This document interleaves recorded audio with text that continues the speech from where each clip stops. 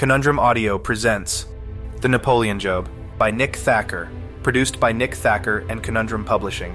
Copyright 2023, all rights reserved. For more awesome thrillers and amazing audiobooks, visit www.conundrumpublishing.com. Chapter 1. Napoleon. 7:18 p.m., December 1st, 1805, Austerlitz, Austria. Gentlemen, he began, do mind this hill. There will be a battle upon it, and each of you shall have your place. Yet he looked up from the great wood table at his marshals. They each nodded curtly. He pushed his lips together in a thin line, a battlefield smile, the best they could hope for from their grand commandant. He had led them this far. He had confidence he would lead them through the next storm. And there was always a storm. There was always another battle, another fight. His marshals, the best of them at least, understood this. There was, for Napoleon's France, no ultimate goal. If dominating the entirety of the Western world was accomplished, it would only be an accidental bonus of the true goal, the journey of conquering. He had served as Emperor of the French for about a year now, but his track record of victory had already begun to precede him. His men were proud, yet humble, confident but loyal to their leader. The victory would play out just as he had strategized. He was sure of it. It was not for his sake then that this meeting was taking place, but for his marshals. They needed to be as true to the plan as he. They needed to understand the risks involved and maneuver accordingly. He turned to the man standing at his right, his most trusted aide. Have we the numbers we were hoping for? The man nodded. Yes, Commander, 75,000 prepared for battle, fully stocked and well fed. Napoleon nodded. They were not the numbers he had been hoping for, but it had been a year since the French army had crossed the Rhine with his 200,000 troops. They had expanded their territory greatly, leaving detachments around Austria and the scattered nations surrounding. To prepare for the new Russian threat, Napoleon had navigated to this location, near the hill upon which his next victory lay. And they have no knowledge of our true capabilities? The man shook his head. My scouts have returned with news that, to the best of their knowledge, the Allied commanders have not changed their perspective. They believe we are hurt, still limping from our retreat. Napoleon nodded once again, his brow furrowing.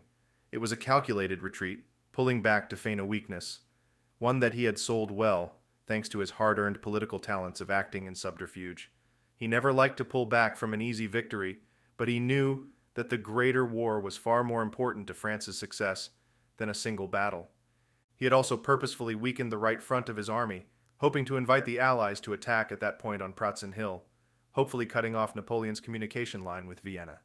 Instead, he had moved the center and core of his army to a position adjacent to the hill, hidden and out of sight. Commander, another voice from across the table said, we are to attack after they reach Pratzen Hill, yes? He nodded. He had already explained this. And if we fail? If we lose Pratzen Hill? Death! The hill is not the victory, but merely the battleground, he snapped. We feign a weakness to invite an incursion where we want it. That is the point. Pratzen Hill will be taken by the enemy, but I assure you, men, it will later be retaken by us. There were murmurs around the table. He knew they were skeptical. It was hard not to be. They were tired, overworked, fearful of the inevitable failure. Every army failed, that was historical fact. At some point, Napoleon's march would come to an end. But not yet, not today, not tonight, and not tomorrow. He understood not only his strategy and the strategies of his opponents, he knew his opponents themselves. He knew their inner thoughts, their desires, their histories, and their understandings of the battlefield. He knew what they knew, and that was why he knew his strategy would work. He turned to Legrand, whose forces would be bearing the brunt of the Allied attack tomorrow at first light. General, he said, are your men prepared? Of course, Commandant, Legrand answered without hesitation. They understand the precarious situation they will put the rest of the army in if they fail, and they will not. We will hold the flank. Napoleon moved on to the rest of his marshals in attendance. Davout's Third Corps would be marching from Vienna, but he trusted this man more than the others, and he knew Davout would arrive on time. When he finished discussing final plans and tactical changes, he retired and returned to his private tent. There, he took stock of himself. He was weary, but excited, nervous, but cautiously prepared. He was not shaking, he was not unsteady. He took in a deep breath and prepared his letter to Josephine. Perhaps it would be his last. though he suspected it would be one of many more to be penned by his hand. He sat at the desk and gathered his thoughts.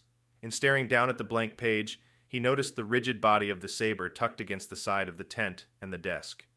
Napoleon stood and reached for it, bringing it close. In the absence of most of his worldly possessions, this singular item had given him peace and comfort when confusion and chaos began to reign supreme. He pulled it from its sheath, admiring the bluish gold steel, the elaborate markings on it, and the sheer craftsmanship of it all. He let his fingers fall over the 5 embossed roses on the hilt, knowing the power they held within.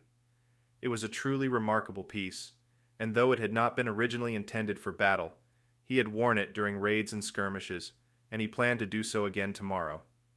It was his sword, and it was the one most cherished by the great commander. Chapter 2.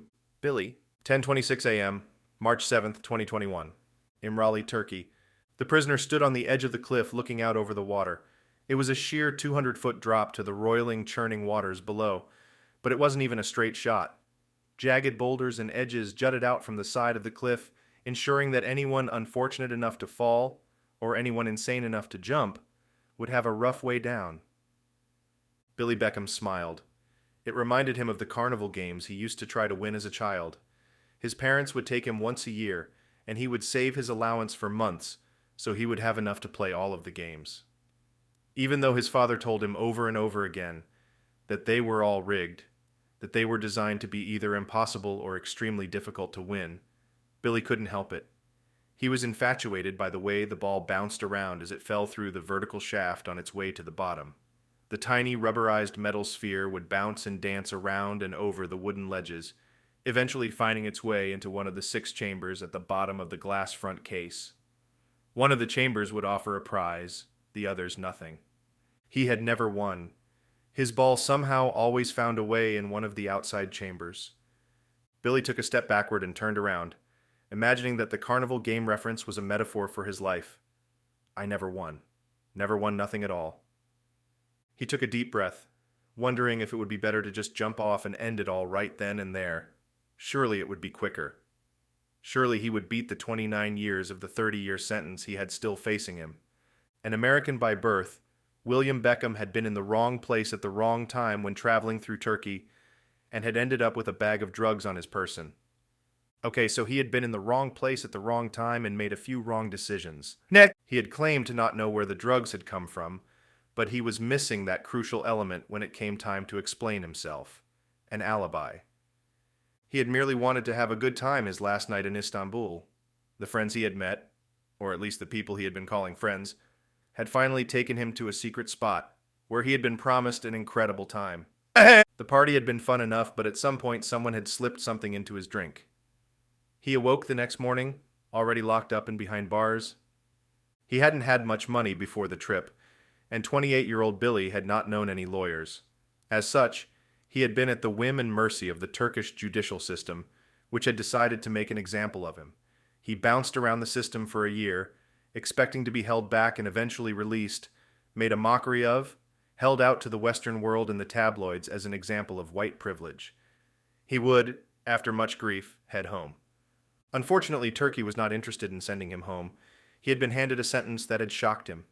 30 years without bail.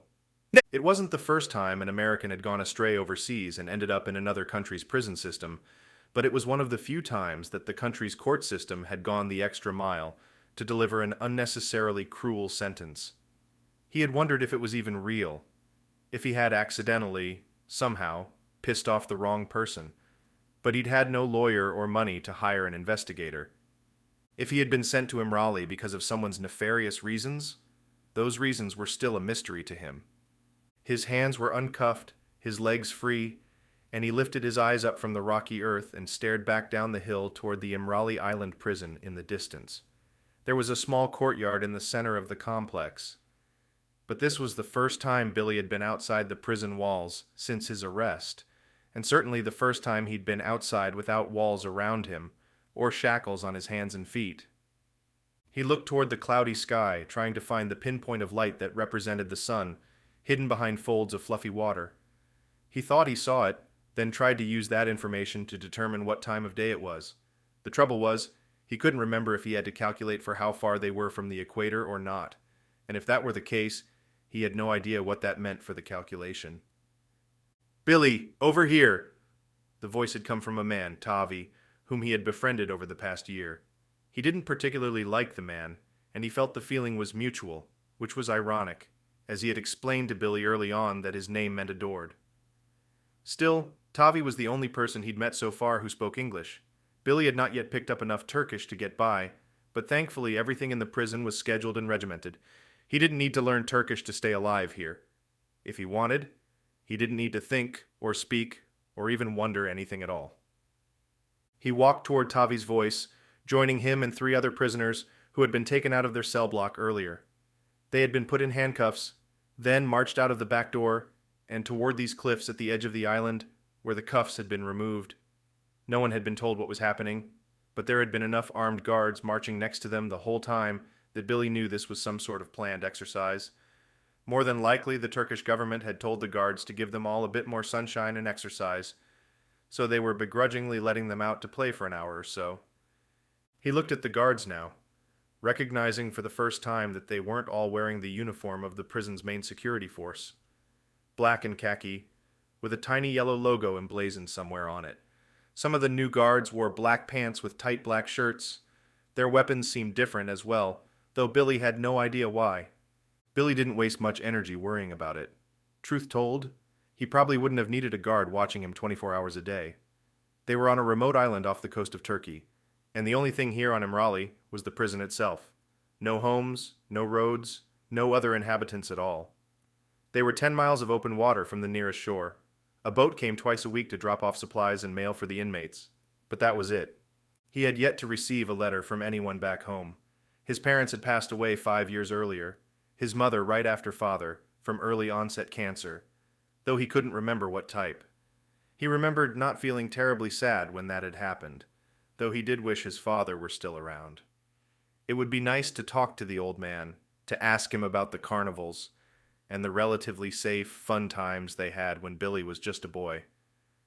Somewhere along the line, his old man had checked out from parenting, or from life in general, either because his job at the power plant had gotten too busy, or he had found out about his cancer diagnosis, or something else altogether. Billy never knew. His mother did her best, but she ruled with an iron fist, and he had very little interest in softening his heart for the hardest woman he had ever known. He was now completely alone in this world, and he probably would be until he died. It was a fact he had come to accept. As crazy as it had seemed before his sentencing, he wondered if it was all that bad. Free food, free entertainment, free everything, for 30 years. Sure, most of it was crap. The fresh food was 10 minutes away from going rotten, and the only entertainment was the monthly movie they would allow the prisoners to see. But inevitably it was a movie from America that he had already seen 15 years ago. Perhaps he could get into chess. There were prisoners who spent hours each day across from each other, a board between them. He walked over to where Ramon was standing, falling in line next to the other 4 prisoners. The guards circled them, each brandishing an assault rifle, but with the point of it aimed down toward the ground. "Any idea what's going on?" he asked. Tavi shook his head. "Exercise?" Billy smiled. "Standing in line next to you isn't much exercise, friend." Tavi scowled, but didn't respond. The guard in front of the line began barking orders in Turkish. Billy had no idea what any of the words were, but he recognized his prisoner number being called and looked up at the man. The man repeated the number, staring straight into Billy's eyes. Billy heard the slight lilt at the end of the string of numbers, and realized it had been a question. He cleared his throat. Yeah, that's me." He recited his prisoner number for good measure, and the guard nodded and continued down the line, checking that he had the right people in front of him. Billy caught more movement from the corner of his eye and noticed another man walking toward them. He was not a prisoner, nor was he a guard or someone Billy recognized. He was not wearing the uniform of a guard, either the standard one of Imrali or one matching these new uniforms. Instead, he wore a suit, navy with dark pants and fancy leather shoes. An absurd choice considering the weather today, but Billy had a feeling this man did most of his work indoors. The newcomer walked briskly toward the group, not looking up or stopping until he was standing directly next to the guard who had checked off his list. He didn't speak, and when the guard finished with his list and verified that all 5 prisoners were accounted for, Billy watched the new guy reach into his pocket and pull out a small, round object. It was about the size of a postage stamp. He held it out in front of him, examined it, and then looked around, finally passing the thing to the guard. The guard did the same thing, then turned and asked a question to the man in Turkish. "What did he just ask?" Billy asked under his breath. Tavi answered, "Is the test ready?" Billy suddenly felt weak at the knees. A test? What sort of test? And why all the formality? If these guys were testing some sort of new vaccine, some new medication, something he knew the Turkish government allowed to be tested on prisoners, they would have simply been brought into one of the prison labs or another space inside Imrali. What test needed to be done way out here on the cliffs? Chapter 3. Saul. 7:12 p.m., March 9th, 2021. Havercastle, Kent, England. The room was lit by dozens of tiny sconces on the walls, their fronts frosted plastic hiding fake candles. 3 chandeliers, also boasting fake candles that almost looked real if the eye didn't dwell, hung from above. The almost dim, mysterious effect was completed by off-white LED track lights running down the length of the space in 3 neat and tidy rows to match the rows of chairs that had been set out. The effect was remarkably accurate. The space looked and felt just like a Tudor castle, and had been decorated with items and artwork that reflected the period. There was even an axe-wielding knight's armor in the corner, on a hardwood circular pedestal. Saul Brodeur looked around quickly, not actually moving his head, but simply flicking his eyes left to right in a constant 1-2 motion, taking everything in as well as checking for signs of anything new. Any new entrance to the room, anything that had not been in his peripheral gaze the moment before. 1-2, left, right. It was a practiced motion, one he repeated involuntarily, listening forward but watching all around him the entire time. The place was well constructed, built to the highest standards, and kept healthy and structurally sound over the years. As well it should. It was, in fact, a Tudor castle.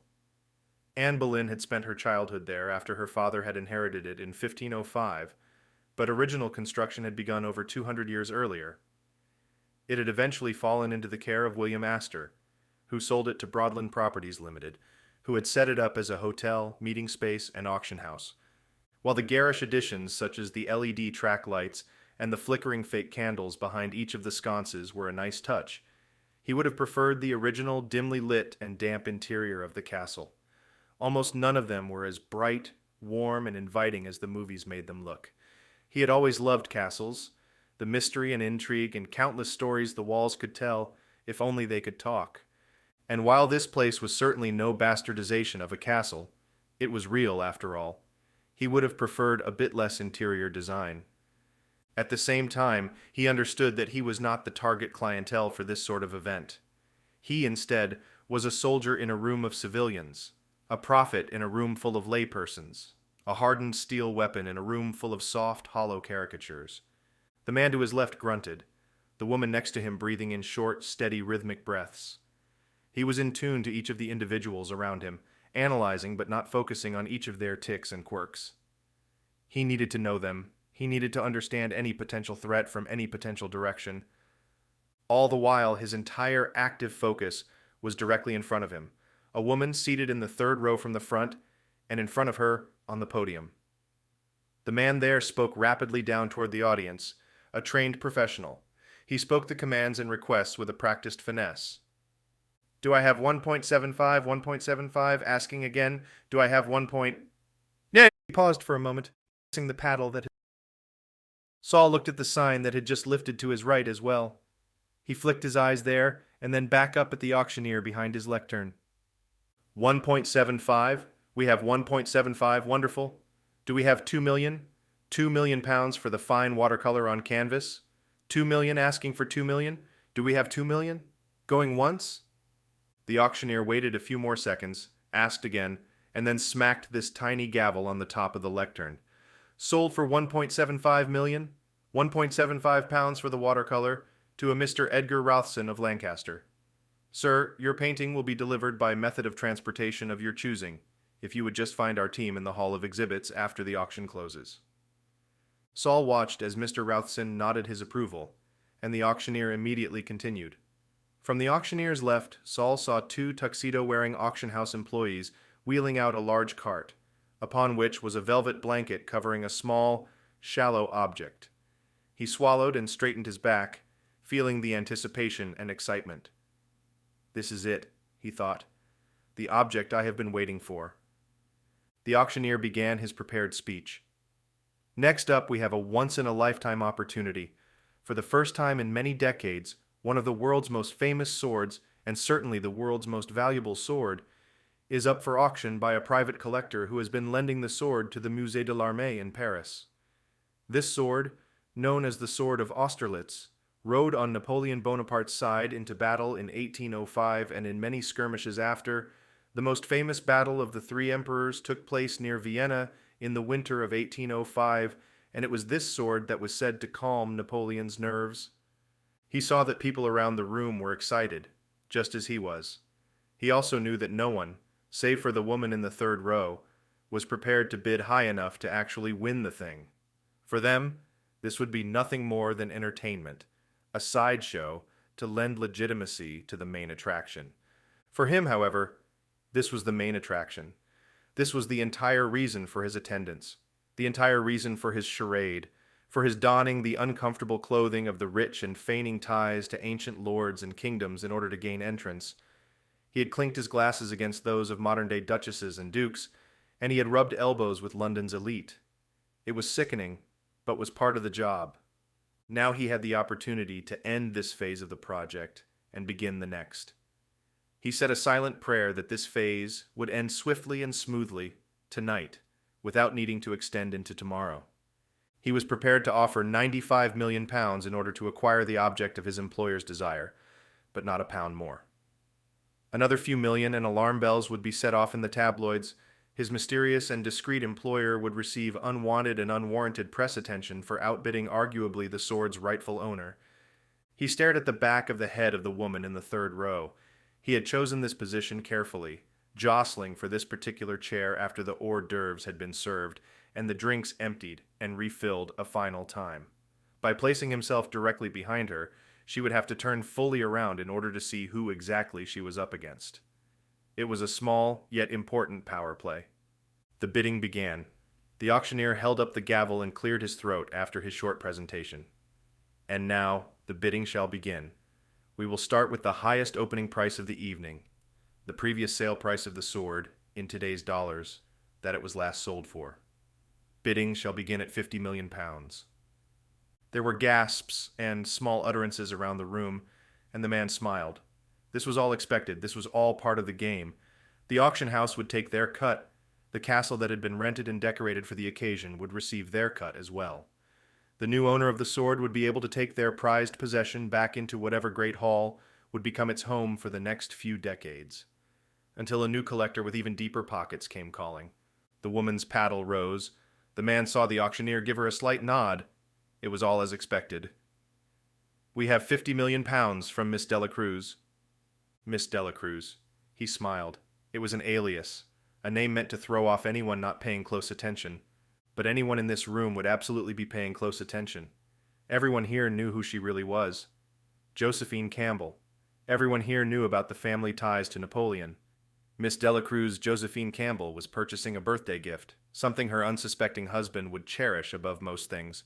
It was an elaborate gift, but it was nothing to a family with riches such as theirs.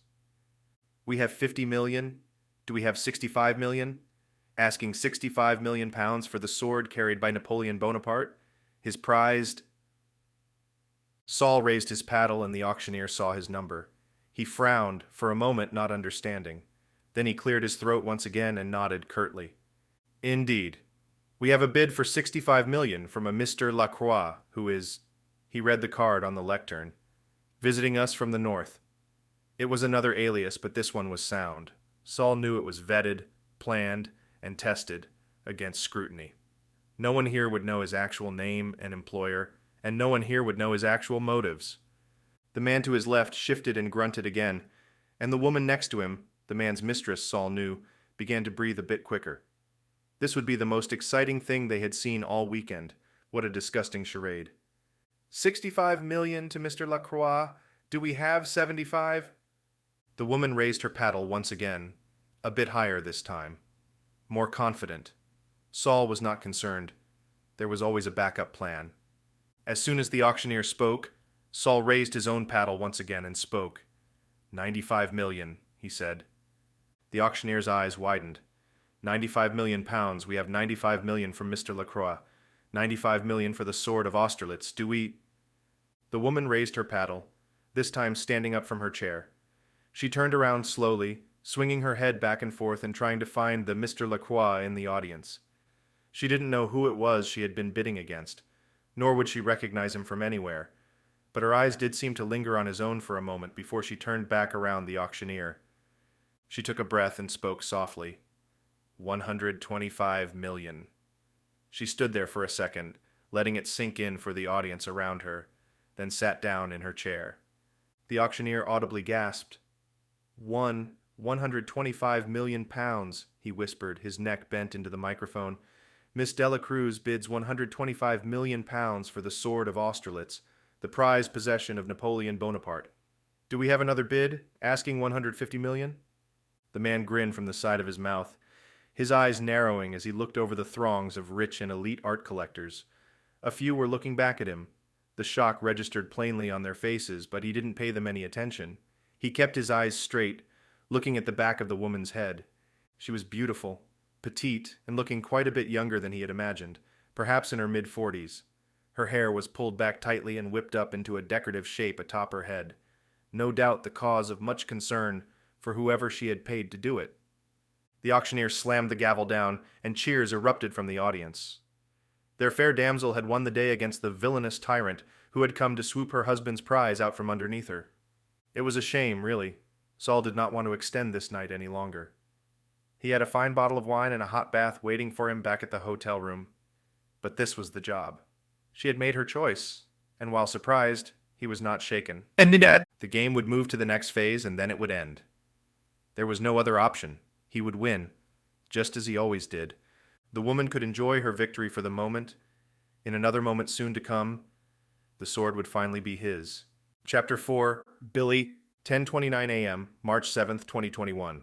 Imrali, Turkey. Imrali Prison had been established in 1935 as a place for Turkey to keep track of convicted criminals without having to spend much on security. Prior to Turkish ownership, Imrali had been a small Greek settlement since the days of Pliny the Elder. The island offers a natural moat. On 3 of its 4 sides, steep cliffs arc up to a plateau on top. The rocks at the bottom dissuade anyone from trying to climb down, as the intensity of the ocean swells and barnacle-covered stones hidden just beneath the surface rip through any clothing and skin in seconds. The waters around the island are infested with a dozen different species of shark as well. In 2007, Imrali Prison was closed and sold off by the Turkish government, but at some point in the future, a private owner had reopened the place and had gotten it back into working order. Billy knew the name of the company, Laguerre International, as it was emblazoned on shirts of the security guards and in a few places on signs in the cafeteria. He had never heard of the company before coming here, and from what he had been told, the prison had supposedly been closed after being sold and replaced by a modern, expensive office complex. Billy knew that was all a lie. He was living in a prison that had clearly been built almost 100 years earlier, but he was in no place to argue. Whatever Laguerre had done to persuade the Turkish government to continue sending prisoners to them had worked, and Billy had yet to see anyone from any official government capacity set foot on the island to check in. The suit-wearing man stepped forward and turned his back to Billy and the other prisoners and addressed the guard. Half of the guard's face was revealed, and Billy watched it to try to read his expression. He got nothing useful out of the examination, and after a minute the suit walked back and took up a position about a dozen feet away. As if on cue, all of the other guards backed up a few paces as well. Billy's heart began to pump a little faster. What's going on? What are they all afraid of? And why am I still standing here if whatever they're about to do is going to be dangerous? He had had no illusions that the Turkish prison system was even remotely as modernized as the US one, but he had at least hoped that the cruel environment was simply due to a lack of funding or just some arcane judicial practices, and he had hoped that it wasn't like this by design. Now Billy was starting to suspect that the place he had been sent to was not really a prison, per se, or at least not an official Turkish one. Had he ended up here by accident? Was he really supposed to be in some jail cell somewhere on the mainland? He opened his mouth to speak, but stopped himself when he saw the guard lift the small object and hold it up to the light. He tried to see what it was, but the man was too far away. It didn't matter anyway. The guard removed something from the top of the object, then turned it over in his hand, and pushed something on the back of it, like a small hidden button. Then, nonchalantly, he tossed the object toward the prisoners. Billy watched it bounce on the rocks and skitter to a halt in front of the man in the middle of the line. All five leaned in and tried to see what it was. The man on the far right even kneeled, bringing his head closer to the object. He heard Tavi whispering in Turkish with the man next to him, but no one else spoke. Billy felt his neck tighten, as if his muscles were suddenly having a spasm. He tried to move it, but then felt his jaw go tight as well. What the hell? He moved a step to the left just as something began visibly pouring out of the object. He couldn't see anything, but he heard a slight hissing sound as whatever was inside was rapidly expelled and pushed into the air, like a tiny aerosol can. It didn't last long, and 10 seconds after it had started leaking, the hissing died away and stopped. He looked toward the other prisoners, but as he did so, his neck froze into place. He tried lifting his arm up to rub it, but about halfway up his shoulder and elbow hardened as well, as if frozen in place. He was frantic now, feeling his heart pounding even harder, working overtime, and then even his heart seemed to slow down. He felt the fear set in at that point, knowing that somehow he had been poisoned with something, that something was blocking him out of his own body. His mind raced. What is this? The man in the suit watched on from behind the guard, his face a mask. The guard seemed surprised, his eyes wide and his mouth open. The other guards were murmuring, and Billy could almost hear them, but it seemed as if even the air around him was being sucked away, as if he were being put into a vacuum. He felt himself trying to scream, but then realized it was just his throat constricting and closing in. He forced himself to take a deep breath, pulling it in through his nostrils just before they too froze and stopped working. His chest heaved as the air entered his lungs, the force of it pushing his ribs out and against the impactful weight of whatever it was closing him down. Within a few more seconds, he was completely frozen. His breath was tight, held in and not allowed to escape, and he felt the panic of knowing he was being slowly asphyxiated set in. I'm going to die like this, he realized. Whatever they've done, whatever this man has done to us, it's going to kill us. His entire body, internally and externally, had been frozen around him, trapping his mind inside. But he would run out of breath long before the starvation or thirst set in. He knew he could hold his breath 1, maybe 2 minutes under pressure, but he had not been prepared. He had not been given a warning, and the breath inside of him was going to cause his lungs to explode. He tried to gasp, feeling the sensation of it working, but knowing that nothing had actually physically moved. Then the panic ratcheted up another notch when he realized that he still could not take in or expel air. The oxygen inside his lungs was beginning to sour, and he desperately needed to blow it out and suck in fresh air. But he couldn't. His arm was locked in place halfway up his side. His neck turned and arched downward as he looked toward Tavi. His eyes still worked a bit, but they too were stuck inside their sockets, unwilling to cooperate. They were slightly out of focus, but he saw Tavi and 3 other prisoners, all blurry, all frozen in shock as well, including the kneeling prisoner at the end of the line. Just at the bottom of his peripheral vision, he could see the object on the ground, its tiny round orb shape empty and dead. Was it going to do something else? Was there anything more to this insane experiment? Chapter 5. Billy. 10:30 a.m., March 7th, 2021, Imrali, Turkey. Another 10 seconds passed, and the man in the suit walked over and plucked the orb from the ground. He did not look up at the prisoners, did not look at Billy. He simply turned and walked away. As the suit approached the guard, whose mouth was still open, a slight shake to his head, he leaned down and whispered into the shorter man's ear. The guard seemed to be confused for a moment, but then gathered himself and nodded. He answered in Turkish, what Billy understood as the equivalent of the word okay. Billy was now screaming internally, a silent and inaudible scream that only he could hear. He was banging on the doors of his mind, trying to get it to cooperate with the rest of his body, trying to get it to do something. If he fell, perhaps he could get his chest to fall hard enough to push the air out, and be replaced by another life-giving breath. Perhaps... And then his arm began to move. He felt it in his fingers first, a tingling sensation like he'd just slept on it for too long. It continued up his elbow and then to his shoulder, and suddenly his arm dropped back to his side. His neck was next, followed by his toes and feet and legs. After another 10 seconds, his body was mostly loose again, the tingling post-paralysis sensation covering him from head to toe. He felt his hair tickling the top of his forehead. He gasped for air, a motion that actually took place this time, and felt his lungs once again replenished. He took a few more sharp breaths, holding them in and letting them out, and sucking in the sweet elixir of life as he did so. He stumbled, putting his hands on his knees and dropping to a squat. The others did the same, except for the man at the end who simply lay down on his back and heaved his chest up and down, his eyes straight up into the murky clouds. Billy looked up. He saw a dot in the sky. A drone? Billy had no idea what that was. He had no idea why it was. It didn't matter. It was all over. He was alive. He felt the involuntary relief of knowing that he was alive, and yet in no better a situation than he had been 10 minutes prior. He looked around again, then noticed something odd. The guards had moved back into position around them, forming a tight circle around the group. They had obviously stepped back when the weird gaseous mixture had been released into the air, but once it dissipated or died or whatever had happened, they pushed forward again. Only this time their weapons weren't lazily pointed toward the ground. They were all pointed toward him. They were pointed toward the prisoners.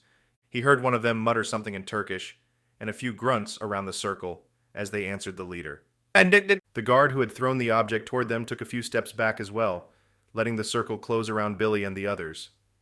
Finally, after another few seconds, the leader of the group of black-clad security guards barked an order. Their weapons began to fire.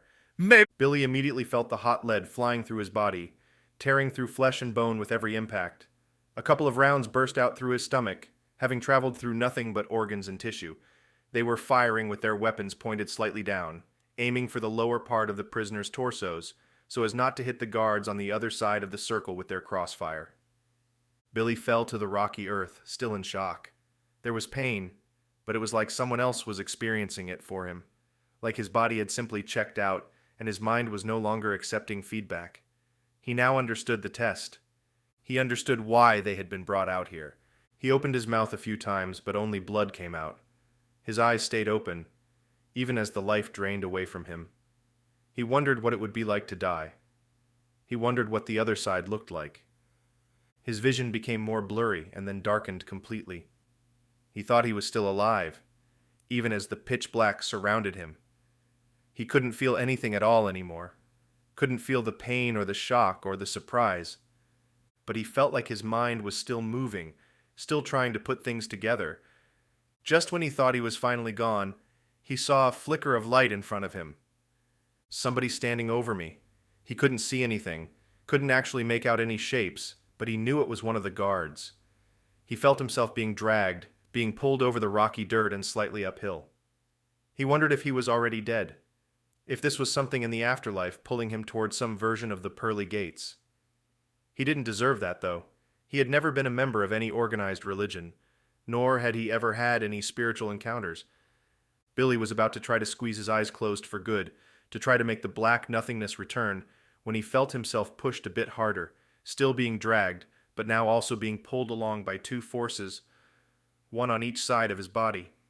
He remembered the cliffs, remembered looking out over them, and wondering what the fall would feel like. Imagining falling down like the tiny ball in his carnival game, he wondered what the end would be like. And then, with a final heave from both guards at his side, he felt his body being pushed over that same ledge. The end. It seemed he was about to find out. Chapter 6. Requin. 11 a.m., March 7th, 2021. Imrali, Turkey. The man known to his associates only as Requin looked through the glass wall down into the space beyond. His office sat on the top story of the two-level complex, and he had made sure the glass wall on this side of the room could be immediately shifted from clear glass to opaque frosted glass with the push of a button. Most of the work he did in this office was paperwork, research or otherwise, and therefore was not secretive in any way. But there were times when he wanted to close the space to prying eyes from down below, just in case one of his employees or laboratory techs decided to look up and see who their boss was meeting with. Today was one of those days. To anyone watching on as he shut off the view into his office space, it would look as though he were simply preparing for a meeting about Laguerre's latest development. The boss had meetings. This was nothing out of the ordinary. To Requin, however, this meeting represented far more. They were preparing for the final phase of the project he had spent the better part of 3 years working on. They were preparing for the public phase of the project. While it would have been easy enough to have his team set up a secure server to compile his notes, plans, and goals digitally, he also knew anything that involved a computer could be hacked. The ultimate computer, the human brain itself, could be hacked, and he had proof of that downstairs. So there was no way he could trust a computer created by the human mind to be anything less than unsecured. He turned from the glass just as his appointment entered the room, from one of the doors on the opposite side of the office. This door led directly to an elevator, which led directly to the helipad above. He had built his headquarters beneath a prison built on a rock floating in the sea. The island, Imrali, sat near the coast of Turkey, and the purchase had so far proven to be an effective location for his compound. Sold to him in 2007, he had done everything he could to keep the building of the 2 underground levels a complete secret. Since his company was considered by Turkish authorities merely a research company, he had left the barbed wire fences up along the property borders. No one would question them, since his research was expensive, secretive, and important. He had one wing of the prison intact, but had begun converting the other wards into offices for his growing staff. In addition, he had the towers at each of the 4 corners of the main prison facility converted into offices as well. The place was neither just a prison nor just a corporate headquarters. It was a bit in between. There was certainly a laboratory and office beneath the surface of the island, but there was also an active Imrali prison complex above ground. Further, the prisoners here were no longer part of any government detention system, but instead had been acquired through black market exchanges and flown here via helicopter. Their paperwork back on the mainland would just show them as diseased, victims of a brutal and barbaric Turkish prison system.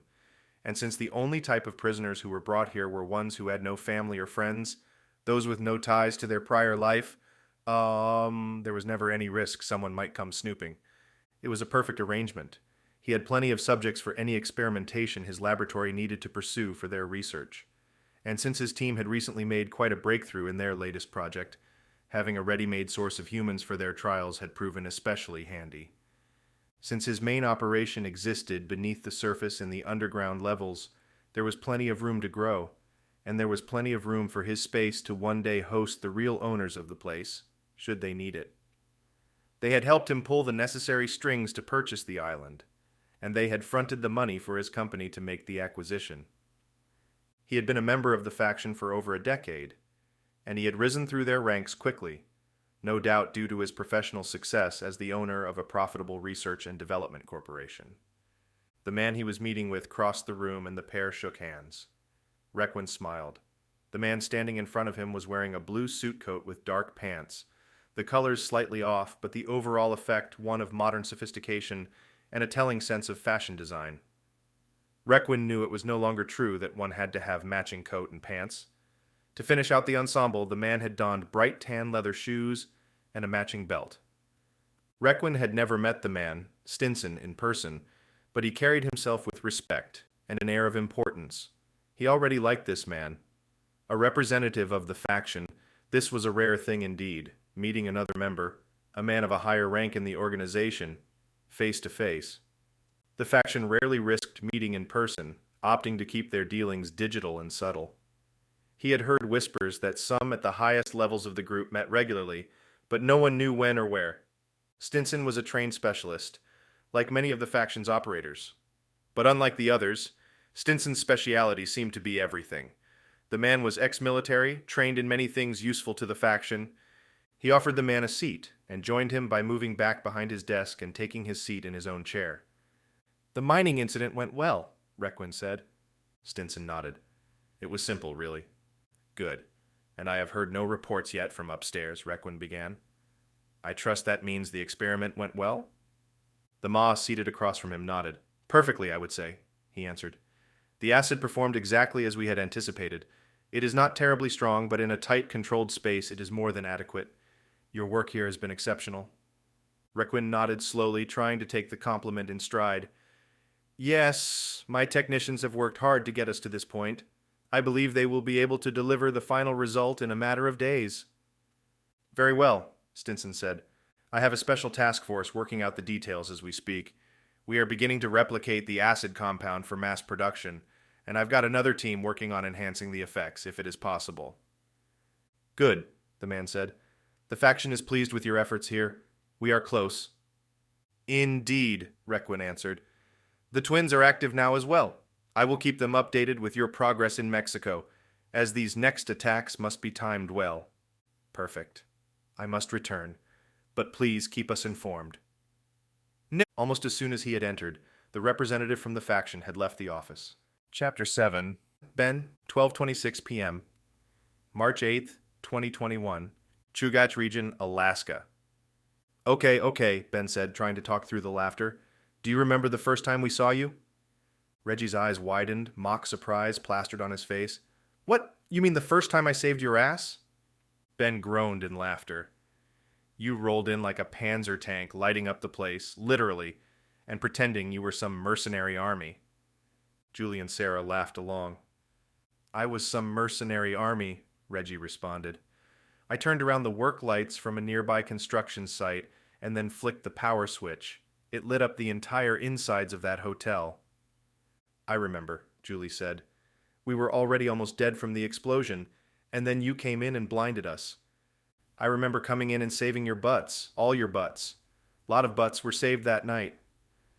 Reggie placed the glass of water back on the table with his prosthetic arm. He had lost the real arm in Peru less than a year earlier. Ben, you got anything stronger? You know I do, he answered. Before he could stand up, Julie placed a hand on his. Why don't you let me pour these? She asked. What, you think I'll over-pour? He shot back. She raised an eyebrow at him as she stood up and headed to the cabin's small kitchen, and Sarah jumped in. Last time you two went at it, we ended up in Antarctica with our plane shot down. Reggie roared in laughter. That general didn't even want us there, he said. He only sent us because his bosses didn't want to send the entire U.S. Army. I was only playing with him a bit. You were wasted, he shrugged as Ben chuckled. Well, Reggie argued, if he would have given us a heads up, we wouldn't have had as much to drink. Or we would have had more, Ben added. Julie returned with 2 rocks glasses that looked barely full. Ah, come on, Jules, Ben said. It's mostly ice. There's plenty of whiskey in there, dork. Besides, if we're going to spend the night reminiscing, we should at least have you two sober. You're the glue of this operation anyway. The glue? Reggie asked. I'm the butt saver, remember? Yeah, Ben said. And I'm the fearless Captain America-looking leader. I'm the guy the entire world looks to when there's a problem. Sarah and Julie shared a glance. What? He asked, taking a sip. You think I wanted this job? I was totally happy working at Yellowstone when Julie here ripped me out of my cozy camping lifestyle. Her jaw dropped. Really?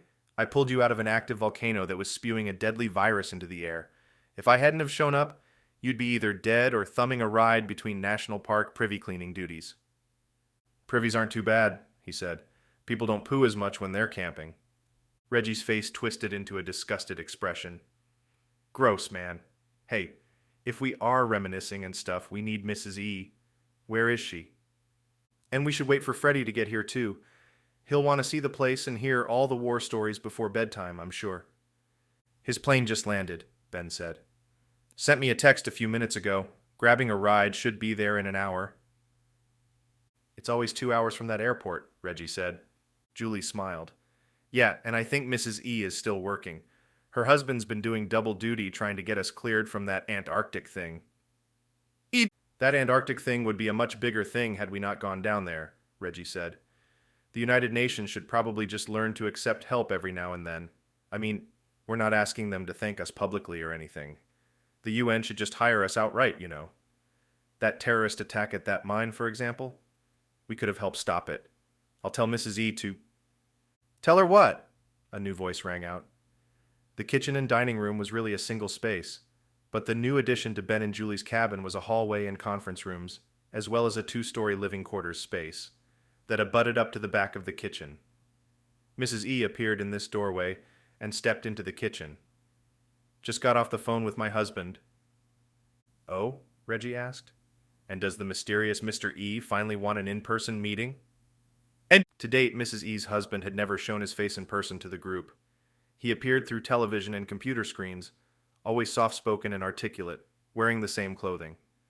To Ben's knowledge, the man suffered from some sort of debilitating disease that had him mostly bedridden, save for the few hours a day he was behind his desk. He and his wife had amassed a fortune building a multinational conglomerate of communications companies, providing satellite technology and services for many nations around the world.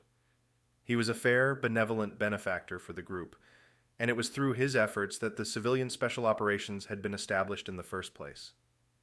"No," she said, striding into the room. Her 6'5" frame was nearly too big to fit in the kitchen, but she walked as though she hardly noticed. "He does want a meeting, however." Ben cocked an eyebrow. "Oh? Has he found us a new mission? Is it the mining attack?" "Ooh," Reggie said. "If not, I'll bet it's in the Caribbean. I love the Caribbean. Best beaches in the world, man." "You've been to the Caribbean?" Sarah said. "I remember that one vividly. You almost became a saltwater crocodile's breakfast." He smiled sheepishly as Mrs. E continued. "No," she said flatly, "it's not a mission, and it's not related to the terrorist attack at the mine in China." "Is it? Okay, when's the meeting? Usually he just emails and we—" "Now," she said. "Wait," Ben said. "Now?" She nodded. "What's this about, Mrs. E?" Julie asked. "I'll let him tell you himself, but it is urgent, and since we're all here—" Ben and the others stood up in tandem. Reggie took his drink with him. Ben left his on the table, a water ring already forming around the base. He looked at Julie, but couldn't read her expression. He didn't have to guess what she might be thinking, however. There aren't a lot of urgent meetings that are about really good things. Chapter 8. Saul. 9:12 p.m. March 9th, 2021. Kent, England. "The Sword of Austerlitz," Saul said, crafted by Martin Guillaume Binet of Paris, a famous goldsmith of the time. The woman's eyes were bulging out of her head, the effect not helped by the fact that her hair seemed to be pulling them out as well. It was just as tightly wrapped and coiffed as it had been at the castle, save for a single strand of blonde that was caught on her eyebrow. There were tears in her eyes, but to her credit, she had not started bawling. Yet. Saul knew the tears would fall. He was even more excited to see them, to learn if his prediction, that she would sob in a quaint, controlled manner, would come true. He had been in this position before. It was one he neither liked nor disliked. It was business. It was the job. He had been told to get the item. He had been given instructions and parameters, and whatever means necessary to get the job done that successfully completed the mission would earn him his fee. "Do you see the blue in it?" He began with folded steel, heating it over charcoal until the silver gives way to the bluish hue. A marvelous specimen, too. The gold foliage B&A added only brought out the blue coloring. She didn't nod, didn't pull her eyes away from him. If she was listening, she gave no acknowledgement whatsoever.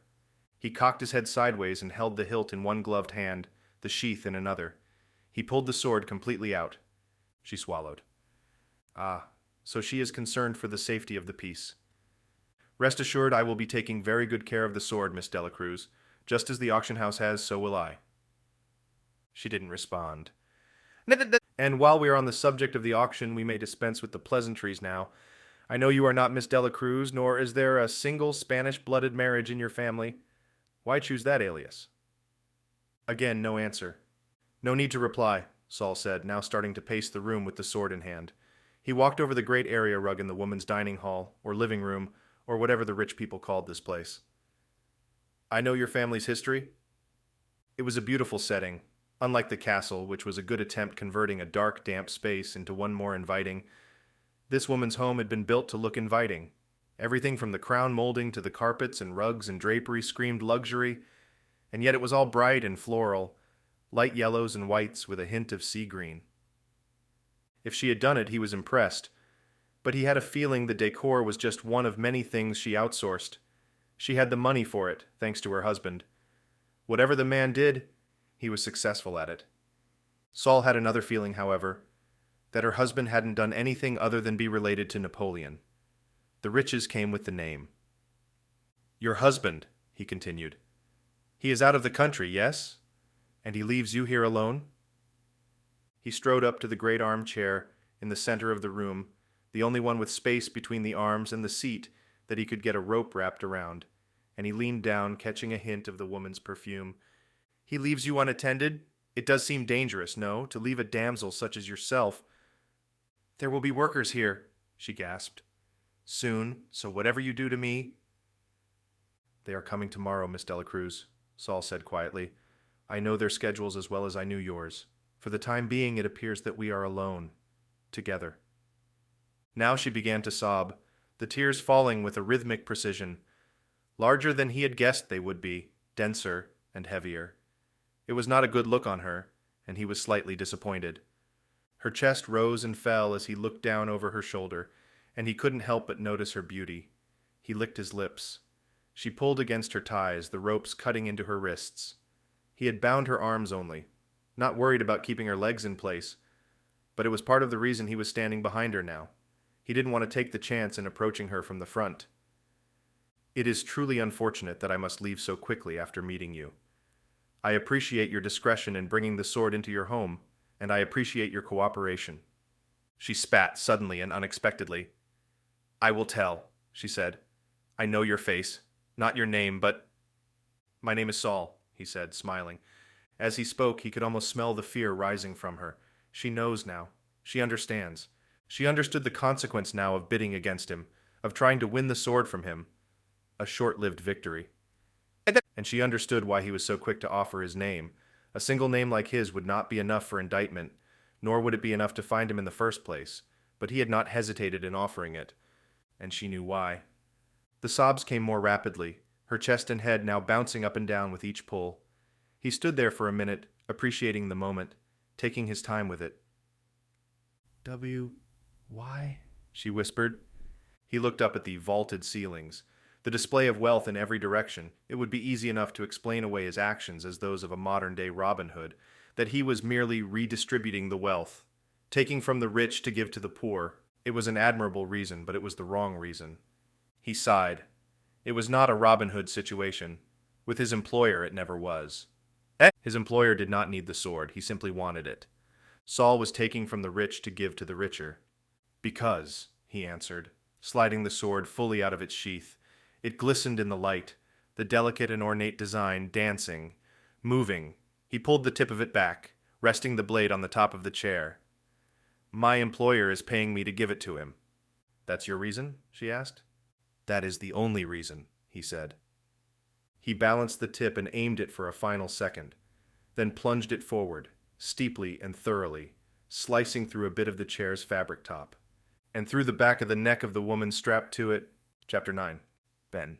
12:32 p.m., March 8th, 2021, Chugach Region, Alaska. Mrs. E was already seated behind the conference room table. Ben was surprised she'd gotten here so quickly, since she had only moments ago left the kitchen. Whatever this is about, it's serious, he thought. Her husband was a man of habit. He went to bed at the same time every day, woke up at the same time, ate the same meals daily. For all Ben knew, he was a robot. So, whatever it was that had shaken him up enough to call for a meeting after dinner time, and a few hours later in the rest of the country, was a big deal. Have a seat, she said, as the others filed in. I will bring him up on the screen. Just 1 second. Ben watched her tap at the tablet and glance up at the blank whitewashed wall on the side of the room. When the CSO had decided to expand Ben's tiny cabin into its headquarters and base of operations, he was glad they had at least built multi-purpose rooms. This one, while normally serving as their conference room, was also where he and Reggie had installed a pool table, currently hidden beneath the veneered conference tabletop. In fact, the screen Mrs. E was now working to project on could also be hooked up to a standard television, which meant they could enjoy sports or an old action movie, while Ben decimated his best friend in a friendly game of pool. What's this about, E? Reggie asked, seated across from her and next to Ben. He had his hands up and behind his head, clasped together. She didn't answer verbally, instead pressing one last button on a tiny remote control and then looking up at the screen victoriously. A massive image of her husband, wearing his trademark turtleneck and glasses, appeared on screen. His skin seemed paler than normal, Ben noticed. He watched the man's subtle facial cues to determine if everything was okay. Mr. E swallowed a few times, frowned, then blinked, and began to speak. Thank you all for meeting at such a late hour, he began. Reggie snickered. It wasn't even past 8 in the evening. Sarah smacked his shoulder and told him to shut up. I wanted to get your take on a situation. It's the Caribbean, Reggie whispered, a smile on his face. I know it's the Caribbean. Reggie, shut up, Julie said.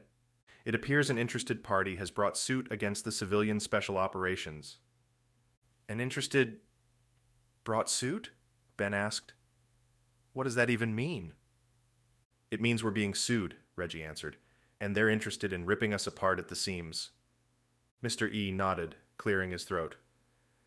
I am afraid Gareth is correct. There is an international corporation seeking damages. They have filed suit in the appropriate American jurisdictions, but the core of their business is overseas. What? Julie asked. Who is it?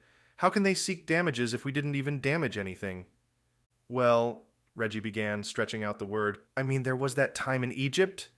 At the Sphinx. I mean, technically we weren't the ones adding bullets to the ruins, but I guess a case could be made. It is not an Egyptian corporation, Mr. E said. This corporation is based primarily in Italy, but it has a large operation in Switzerland. Ben's heart sank. His fears were realized. He knew exactly who Mr. E was referring to, and he did not like it. He squeezed his eyes shut, dropping his head.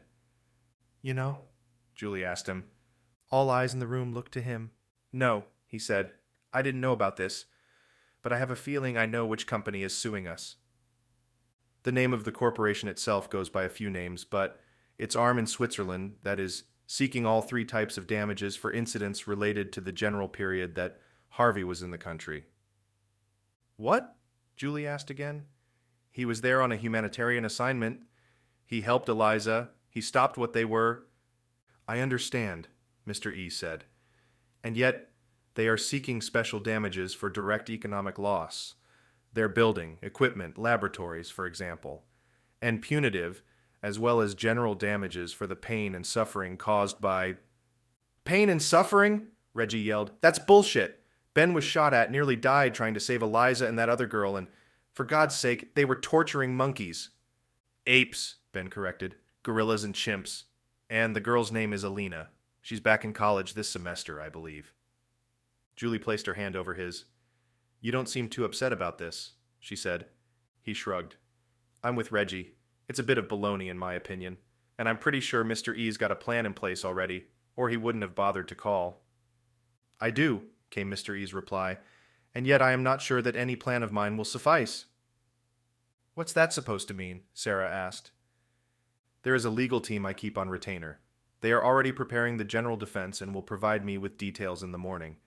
But Harvey, I must admit, they are unsure as to how this will play out. Unsure? Yes, these cases have the potential to become world news just for the sheer fact that a company in one country is suing one in another. Add to that your somewhat celebrity status, it may become a hairy situation. So I'd have to, testify? Mr. E nodded. Most likely, yes. I do not believe we will be able to handle everything through arbitration, and it may come to a jury. If that is the case, and again, I will know more tomorrow, it may be tied up in court for some time. How long we talking? Reggie asked. A few months? The proceedings would not even begin for a few months, Mr. E said. They would not end for a few years. Holy crap. Indeed, it is not a good situation. I wanted you all to be aware that I am taking every precaution, and I am asking that you do as well. Do not engage with any press that may get wind of the case, and I do not have to remind you. Stay away from social media, news, that sort of thing. Of course, Julie said. That's not a problem, but what about us? What about work? I'm afraid the work must pause for the time being. Wait a minute, Ben said. Pause, as in stop working? No more cases? Mr. E hesitated, then looked directly into the camera. Yes, I am afraid that is exactly what I mean.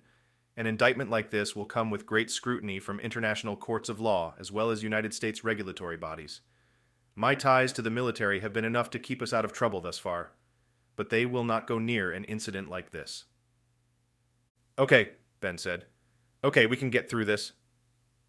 I don't know if we can, Harvey, Mr. E said.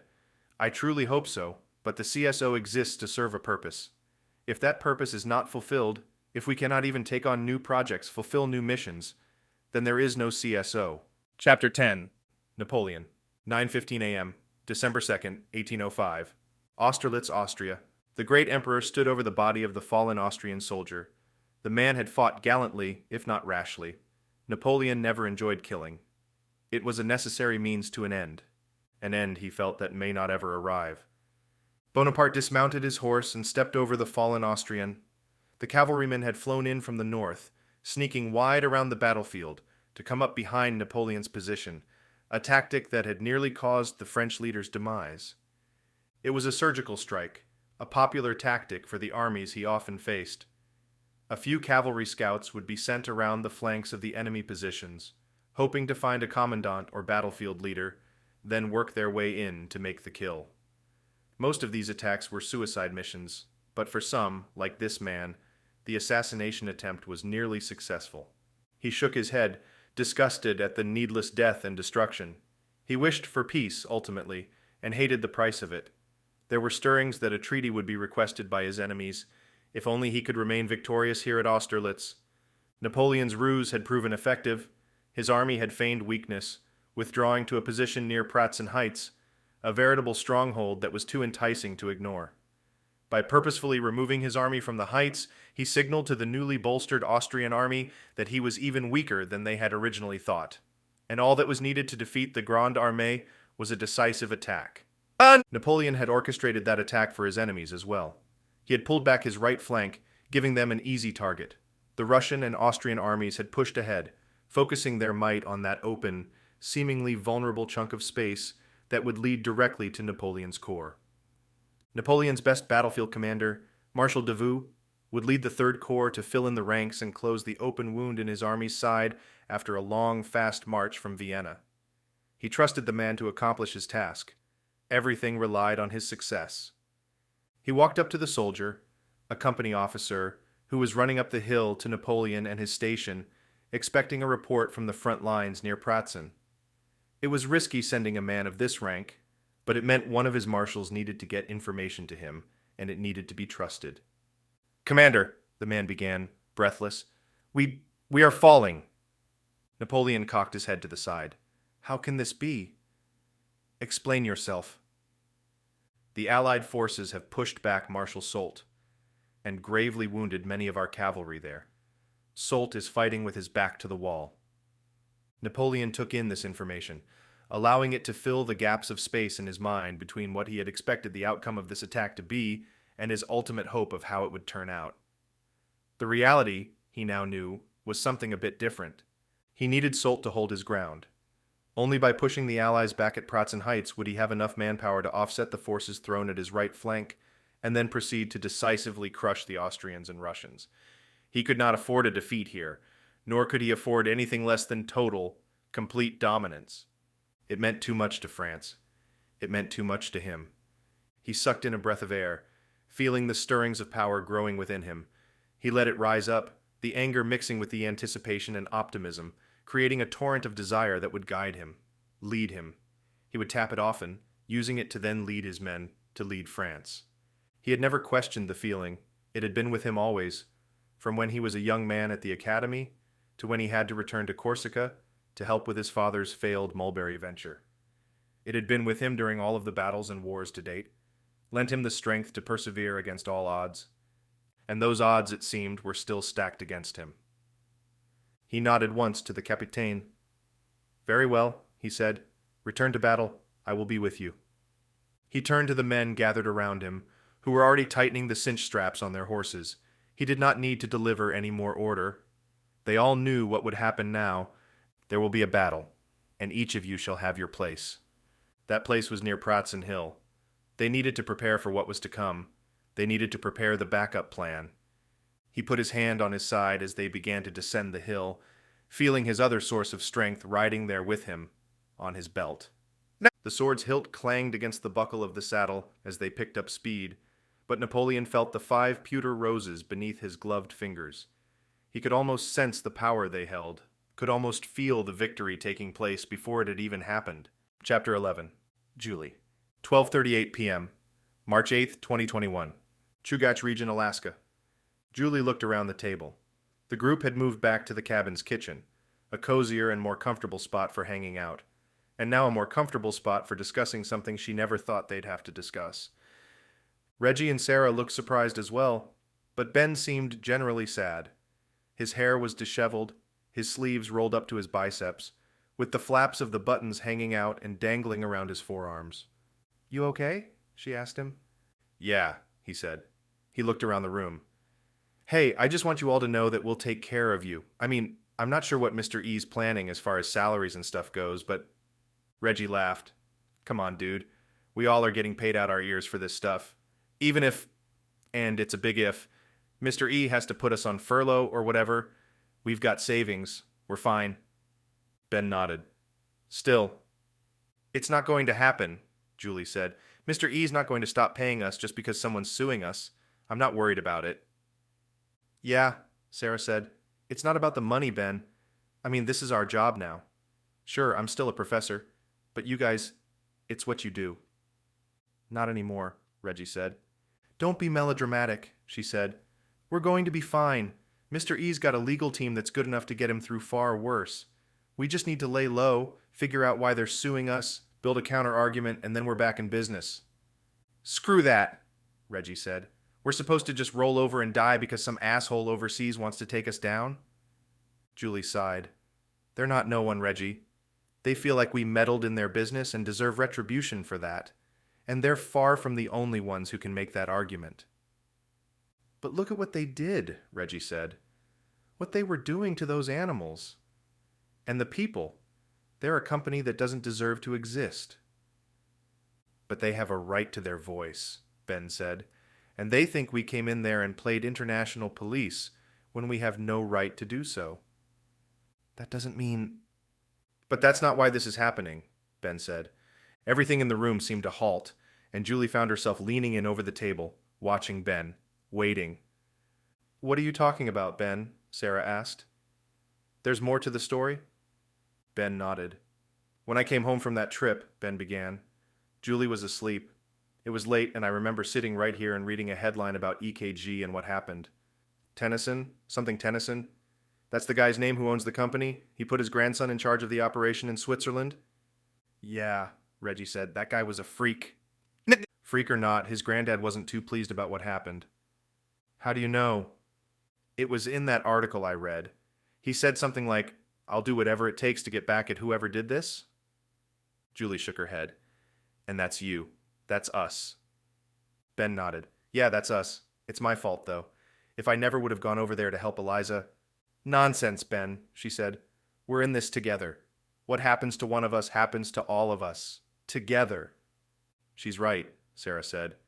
"It sucks, but no one's blaming you.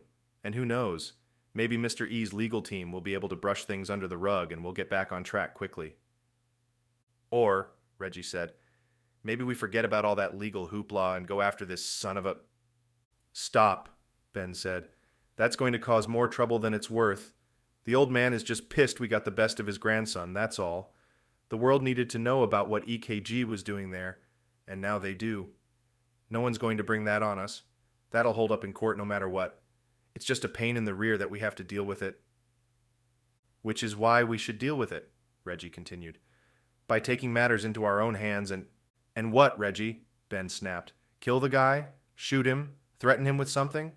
How's that going to look for the case? How's that going to help us?" "Doesn't matter," Reggie said. "Of course it matters," Ben yelled. "We knew this was coming, right? We knew something like this was bound to happen. Something was going to give. We can't just keep playing vigilante cop around the world." "But Mr. E set this thing up so the U.S. military would have our backs." "And that's just our military, Reggie," Ben said. "And it's not even really the whole military. It's just a few guys in suits.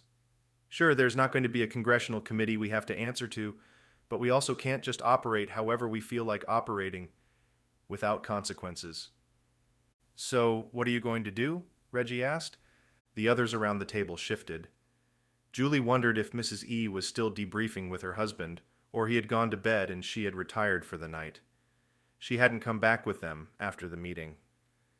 "I'm going to do what Mr. E said," Ben said. "We're all going to do what he said. We need to lie low for a while. Get some order about all this. We can use the time off. What about the Caribbean? You said you wanted a vacation, right?" "No, Ben," Reggie said. "I said I wanted a mission. I want to work. To save the world, buddy. What we always said this was about. I don't want to lay low for any amount of time. I don't want to tuck my tail between my legs and run for the hills or any other dumb analogy. I want to move. I want to win. Julie watched the interaction. Both men were stubborn, but unlike most stubborn people, their stubbornness was born out of strength, out of experience. They both knew what they were doing, and they both thought they knew what was best for the team. But only one of them was the leader of the CSO. It wasn't a democracy. There was no vote. Mr. E had told them what to do, and Ben was on the same page. Reggie must have realized this, as he suddenly softened and sank a bit into the chair. For Ben, this must have been an unfortunate setback, but for Reggie, she knew he'd see it as a personal failure. "We're going to fight this, right?" he asked. Ben looked at all of them in turn. "We're going to do what we can." Chapter 12, Jessica, 4:40 p.m., March 8th, 2021, Santa Maria Reef, Cozumel, Mexico. Jessica swam closer to a stack of spiny coral laying in front of her. She had seen some type of tang dart out to examine her, then run and hide when it discovered she was not a smaller potential meal, but instead a much larger potential threat. She kicked by wiggling just her toes, knowing the flippers she was wearing would translate into a much larger motion and push her the necessary 6 more inches toward the reef. It was an incredible sight to behold, both from above and below the water. The entire area of the San Francisco and Santa Maria Reef was a veritable oasis above and below the surface of the sea. Jessica and her new husband Sean had come here to get married, opting to stay an extra week after their friends and family went home, and were now on the last day of their honeymoon. It had been an unbelievable experience, perfection, as Sean had said, and it had been. Every moment, every memory they got to make together. They had been gifted a resort-hosted excursion called Snuba, which was a combination of snorkeling and scuba diving. Participants wore a scuba mask that covered their eyes, mouths, and noses, but rather than connecting to a tank strapped directly onto their backs, a small hose extended all the way up to the boat, where a tour operator and professional managed their mixture of compressed air and nitrogen. It was a safe, easy alternative to scuba diving, and it did not require participants to go through extensive and expensive training. Their resort boasted the largest snuba experience in the world, a double-decker boat that could host over 100 partiers at once and about 100 divers in the water at a time. The hoses from all the divers in the water now snaked over the sides of the boat like tentacles, making the vessel look like some sort of waterborne centipede. She could see the others around her, diving in each of their designated spots, each spaced about a dozen feet apart. They had been instructed to be sure to not swim too close to one another, to prevent their hoses from being tangled. Her husband was 10 feet to her left, absorbed in pulling some sort of massive shell from the ocean floor. She frowned. They had also been instructed, numerous times, to not touch anything while they were down here, but she knew Sean had never been great with following instructions. He believed instructions were designed for the lesser intelligent, not for a capable guy like him. She smiled around the air hose tucked between her lips, shaking her head. What an idiot. She almost wished he would be caught by one of the dive instructors, that he would get scolded and embarrassed in front of everyone on board for messing with the delicate ecosystem here. For as much as Sean liked to toe the line and push his limits, Jessica preferred the rigidity and structure of rules. She was not one to disobey authority, never one to question the experts. She turned back to her own mini-adventure, trying to find the beautiful fish that was playing with her. She saw its tail poking out from behind a brain-shaped coral and swam gently over the area, careful to not let her movements disturb any sand and blur her vision. Chapter 13, Freddy. 12:40 p.m., March 8th, 2021, Chugach Region, Alaska. Freddy felt like a kid again. The excitement was palpable, real. He felt giddy, as if he were embarking on a brand new journey with brand new boots that were hardly broken in. And he was embarking on a journey, only this one would require far more than just new boots. As the newest official member of the Civilian Special Operations, he was now part of an elite group of civilian soldiers who had done the things he had only dreamed about. Long before he had become an actual soldier, he had hoped to travel the world, beating up the bad guys and notching his belt with cool stories about it. After his stint in the United States Army had left him with a bit more of an understanding of how the world really worked, he was excited to be doing the thing the military had only given him a taste of. He stepped out of the small car he'd hired and walked onto Ben and Julie's property. It was marked from the highway with only a small sign, but the sign's lettering had long since worn off. He thanked the driver, paid him, and then took in a deep, sharp breath. It was cold, and the air tickled his sinuses, but that was to be expected this time of year in Alaska, especially at night. As the driver turned and crunched over fallen pine cones to get back on the highway, Freddie cinched his bag tight over his shoulder. He had told the driver to drop him off at the end of the half-mile-long road so that he could walk in the rest of the way. He loved the outdoors, and so he'd been elated to learn that Ben and Julie actually lived in a cabin out here. He was doubly excited to find out that the CSO's headquarters were here too.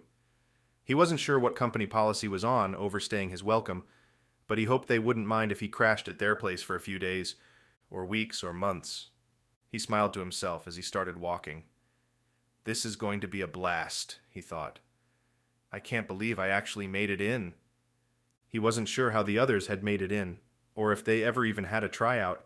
He'd just met them all a couple of months ago on the opposite coast, in preparation for a trip they'd taken to Antarctica. They'd barely survived, and there were 2 soldiers he'd brought along who hadn't survived. It was still unbelievable to remember, and even though he'd seen troops die in the field, this had been far worse. They hadn't expected any real resistance while there, and certainly not the kind they found. Freddie followed the dirt road down about halfway to the house, listening to the pines swaying and shaking as they redistributed the weight of the early season snow amongst their branches. He kicked a pine cone a few paces, then lost it in the woods when it collided with another in its path. And then he heard something else. A new sound, one that wasn't natural. An engine, he realized, from a large vehicle, and it was getting louder. Freddie wasn't sure if Ben was expecting a delivery, or if the trucks even came out this far, but he was pretty sure it was a bit late in the evening for something like that. He pulled off the road and found a spot just past a copse of trees that would act as a good hiding spot. As the truck approached, Freddie was able to get a good look at it.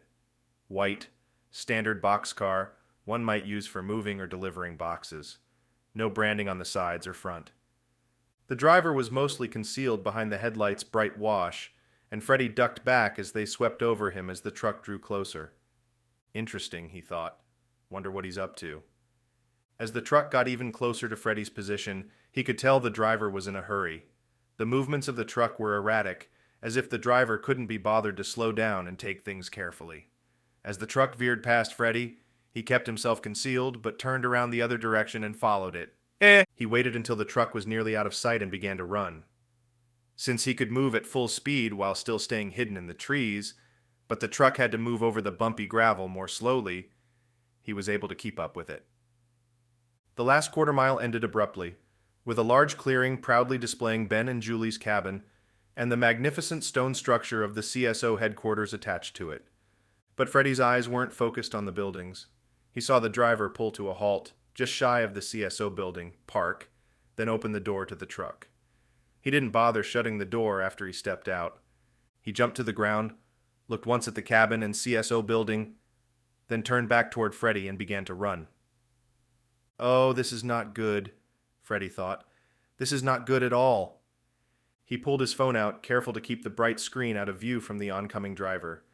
He typed out a quick text message, and then turned off the screen and shoved it back in his pocket. The driver was getting closer, but he was already huffing and puffing.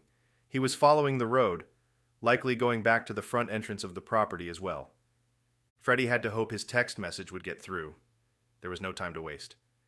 He needed to move to where he could be most useful to the group, and that meant trying to figure out why this guy had dumped a truck, still running, onto Ben's property. And he knew of no better place to start his investigation than with the man himself. Chapter 14. Stinson, 4:43 p.m., March 8th, 2021, Santa Maria Reef, Cozumel, Mexico. Stinson pulled his muscular body out of the water and up onto the deck of the boat. The massive floating monstrosity was really nothing more than a party barge that had been converted for use as a specialized snuba vessel. The lower area housed the main apparatus and hoses for the snuba adventures, while the flat upper deck was now a tiki bar, complete with lit torches zip-tied along the railings. He had signed up and paid for this trip only a day ago, the last person to enroll. An expert scuba diver, Stinson had not needed any instruction or guidance from the crew, but he suffered through their presentation anyway. Most of the idiots on the boat had been drunk or in some stage leading up to inebriation, but he, like always when actively on a job, was sober. He had a mission. He would accomplish that mission today, and he would get his reward. The faction required loyalty, but it also appreciated members who used their training and skills toward its goals. Stinson had plenty of training. He had built up an arsenal of skills over his time as a Special Forces soldier. He could fight anyone, anywhere, anytime. And there weren't many people he knew who could best him. The fact that he was alive was proof of that. One of the boat crew, a scraggly young man who looked to be no more than a teenager, ran over to him, breaking his own rule about walking on deck. "Can I help you, sir?" the crew member said in broken English. His voice was surprisingly deep. Perhaps the kid was in his 30s, but had not been blessed with a body that matched his age. Stinson shook his head, marching toward the snooba station in the center of the main deck. He had scoped out the boat last night, snuck onto the docks and into the boat. He now knew the layout better than the captain. He knew how long it would take to complete this phase of his mission, assuming, of course, I don't get any pushback from the crew. "Sir," Stinson rolled his eyes. The kid was not going to leave him be, apparently. Stinson turned and crossed his arms in front of his chest, putting on an expression that should have told the guy exactly how much he wished to be interrupted right now. "Sir, if there is something I may help you with—" "I'm good," Stinson said.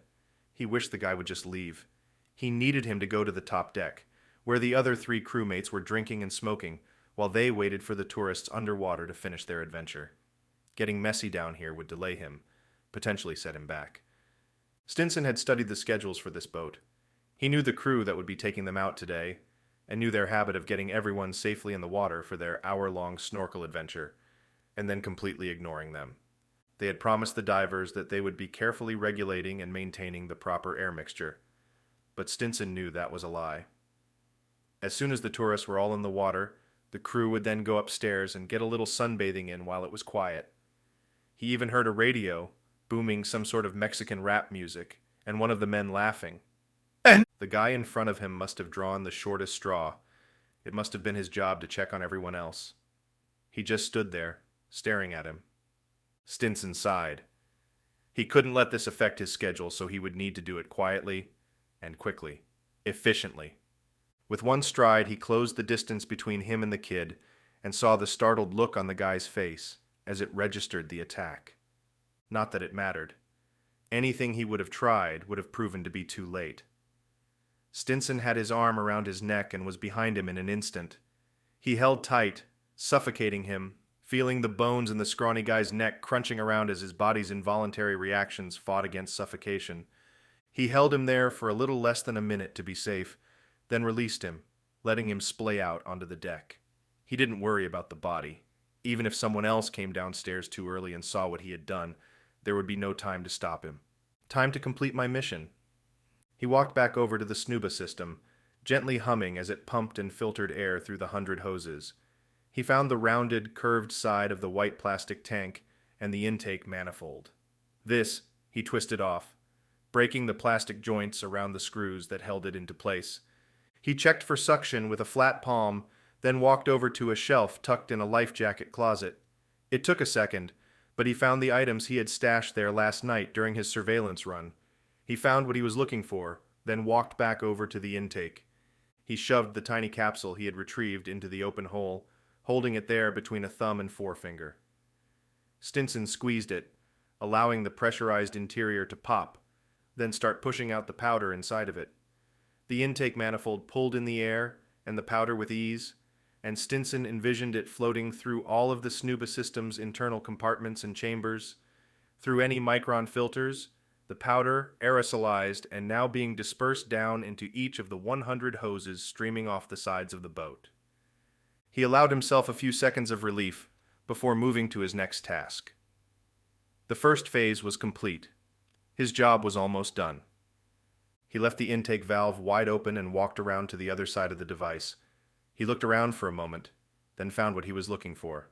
An extra snubba diving hose, coiled and ready in case of failure or repair. He picked it up and walked back over to the intake hole, then shoved the hose into it, twisting as he did so.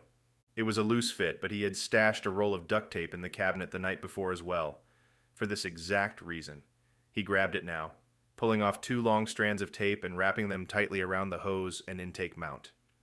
Satisfied, he picked up the coiled section of hose and walked back to the side of the boat. He heard footsteps above, shuffling around on the top deck. He wondered if one of the men were coming down to check on his crewmate, or if they were just refilling their beverage. He waited a moment, then tossed the hose into the water. Chapter 15. Ben. 12:45 p.m., March 8th, 2021. Chugach Region, Alaska. Ben pulled his eyes up from his empty whiskey glass on the table and looked across at Reggie. "I'm really sorry, man," he said. "I wish there was more we could do. I really do." At first, Reggie didn't answer. Then they locked eyes for a brief moment, and finally Reggie spoke. "You can," he said. "We can. There's always more we can do, Ben. I'm not just going to roll over and play dead." Ben was about to argue with his friend when he felt his phone vibrate in his pocket. He pulled it out, wondering if it was Freddie trying to let him know that he was delayed. Perhaps he was running late for some reason and would be another hour or so getting in. Strange, as the man should have been here by now. As Ben pulled the phone out and thought through the plausible scenarios, he saw the screen and the message. His blood ran cold. His subconscious was screaming at him, but only after he lifted the phone up, read the message slowly, did he fully comprehend the words. "Get out now." That was it. No explanation, no further instructions. And it was from Freddie. The man had sent a text message to Ben from somewhere close enough to know that there was danger nearby. No, that's not right. Ben looked around the table and realized that Freddie had sent the text message to all of them. Reggie was still staring at Ben, but he noticed that Sarah and Julie both had their phones out, equally confused expressions on their faces. "You get it too?" he asked. Julie nodded. Sarah looked up at Ben. "What we do?" Ben was already standing, preparing to move. "We get out. Now." Reggie didn't ask for clarification, nor did he stop to check his own phone. He threw himself backward from the table and nearly jumped over it getting out. He pulled Sarah along with him, his long legs making quick work of small cabin space, reaching the doorway first. Ben and Julie met near the living room. Reggie was already opening the front door and pulling Sarah out, and Ben felt a slight squeeze on his hand as he brushed up against Julie's side. "I'm scared," Julie said. Ben nodded. "Me too. But whatever it is, we'll know soon enough," Ben replied. Freddie was not the kind of man who would play a trick on them, and certainly not one that completely lacked humor. But, then again, he didn't really know the man well. They had met briefly before embarking on their trip to Antarctica, where Ben and the others discovered him to be a reliable and loyal teammate. After their mission, and after standing up to his uncle, a general in the United States Army, Ben and the others had welcomed Freddie into the CSO with open arms. Tonight was going to be his first official day on the clock, joining the group for meetings and training beginning at dawn tomorrow. All that had changed with Mr. E's announcement earlier that evening, and now it seemed it was going to be changing a bit more.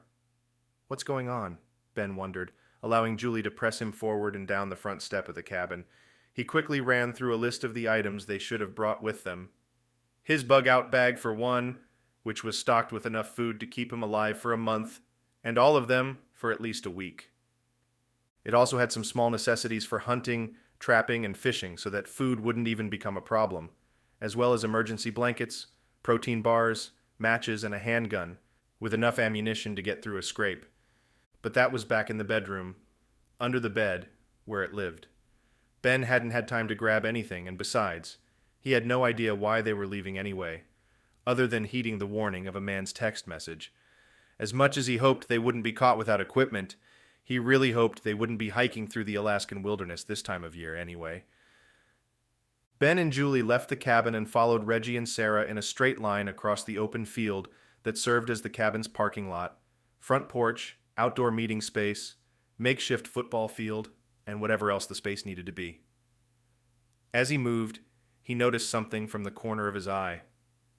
Strange, he thought. That wasn't there before, and it shouldn't be there now. It was a truck, all white, like a moving truck or the kind used for deliveries. He wondered if Mr. E had ordered some communications equipment or was expecting some sort of work order delivery.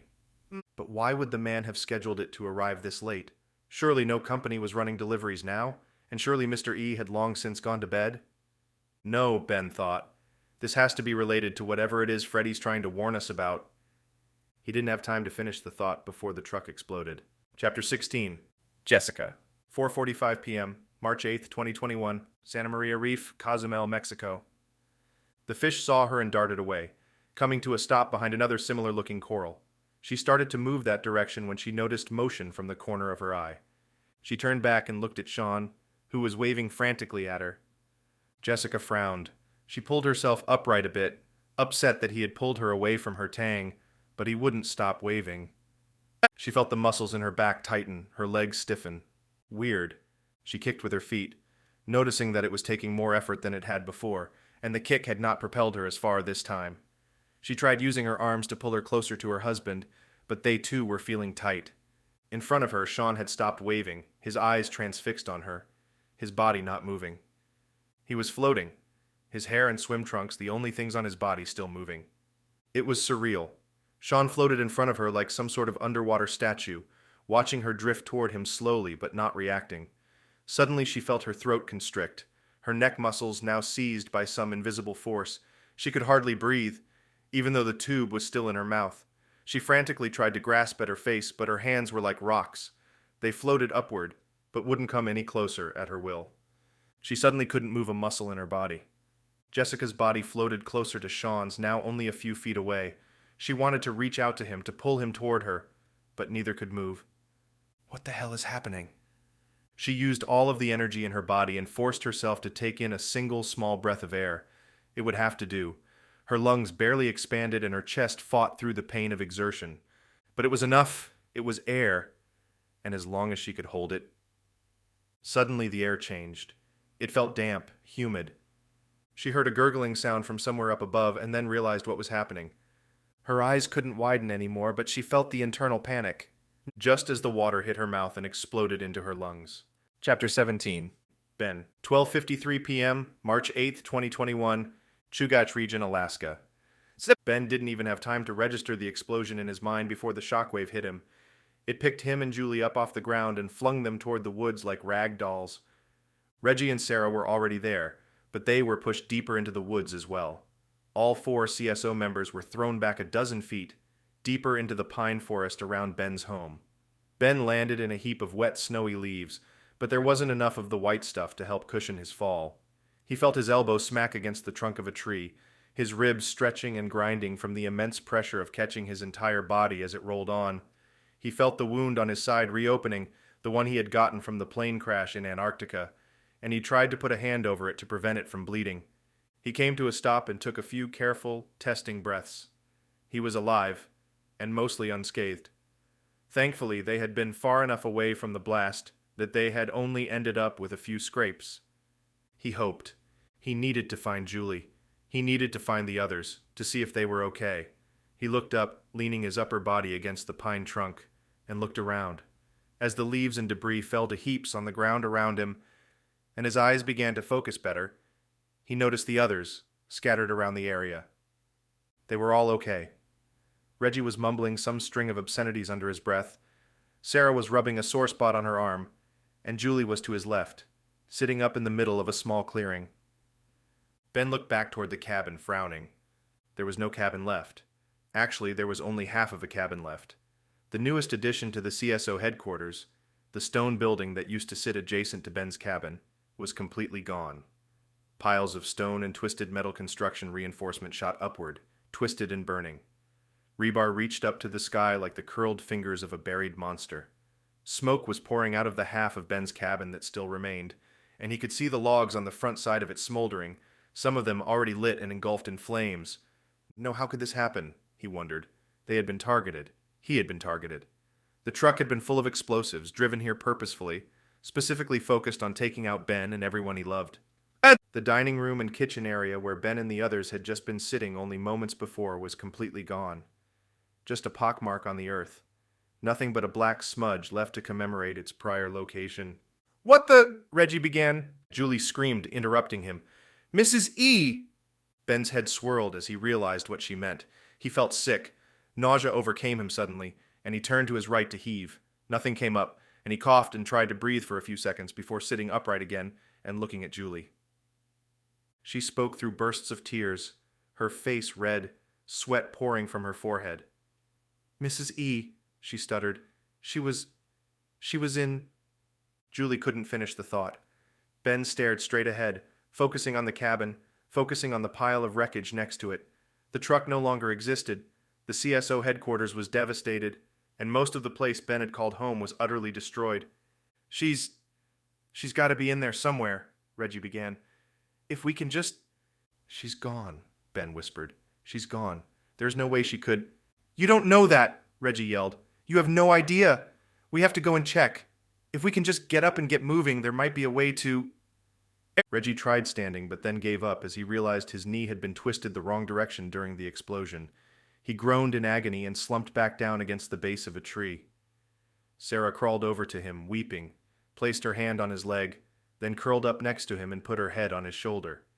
He breathed slowly, surely, his eyes never leaving Ben's. Ben saw the brutal anger there, the devastation. Reggie was like a well-trained dog. He was extremely effective and useful as well as loyal, but he was instinctual. He was capable of snapping, of ignoring every order given to him, and simply driving toward his goal without a care for anyone or anything else, including his own safety. Ben knew what it meant to see his friend like this. He was already planning the retaliation, already planning the vengeance. Julie was the only one standing, but her hands were on her knees and she was panting, still breathing heavily.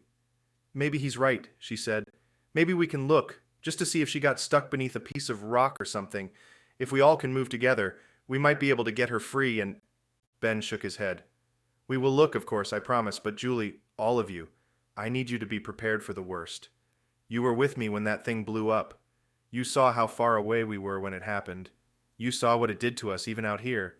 And look at the headquarters building. It's flattened, guys. I just don't think there's any way." "There's always a way," Reggie screamed. Ben sighed. He didn't want to fight. He didn't want to argue with his best friend, or his wife, or anyone else. He was done. Unlike Reggie, Ben needed time to process something such as this. He needed a plan, to build himself back up into the resilient person he knew. Deep down, he could be. He pulled his phone from his pocket and looked down at it. Somehow, Freddie had known about it. He had predicted it, and then he had saved them from it. Not all of them, unfortunately, but he had saved Ben and his wife. As he reflected on it, the phone began to chirp. "Freddie." Ben held it up and showed the screen to everyone else, then pulled the phone up to his ear and connected the call. Mr. E had installed a tall cellular array on the roof of the CSO headquarters building that was designed to locate and strengthen the signals from the nearest cell towers. That, of course, was now long gone, so Ben and Freddie would have to rely on the spotty connection that existed out here on this side of the highway. "Hey, man," Ben said. "You guys okay?" Freddie's reply crackled a bit, but Ben could at least hear him. "Yeah, thanks to you." He didn't tell Freddie about Mrs. E. He couldn't. He would find out her fate with the rest of them, soon enough. No need to get him upset. "What the hell was that?" Ben asked. "It was a bomb, but I'm pretty sure you put that much together already." "We did." Freddie paused a moment, and Ben heard shuffling on the other end of the line. After a few seconds, the young soldier's southern drawl returned. "Well, sorry I couldn't be there. I'm close by, though, and I've got someone here who we might want to bounce some questions off of." "Yeah, who's that?" "Well, why don't you come over here and talk to him yourself?" Chapter 18. Stinson, 4:53 p.m., March 8th, 2021. Santa Maria Reef, Cozumel, Mexico. He felt nothing as the hose had slid into the water and filled. He felt neither joy nor disappointment. He had killed before, and he would kill again. He had been a mercenary, a soldier for hire, even a soldier under the employ of a government. All of those jobs had left him feeling unsatisfied, even the deaths by his hand, ones he believed had been deserved, left him with the feeling that something was missing. The faction had changed that. It had changed everything. When he had first heard about the group, first heard about what it was intending to do, he had balked. For every secret group that claimed a multi-centuries-long history, there were 10 others that had fabricated every aspect of their story. For every group claiming to have members ranging as far back as the time of Aristotle, there were a dozen more intent on convincing the world they had celebrities among their ranks. He didn't believe any of them. They were all, in his book, frauds and lunatics.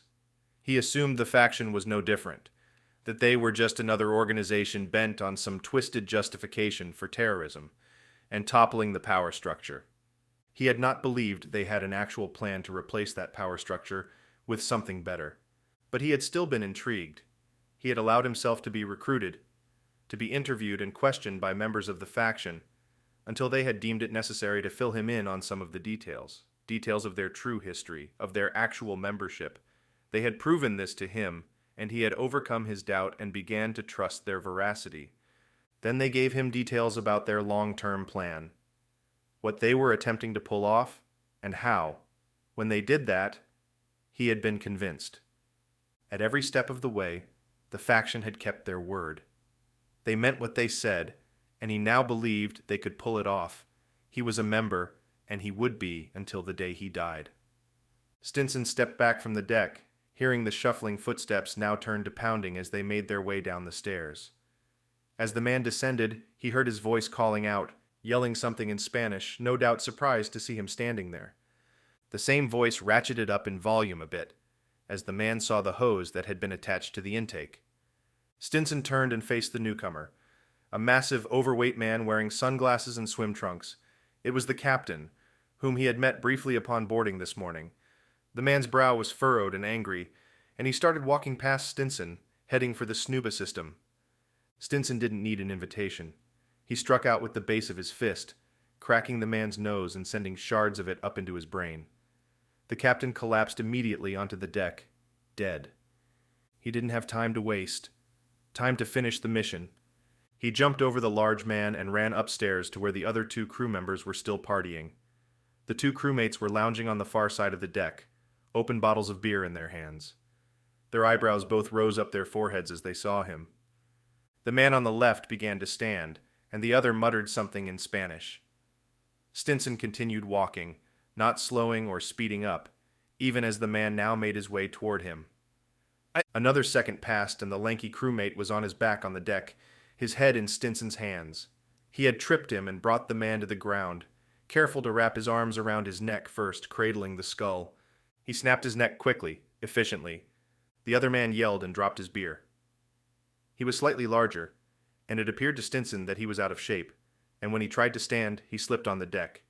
He slammed to the floor, a slight whimper escaping his lips. Stinson moved toward him. The man skittered backwards, crab-walking across the few feet of deck remaining, then twisted his body between the two sets of rails. Stinson was almost on him, but he knew the man had a chance. As he got to where the man's chair was, he saw the crew member push himself with a heavy thrust of his upper body, sending him through the rails and over the edge. He fell head first toward the water, but didn't make it all the way. At the bottom level, his head cracked against the side of the boat. The man let out a grunt as he slipped upside down into the water. Stinson sighed, knowing he should jump in and find the man to see if he was still alive. He quickly changed his mind. Doesn't matter. Playing cleanup for this mission was a secondary priority. He accomplished everything else he had set out to do, and he wanted to get back to the resort and enjoy the rest of the evening. If he spent time looking for a single unconscious body out of the hundreds that were down there, it would be dark by the time he got back.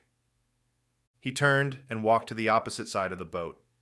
He descended the staircase, stood on the bow of the vessel, and dove off. It was a 2-mile swim back to shore, but his body had been through far worse. The water here was shallow, and there were sandbars between here and the resort's jetty. He would make it with plenty of time left for a sunset and a stiff drink.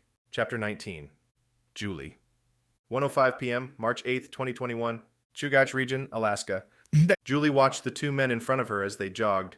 It wouldn't have been apparent to anyone but her, but she'd known both Ben and Reggie long enough to know what was happening. They were competing, trying to outpace each other without flat out taking off into a sprint. They were racing, trying to be the first to reach Freddie, who had given Ben his location about 200 yards from the cabin. On the only road in and out, he would be impossible to miss, especially since he wasn't going to be alone. Ben and Reggie would each try to beat the other man there, and Julie had a clear idea of why. Reggie would most likely start with his fists raised, taking flesh off the attacker's face and knocking him unconscious before ever stopping to think about asking him a question. Ben would take the more reasonable approach. He'd ask the man questions, try to get him talking, see if he was, in fact, the driver of the truck that had just taken out his home. Ben was mad. Julie knew that as well. But he wasn't going to be rash about it. Reggie, however, would allow his emotions to take over. He would not be able to prevent it. In his mind, Mrs. E was gone, and this man was responsible. Julie and Sarah hiked behind them, silent. Julie saw Reggie moving with a slight limp, obviously working through a minor knee or leg injury of some sort. Ben was moving steadily, but breathing rapidly, no doubt stressed, scared, and upset. As they reached the first rise in the dirt road leading away from the cabin, she saw Freddie's massive frame come into view. He was standing over a man who was kneeling on the roadway. She couldn't tell if the man had his arms tied or if he was just holding them down in front of his body. Reggie and Ben picked up their pace, and Julie tried to keep up. She saw Reggie break into a run, sprinting the final distance to the two men waiting in front of them. Ben couldn't keep up, and he fell back as Reggie arrived. Reggie slowed, but even from here she could see his arm and hand raised above his head. He was getting ready to swing, to hit the guy in the face. Freddie was suddenly there. He took a step to his right and appeared in front of Reggie, standing between the kneeling driver and the large soldier. Reggie tried to dodge, but Freddie was bigger and could more easily stand in the way. He brought his arm up as Reggie brought his down. The two men clashed, Reggie's fist hitting Freddie's outstretched arm and harmlessly bouncing away. "What the hell, man?" Reggie asked. Freddie shook his head. "That's not how we handle things, brother," he answered. Ben arrived at the scene with Julie closing in. She saw the driver's face clearly now. It was dark, brooding. He wore glasses, and his eyes were sunken into his head, giving his brow a furrowed look. His hair was dark as well, either brown or black, and large curls fell over his forehead and ears. He was looking straight up at Reggie, his eyes riveted. His mouth was straight, his lips tense. "Are you kidding me?" Reggie asked. "Who the hell are you to tell me how we do things?" Ben put his hand on Reggie's shoulder. "Calm down, bud. Just take a second to chill out." "I'm not going to calm down, Ben. I want to kill him too," Ben shot back. "Trust me." "And that's not the group I joined," Freddie said, still addressing Reggie. "You attack him now, he ain't going to tell us a darn thing." Julie nodded. "He's right, Reggie." "We know, Reggie," Sarah said from behind Julie. "We're all pissed, trust me, but he's our best chance at figuring out what this is about, and if there's any possible way he'll talk, we need to figure it out." "Mrs. E could still be alive," Ben muttered. "Hey, why don't me and Sarah go over to the cabin, at least poke around? If she is still in there somewhere, we may not have much time." Julie and Freddie nodded. Reggie's eyes were fixed on the drivers. Ben pulled Julie aside before he left. "Keep him calm," he said. "We don't need any more explosions tonight." She nodded and turned to the others. "Ask him a few questions, and then we'll wait for the cops. We have nowhere to keep him, and we can't do anything the police can't do." "That's not true," Reggie said. She tensed, but he didn't make a move against Freddie. "What happened?" she asked the newest member of their team. "I saw the truck coming over the road, ducked into the trees and watched. He parked but left the engine running and the door open after he jumped out." Julie nodded. "Then you sent the text?" "Yeah," he said, running a hand through his buzzed hair. "Sorry I couldn't call. I wasn't sure there would be good enough connection, but I'm glad it got through." "Yeah," Reggie said. "We are too, trust me." He paused, then looked at the driver and back up at Freddie. After a moment he nodded, rubbed a wrist over his nose, then extended his hand. "Sorry, man. I wasn't trying to attack you, I just—" Freddie shook his hand and pulled him close, embracing him. "Hey, brother, I get it. Trust me. Take your time." "No problem, just need to keep my head screwed on straight. I'll be okay." He turned to Julie. "If it's okay with you, I probably should extract myself from this particular situation. Mind if I go help Ben and Sarah?" She nodded. "Of course not. We'll handle this." Julie had a feeling the man was not just a hired delivery driver, but someone who had been trained and prepared for this exact sort of thing. He was lucky the CSO was not interested in torture and interrogation, but she had a feeling he had been trained for that sort of thing as well. "Who are you?" she asked. Freddie's shoulders were tense, the deltoids popping outward as he readied himself against whatever the man might try. But the man didn't move, didn't speak. "Who are you working for?" Freddie and Julie waited for a minute, each taking turns asking him the same two questions. He didn't offer a response, nor did he even shift his focus from one person to the other. Julie heard the sirens in the distance. She had guessed correctly that someone from one of the neighboring properties had seen the explosion and called it in to report it, and the Anchorage police station just up the road was already on their way. The driver heard it too. He turned his head to the side, listening. Then he turned back to Julie and looked directly at her. "You are dead," he said. "All of you, dead." Chapter 20. Ben, 1:07 p.m., March 8th, 2021, Chugach Region, Alaska. "Ben, over here," Reggie said. Ben heard the shakiness in the man's voice. Sensed it, really. It was just different somehow. He'd never heard Reggie like this, had never experienced his best friend's softer side to this extent, and that could only mean one thing. "You found her," Ben said. It wasn't a question. "You did?" He worked his way free of the rubble he had been climbing around in and pulled himself up onto the flat, sloping slab of concrete, a wall that used to separate the cabin from the main CSO building, and looked around. The area had already been cleared. The previous owner of the cabin had felled a copse of trees where he had wanted his cabin, and then had opted to build the structure a bit further back, against the protection of the pines behind, leaving a relatively vast open space in front of the cabin's front door. He had also cleared the dirt road, adding gravel and working the sides up into a short curb, and then built the small one-bedroom building. After finishing, he had been forced to sell the place, and Ben had been in the position to put an offer on it. The cabin came with about 100 acres of land, and that land curved around from behind Ben and then spread another half-mile south, the same direction the cabin was facing. He had explored every inch of it, converting the best parts of the natural features into things like outdoor gyms, a shooting range, running and hiking trails, and other recreational spaces. Still, standing upon the fallen wall, Ben's view revealed to him exactly what he loved about this space. Nothing but trees, in every direction. Except, of course, when he looked down. Down was devastation. Down was ruin, dismay. He carefully walked to the edge of the cracking wall and jumped over an open area that was still smoldering from some unknown object burning beneath it. All the possessions he and Julie had owned had been suddenly and remorselessly split in half.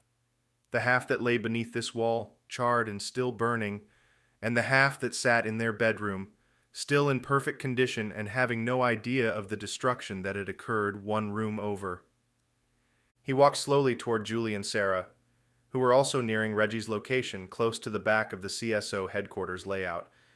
It would have been the recreational room, the conference room that could be converted to a gaming and relaxation parlor. Ben sucked in a breath when he realized what that meant. She was meeting with her husband, he thought. She was talking to him, ignoring the text message Freddie had sent, when the bomb... "Ben, come on," Julie said. She had her hand out, waiting for him to arrive. He had stopped inadvertently at the edge of the pile of rocks and concrete, subconsciously not wanting to commit. He reached her hand and pulled himself up and onto the pile.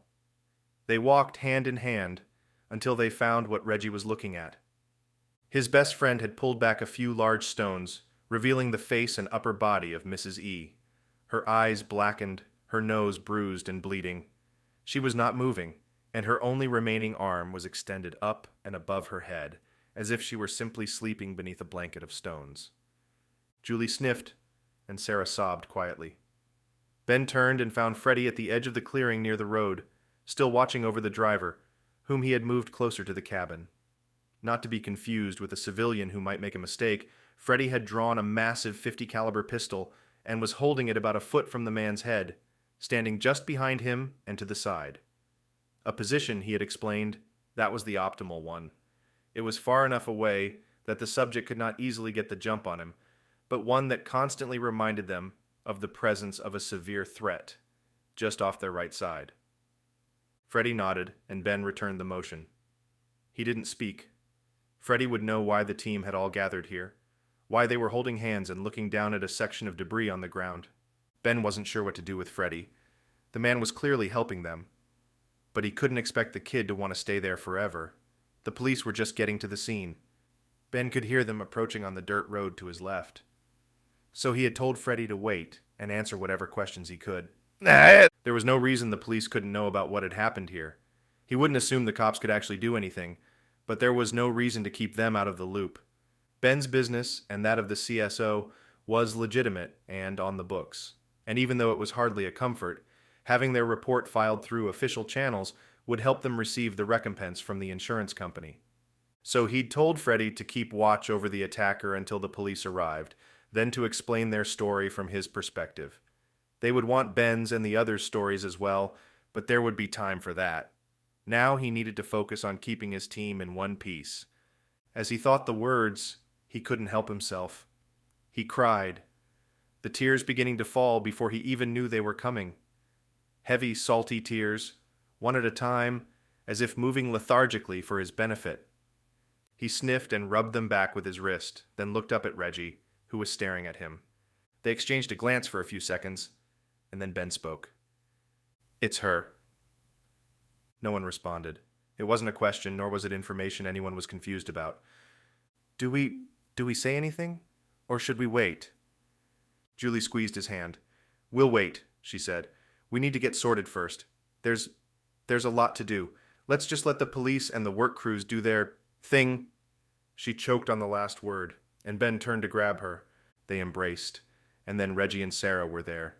The four hugged, most of them sobbing and trying to navigate the arms and hands and faces to press the tears back and try to pretend they weren't crying in the first place. Ben didn't care who thought what. He just wanted to make it all go away and go back to an hour ago, before they had gotten the message from Freddy. Reggie pulled himself back from the group suddenly, and Julie and Sarah and Ben were left with a cold, empty space where he had been. Ben looked up and questioned the man silently. Reggie shook his head and started walking away. "Reggie," Sarah pleaded, "where are you going?" He didn't stop. He walked faster, heading toward the edge of the collapsed building. He jumped off into the clearing, still moving toward Freddy. "Reggie," Ben shouted, "stop!" Reggie didn't stop. "Reggie," Ben said, "that's an order. Stop moving now." Chapter 21. Napoleon.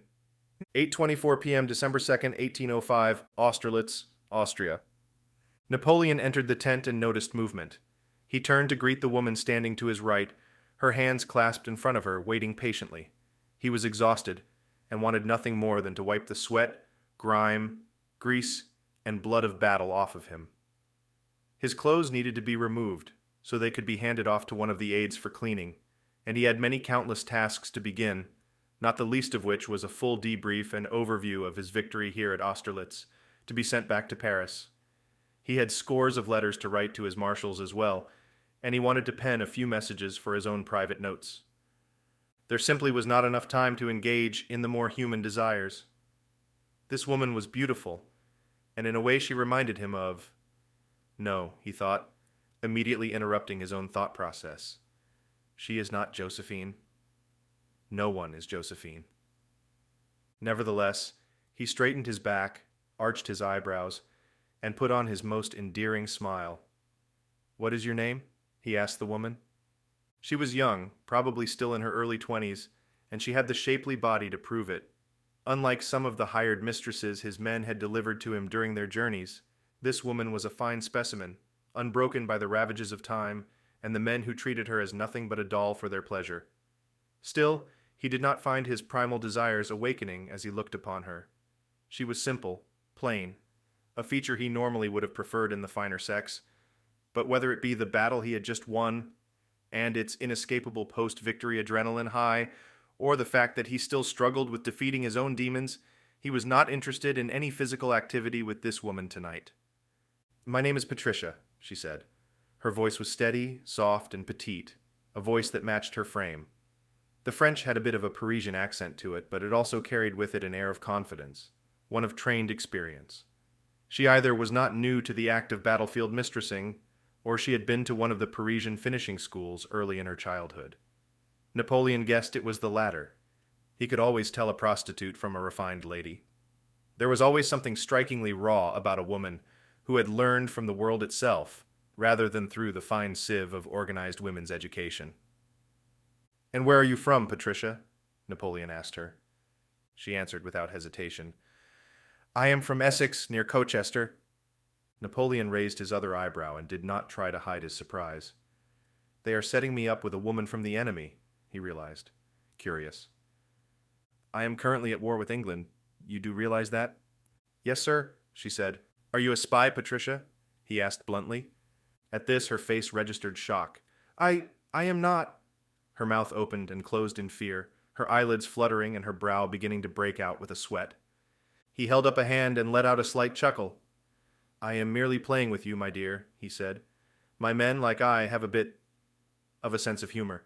We have won a decisive victory here today, and I fear this is their way of playing a kind-hearted joke on their leader."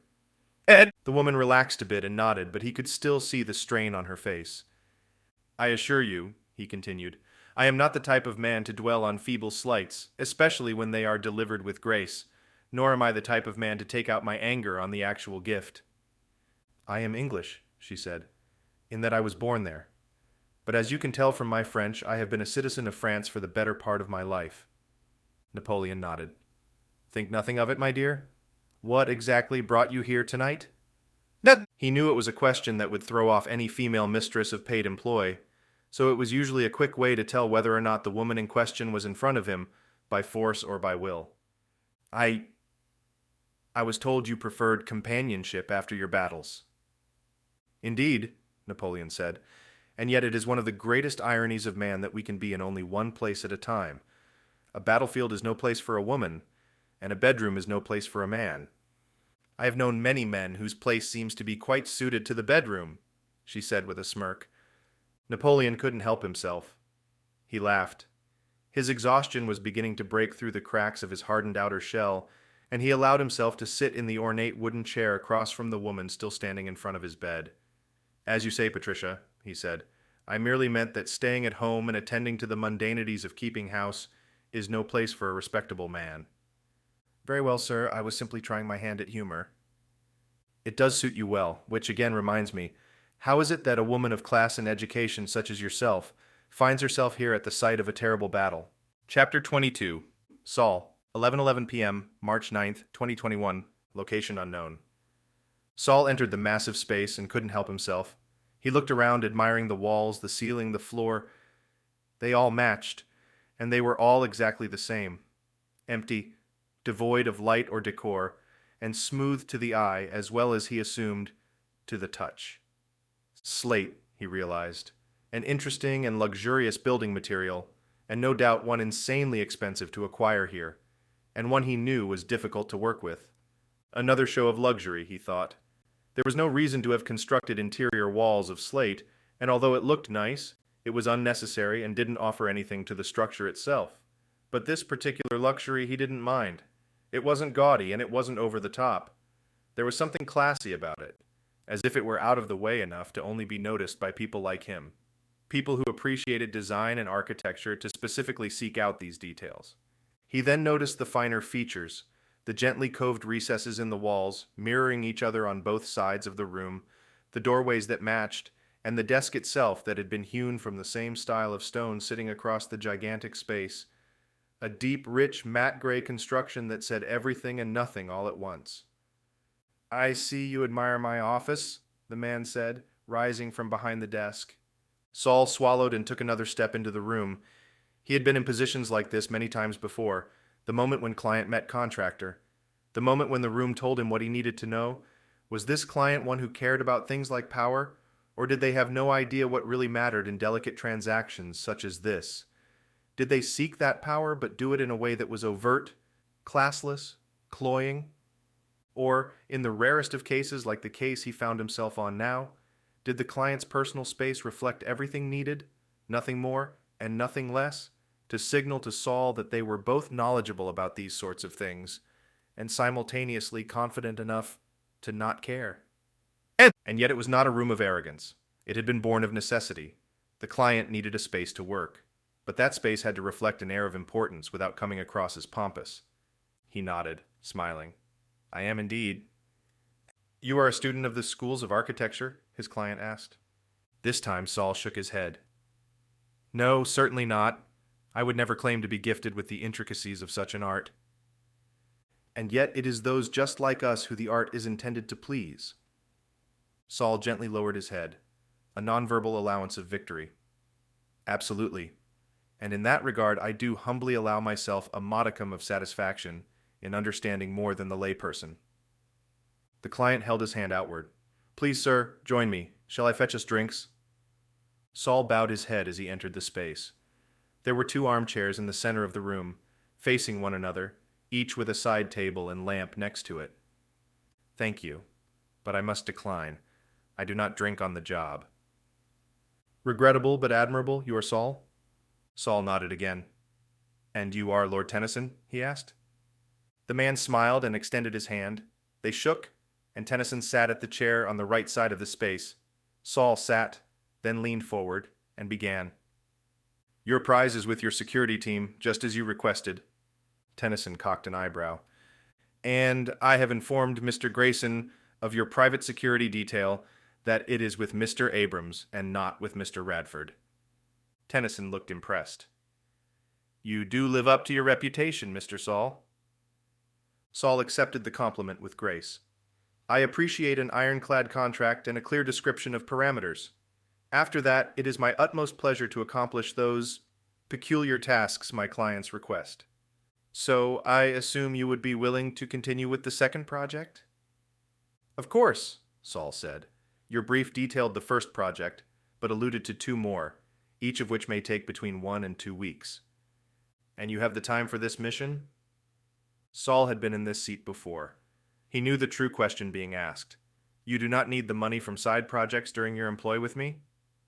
I do not. It was true, direct, simple. If the slate-covered surfaces of this room told him anything, it was that this client would appreciate simplicity and clarity. Very well, Tennyson said. Ned! Saul began to rise from his chair when his client held up a hand. Saul frowned, but sat back down. I appreciate that you are ready to get started, Tennyson said, but I thought it more prudent to explain the next project in person.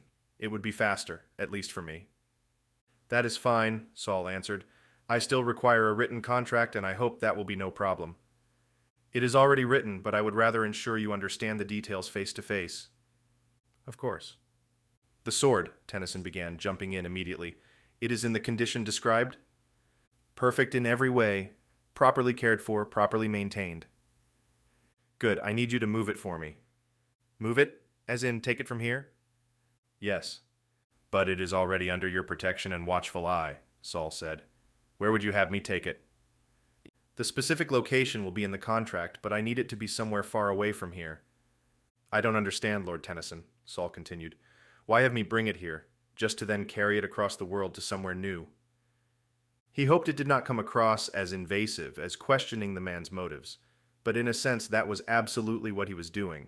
He, of course, did not ever need to know the full extent of his client's ultimate goals, but understanding a bit of their motivating factors often helped him perform his own role better.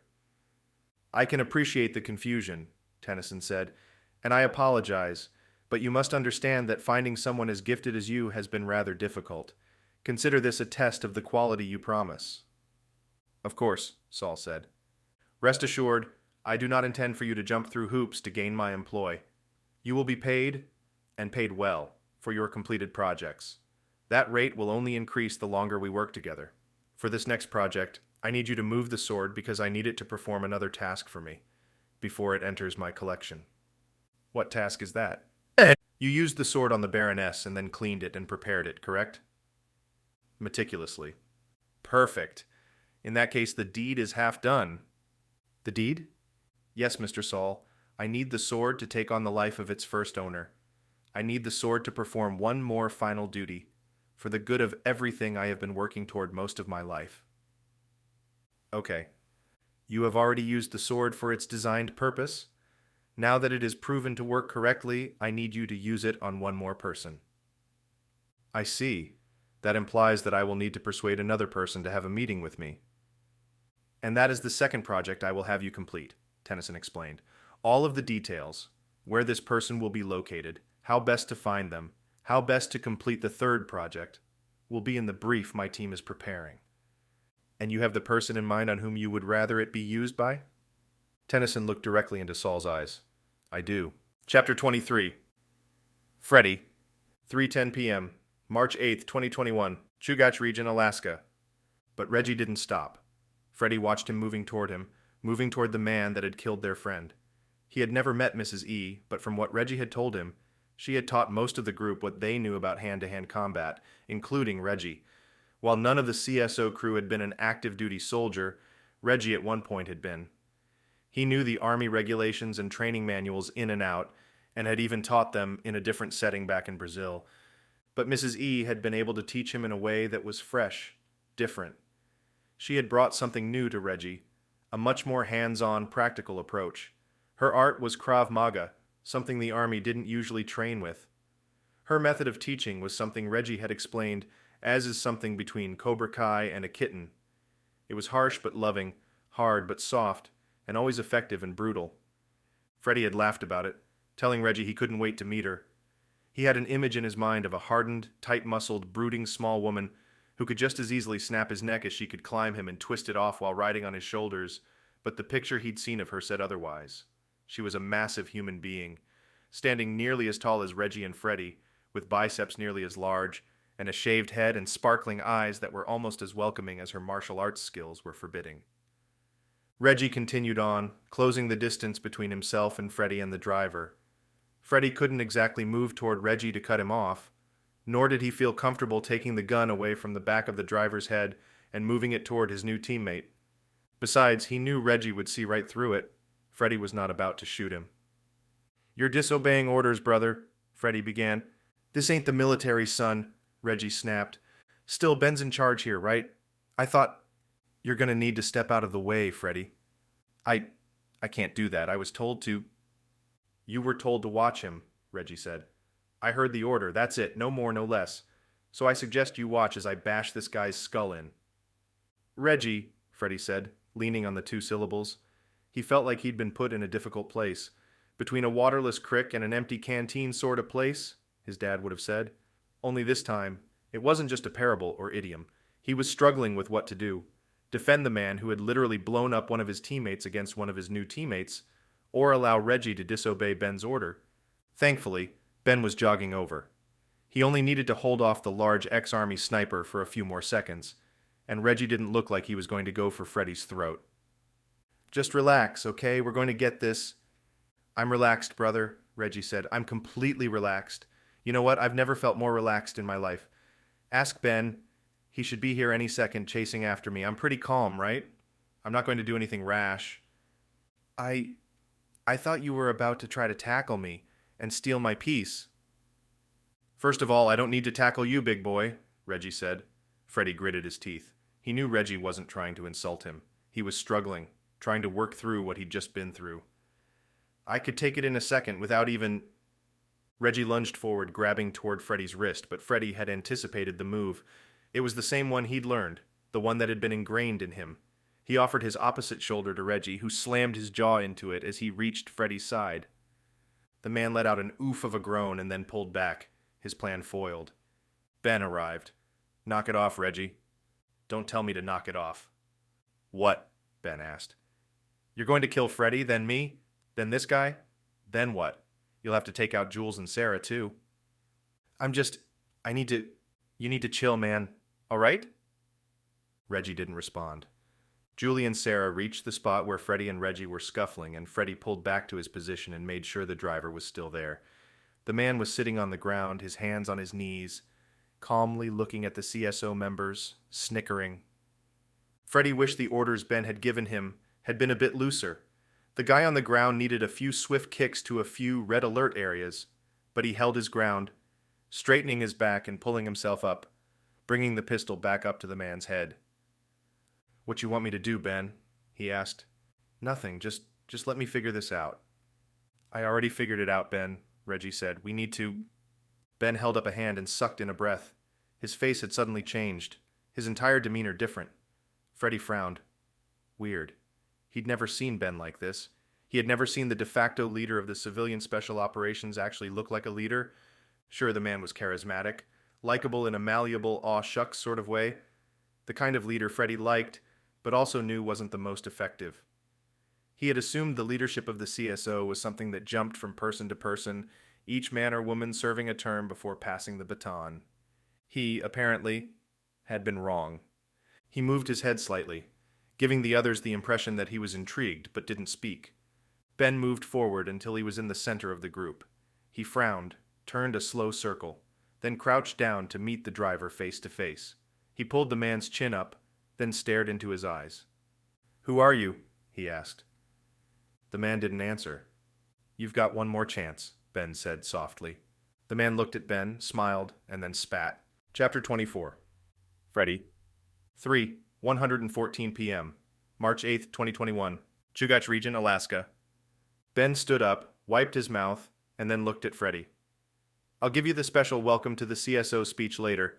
Right now we've got more important things to deal with, namely, I want you to become accustomed to the leadership style we've built. He noticed that Julie seemed confused. Sarah's eyes were still red, but she had stopped sobbing. Even Reggie seemed to be interested in what Ben was about to say. Give me your pistol, Ben said. Freddy hesitated, but then handed over the piece. Peacemaker? Ben asked, turning it over in his hands. Freddy nodded. Same make, different model, kind of a throwback. My old man gave it to me. Reggie shifted, then spoke. Ben, what the hell are we... Shut up, all of you, Ben interrupted. Listen to me, right now. Here's the deal. I didn't sign up for this shit, and neither did you. The CSO happened to all of us. Somewhere along the line, we all decided it was good for us. We're not here to rehash any of that, but know this. I have no interest in becoming some weird cult dictator, okay? No one spoke. I'm not here to give orders, and I'm not here to tell you each what to do at every step of the way. Most of the time, that's not a problem. I'd rather take orders from you anyway. I don't always know the right thing to do before I do it, and I know for a fact you all feel the same way. But that's what makes us strong. That's what makes us a team. We aren't the military. We don't have strategists and tacticians and then a whole line of bureaucracy that's determined the best mode of operation and objectives for us. What I'm saying is this. I want us to operate the best we can as a team, and that means I trust you. All of you. Reggie's jaw clenched and unclenched. I trust Jules with my life, Sarah. You too. Reggie, I don't even need to tell you that, man. You're the guy I'd have at my side any day. You too, man. Right, Ben said, barely acknowledging what Reggie had said. He immediately turned and gave the pistol to Reggie. Wait. What? Reggie began. Reggie, you've made a decision. It's not good or bad, but there are both of those elements in it. It's not for me to argue with, and it's not for the others to argue with as well. Freddy moved back, distancing himself from the driver. Ben continued. We all handle things differently, just like we all work through things differently. The next few days are going to be a test of that, and I'm not kidding when I tell you it's going to be a challenge. But I trust you, and I love you. Even you, Freddy. You've saved our ass before, and you'll do it again. He paused, took a breath, wiped his eyes. Freddy looked on, appalled. This man was unlike any other military commander he'd served for. He was vulnerable, but there was no lack of strength. There was no lack of self-assurance. It was refreshing. Reggie, Ben said, I'm going to call Mr. E. I need to tell him about his wife. That's on me, and it's my responsibility. It's what I can do for us right now. Reggie nodded. Is there something you think you need to do for us right now? Freddy watched the man's face and saw Reggie's nostrils flare, then clench his jaw again. He nodded. Yeah, I think so. Okay, Ben said. Then I'm signing off on it, right now and forevermore. You have my trust, and you have my approval. I understand, Reggie said. Ben turned and immediately took Julie's hand and began walking toward the remains of his home. Sarah stood by, watching Reggie. Reggie didn't hesitate. He looked at Freddy, nodded, and then raised the pistol. He aimed it at the driver's head. The man's eyes widened, clearly not understanding what had just happened. Reggie pulled the trigger, and the man's head exploded outward, the shocked expression permanently affixed to his face. He fell back, crunching against his own body on the way down before collapsing into a heap. Freddy tried not to react, but the sound was deafening. He popped his ears, waited a few seconds, then looked from the dead, bleeding corpse on the ground to Sarah, whose hand was over her mouth, and then to Reggie, whose face was a blank canvas. He couldn't read anything there. If Reggie was feeling something, anything, it was not reflected in his expression. He just stood there, watching the carnage of the driver's head imploding in on itself and falling backwards, as if he were doing nothing more than swatting a fly. And then he looked up and turned his empty gaze to Freddy. Welcome to the CSO. Chapter 25. Ben. 3:37 p.m., March 8th, 2021, Chugach Region, Alaska. You hit the body? Ben asked. Yeah. He looked at his best friend, hoping this was all a dream, hoping this was some cruel joke and they weren't actually trying to hide from the police the fact that they had just murdered a man on Ben's property. Of course, that man had also just murdered one of their own only minutes earlier, but it wouldn't change the fact that the local authorities would have more than a few questions for the CSO team. Namely, who did Ben and his team just kill? And why? What was he doing there? Why did he blow up half of the house and the headquarters building? And since those same local authorities had never been told who the civilian special operations team was, nor had they been alerted to the fact that their business was actively operating out of a lowly cabin in the woods near the Chugach region just southeast of Anchorage, they would no doubt want to bring them all in for questioning. It was cryptic, and since multiple deaths had now taken place on the property, they'd be rightly concerned. If the team wasn't arrested, they would at least be detained for a few days while Mr. E threw his legal power behind bailing them out. So, in short, Ben had decided that their best option was to get rid of the evidence. He didn't feel that they were guilty of any wrongdoing, but he just didn't have time to argue that point with the police, who were about to arrive on scene. As such, he and Reggie had discussed it. Reggie had told him that he and Freddie would take care of it. Ben didn't ask any questions. He just turned and left, and had prepared for the call he needed to make. That had been 10 minutes ago, and Ben was surprised to hear the task had already been completed. "Like I said," Reggie answered, "it's done. They'll never find the body unless they bring dogs, and they would have no reason to do that right now." Ben still hadn't made the call, instead deciding to stand with Julie and Sarah as they processed through some of the emotions they were all feeling. When Freddie and Reggie returned, Ben had stepped back toward the tree line where they were now and got his update. "Still," Ben said, "we need to have a plan. There are going to be insurance claims, and shortly after that, they're going to want to start rebuilding. I'll have to be here, as well as a bunch of adjusters and corporate types, not to mention all the contractors and construction workers at some point. Someone's bound to wander around, right?" Reggie was already nodding. "Yeah, I know, man. This is not a permanent solution. The body is underneath some rocks and leaves for the time being. It won't fully decompose for a while, and even then, all of his clothes and stuff will remain there for years.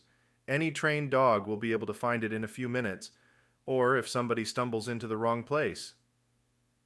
"So what's the long-term plan?" "Freddie and I will come back with shovels." "You're not going to bury the body. He doesn't deserve to be—" "Slow down, buddy," Reggie interrupted. "I never said anything about burying any bodies. The shovels are to help us dig up some land to make a fire ring, sort of like the one we made in the clearing behind the house last summer." Ben knew exactly what he was talking about. The previous summer, we all through some outdoor survival training, the sort of to do when he owned his bunker and some land in Brazil. "We'll burn it," he continued, "but it's not going to be a ceremony. It's going to be gasoline and a match. He deserves less than that, but we just need to get rid of the evidence and do it the right way. We'll also burn the spot he was laying in and rough up any ground between there and where the fire pit will be to throw off the scent." "That works," Ben said, nodding along. "Ben, it's a long shot someone's going to come looking for him. He was probably just a grunt for hire. I doubt his family is going to know he was on his way here to blow us up, or if he even had family." Outside, Ben was calm and collected. On the inside, however, he was reeling. He was seething, wanting to exact revenge on whoever had done this. Whoever had ultimately called the shots and decided that he and his team, not to mention all of his worldly possessions and professional equipment, should be destroyed, buried beneath piles of concrete and stone. He gave Reggie his approval, but he wanted to destroy the evidence himself. However, he didn't want to do it with something so formal and elegant as fire. No, he wanted to use an axe, or a blunt object. He wanted to hack and destroy. "You okay?" Reggie said suddenly. Ben blinked a few times, registering that his friend asked him a question, then nodded abruptly. "Yeah," he said. "Yeah, I'll be all right. It's going to take some time, but you heal from this sort of thing. You always do." "Yeah." He and his friend looked at each other for a long moment, before Reggie swallowed and cleared his throat. He kicked the dirt in front of his feet and stood up straighter. "True," he said finally. "That's true, but it doesn't mean you ever really forget. You never really let it go." Ben nodded. He couldn't help but think of his parents. His father, brutally attacked by a grizzly bear, later dying in a hospital, and his mother, suffering and finally expiring in her home after contracting a deadly virus. He thought of the others as well, the ones they had lost on their missions, the previous leader of the CSO, a man he had been honored to serve with. That man's death had been exceptionally hard to swallow, especially considering that Julie had been the one to pull the trigger. Ned! He knew that she too would be struggling through her own ghosts. He needed to be there for her. He needed to be there for all of them. But he was just old enough, and barely wise enough now to know that he needed to be there for himself as well. But all that had to wait. Right now, he had a job to do. He needed to call Mr. E. You going to call now? Reggie asked. Ben nodded. Yeah, I guess. Need help? No, Ben said. I don't think there's anything you'll be able to do. Reggie stared into Ben's eyes for a few more seconds, tears welling in them. Then he stepped forward and grabbed Ben in a bear hug, squeezing him tight. Ben was stunned at first, but then he pulled his hands up as well, embracing his friend. We're going to be fine, Reggie said. You're going to be fine. I know that, Ben said. It's just that sometimes what we need to do isn't exactly what we want to do. Ben took a deep breath, then nodded slowly. Yeah, that's pretty much it exactly. Chapter 26. Ben. 3:46 p.m., March 8th, 2021, Chugach Region, Alaska. Ben walked along the path that used to lead out of the back of his cabin, when his cabin still existed. Now there was just a black, charred scar where the back door used to meet the small, square concrete slab of his patio. The path, however, continued on into the forest as if nothing had happened. He stepped over the area gingerly, as if trying not to harm it anymore, then pulled the phone out of his pocket. He knew there was a bit of cellular service here, as he used to make calls from this spot long before the CSO had built its headquarters building and attached it to his home. He scrolled through his contacts and found the number he was looking for, a cell phone number Mrs. E had given them long ago. He had never used it, and to his knowledge, no one else had either. The meetings they'd had with Mr. E in the past had all been pre-scheduled, using video conferencing software one of Mr. E's companies had developed. He wondered if the number even worked. He pressed it and brought the phone up to his ear. After a few seconds, it began to ring. The connection sounded strong and there were no dropouts. After one ring, someone picked up. Hello? Ben swallowed and tried to moisten the dry inside of his mouth. Hello? Hey, it's Ben. Harvey. Sorry, Harvey Bennett. Harvey? The voice asked. This is unorthodox. Ben knew the man did not have to add anything to that statement. This number was for emergencies only. There were no exceptions. Mr. E knew that, and he knew Ben knew that, which meant he would already know something was wrong. Ben blew out a breath of air and tried to gather himself. There were still tears in his eyes, but he wiped them back with his wrist. Hey, Mr. E, I needed to call you. Harvey, please, just tell me what happened. A bomb. An explosion here at the house. At the headquarters. There was a pause, then Mr. E returned. I did get an email alert from our satellite imaging overhead that there had been some sort of infrared anomaly in that area. I had planned to look at it tomorrow morning. Ben suddenly realized that the man must have been talking on the phone with his wife when the explosion had gone off, when their transmission would have been cut. Or, if they had been video conferencing, he may have seen something on screen. Thank you, Harvey, Mr. E continued. I will send an email to our insurance company tomorrow, and I will get on the phone with the legal team here. No, Ben said. That's not why I called. There was a longer pause this time. Then for what reason have you called this number? Mr. E asked. There was a message, a text message sent to our phones. Freddie sent something, and we all got it. We were in the kitchen, and then got the text and left the house immediately. But my wife was talking with me. Yes, Ben said, the tears returning. I see, Mr. E said. The connection did drop abruptly, but I did not think to check the timestamp of the anomaly. Mr. E, Ben said, finally mustering the courage. She did not get the message, and she did not get out in time. Sir, she's gone. The next pause felt like an eternity. He looked around at the picturesque wilderness environment in which he had made his home for the past 4 years. He didn't want to turn around, to see the utter devastation. He wanted this direction, the perfect serenity of the evening forest in front of him, to be the truth. He saw a bird take flight in front of him, landing on a branch just yards away. It looked at him, examined him with a cock of its head, then took off with a small chirp. He had not yet seen or heard any other animals in the area since the explosion. At first his ears had been completely overwhelmed by the blast, leaving him momentarily deafened, but when his hearing returned, there were hardly any other noises around. The animals would stay away for a few more hours, at least until the most daring of them advanced back toward the cabin and declared it once again safe. "I see," Mr. E said. That was it. No emotion, no real response. Perhaps the man had to process things a bit. Ben certainly would have needed to. "Harvey," the man continued, "thank you for calling me. I know this has been difficult." Now Ben frowned and looked down at the screen in disbelief. The call had not been disconnected, but Ben couldn't believe how emotionless, how robotic the man was. True, Ben had never known Mr. E well enough to understand his personality, if he even had one, or his quirks, or his nuances. They had only ever interacted through a screen, and it seemed that taking the visual context clues away made the man come across as even colder, even more detached. Ben pulled the phone back up to his ear. "Mr. E, what would you like me to do?" "Yes," he replied. "Taking action will be a good distraction from what has taken place. If you can send me any pertinent details, I will begin the investigation as to the cause of the explosion tomorrow morning." Ben squeezed his eyes shut. Now for the kicker. "Mr. E, I hate to tell you, but the explosion was not an accident. There was a truck. Someone came just before Freddie sent us the text message, and then—" He couldn't finish the sentence, but he felt there was no need to. He had done his task. He had delivered the news. Mr. E would grieve in his own strange way. Ben waited, and after a few more seconds, Mr. E spoke a final time. "I see. I will be in touch." And then the call disconnected. Chapter 27. Napoleon. 8:47 p.m. December 2nd, 1805. Rollins, Austria. "I had no choice in the matter, sir," Patricia answered. Her voice was honest, true. "I was assigned to you, but I have wanted to meet you for some time. What I've read about you, at least the parts I believe, have made you out to be an incredible man, one worthy of the title and role you have been given." "I certainly like to think so," Napoleon answered with a smile, "but I suppose my legacy has yet to be determined.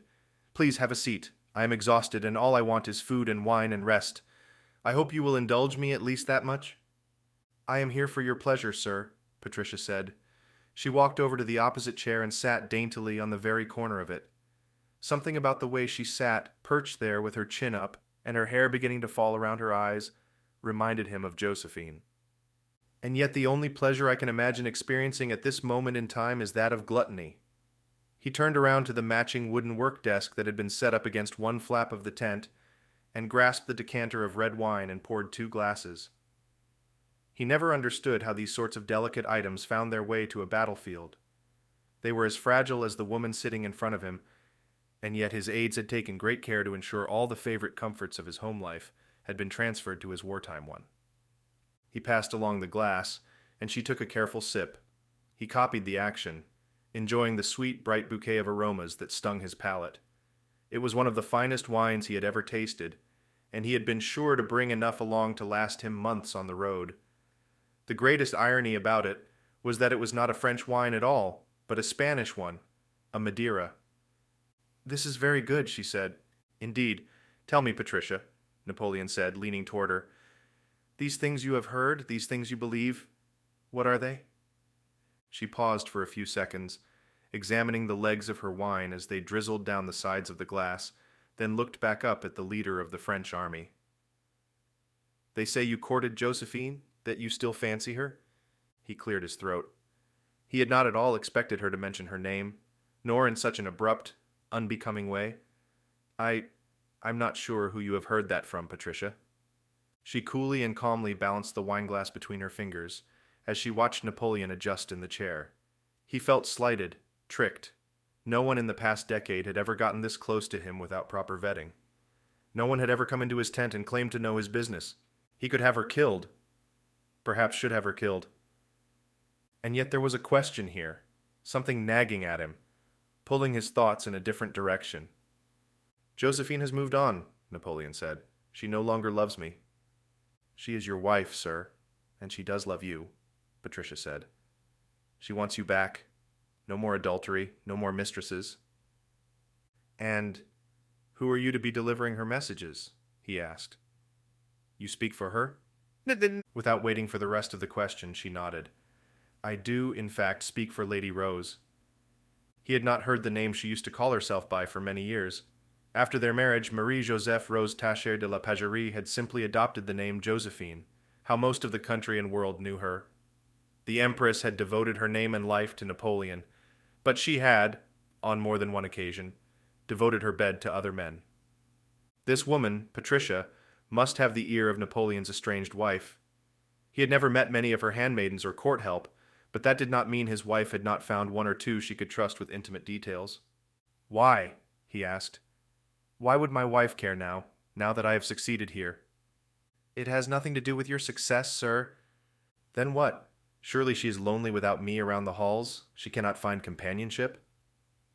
Patricia shifted, then put her glass of wine on the edge of the table next to her. "Sir, she has told me to find you at all costs. She wants you to know that she wants you back. She needs you back. She understands what you are doing here and does not intend for you to rush your work. The Empire requires you here, and she understands that. But she needs you to know something." "What something might that be?" Napoleon gripped his own wineglass tighter, feeling the cool crystal against his fingertips. He could not know exactly what Patricia's news could be, but there were only a few things worth making the journey for. As she spoke, Napoleon forced his eyes to stay riveted on the beautiful young handmaiden. He wanted to believe what she was saying, wanted more than ever to believe it, but it seemed impossible. "Empress Josephine wants you to know that she is with child." Chapter 28. Julie, 7:15 a.m., March 9th, 2021, Anchorage, Alaska. The next morning came abruptly. The CSO team had moved to Anchorage and found an inexpensive hotel to stay the next few nights. Julie knew that Mr. E would easily have sprung for the finest accommodations Anchorage could offer, but they weren't on vacation. They needed a bed and little else. Any extra luxury would only make them feel guiltier for what had happened. And after Ben's conversation with Mr. E, she knew it would be better to just leave him alone. He would already be going through enough after hearing about the loss of his wife and the brutal attack from the day before. Julie rolled out of bed and tried to sneak into the bathroom without Ben hearing her. He groaned and muttered something but stayed asleep. In the bathroom, she took a minute to gather herself. She would eventually need to shower and prepare for the day, but first, she felt like she needed to assess herself and assure herself that she was going to be okay. She blinked a few times, wiping the crust of sleep away from her eyes, then yawned. She had hoped to sleep in, but it seemed as though the gruesome explosion and long hours conversing with police and fire department officials had taken its toll, and her anxiety and restlessness had won out over her mental and physical exhaustion. She yawned again, knowing that they would have time to take a nap later that day, if need be. In fact, now that she thought of it, they didn't have a plan at all. She supposed, if she wanted to, she could simply go back to bed and sleep the rest of the day away. Perhaps starting over tomorrow would give her enough of a break. No, she thought. Reggie and Sarah will be downstairs getting an early start. She knew they were both light sleepers, and because of Reggie's stint in the military and Sarah's career as an anthropologist and university lecturer, both were early risers. She assumed Freddie would be as well. While brushing her teeth, she flicked through the latest news and updates for her area, the world, and anything in between that had happened to land onto her phone's RSS app. Finding nothing noteworthy, and no articles as of yet about the explosion at her house, she clicked the phone off and prepared to take a shower. Then she heard a slight knock at the door. She smiled, shook her head, then turned around and opened it. "Ben, you don't have to knock. We are married." Ben shrugged. "Sorry, it's just, I guess I've always been in the habit. Having a little brother and wanting a little bit of privacy, you know." "What's up?" she asked. "I was just about to jump in the shower." He looked at her, still wearing the sleek nightgown he had gotten her as a gift a few months ago, then at the shower, then back at her. He arched his eyebrow. "Not even a chance. I have a bit of a headache, and it's going to turn into a rager if I don't get some coffee and food in me immediately. And besides..." "Yeah, I'm feeling about the same as you, actually. And after yesterday..." She cut him off by holding up a hand. "Let's not talk about yesterday. There will be plenty of that later, but for now, let's just start out like it's a normal day." Ben looked up at the ceiling and then down at the floor, leaning from side to side. It was obvious something was wrong. "Oh, crap," she said. "What happened now?" "Well," he started. I wish you wouldn't have said we should start out like it's a normal day because I'm afraid it's not going to be. He pulled his own phone up and held it out so she could see the screen. I just got an email. It's from Baden-Tennyson. Her eyes widened and her blood ran cold. Baden-Tennyson sent you an email? What the hell does he want? What does it say? He swallowed, then answered. Well, actually, I didn't read it yet. I checked my phone when you got up, and just saw that there was an email. Then I saw who it was from. I thought maybe it would be best for us to see it together. I have a feeling it's about... Don't even say that, she said quickly. He's suing us, but that doesn't mean he's the one who's trying to kill us too. She sucked in a breath. Okay, don't read it. I'm going to jump in the shower real quick and then we can go meet up with the others. They'll want to see it as well, whatever it is. Ben nodded, then tossed the phone on the bed and moved toward the duffel bag next to the bed, starting to get dressed. They hadn't packed much, as neither had wanted to go into the part of the bedroom of their cabin that was still standing. Neither had wanted to discover how much of their belongings had been burned and scorched and how much remained. Reggie had gone in for them and retrieved Ben's duffel bag he kept under the bed, which had a change of clothes in it for each of them. But since he and Sarah had been staying with them in the new CSO headquarters, all of their travel items and suitcases were gone. They would have to go to the store later anyway, so Julie had just decided to go with them. Freddie was the only one of the group who still had a full complement of clothing and hygiene accessories, since he had just gotten off the plane and was about to get to their place last night before the attack.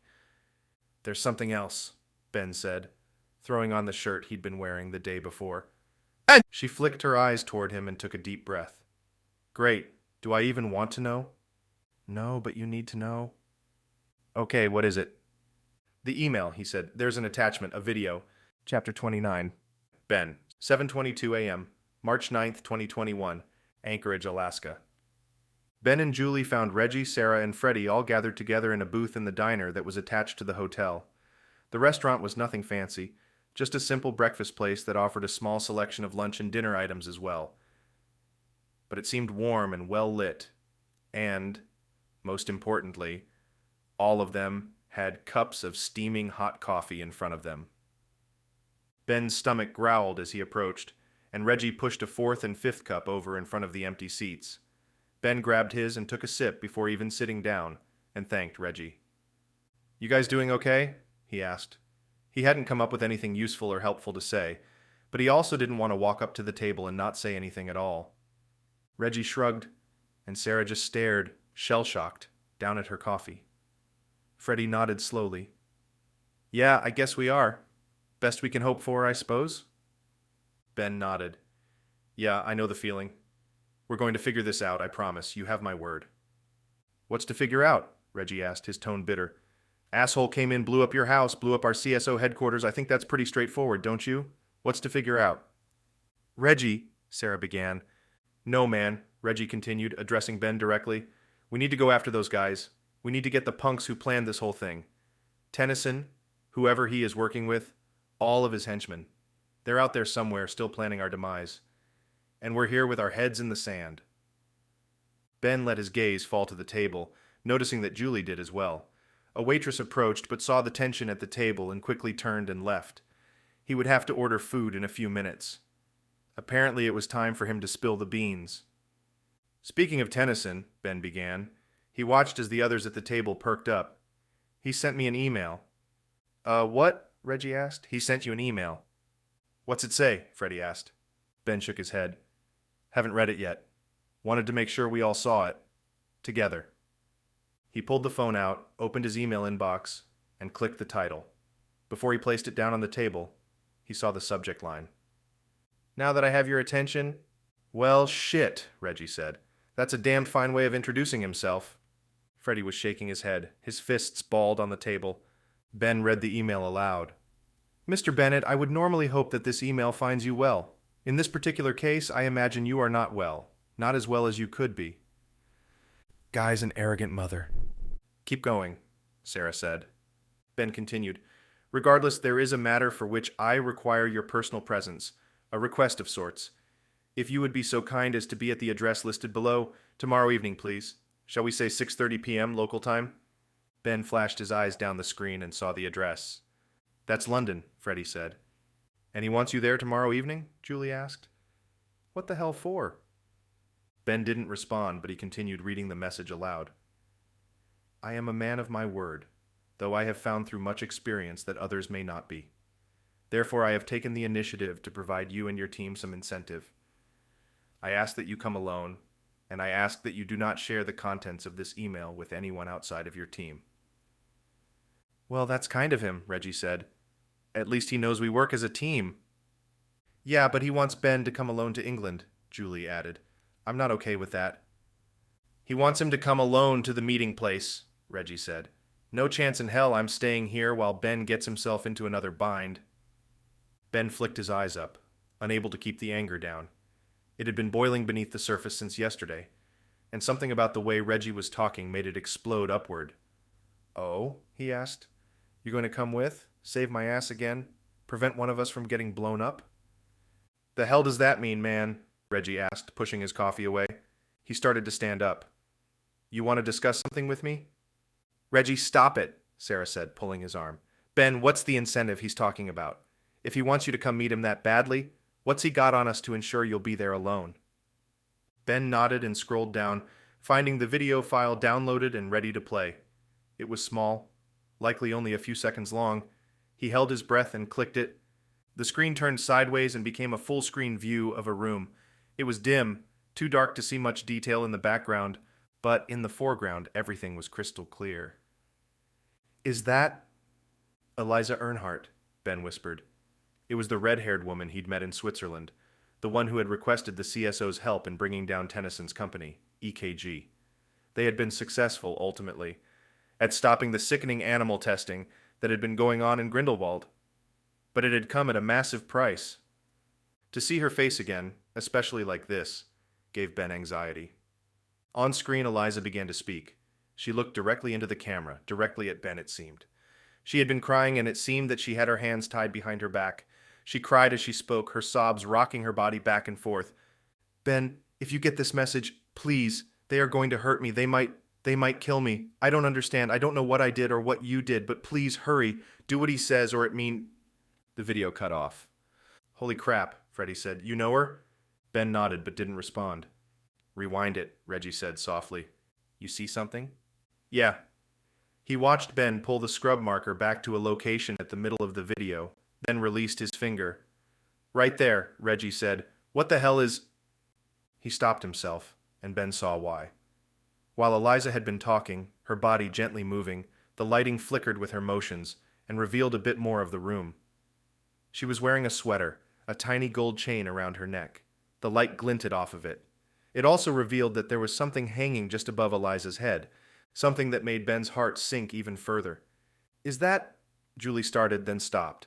Ben saw the coloring of it glinting in the light, almost blue, gilded with gold-looking designs up and down the face of it.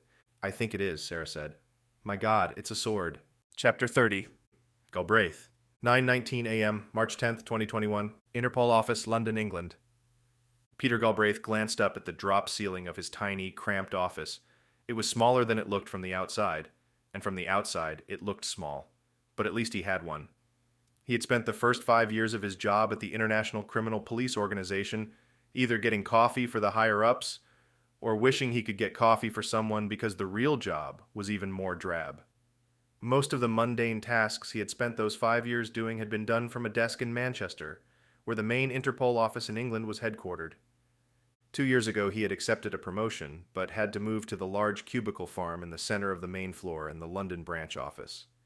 It had come with the possibility of rapid advancement, a perk which had proven true about a year ago, when he had accepted the position of Director of Local Intelligence. London. While this office was only a shade larger than his old cubicle, it was certainly better.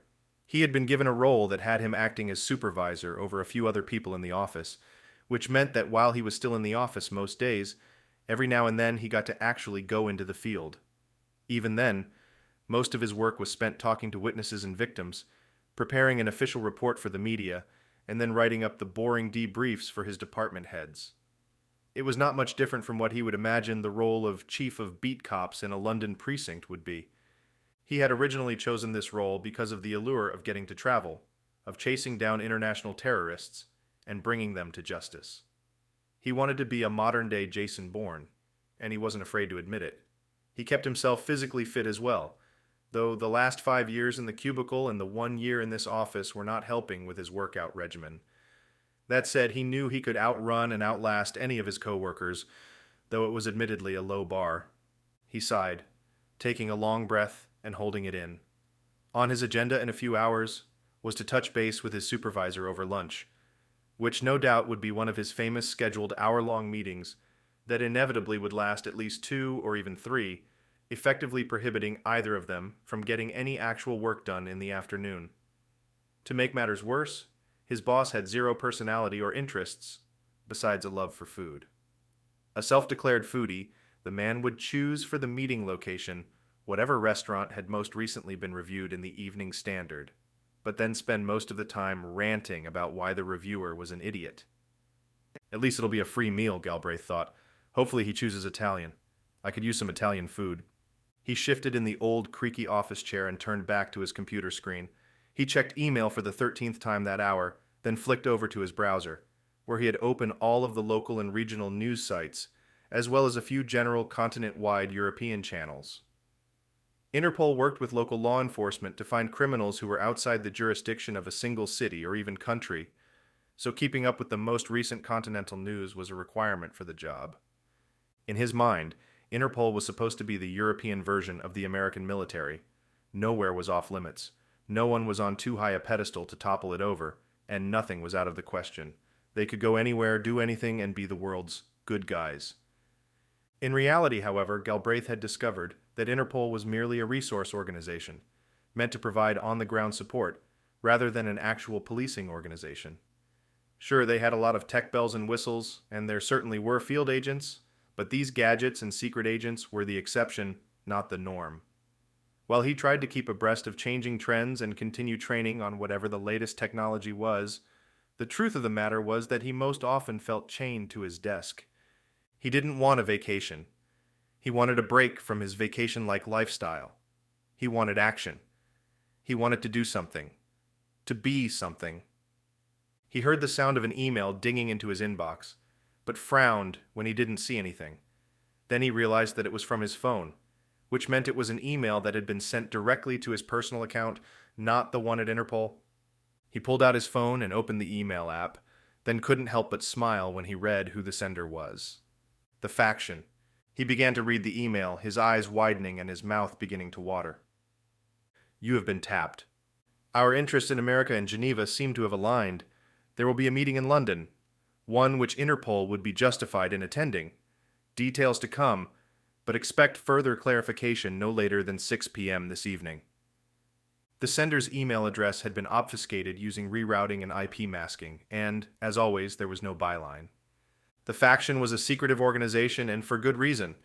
It was part of the appeal, part of the reason he had joined their ranks and sworn loyalty to them. He had wanted something more than what Interpol was offering, and when the faction had begun to express interest in his expertise and experience, he had jumped at the chance. While Galbraith thought the interests of the faction pure, he knew many would take issue over their methods. It didn't matter. Officially, the faction did not exist. According to Interpol intelligence, it was a myth, a pipe dream cooked up by some of the more eccentric terrorists they had interrogated. Most gave up only a little information. A source, a mention of an attack somewhere in the world, whispers of a group intent on enacting a new world order around the globe. But most Interpol agents and staffers denied any veracity to these claims. Nothing substantial had ever surfaced that proved the faction's existence. Galbraith knew the truth, however. The faction was real, as he was an active member. Chapter 31. Raoul, 9:21 a.m., March 10th, 2021, Campo de' Fiori, Rome, Italy. Raoul checked the canister inserted onto the base of his homemade flamethrower as he stepped into the square. The weapon was heavier than he remembered, and he wore it awkwardly. He had not quite gotten comfortable with the feel of it slung over his shoulder. He looked left and right, double-checking that no one had yet noticed that a flamethrower-wielding young man had just walked into a public area in downtown Rome. The piazza was called Campo de' Fiori, and he had dined here a handful of times while attending university at the Accademia Nazionale di Santa Cecilia. In the center of the rectangular square, standing in his permanent pose of defiance facing the Vatican, was the statue of Giordano Bruno, a philosopher and astronomer who was burnt at the stake for heresy in 1600. A poetic end for a heretic, Raoul thought, much like the poetic end for the heretics here today. It was a bustling square today, with many tourists and locals colliding in a frenzy of activity. The people buying fresh food for tomorrow's meals at the outdoor produce stands, the out-of-town shoppers looking for the perfect souvenir, and business owners conversing with one another outside their shops. To his left, the cafe on the corner was serving espresso the way it had always been served, before the American version of frozen, blended, coffee-esque beverages had blown up and changed the world of drinks. He smirked at the patrons sitting in their chairs, sipping their lattes and reading the paper. Sheep, he thought, all trained to think what the people in power want them to think. He was here to change that. He was here to make a point. Not for these people, they were already gone, but for those who would watch the events about to take place here, over and over again on one of the myriad streaming sites or news channels around the globe. It would be aired constantly for the next 24 hours, maybe 48 if they got lucky, and nothing else terribly noteworthy happened around the world for the next couple of days, and he could almost hear the newscaster's voice. The video you are about to watch may be disturbing. Of course, the stations would show the video anyway, as it would make them a lot of money. People wanted to see the destruction, wanted to feel the visceral reaction to terror, and the companies that owned the news stations would serve it to them in heaps, piling it on well after they had been fed. He knew how it worked. The power structure required money. They required a lot of it, and they had built a world that had trained everyone to believe that money was the most important economic structure. He had studied economics in college, even gotten a degree in it. He was smart, more than capable of holding a job and becoming a career economist. Sitting behind a desk all day, researching and writing papers that would be published in economic journals that a dozen people would read. But he had never wanted any of that. No, Raoul was interested in more. That's why he had joined the faction. That's why he had worked his way into an interview, proving that he had the intellectual prowess of the best and brightest. He was not just some dumb revolutionary, not just some flat, one-sided radical. He wasn't interested in terrorism, but in what it promised. A better world. A world not governed by money, but by power. Even better, power that had been earned.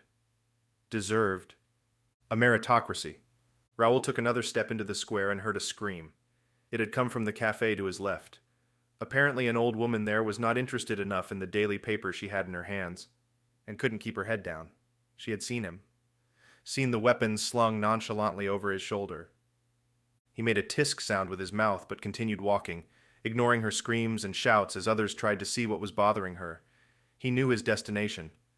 He needed to be at least 10 more steps into the middle of the square, where he would join forces with the 3 other young men who had been sent by the faction.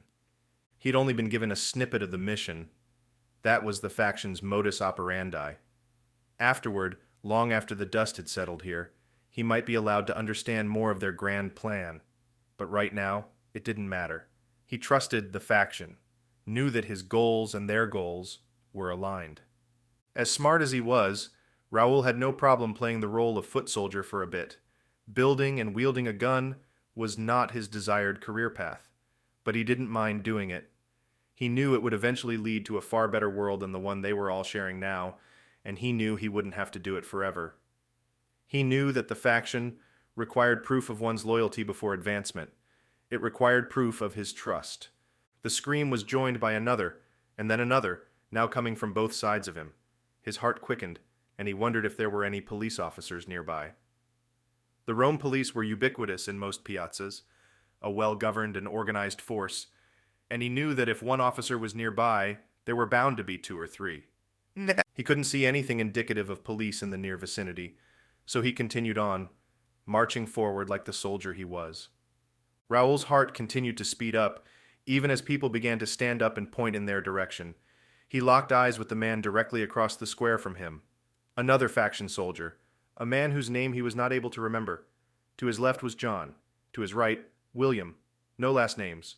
The faction kept their lower-ranking soldiers to a single first name, as declaring a surname meant declaring a lack of loyalty to the organization. He had shed his previous life, as well as his family ties and name, upon swearing loyalty to the group. That had been a year ago, and he had been preparing and training for this moment ever since. He wondered when it would begin. He wondered when he would get the signal. It came a second later. A thick cloud of haze enveloped the area just past the faction member standing directly across from him.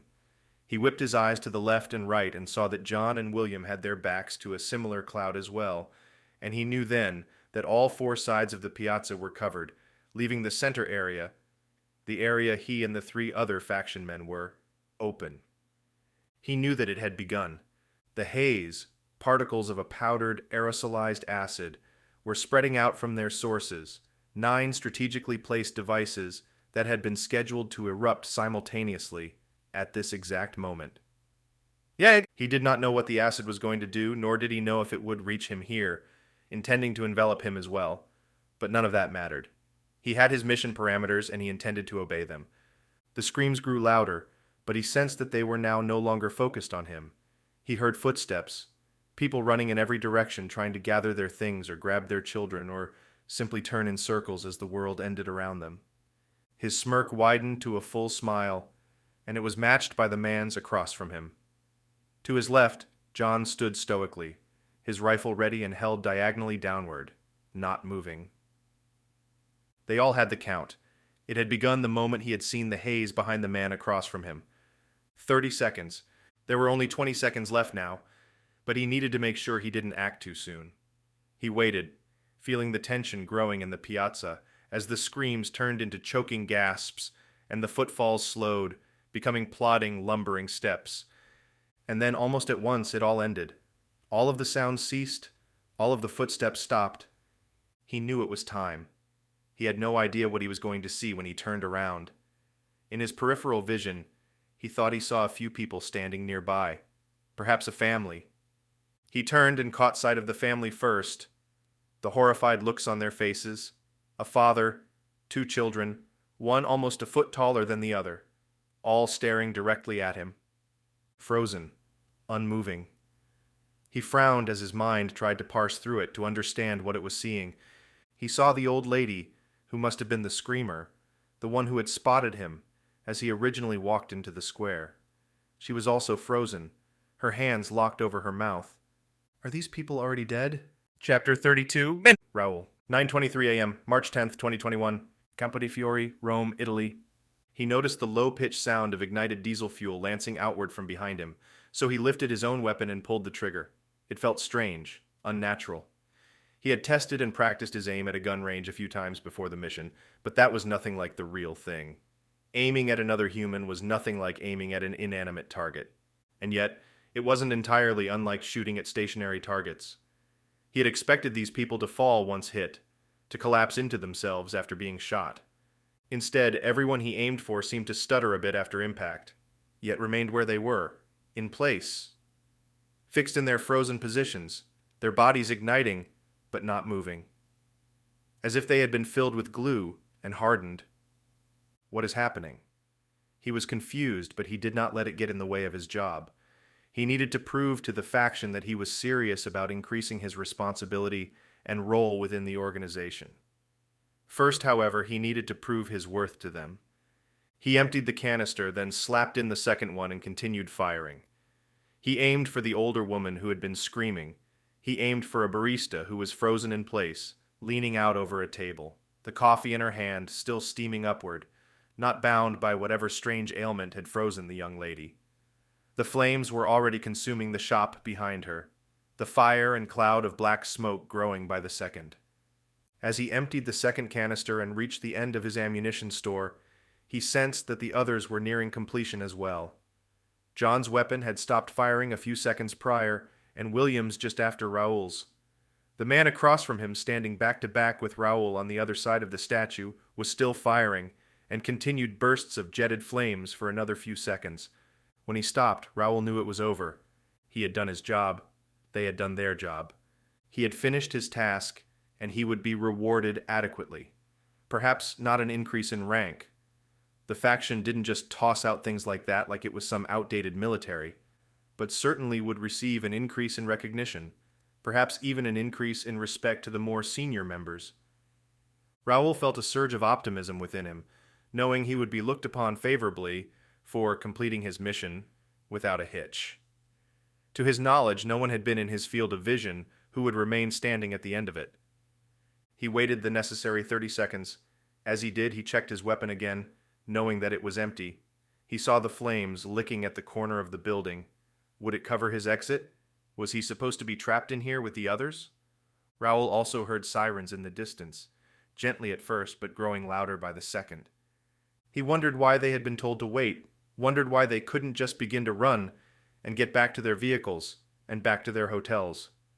But he had known better than to ask questions. When the countdown timer in his mind reached 0 once again, his question was answered. Slowly, one at a time around the square, the people he had fired into began to fall. A man stumbled backward and fell in a flaming heap, the woman seated at the table next to him collapsing forward into her cup of coffee. There were slight gasps and a couple of screams he could hear above the roar of the flames from around the piazza, but Raoul didn't turn his attention from the field of view directly in front of him. The heat reached him. He wanted to leave, to get out and safe from the fires, tearing through the buildings and people in the piazza. The barista fell forward, banging her head against the table as she collapsed toward the ground, dead. His smile disappeared, and he felt the weight of what he had just done. He did not regret it. This was a necessary step in the faction's plan. But for the first time, he felt the reality of what had just happened. He and the 3 other faction men had accomplished this together. He and the 3 others had just set in motion the next phase of the faction's goal. Charred bodies fell all around him as he moved toward the street. He walked toward the opening in the piazza, the same way he had entered. His car was parked only a block away, easily within walking distance.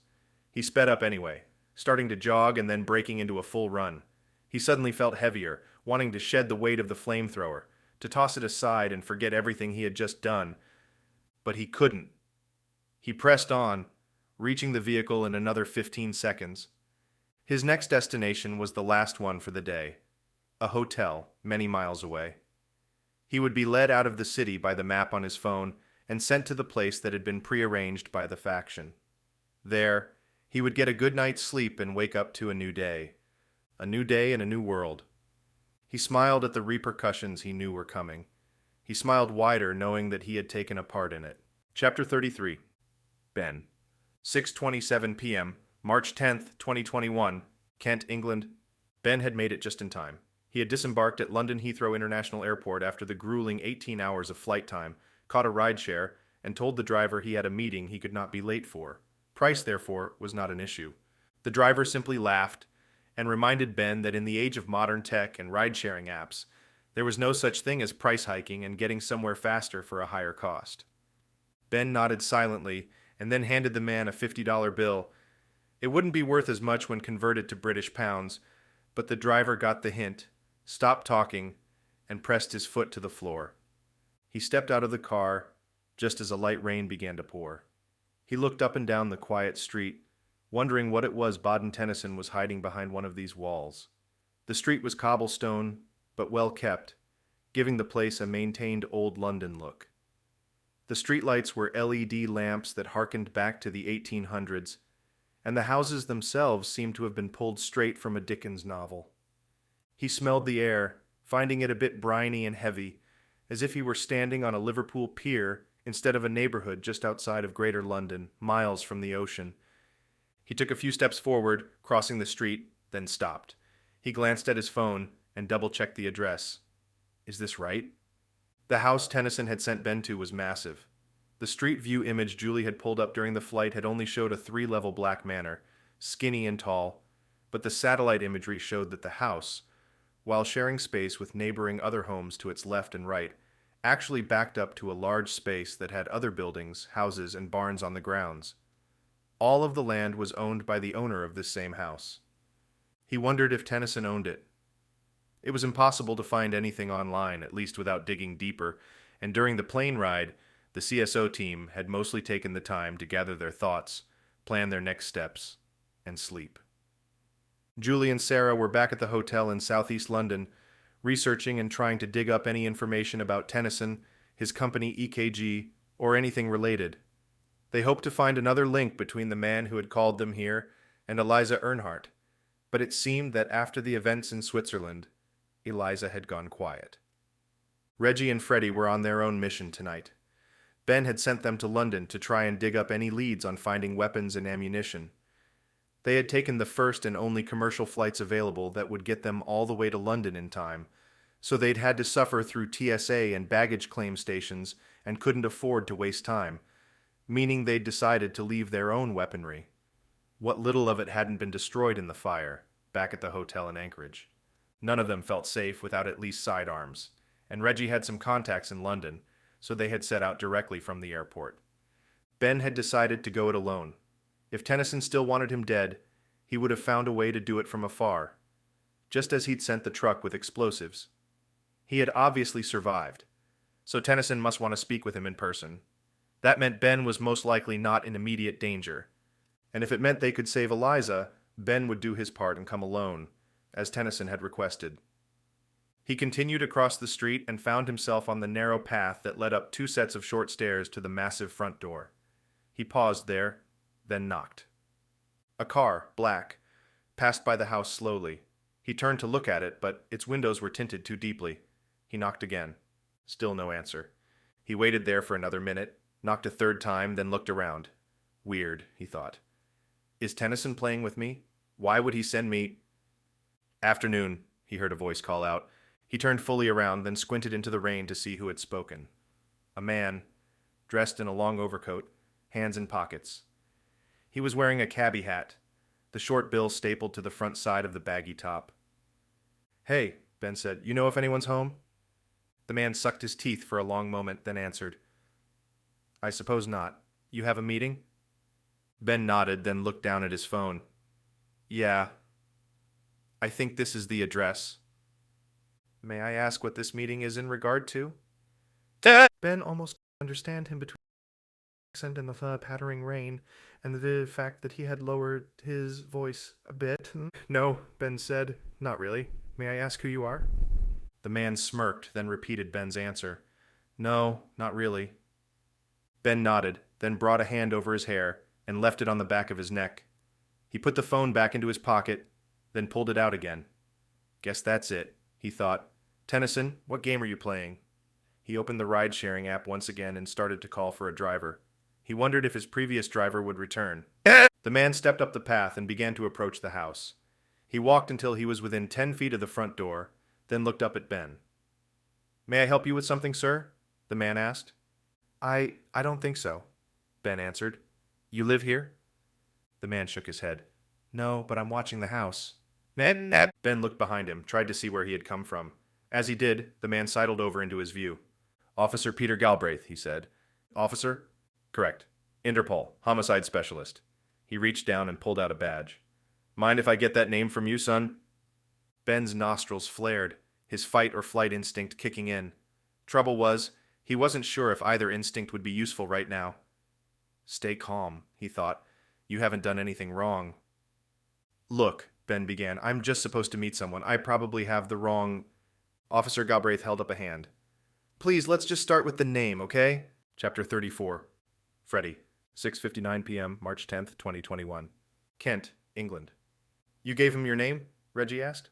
Ben, come on, you told him? Freddie watched the exchange between the two friends with an amused confusion. He wasn't sure if these two were actually friends and just pretending to hate each other, or if in the last few days somehow their relationship had soured. Either way, Ben and Reggie seemed to be at each other's throat constantly. It was an interesting power dynamic, and Freddie wondered if he'd made a mistake in wanting to join their group. Sarah was still with Julie, working on research in the next room over. They had all met back at the hotel for late dinner, but they hadn't even had the chance to get to the restaurant yet. Right now, the three of them were standing in Ben's hotel room, ostensibly to get an update on Ben's meeting at the woman's house. What? Ben asked. Was I supposed to just let him arrest me? And there... Reggie's eyes looked like they were about to pop out of their sockets. Ben, he said he was Interpol. Why'd you stick around? He had a badge, Ben answered.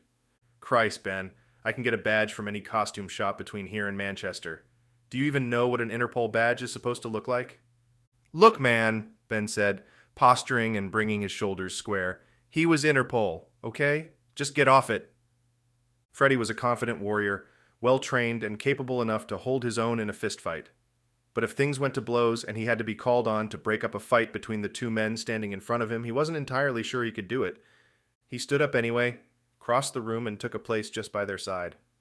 "Look, guys, let's just—" "No, Freddie," Reggie said, interjecting. "We ain't forgetting anything. Got it? We're in a pickle because Ben here—" "You're blaming me for this mess?" Ben shouted. "You're claiming this is my fault?"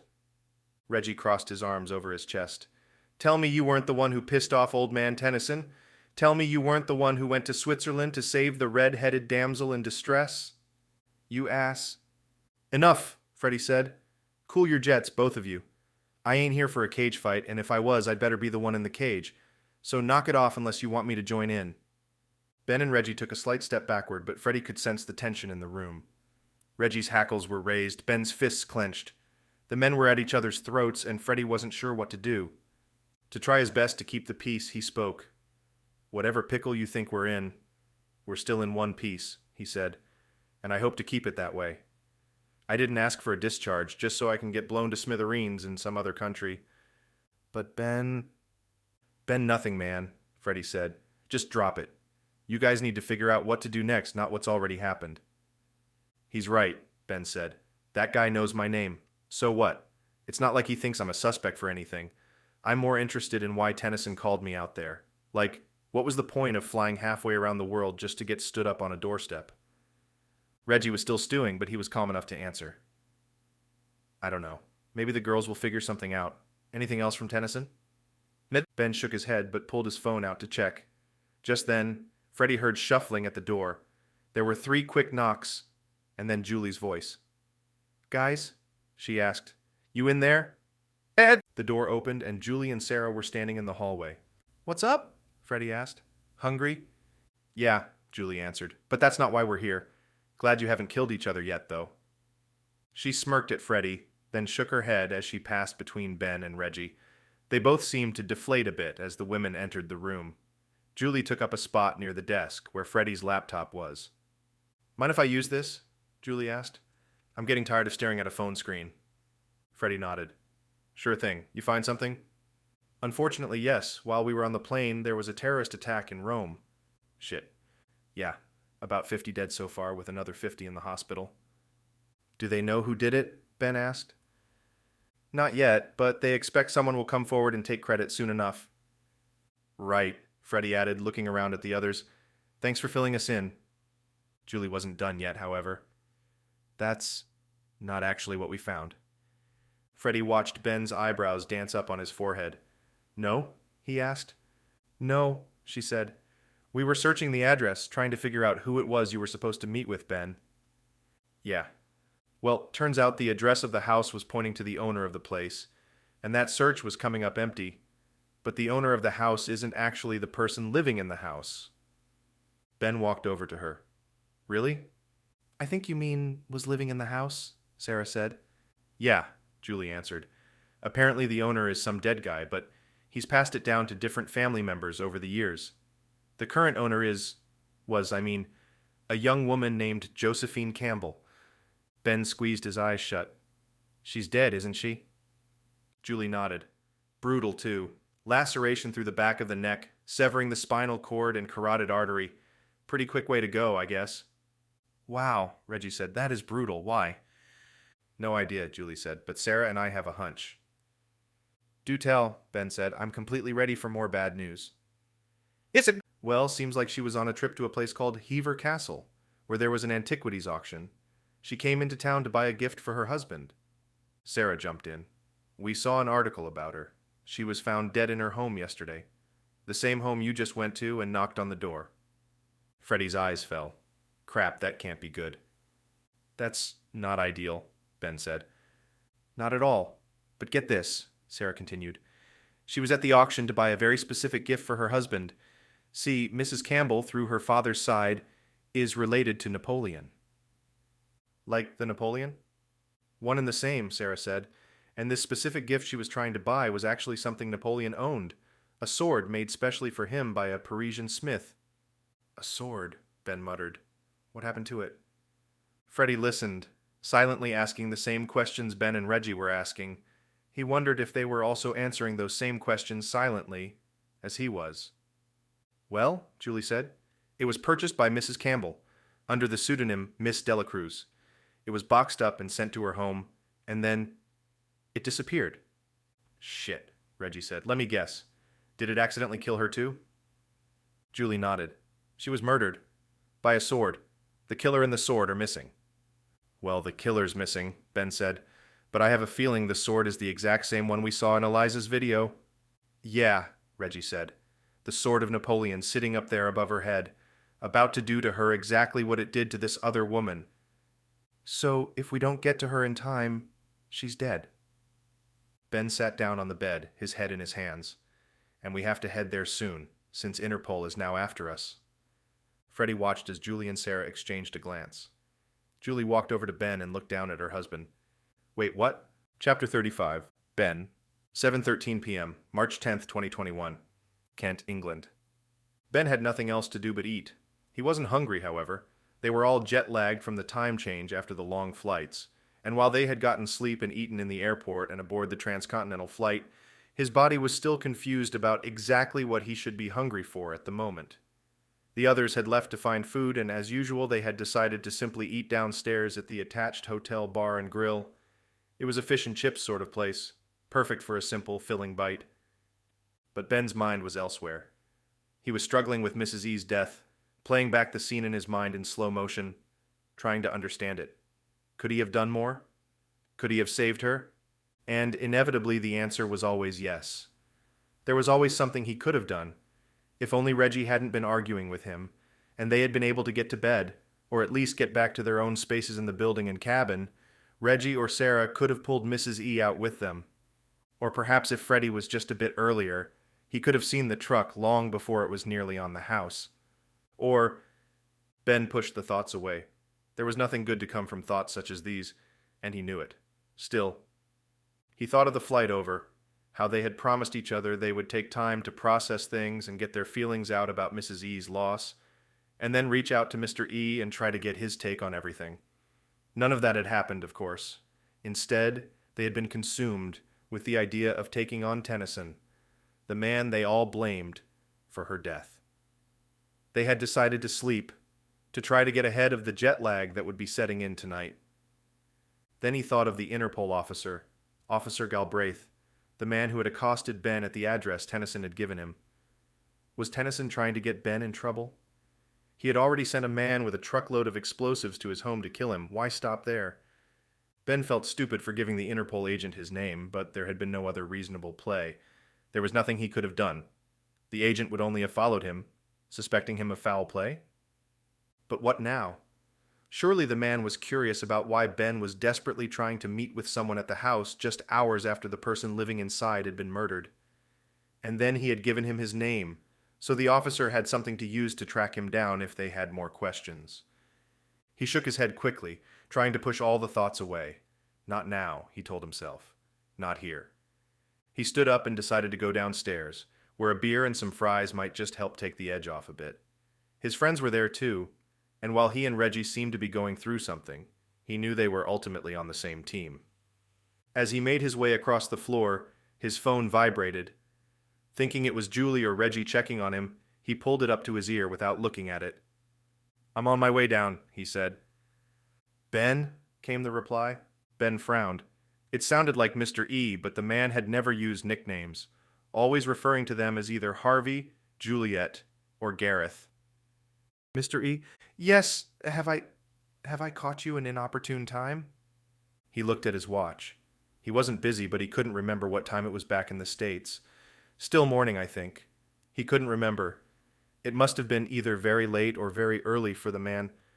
But as he thought about it, he realized he couldn't be sure Mr. E even was in the United States. They had always just assumed it, but now that Ben thought about it, he couldn't remember the man ever telling them his actual location. "No," Ben said. "I was just about to grab a bite to eat with the others." "Perfect," the man said. "Listen, Ben. I have been thinking quite a bit about the events of 2 days ago." "Of course. I'm sorry again." "Well, that is why I am calling now. I want you to do something for me." Ben was sure it was Mr. E's voice, but it sounded nothing like the cold, calculating businessman that had set up the CSO long ago. "What's that, Mr. E?" "Something I am afraid the others will find outside the purview of what the CSO has been established to accomplish." "Okay. Something that needs to be done, but must be done with care. I need you to be subtle, Ben, and—" Ben reached the elevator and stopped. He didn't want the call to drop before he had a chance to hear the man out. Whatever it was, it had him slipping. Whatever he needed, it was important enough to Mr. E that it had caused him to lose his normally tight-lipped professionalism. "Go on," Ben said. "I'm still here." He heard Mr. E clear his throat, and then, something he never thought was possible. It sounded as though Mr. E's voice broke. She was my wife, Ben." Ben felt tears immediately welling in his eyes. He nodded, but didn't say anything. "She didn't deserve it, to die, not like that. She had always talked about a regal death. Whatever that means. She wanted to die fighting. In a different way I am doing, but... You get the point?" Ben nodded again. "Yes, wait, are you saying you're dying?" "Ben, we are all dying. That is all I meant." "Right. Ben, what I need you to do. This is not a CSO task, nor is it something I could ever ask of anyone but you. I trust you, Ben, and I know you will not take this lightly." "Anything, Mr. E. I owe you at least that much. You have my word. Say it, and it's done." There was a long pause, and Ben stared at the elevator as it dinged, opened, then a family got off and navigated around him. "Ben, they took my wife. Whoever was behind this, it was a calculated attack. On you and your team, but on me as well. Now, all I care about is one thing." Ben felt his blood cool. He had never thought he would hear this from Mr. E. "I need you to find them, and then I need you to kill them." Chapter 36. Ben. 7:22 p.m., March 10th, 2021, Kent, England. Ben found the others around the table, drinks already in hand. Sarah had a soda and Julie a tea, but Reggie and Freddie had a bottle of beer in front of them, condensation beginning to drip from their necks. Ben sat down across from Reggie and waved over the waiter. He ordered another beer and asked for a menu. "Everything okay?" Julie asked as Ben sat down and tried to get comfortable. "Yeah," he said. He didn't know if he should tell the others about his call with Mr. E, nor did he want to bring up his own insecurities and demons he was struggling with. He needed a break from heavy conversation and the emotional weight of the last couple of days. He also knew that they each had their own problems to work through, that they were each dealing with different versions of the same thing. A member of their team was gone, and they still weren't any closer to finding the person responsible. If Tennyson were out there, Ben was going to get to him. The trouble was, he had no idea where to start, and he had been tasked this by Mr. E, who wanted to keep it from the rest of the team. "Just needed a little bit of alone time?" Reggie asked. He could hear the mocking tone in the man's voice, but Ben ignored it. He shrugged. "Just trying to work through it all, I guess." There was a television on in the background tuned to one of the 24-hour-a-day news channels. On screen, sweeping shots of ambulance-riddled Campo de Fiori were interspersed by a newscaster in a studio reading from a script. They wore a concerned expression, and in a call-out box above their head was a graphic with the provocative label, "A new player in the terrorism game?" He watched it for a few seconds, noticing that the death count was at 64 but still climbing. Police suspected 4 separate shooters, but there was something suspicious about the attack. Ben couldn't hear the reporter's voice, but someone near the television suddenly turned up the feed. 2 other faces joined the reporter in the shot. These 2 experts were claiming that the terror attack was unlike anything they had seen before. As they spoke, their voices barking out from the television's tinny speakers, the others at Ben's table listened in. The man on the reporter's left was explaining something. Besides the fact that they were using flamethrowers for some sick reason, usually when a terrorist or shooter begins shooting, the victims around them typically have one of 2 reactions. They either run or they collapse, too scared to move. "But what are we seeing in this particular attack?" the reporter asked. The woman on the reporter's right side spoke up. "Well, we have no evidence that anyone was running away when they were hit by the flames. Only a few of the victims in the piazza seem to have had their backs to the attackers, but they don't seem to have been running from them." "Very interesting," the reporter affirmed. "This confirms early reports from survivors that everyone in the square was frozen in place." "But how is that possible?" the first expert asked. How can everyone be stunned into submission? It doesn't make sense, the other expert said. I understand a few people, but all of them? No one tried to run away? Before he could hear the reporter's response, the waiter returned with Ben's drink and a menu, and Julie began her own barrage of questions. Ben shuddered. Sick and twisted is what that is. Why was Interpol at the house, Ben? Why not the local police? And what did the Interpol guy want with you? I don't know, and I have no idea, Ben said, answering all the questions at once. He walked up on me while I was at the door. There was no way to know it was a freaking crime scene, but I'm sure the local police and detectives were crawling around all day and will be back tomorrow. What did he say? Sarah asked. Nothing, really. He didn't tell me anything about the crime or anything about who was living there. He seemed suspicious of me, but he obviously didn't arrest me. That doesn't mean he won't, Reggie said under his breath. Ben finally snapped. You got a problem with me? Seriously, Reggie, none of this shit was my fault. None of what happened in the past few days. Nothing was your fault? Reggie said, raising his voice and smacking his hands down on the table, causing Sarah to jump. You went to Switzerland. You found Eliza, helped her out. That was not a CSO mission. That was a you mission. I ran intelligence on that mission, Julie said suddenly, and Mr. E signed off on it before anyone left the state. That's enough for me for it to be a CSO mission. Sarah had her hand on Reggie's bicep in an effort to calm him down. Reggie, let's just relax. There's no reason... What? No reason to argue? No reason to have a discussion about this? Doesn't sound like much of a discussion, man, Ben said. You know what your problem is, Ben? You're so damn scared you'll make the wrong call, you don't make the call. You sit around and worry until it's too late. I'm just saying that Ben did get us in this mess with Tennyson. The guy's already tried to kill us once. What makes you think he's not going to do it again? I mean, he's already doing it again. The explosion? Mrs. E? No one said anything for a moment. Ben was about to try to change the subject when the waiter came and took their orders for food. He felt his stomach lurch again, the hunger now taking center stage, and he vowed to fill it thoroughly. After another minute, Freddie spoke, "'Cause we'd already be dead." They all looked to the newest member of their team. He nodded. Yeah, think about it. We'd already be dead, wouldn't we? If Tennyson wanted to kill us, why would he try to blow us up, then invite us all the way out here? He didn't invite us, Reggie said. He invited Ben. We're all just waiting around to be collateral damage in whatever the next explosion is going to be. Knock it off, man, Ben said. What? You said it yourself. You don't give orders. You might be the leader of this team, but that doesn't make you... Boys, Julie said, her voice terse. Seriously? You're acting like teenagers. And Freddie has a point, Sarah said. Ben took a sip of his beer, the delicious texture almost making things right. He felt it nourishing him as soon as it touched his lips. It was ice cold, a local craft option he had never had before. All I'm saying is that it seems strange he would send a truck to explode and take us all out, and then invite you here to London. But he wasn't even there, Reggie said. For all we know, Tennyson is just sending us all over the world to mess with us. Still, Ben said, pulling the beer bottle back away from his lips, Freddie does have a point about the explosion being non-surgical. It's messy, meant to cause as much damage and destruction and death as possible. Why would Tennyson do that? And then call me over here without even mentioning it? He noticed his phone sitting in front of him on the table light up. He had gotten another email. He had a feeling it was going to be something more important than spam, or just an update from his fantasy football news site. Lately, the only news they had been getting was bad news.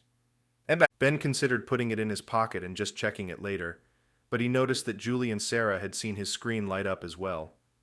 Neither woman said anything, but Ben knew they were wondering the same thing. What is it now? Okay, Reggie said, taking a drink of his own beer. So what are you saying, Bennett? That it wasn't Tennyson who sent the bomber? Sarah turned and addressed Ben. Ben, when you were in Switzerland, you saw Tennyson's granddaughter?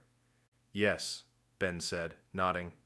She was the younger sister of Lars Tennyson, the man who was leading the research team of the subsidiary of EKG in Grindelwald.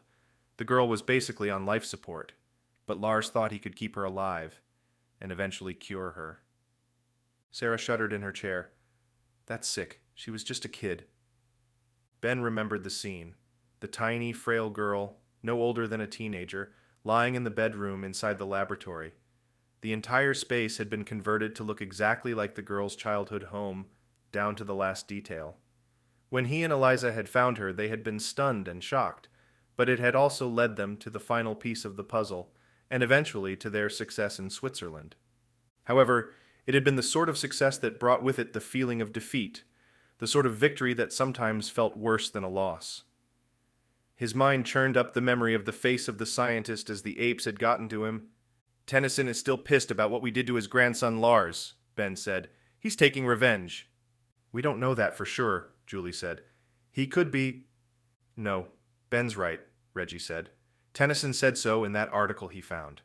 Remember? He'll go to the ends of the earth to wipe us off the face of it, and he's got the resources to do it." "So we are running from a ghost, a man who won't even show his face?"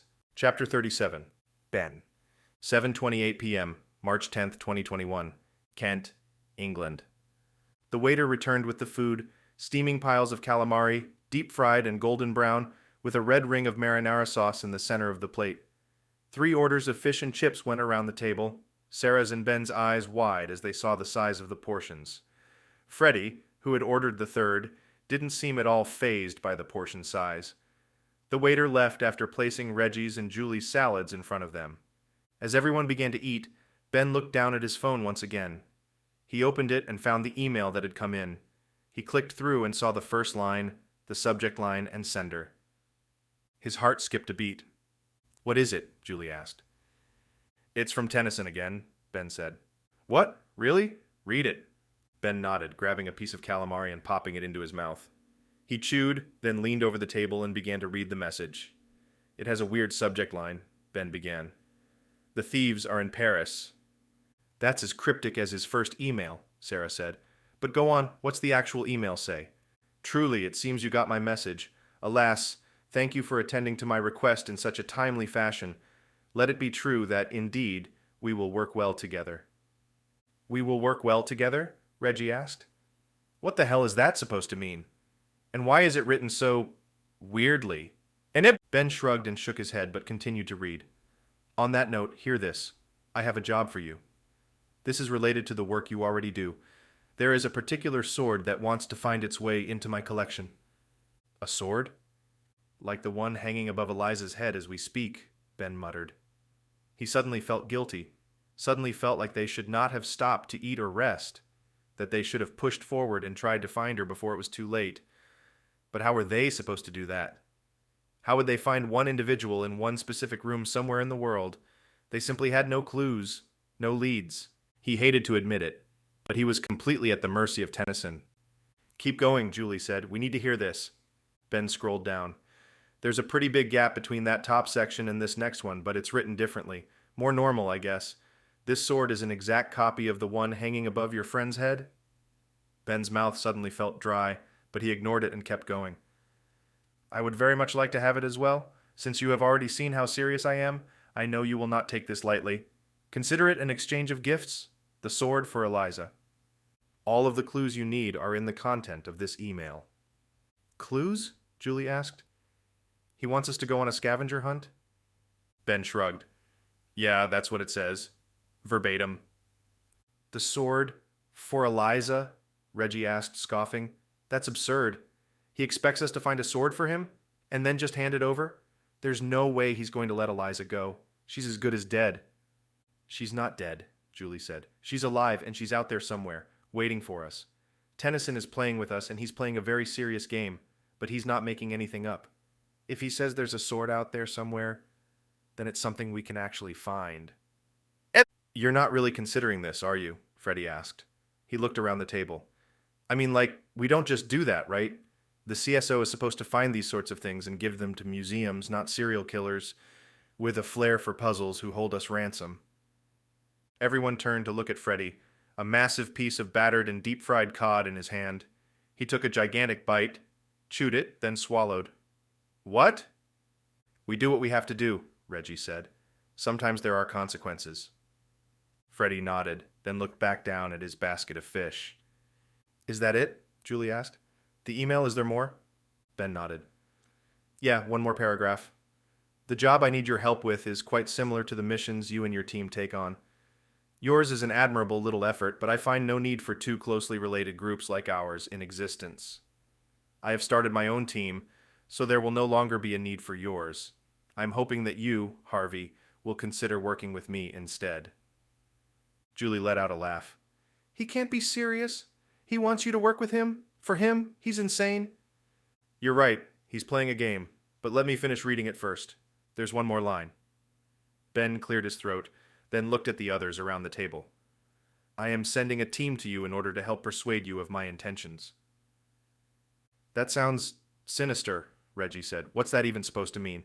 How is he going to persuade—" The glass wall that separated the restaurant from the rest of the hotel lobby behind Ben suddenly exploded inward.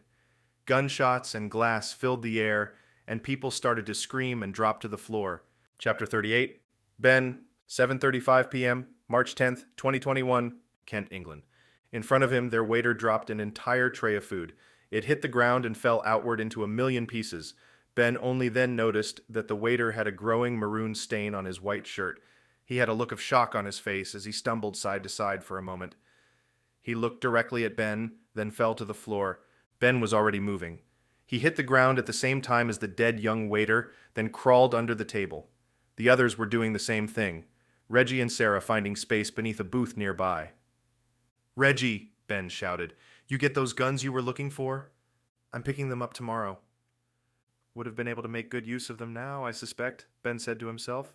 He looked around and saw other frantic patrons moving toward booths and tables to hide behind. One woman was screaming loudly about her son, but Ben couldn't see her from here.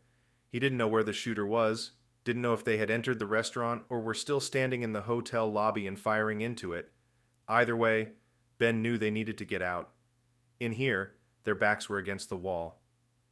"Just like the day we met," Freddie said to Ben, recalling the event right before their Antarctic trip.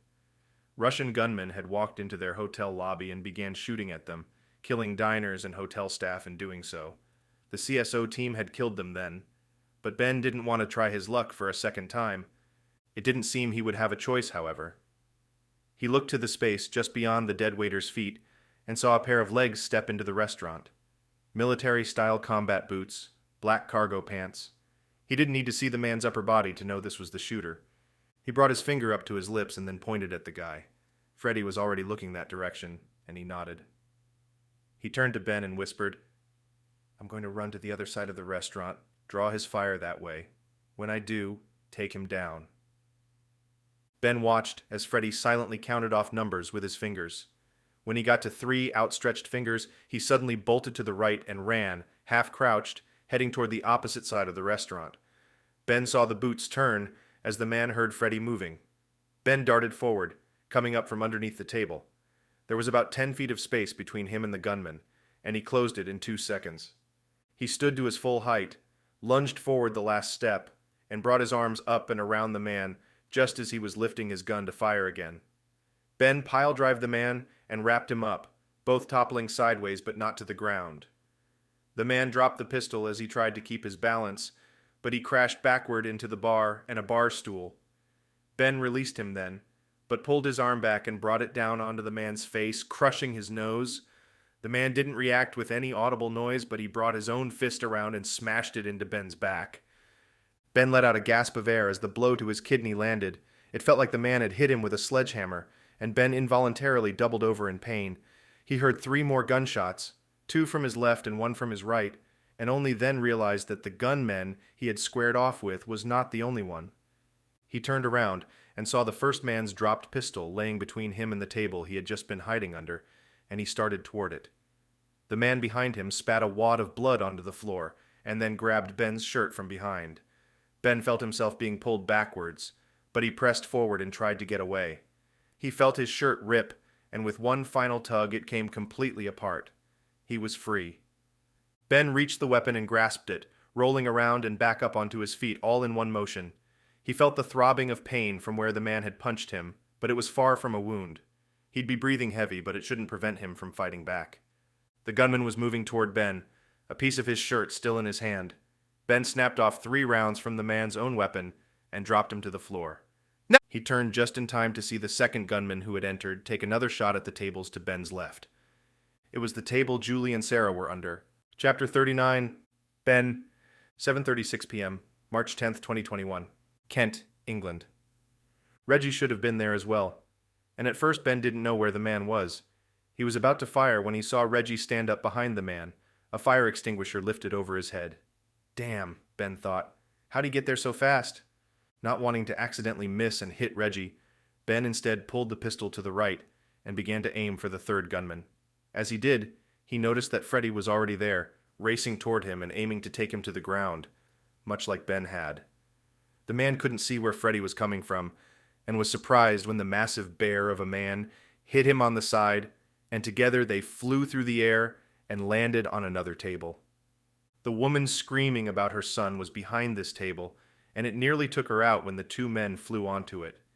She was miraculously missed by the corner of the wobbling table as it slid past her, but her screams resumed as soon as she realized she was not dead. Ben looked over to Julie and Sarah. "Get out, now!" Julie and Sarah both stood and ran toward the exit, just as Reggie brought the extinguisher down on his target's head. The man froze and then fell to his knees. His mouth moved a bit, but he was silent. "Let's go, come on!" Reggie yelled, tossing the fire extinguisher to the side, letting it clatter on the hard tile floor before rolling away behind the bar. Ben started moving toward the exit, hoping Freddy would be okay. He didn't have to wait long. As he got to the door, he saw Freddy running toward him, head up and hunched over like a linebacker. "Bennett," Freddy yelled, "we need to kill these guys. We have to take them out and make sure they don't..." Ben shook his head. "No, we don't have time. And we don't need anyone thinking this was anything but self-defense." Freddy didn't argue, but Ben did notice a menacing look in Reggie's eye as he passed by. His heart was pounding, the adrenaline being pumped into his system skyrocketing. He forced a few long breaths, looking at Julie as he did so. "Everyone okay?" someone called out. Ben looked over and saw the frantic, startled expressions on the faces of 3 hotel staffers crouching behind the lobby desk. An older man, wearing a black vest with a manager's tag on it, was looking at Ben. "You blokes okay?" Ben nodded. "Yeah, thanks. 2 of them are still alive, but knocked out. If you haven't already called the police, do it." "Already did," the manager said. "Why did they..." "No idea," Ben said. "Just some crazies, I guess." The old man suddenly froze and blinked a few times, as if the shock of it all had just hit him.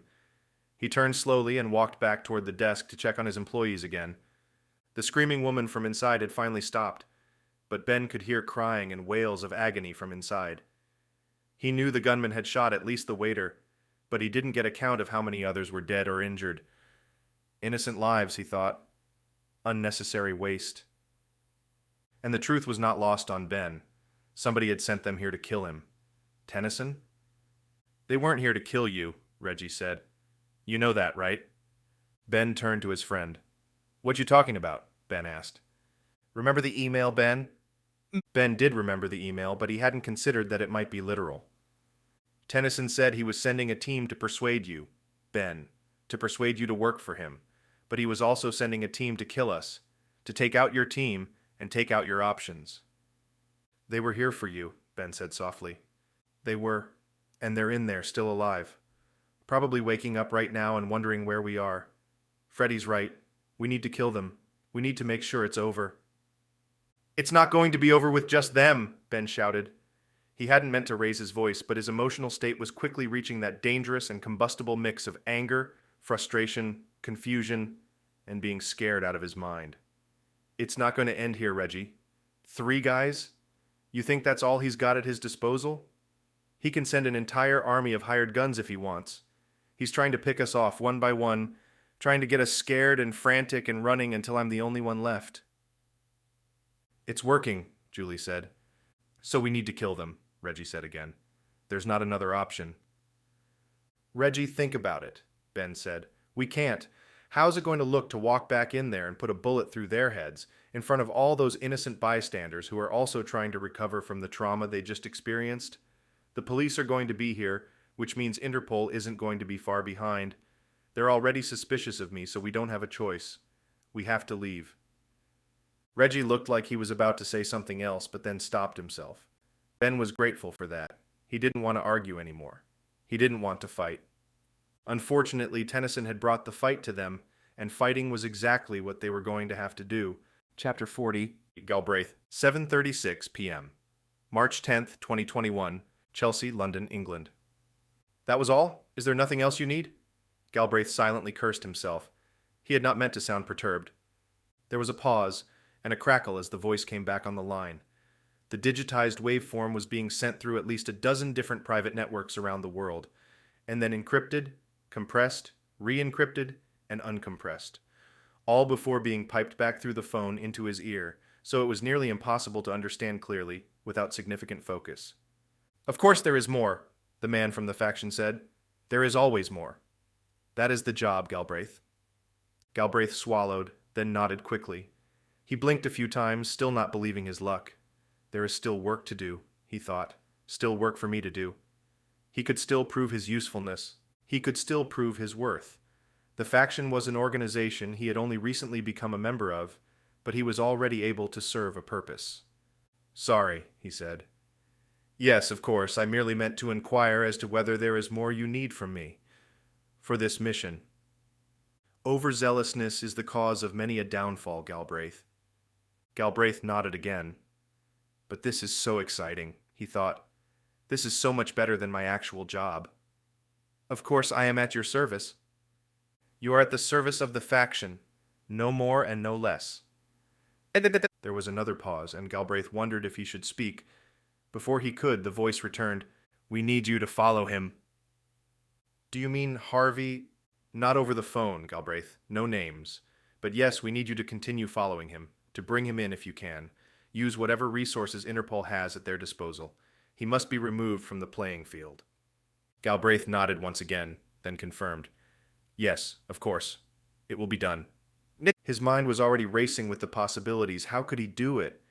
What was there he could use that would justify bringing in an American citizen? Could he detain the man? Hold him on some charges? Could he get him thrown in prison? As he listened for more instructions from his contact at the faction, he scanned the triple-wide curved monitor screen sitting in front of him. Unlike at the office, where Interpol had provided him with the most basic and most cost-effective machines and monitors, at his home, Galbraith had splurged on the industry's best monitor and gaming CPU, as well as the bells and whistles like a mechanical ergonomic keyboard and mouse, raised monitor platform, and water-cooled chassis. He had a few role-playing games installed on the monster machine, planning to get good at the latest and greatest first-person shooters, but he rarely found the time to play anymore. All that aside, the machine made quick work of any research tasks or any actual work he needed to do from home. He scanned the headlines and his attention turned to the screen on the right, where there was a transcript version of local police scanners in reverse chronological order streaming down the page. The two groups are at each other's throats, the voice continued. We are not sure of the details, but it appears their feud is related to vengeance. Again, I remind you as I remind myself. Overzealousness has been the cause of many downfalls, just like it has been theirs. Your role is to increase this agitation both parties are experiencing, but ultimately your job is to remove them from play. Do you understand? I do, Galbraith swallowed as he spoke, and the words came out stuttered. I do, he said again, taking the time to clear his throat. His eyes were jumping over two transcriptions on the right monitor, his mind not fully able to comprehend the coding. It was something he had never seen live. He tried to remember the list of London Police Department police codes he had memorized years ago, but he might have to look them up later. It was enough that his mind was drawing a blank yet calling his attention to them. It meant they were important. It meant something was happening. Dad, is there anything else you need from the faction at this time, Galbraith?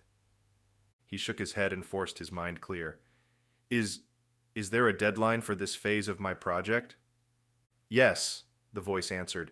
Yours is tomorrow evening. We need at least one of the groups completely out of the picture, if not both. We understand that there are unforeseen variables at play, so if you fail, we will have a contingency plan available. I understand, sir. No need for formalities, Galbraith. We appreciate your service to the faction thus far, and I look forward to your further commitment. You will be sent a new contact number for any emergency needs. Otherwise, consider this the last communication you shall have with this action until you are needed again. Galbraith nodded, suddenly realizing what the code on the screen meant. He looked at it once again, now understanding fully. Oh my God, something indeed was happening. and there was no doubt in his mind that it involved the very parties he was supposed to apprehend. "Thank you," he said. "That will be perfect. It turns out a plan is unfolding in front of me. It seems the groups have suddenly fallen into their own traps." "Very well, Galbraith. I eagerly await the completion of your task." Without hesitation, the call disconnected, and Galbraith heard the deadened silence on the other end of the line. He pulled the phone down and placed it on the desk in front of him. He began to breathe quickly, growing more excited by the second. More transcripts came in verifying his hypothesis. White American male, white American female, additional undistinguished individuals. More police radios crackled to life across London as the incident unfolded. He read through the transcripts, saw the epicenter in his mind, saw what was happening, and knew this phase had just gotten easier. He pushed back from the desk and stood up, stretching quickly before grabbing his overcoat and heading toward the front door. Chapter 41. Ben, 7:40 p.m., March 10th, 2021, Kent, England. Ben and the others walked out of the hotel just as the police cars were nearing the scene. He heard the sirens of an ambulance in the distance, likely coming along to prepare for the worst. It was dark out, but there were a million lights bringing illumination down around them, bathing everything in daylight-bright color. He wished he could stay to answer questions, to help the police with the investigation, and make sure everyone inside was accounted for, and provided proper medical support, but he knew it was a bad idea. What he had told Reggie was true. They didn't have time to waste. The others spilled out of the hotel behind him, trailed by the man wearing the vest. It was the manager on duty, and was probably coming out to wave down the police officers as they arrived. "What are we doing?" Reggie asked.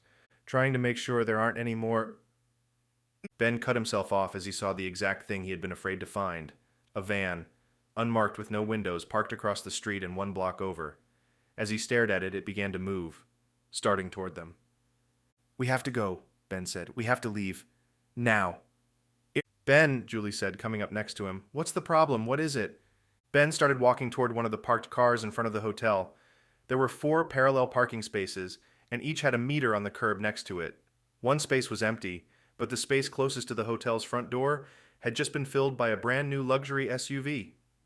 The owner of the vehicle was exiting, obviously completely unaware of what had just taken place at the hotel, and Ben jogged over and waved him down. "Ben, you're going nuts!" he heard Reggie shout. "Slow down, let's figure this out." Ben ignored him, focusing only on getting the attention of the owner of the car. "Excuse me, sir?" Ben asked. The man turned and looked at Ben, gave him a once-over, and suddenly bore an expression that looked to Ben like disgust. Apparently this man had more money than him and wanted him to know it. Ben had no patience for attitude, especially right now. "Sir," he said, stepping up to the guy, "I need to ask a favor." The man made a fuss about checking his inevitably expensive watch. "I'm late, and I won't be parked for longer than a minute." "Actually, it is about your car. I was wondering if—" Ben stopped. He had been tracking the van while he was talking to the driver, and he saw it approach on his left. One of the panel doors began to slide open. No, he thought, this isn't good. He turned around and shouted at the others, "Guys, get down!" They were all staring at him, not paying attention to the van. He pointed at it, beginning to form the words that would make his next sentence. Before he could say anything, the 2 men inside the van began to open fire. Small semi-automatic rifles began spattering the sidewalk and front steps of the hotel. Freddie had seen what Ben had been worked up about, and he was already pushing the others to the side, aiming for one of the parked cars in the spots on the other side of the hotel's entrance. The gunfire stopped momentarily while the men reloaded, but seconds later it began again. Screams erupted from somewhere down the street and across from the hotel, and Ben noticed the man who had gotten out of the car next to them, cowering in fear. Ben crouched down next to the rich guy and turned to make sure the others were safe. The gunshots leapt left and right, completely covering the front of the hotel, narrowly missing Freddie as he lunged for cover behind one of the parked cars, putting it between him and the shooters. The others were stacked in front of Freddie behind the car, their backs to it, sitting on the curb. And then Ben caught sight of the manager of the hotel, the older man wearing the vest. He was on the ground, his eyes piercing through Ben, a large pool of blood growing on the pavement from beneath him. Dead. "Damn it," Ben said. He turned back to the rich man who had gotten out of the SUV and grabbed his shoulder. "I need your car." "What?" the man sputtered. "I need your car, and I'm not asking." Ben shoved him backwards until his back hit the SUV's side and he let out a yelp of surprise. He reached for the man's hand where he had seen the keys a few seconds before. The man clenched them tightly, not wanting to let go. "Sir, I assure you I will return it. The man swatted at Ben's face with his fist. It was a weak punch, but it took Ben by surprise. He let go of the man's shoulder and jumped backward onto the sidewalk. He saw the van pull to the side of the road across the street, the two men from inside stepping out, both still holding the submachine guns. "Shit," he thought, "they're coming for us." Ben immediately corrected himself. "No, they're coming for them." He looked over to Freddy and the others and cupped his hands over his mouth.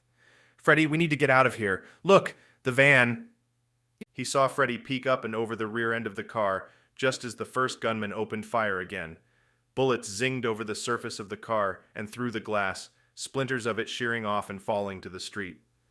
Freddy ducked back down. Ben turned to the rich man. "I don't have time for this. Give me your keys." Ben stepped forward and raised his fist, but the man was already complying, a shaking hand offering Ben the keys to his SUV. Ben took them and jumped around the front of the vehicle and into the driver's seat, opening all the doors on the way. He put the key into the ignition and hit the gas without bothering with his seatbelt. Chapter 42. Ben. 7:42 p.m., March 10th, 2021. Kent, England. Two police squad cars raced toward him, heading directly for the hotel. They were closing the distance fast, but Ben pulled the wheel hard to the right and swerved over both lanes of the street and aimed toward the two gunmen still walking slowly across the road. Both men had their weapons raised and were approaching the car his team was hiding behind from two different directions. Ben aimed for the first one and hit the gas pedal harder. The car lurched and squealed but sped up and slammed through the man, sending him flying. He twisted around in the air, knocking the other gunman down and out of the way. "Well, that worked a bit better than I thought it would," Ben said to himself. He slammed on the brakes and shouted out the open door to Freddy and the others. "Get in!" But they had seen the entire display and were already in motion. They jumped into the open back door of the vehicle, Freddy easily pushing all of them in as he stepped in last. Ben waited until the man's first foot was in the door, and then he started off again. He ignored the others trying to get situated, instead focusing straight ahead. He aimed the car at the same man he had hit a moment ago, and sent the front right tire over his head. The car jumped a foot in the air and teetered on its side as it bounced over the gunman, but Ben didn't consider slowing down. The second man, the one who had been knocked down by the first gunman, had recovered and begun crawling away, and narrowly missed being crushed beneath the SUV as Ben swerved toward him. "Come back around," Reggie said. "Take him out too." Ben shook his head. No time. The police are here and they just saw me splatter someone's head with a stolen vehicle. I think they would understand if—" "Shut it," Ben yelled. He kept his eyes on the road, speeding up and dodging other vehicles. But he directed his voice to Reggie, who had climbed over the center console and landed in the front seat next to him. "I'm tired of your bullshit, Reggie. We are a team, but I'm leading it. I didn't mean to get us in this mess, but I need your help getting out of it. We work together on this or we don't work at all. Got it?" No one spoke. Ben heard the buckling of seatbelts and he pulled into the fast lane leading toward the freeway.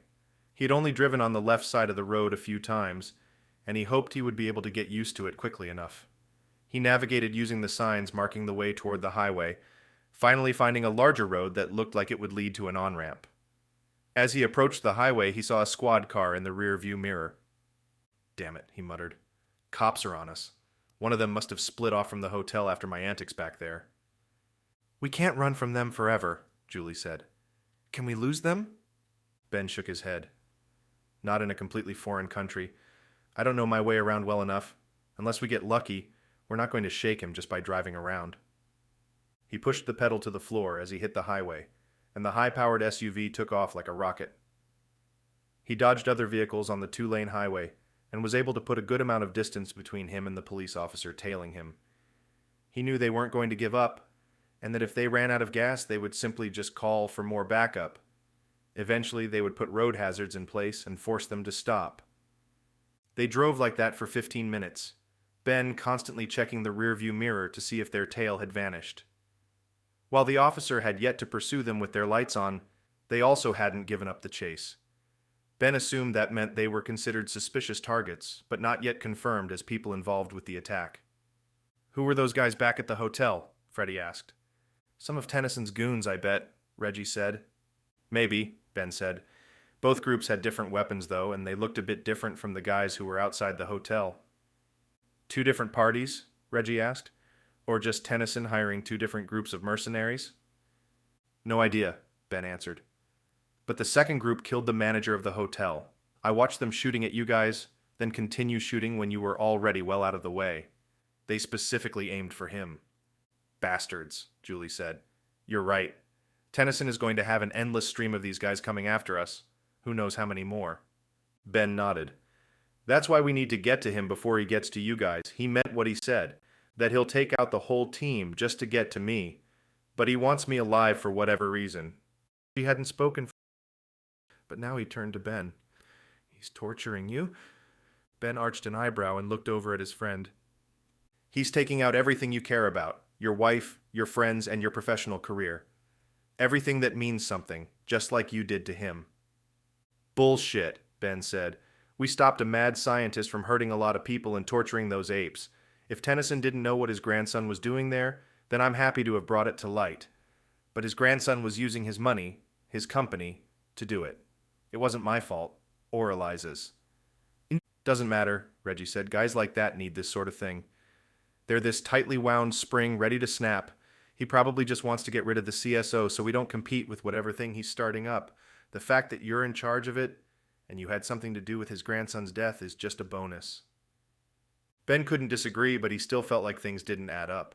Why go through all this trouble, this elaborate song and dance, just to get under his skin? If he wanted to kill his friends, why hadn't he just sent another truck to blow them all up? Pull off here, Sarah said, suddenly speaking from the back seat. She was pointing to the left, off the highway. What's up? I know Rochester pretty well. Used to vacation here when I was a kid. What's over here? Reggie asked. Sarah smiled. I have an idea. Chapter 43. Ben, 8 p.m., March 10th, 2021. Rochester, England. There's an entire strip of car dealerships coming up, Sarah said. Ben had gotten off the highway on the exit, she pointed out. The police cruiser was still chasing them, but now had its lights on, obviously now interested in bringing them in for questioning. The squad car had exited the highway shortly after them and was gaining speed. There was some distance between the two vehicles, but they were easily still within the officer's line of sight and would be for a while. They needed to get off the road, and quickly. This car is a Lexus, she said. If I remember right, the Lexus dealership should be... Right there, Julie yelled, pointing from the seat next to her. Ben looked at the direction she was pointing and saw the dealership, the Lexus logo emblazoned in lights on a sign high above the front of the lot. Ben understood the plan now. He pulled the car into the lot, the tires screeching as they left the asphalt and started onto the short concrete driveway. He knew the police officer would see them turn in here, but the plan wasn't to hide in the vehicle forever. They just needed to buy a little time. He peeled around the long lines of smaller cars until he saw what he was looking for. 3 rows of tightly spaced SUVs, ones that perfectly matched the 4-door version they were in now. The driver he had borrowed the car from had purchased the Lexus brand new, and judging by the smell of the interior and the low number of miles on the odometer, he guessed it had been sometime within the past few months. He drove around the rows of parked cars until he found an empty space. He quickly pulled their vehicle into it and parked. He immediately shut off the engine as the others were tumbling out. He looked over and saw Reggie start jogging up the rows of parked SUVs, then saw him crouch in front of a vehicle near the end of the line. Come on, he heard Julie say. If we can get to the edge of the lot over there, we can snake our way back around and get out one of the side exits. Ben saw what she was talking about. The lot was set on a slight hill, but there were no permanent walls on 3 sides. The perimeter was marked off by a chain-link fence, but there were a lot of gaps for entrance and exit driveways on those 3 sides.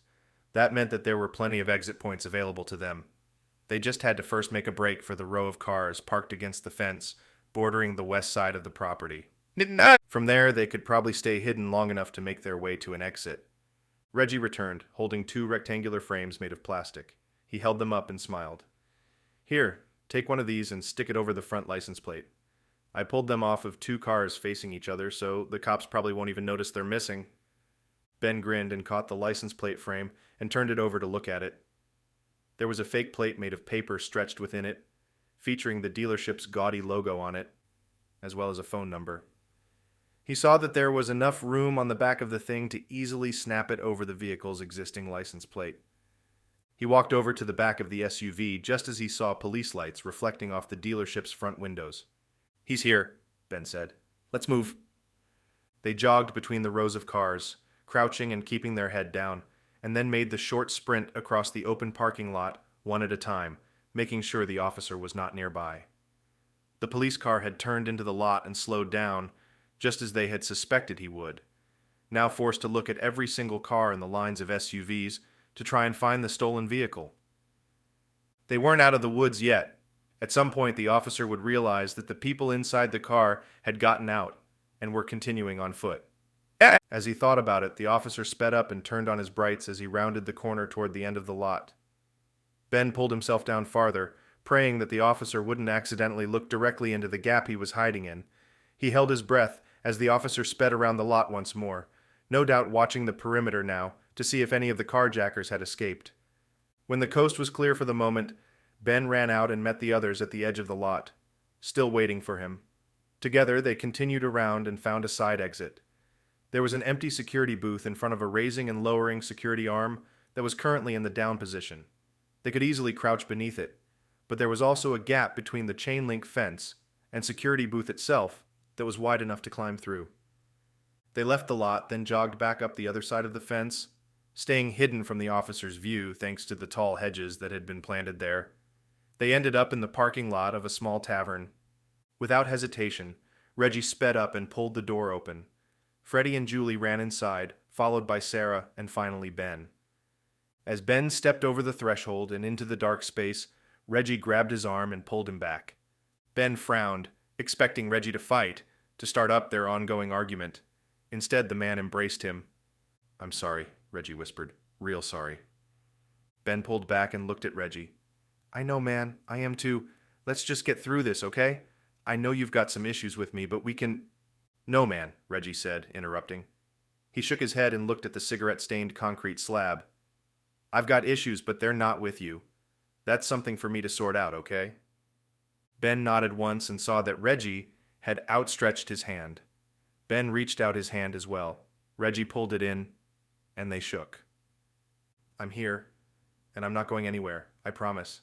I'll follow you to the end of the earth, to hell and back, to whatever harebrained scheme you cook up, brother." "I appreciate that," Ben said, smiling. "I really do. I need you. You know that?" "Oh, I knew it from the day I met you, buddy. I keep saving your ass, and I'll keep doing it." "Got it." "Hey!" Reggie laughed. "Now let's take a breath. We don't have time, but we need to make time. We need a plan." "Agreed," Ben said. "Then let's get a beer and cook up something really harebrained." Chapter 44, Benshi, 8:08 p.m., March 10th, 2021, Rochester, England. Reports of a terrorist attack today at the Hilton Garden Inn in Kent are still coming in. Our on-scene correspondent is keeping us updated with things as the situation unfolds. Ben looked up at the flat-screen TV hanging above the bar in the front corner of the room. The tavern was mostly empty, just a couple of middle-aged men playing pool in the back, and the bartender himself, the only others inside.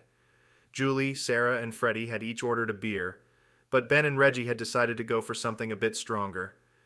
Ben watched as the bartender poured 2 fingers of scotch from a bottle behind him. "It's cheaper here," Reggie said. "Never liked it anyway. Now it'll just taste like cheaper stuff I don't like." "You just need to grow some hair on your chest, man," Reggie said. "I'm with Ben," Freddie said. "Stuff tastes like dirt.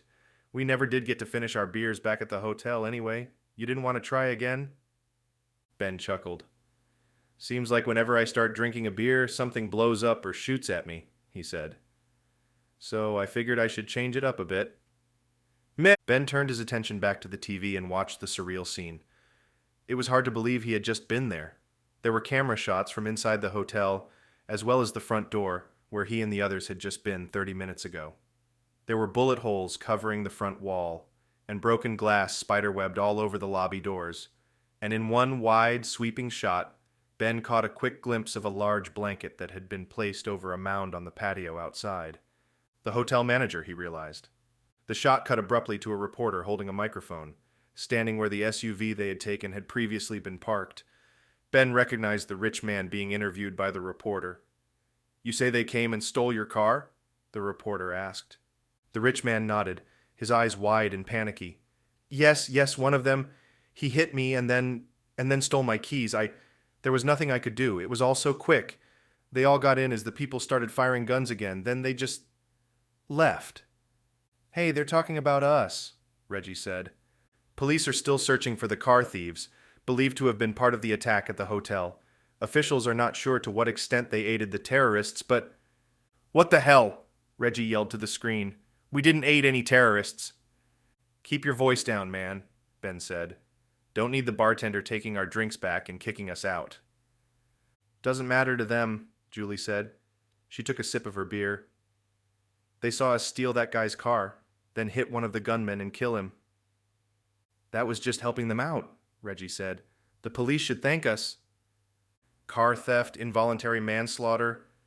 And what's it called when you get into a police chase and end up shaking them?" Ben asked. Reggie shrugged.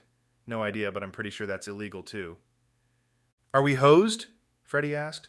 "Hosed?" Reggie asked in reply. "No, not hosed, not yet. We're in a world of hurt, but probably not done for yet. We need to figure out where Tennyson is and where he's keeping Eliza. And find the stupid sword he's talking about.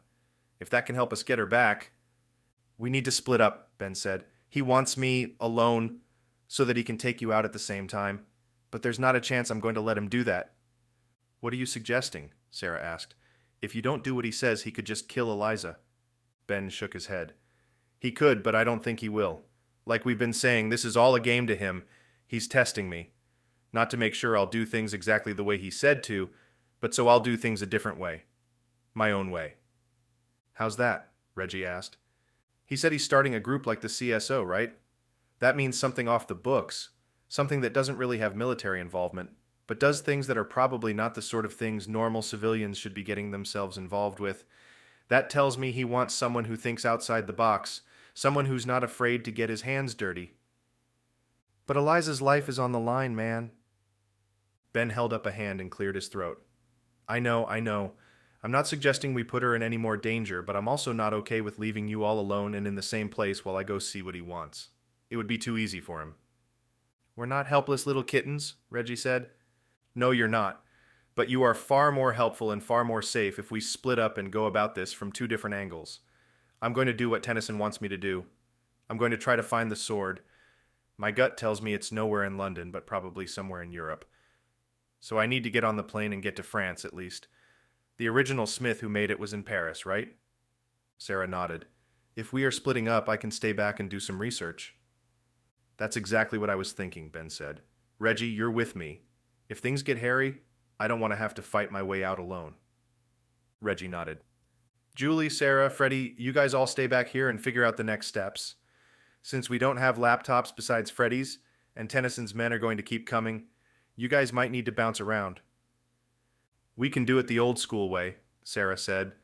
"Libraries, bookstores, online only through VPNs and never logged into any websites. If it's a treasure hunt involving something as important as Napoleon's sword, there's probably reams of published material talking about it." "Good idea," Ben said. "But don't get comfortable anywhere. We know for a fact these guys don't give a crap about collateral damage, so you're no safer in a cafe or coffee shop around a bunch of other people than you are in a dark alley alone." Ben looked back up at the TV and saw that they were now interviewing one of the young men who was working behind the counter in the lobby during the attack. He was sobbing, wiping tears from his eyes. The camera zoomed in on his face, capturing the emotional intensity of it. Ben shook his head.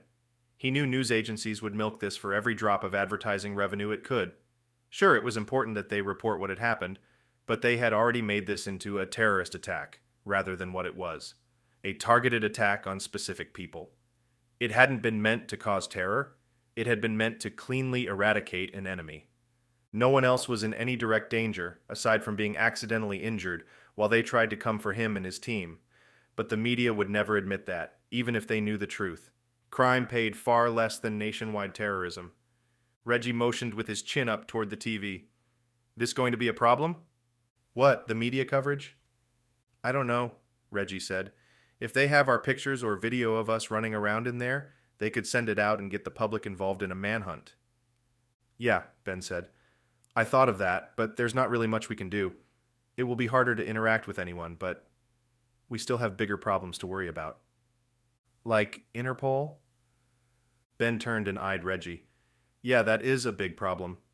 He felt his phone buzzing in his pocket, so he pulled out and looked at the screen. It was an unknown caller, but the area code signaled London. He rolled his eyes. Speaking of the devil, Chapter 45. Ben, 8:23 p.m., March 10th, 2021, Rochester, England. You want to explain to me why you and your friends were found at the scene of a shooting 30 minutes ago? Ben sighed. It was the man he had met from Interpol, Officer Galbraith. No, Ben said. I don't really want to. I've got about 12 agents in the area, all looking to bring you in. On top of that, local law enforcement tells me they're looking for you as well. Seems you borrowed a car without asking and then ditched it a little while later. I told the guy I was borrowing it, Ben said. Borrowing it or not, it really comes across like theft. Look, I was sent to that house by mistake. I was just trying to meet with someone and they gave me the wrong... Who? Galbraith asked. Who were you supposed to be meeting? And what was the meeting supposed to be about? There was no way Ben was going to answer those questions. No way he would tell Interpol about Tennyson. That's my business. Your business and my business are quickly becoming shared business, Mr. Bennett, Galbraith said. Ben could hear the irritation in the man's voice. Tell me where you are and I'll have someone pick you up, just you, and we'll let your friends go. You have my word. Pass. Mr. Bennett, this is an ugly situation for you. However you crack it, there's going to be jail time. The longer we play this out, the longer that sentence is going to be. I guarantee you that. Ben sighed again, realizing that the others were now staring at him, listening into the conversation. He had been keeping his voice low so the bartender wouldn't hear, but the man had gone back to the restroom. As such, he talked a bit louder. I understand, I'm a little busy right now, unfortunately. I'm pretty sure we can work something out later, but I need... No, Mr. Bennett. You do not need anything at all, but to tell me where you are. I'm done picking around. Give me a location. Ben thought for a moment, weighing his options. Then he pulled the phone down and hung up the call. Girlfriend? Reggie asked. The others chuckled, but Ben shook his head. Interpol. Shit, Freddie whispered. He's still suspicious? Ben looked at Freddie. I'd say suspicious went out the window the moment he saw our faces at the hotel. He was at the hotel? Julie asked. No, but he heard about it from his police friends or something. Either way, he's got the hots for me right now, and not in a good way. That change anything about our plan? Reggie asked. Yeah, Ben said. It means we need to move even faster than we were going to before. Like, right now. Ben stood up from his bar stool and pulled his wallet out. Thankfully, it had been in his pocket during the explosion, and there were still a couple of folded $50 bills in there. You think they take American dollars? The bartender still had not returned from the restroom, and Ben didn't want to wait around. I guess they'll have to, Sarah said. He placed one of the 50s on the counter and the team turned to leave. The two men at the back of the tavern had stopped playing pool and were now laughing loudly over a couple of beers, still ignoring them. Neither looked in their direction when they left. We're out of time, Ben thought. No more running from this. Time to run towards something. Chapter 46. Julie. 9:34 p.m. March 10th, 2021. The London Library, London, England. Julie sat at the table across from Dr. Sarah Lindgren at the London Library in St. James. Dr. Lindgren had only recently joined the CSO's payroll as a part-time and temporary team member, as she had not initially wanted to commit to a full-time job with the group. She hoped to continue her role as a professor and research anthropologist at her university. The woman was brilliant, capable of just about anything the group needed her for, which meant she was a perfect fit. Her interests and expertise aligned with those often needed by the CSO, and on the missions Dr. Lindgren had taken part, she had proven to be an incredible asset to the team. Julie hoped that for her, the chaos and terror they had experienced over the course of many of their expeditions would be overshadowed by the joy of discovery and their knack for success, and that Sarah would eventually agree to come onto their payroll in a more permanent position. Until then, they had to be satisfied with whatever time she could lend to their group. Sarah had checked her emails, making sure there was nothing pressing at the university that might require her to return to the United States, and then flicked her eyes up at Julie. "Ready?" she asked. Julie nodded, staving off the post-adrenaline crash. She was still jet-lagged and would be for the next day. In previous travels, she had done her best to stay busy, to stay active, as she had found it was the best remedy for jet lag. After the events at their hotel in Kent, and then the near capture with the police, she was ready for a 12-hour nap. Unfortunately, Eliza was still out there, and Tennyson was still on their tail as well. They needed information. They needed to figure this thing out. The group had split in half after the pub in Rochester in order to better stay incognito as they ran from Interpol, the local London police, and now the general public. While they weren't concerned that a civilian would recognize them by their faces, the news had mentioned that the team was made of 5 members. It seemed to be more of a risk than it was worth to continue traveling together as a group. Ben and Reggie had decided to go get cash out at an ATM, which they would then use to catch a flight to Switzerland, as well as purchase anything they would need. Julie had agreed to do the same. Since they only had credit cards to work with, there was the risk that whatever cash they could withdraw using their card would leave an easy trail to follow, but it was a necessary risk. The alternative, using their credit cards for every purchase, was a much riskier choice. Freddie, Julie, and Sarah had caught a public bus, risking someone recognizing them, and headed north to reach the downtown London library, hoping to do enough research on the second Napoleonic sword. Freddie, at first feeling intellectually outmatched, had settled into his role as an administrative assistant and was currently out getting coffee for the 3 of them. "Ready as I'll ever be. I've already ordered a stack of books, so they should be getting here in a minute." While Sarah had checked out a laptop from the library staff, Julie had ordered a stack of books covering the Napoleonic Wars, biographies on the man himself, and any interesting historic works that seemed like it might mention Napoleon's favored sword and the Parisian smith who had created it. "Okay," Sarah said. "First thing, we need to verify that what Tennyson is claiming is actually true. I've never heard anything about a copycat sword being made, but then again I am not an expert on Napoleon Bonaparte." "Heard about the first, the one that was in the video with Liza?" Sarah nodded. "Sure, maybe a tidbit here and there. I knew there was something people referred to as Napoleon's sword, and that even though he had and used many different swords over the course of his military career, there was one particular one that he called his sword, a favorite, one made especially for him that he carried into battle." "What was special about it?" Sarah clicked around on the screen in front of her and then looked up at Julie once again. "Apparently it was just a really well-crafted sword, a gift from one of the goldsmiths in Paris he used often, gilded, made from the finest materials." She clicked again and continued reading. "It gave it almost a bluish hue, perfectly offset by the gold lacing patterns and insets on it. It would have been an extremely expensive piece back then, and apparently it is still in perfect condition." "And it was last seen here in London?" She nodded again. "Yeah, sold to the woman who was buying it for her husband. At the auction at Hever Castle in Kent, it was delivered to her home, that place Ben showed up at, and that was where she was killed." Julie shuddered, trying not to imagine the scene of the young woman being stabbed in the back of the neck by the very sword she had purchased that night. "Who would do something like that?" Sarah shrugged. "Considering all of the people I've met and interacted with while helping the CSO, seems like there would be at least a few who would do just about anything for the right price." "Yeah, unfortunately you're right. Still, it's pretty clear to me that whoever killed her was trying not to take credit for it." "Yep." "You mean Tennyson didn't want us to know he killed her?" Julie asked. Sarah shook her head. "No, what I'm saying is that it's obvious Tennyson himself didn't kill the woman. He paid someone, a hired gun or mercenary or something like that, to do the job. Likely the same guys who accosted us at the hotel, but he also left some clues behind, purposefully. And on top of that, he called Ben to London and told him to go to the exact spot she had been murdered only hours before. He set all of it up." Chapter 47. Julie. 9:35 p.m., March 10th, 2021. The London Library, London, England. Julie nodded along, thinking of the agent who had confronted Ben at the scene of the crime. "You mean Interpol? The fact that Ben had no idea what he was getting himself into. Ben had the address, so he knew right where he was going. Anyone watching would rightfully be suspicious of him, and all of us, now." Right, seems like Tennyson wants us killed, but he's got more in store for Ben. For whatever reason, he basically blamed Ben for her murder, at least from the perspective of Interpol and the local police. Now they're all on our tail and will bring Ben or us in for questioning if they catch us.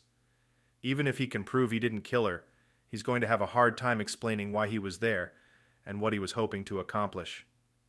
Julie felt her skin tingle. She knew Sarah was right. Even though Ben was innocent, if Interpol or the London police wanted to make an example of him, they could certainly dredge up something from his past with the CSO that looked sinister enough to put him behind bars. So, that means we need to get back to the task at hand. We need to find the sword, if it exists. Not just that, Sarah replied. We need to find the sword and then figure out what Tennyson wants it for. We need to understand the full picture as much as he does. That's the only way to keep Eliza and Ben safe. Just then, two people entered the room from opposite sides. From Julie's right side, Freddie returned with a cardboard holster and 3 cups of coffee in to-go cups with lids. Across the room on Julie's left, a librarian entered with a pushcart full of books. Both reached the table at the same time, and Julie couldn't help but notice each of them taking an extra long glance at one another. The librarian, a young-looking woman with a conservative floral shirt and long black pants that accentuated a slender, short body, smiled a dainty, quaint smile. "We're supposed to be closed already," she said. Her voice was as petite as her figure. "But I think I can hold it open for you all." Julie smiled. "Sorry to keep you. We really won't be long. And if we can check these out?" "Of course." She turned to the cart and started piling the books on the table. "Oh," Freddie said. "Let me, help you with those." Julie saw the librarian blush as Freddie grabbed 3 textbook-sized books with 1 massive bear claw and pulled them up off the cart. It was amusing to watch. "Wow," Julie said. "You're so strong." Freddie made a face, but Sarah joined in before he could say anything. "So many books, Freddie, with only 1 hand. Very impressive." At this, he gave a quick shake of his head and pretended like he hadn't heard it. When the pair finished dumping books on the table, the librarian thanked them. She turned and left, pushing the empty cart away. Julie and Sarah were staring at Freddie, who had a dumbfounded look on his face. "What?" he asked. "I was just being nice." "Nice, of course." Sarah's eyebrows were raised, and Julie was grinning from ear to ear. She put on a mock southern accent. "Ah, didn't know you were so deft with them big ol' books, Freddie." At this, Freddie lowered his chin to his chest and tried to hide his reddened cheeks. "Fine," he said. "She was cute, and I kind of have a thing for book chicks." "Book chicks?" Sarah asked, her mouth open. "Book chicks? Seriously?" He shrugged. Julie thanked him for the coffee, then turned back to Sarah. "Do you think the sword is still somewhere in London?" she asked. Sarah shook her head immediately. "No, I don't. It's pretty obvious to me that Tennyson is trying to send Ben on a world tour of sorts. The fact that the sword was last seen in London, and the murdered woman's house is in London, means that Tennyson is trying to string him along. My guess is that there will be clues that reveal themselves at certain times, and Ben needs to be keenly aware of them in order to find the next place Tennyson wants him to go." Julie didn't like what she was hearing, but it made perfect sense. "Like a scavenger hunt," she said. Freddie placed his hand on the table. "That's sort of what I was thinking too," he said. "He's playing with us, playing with Ben. A charade, all of this fun and game stuff. It doesn't seem like the normal way to have somebody murdered." "Right, but we can assume Tennyson doesn't want to murder Ben. Tennyson wants to mess with him as much as he wants to kill us, but Ben's safe, for now. Tennyson wants something from him, remember?" "He wants him to take a job," Freddie said. "Yes, but there's more to it than that. He needs something he believes only Ben can find. It has to be that, or he wouldn't waste his own time setting this all up. I have a feeling the end goal is not going to be pretty either." "How so?" "Play it out to the end," Julie answered. "There's very little chance in my mind that Tennyson will be perfectly happy just turning over Eliza and letting Ben go free if we can find and deliver the sword to him. We already know he wants Ben to work for him, and that doesn't sound to me like it's going to be an amicable employer-employee partnership." "So we find the sword, we find Eliza," Sarah said. "That much is clear, but we need to do it without Tennyson knowing we're doing it." Freddie nodded. You mentioned something about clues. You think that Tennyson will reveal clues to Ben as he needs them, or something like that? Julie shrugged. No idea, but I hope so. It seems to make the most sense so far in the game. Well, in that case, Freddie responded, I guess we should be looking for these clues, right? Julie nodded again. Yeah, that's our best bet. If we can get a jump on finding out the next place Tennyson wants Ben to go, we might be able to get a jump on Tennyson himself. You have something in mind? Freddie looked down at the laptop, then at both women. You still have that video of Eliza? Chapter 48. Freddie, 9:36 p.m., March 10th, 2021. The London Library, London, England. Freddie pulled the laptop over to him. He pulled up a chair and sat down next to Sarah, across from Julie at the library table.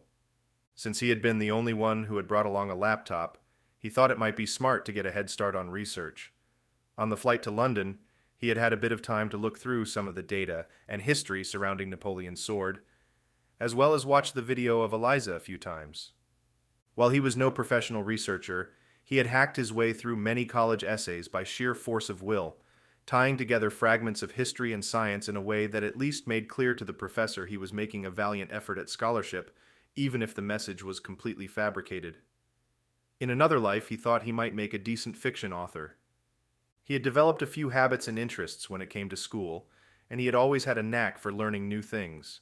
It had made him a great soldier, able to parse information faster than his colleagues. In addition, he had some helpful talents and skills that made picking up new things a bit easier.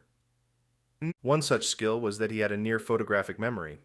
While he had found it mostly unhelpful for tests during his school years, as his recall was typically very low, he had realized during his upbringing that if he saw a picture of something for at least 10 seconds, there was a good chance he could describe it very accurately, even years later. While the others had been looking at Eliza's face in the video, trying to read her angst and decipher anything they could about her mental state, Freddie had been looking at everything else. He knew that the room itself was impossible to make out, that there was nothing there useful enough to point them in a certain direction. It was blurry, out of focus, nondescript. Her torso was also cut off by the framing. Only the upper half of her body was visible, so anything she was doing with her hands or feet was useless to them. But he had gotten a very good look at the sword itself. He had been able to recreate a pretty good model of it in his mind based on the time he'd had to examine it. When he had gotten to the hotel and had had a few minutes of downtime, he had pulled up a search and began looking for images of Napoleon's favored sword, the sword of Austerlitz. And sure enough, the pictures he'd seen showed the same sword he had seen in Eliza's video, the sword Tennyson had had stolen from the woman who had purchased it at auction just a few days ago, and the same sword that had been used to kill her afterward. It was the same sword Tennyson was now threatening Eliza and the CSO with. He wanted to find a duplicate sword, one that looked exactly like this one. What did you find? Julie asked. She was leaning over the table toward Freddie and the computer. He pushed the laptop back and scooted around the corner of the table so that all of them could see what he was doing. Just wanted to pull up a picture of it, he said. You've got the video here too? Sarah nodded. Ben stuck it on this flash drive, she said, pulling something out of her pocket. She revealed a thumbnail-sized disk that she shoved into one of the library computer's USB ports. Should be the only thing on there. Freddie nodded and double-clicked the video file when it recognized the disk. He let the video play for a few seconds and then paused it.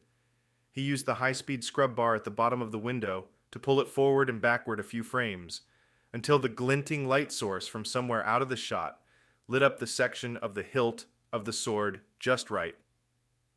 There. Seems to be a pretty high-quality video, he said. Maybe even 4K? That's good, Julie asked. If a bit overkill.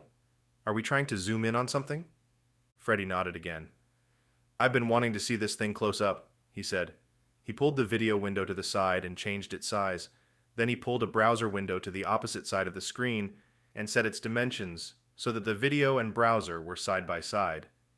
Then, on the browser window, he found a picture of the sword of Austerlitz and enlarged it, narrowing in on the same section of the hilt he had seen in the video. He did the same on the video window, finding the best size the video would allow that was in focus enough to see the hilt clearly. It's the same one, Sarah said quickly. So Tennyson actually stole the sword of Austerlitz. He was not lying to us. Freddie smiled. No, he didn't.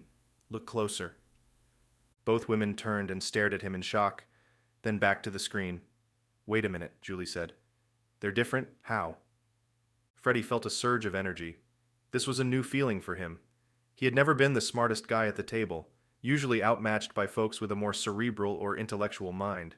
He wasn't dumb, but he'd never felt at home with the big brains in his classes. It was the reason he had turned to the military after high school. His family had a long history of military men and women, but it was really the fact that he felt more comfortable pointing a weapon downrange and clearing a room and being a cog in the chain of command than he did leading a strategy session. I saw this the other day, but I didn't know to look for it again until I saw this image from the web. He leaned over the computer and dragged the mouse in a circle around an area on the hilt.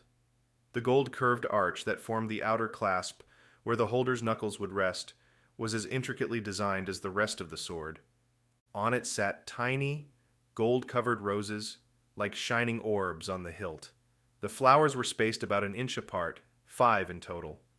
These roses, I saw them in the video. Notice anything? Sarah and Julie each leaned over, examining the two images. It wasn't hard to spot, now that they were side by side and knew what to look for. Julie gasped. Oh my God, there's a different number of them on each sword. Sarah put her hand over her mouth. You're right.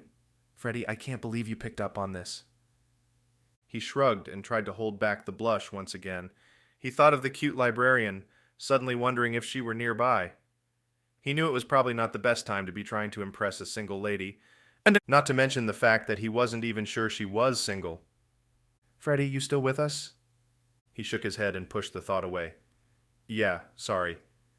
Anyway, I saw it without realizing what was weird about it. It got lodged in my mind as something to check into later. Didn't think it would be worth looking at again until I saw the other image and could clarify. But yeah, you can see that one of the swords, Tennyson's, has only 4 roses. The one that should be right on the spot where the clasp meets the hilt is missing, but it's there on the other picture. Right, according to this website, the actual sword of Austerlitz has 5 roses, right there on the hilt. So, what does it mean? Freddie asked. Well, for starters, Sarah began, it means that Tennyson was telling the truth. There were, in fact, 2 swords made at the same time, at least one of them by that goldsmith in Paris. But he wasn't telling the entire truth, Julie pointed out. Maybe he didn't know, or maybe he does know and wanted to test Ben, but the swords are clearly not identical. Freddie nodded. Yeah, they're pretty damn close, but I'd say these are 2 completely different swords. I don't think Tennyson would just pop off one of the roses. That would definitely leave an obvious mark. Right, Julie said. I'm going to shoot Ben a text and let him know that we've got some information. I'll be discreet and won't tell him anything until we can figure out how to get a secure message to them. They need to know about this when they get to Paris. Yeah, Freddie recalled that Ben and Reggie had taken flight to the airport with very little explanation. Ben had a plan, apparently, but he hadn't wanted to share it with the others just yet, claiming it would only endanger them more to know about it. He didn't like it, but Ben was now technically his boss. Julie had even let it slide, so he had kept his mouth shut. Julie, Sarah said, suddenly looking up and across the table, Ben and Reggie won't be going to Paris until after they go to Switzerland. Right. What do you mean? It seems to me it might be in our best interest to not wait for them to finish whatever they're doing in Switzerland, right? Julie considered this for a moment. But he didn't want us going anywhere. It's not safe to be out and about with Interpol and Tennyson's goons running around. Freddie nodded, already standing up from the table and shutting the lid on the laptop. He didn't want to let Julie overrule Sarah. He felt the pressure as well, and more importantly, he didn't want to wait around and play research assistant. He wanted to take action. We can run back to the hotel in Kent, and I can sneak in to get my laptop, he said. It's a bit out of the way, but taking a more meandering route will only help to throw off anyone on our scent. What are you talking about? Julie asked, still confused. I'm on the same page as Sarah, Freddie said. We can't just be waiting around for Reggie and Ben. Eliza's out there somewhere and the clock's ticking. I say we go on a little field trip. Let's take this stuff to Paris with us. Track down someone who knows something about that old goldsmith. I'd bet $1 million they would be very interested to see this. Chapter 49. Ben, 9:36 p.m., March 10th, 2021, London Heathrow International Airport, London, England. Ben still felt the rush. The adrenaline hadn't yet worn off. After they'd left the tavern and after splitting up with Freddie, Julie, and Sarah, Ben and Reggie had made their way straight to the airport on the west side of London once again to catch a red-eye to Switzerland. They had stopped on the way and had withdrawn their daily limit of cash, paid the absurd fee, and vowed to do so again the next day. They needed to get off the grid to make it as difficult as possible for Tennyson and everyone else after them to track their movements through Europe. Ben knew that Tennyson had sent the grunts to kill his team as soon as they had sat down for a meal at the hotel restaurant. He had waited until Ben read the email and then sent them in. The van that had taken shots at them and killed the hotel manager had also been waiting for them to emerge, a backup in case their teammates inside had not killed all of the CSO crew. All of those facts told Ben one thing: Tennyson was watching them, and he had eyes in all the right places. They all needed to get out of the system, and fast. Ben wasn't sure what that meant regarding the use of their cell phones, but he would wait for Julie and her expertise on the matter regarding phones and email. However, he did know that it would be easy enough for someone like Tennyson to track them by what they purchased using their credit card and where the transaction had taken place. If Tennyson had his fingers in the credit card company's databases, it would be simple enough to find them. By taking cash out here in London, it would alert Tennyson that they were on the move, that they were aware of how easy it would be to locate them, but it was still a risk worth taking. They needed cash, and there was really no other way to acquire it without raising a red flag. Besides, any bank they could use wasn't open at this hour. Ben did not want to reach out to Mr. E again either. He had gotten the sense that the man hoped for Ben to execute his portion of the mission in silence and isolation, without input or argument from the rest of the team, and without any further communication from Mr. E himself. Whatever the man had going on, whatever coping mechanisms the man had regarding the death of his wife, Ben would leave him to it in peace. They had reached the airport about an hour after leaving the tavern, and Ben was pleased to discover that travel this time of the week and this time of day was relatively light. A half hour after arriving, they had tickets booked for a flight leaving for Bern in 20 minutes. It had been easy enough to get through security as well. Neither man had a bag or carry-on items to bring, and security personnel didn't think much of it or add any extra grief to their trip. As they walked to the gate, Ben felt his phone vibrate and heard the ding of a text message. He pulled it out of his pocket. It was from Julie. Update incoming. Filling in details now, but need to chat when you land. Not an emergency, Ben realized. Perhaps the first non-emergency message he had gotten in the last 3 days. That was a relief. But it also meant there was new information Julie, Sarah, and Freddie had dug up. It meant they might be making progress on the Napoleon problem, or even knew where to find the second sword. He also knew that Julie was concerned about Tennyson's ability to peer into their technological lives. If the message she needed to deliver were something completely mundane, she would have just said it. And if it were something important but she was not concerned about their phone data being intercepted, she similarly would have just explained it via text message. The fact that she was being vague and cryptic meant she too was concerned. She knew Tennyson was watching them, tracking them. He showed it to Reggie, who just nodded and continued walking. There was no reason to call her yet, no reason to freak out. It was likely the 3 other members of his team were simply putting the pieces of the puzzle together and wanted to run a few things by them to get their story straight. When they sat down at the gate and waited for the boarding call, Reggie turned to Ben. "You finally going to tell me about this harebrained idea you have?" he asked, a grin on his face. Ben shrugged. "Why would I? What would be the fun in that?" Reggie laughed, shifted in his seat to get comfortable, then looked straight ahead. "It's something really stupid, isn't it? You wouldn't even mention it to Julie." Ben sighed. "What else would it be? Anything obvious is something Tennyson will have already thought of. Anything most people would do is something he will have already taken off the table." "Like going to the police or Interpol?" Reggie asked. Ben nodded. "Precisely. He wants to frame me for that woman's death, or at least get the authorities asking questions and honing in on me. That completely removes the option of reaching out to them for help. We can't go to them to tell them that Eliza's been taken, nor can we ask them for help tracking him down. They'll bring me in for questioning." "Not me, though. They don't know who I am." "They might. And it won't be hard to pull up my known accomplices. You'll be in the system somewhere. And I didn't tell Julie or anyone else because the fewer who know about it, the safer. Reggie shook his head and continued to laugh. He looked down at the airport carpet, the stained blue of the flattened threads. I knew I should have stayed in Brazil. Totally off the grid, totally unable to be found unless I wanted to be found. I lived in a bunker, man. A literal underground bunker. My walls were made of concrete. Yeah, well, your wife didn't think too highly of that, did she? Ben knew Reggie would take the joke in stride. He rarely mentioned his late wife, and Ben had never met the woman. Reggie laughed even harder. You know, she didn't mind. She really just didn't like that she couldn't staple crap to the walls. Is that how you think people decorate, Reggie? Stapling crap to the walls? Have you really never hung a picture frame?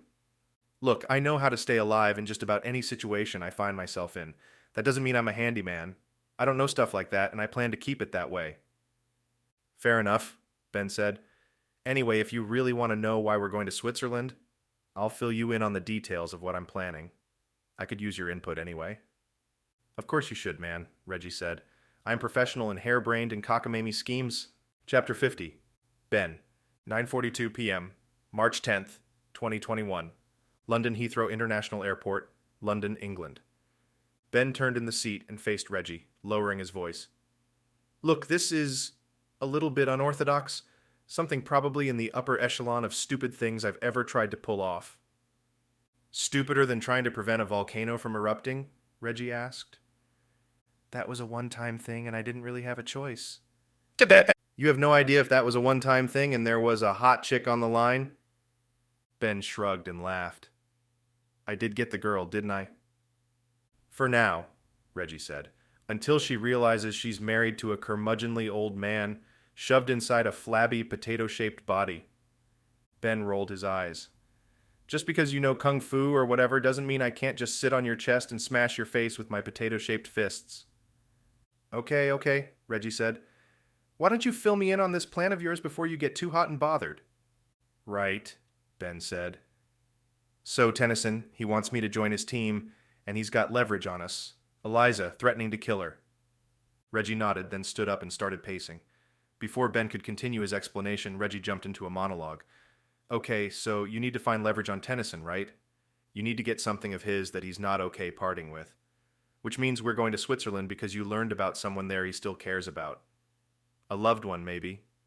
And you plan to kidnap them and use them as bait to lure Tennyson out. Or you plan to use them as leverage when we get to Tennyson.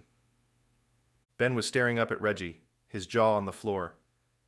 What the hell, man? You just whipped that together right now? Reggie threw his head back and roared in laughter. A few nearby passengers waiting for the initial boarding call looked toward them, annoyance on their faces. Ben, this was literally my first thought when I learned about Eliza. You might find this hard to believe, but I'm not just a beautiful, perfectly sculpted hero reminiscent of Greek mythology, with perfect pure motives.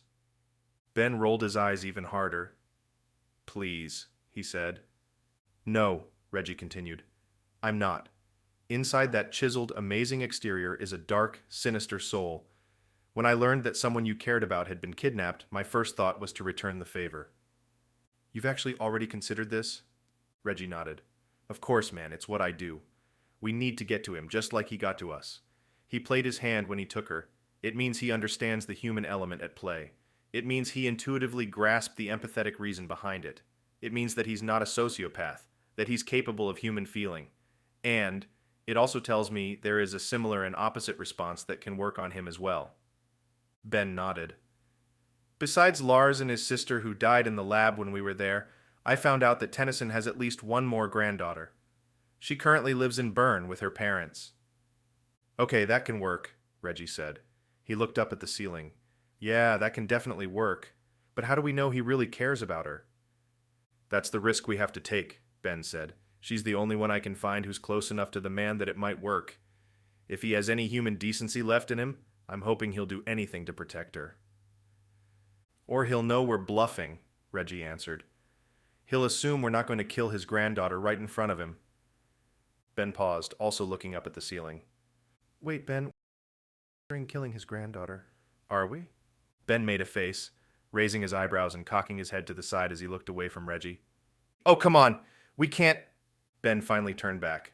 "No, you idiot. We're not going to kill a kid. That's off the table. Always will be. Always has been. You know that."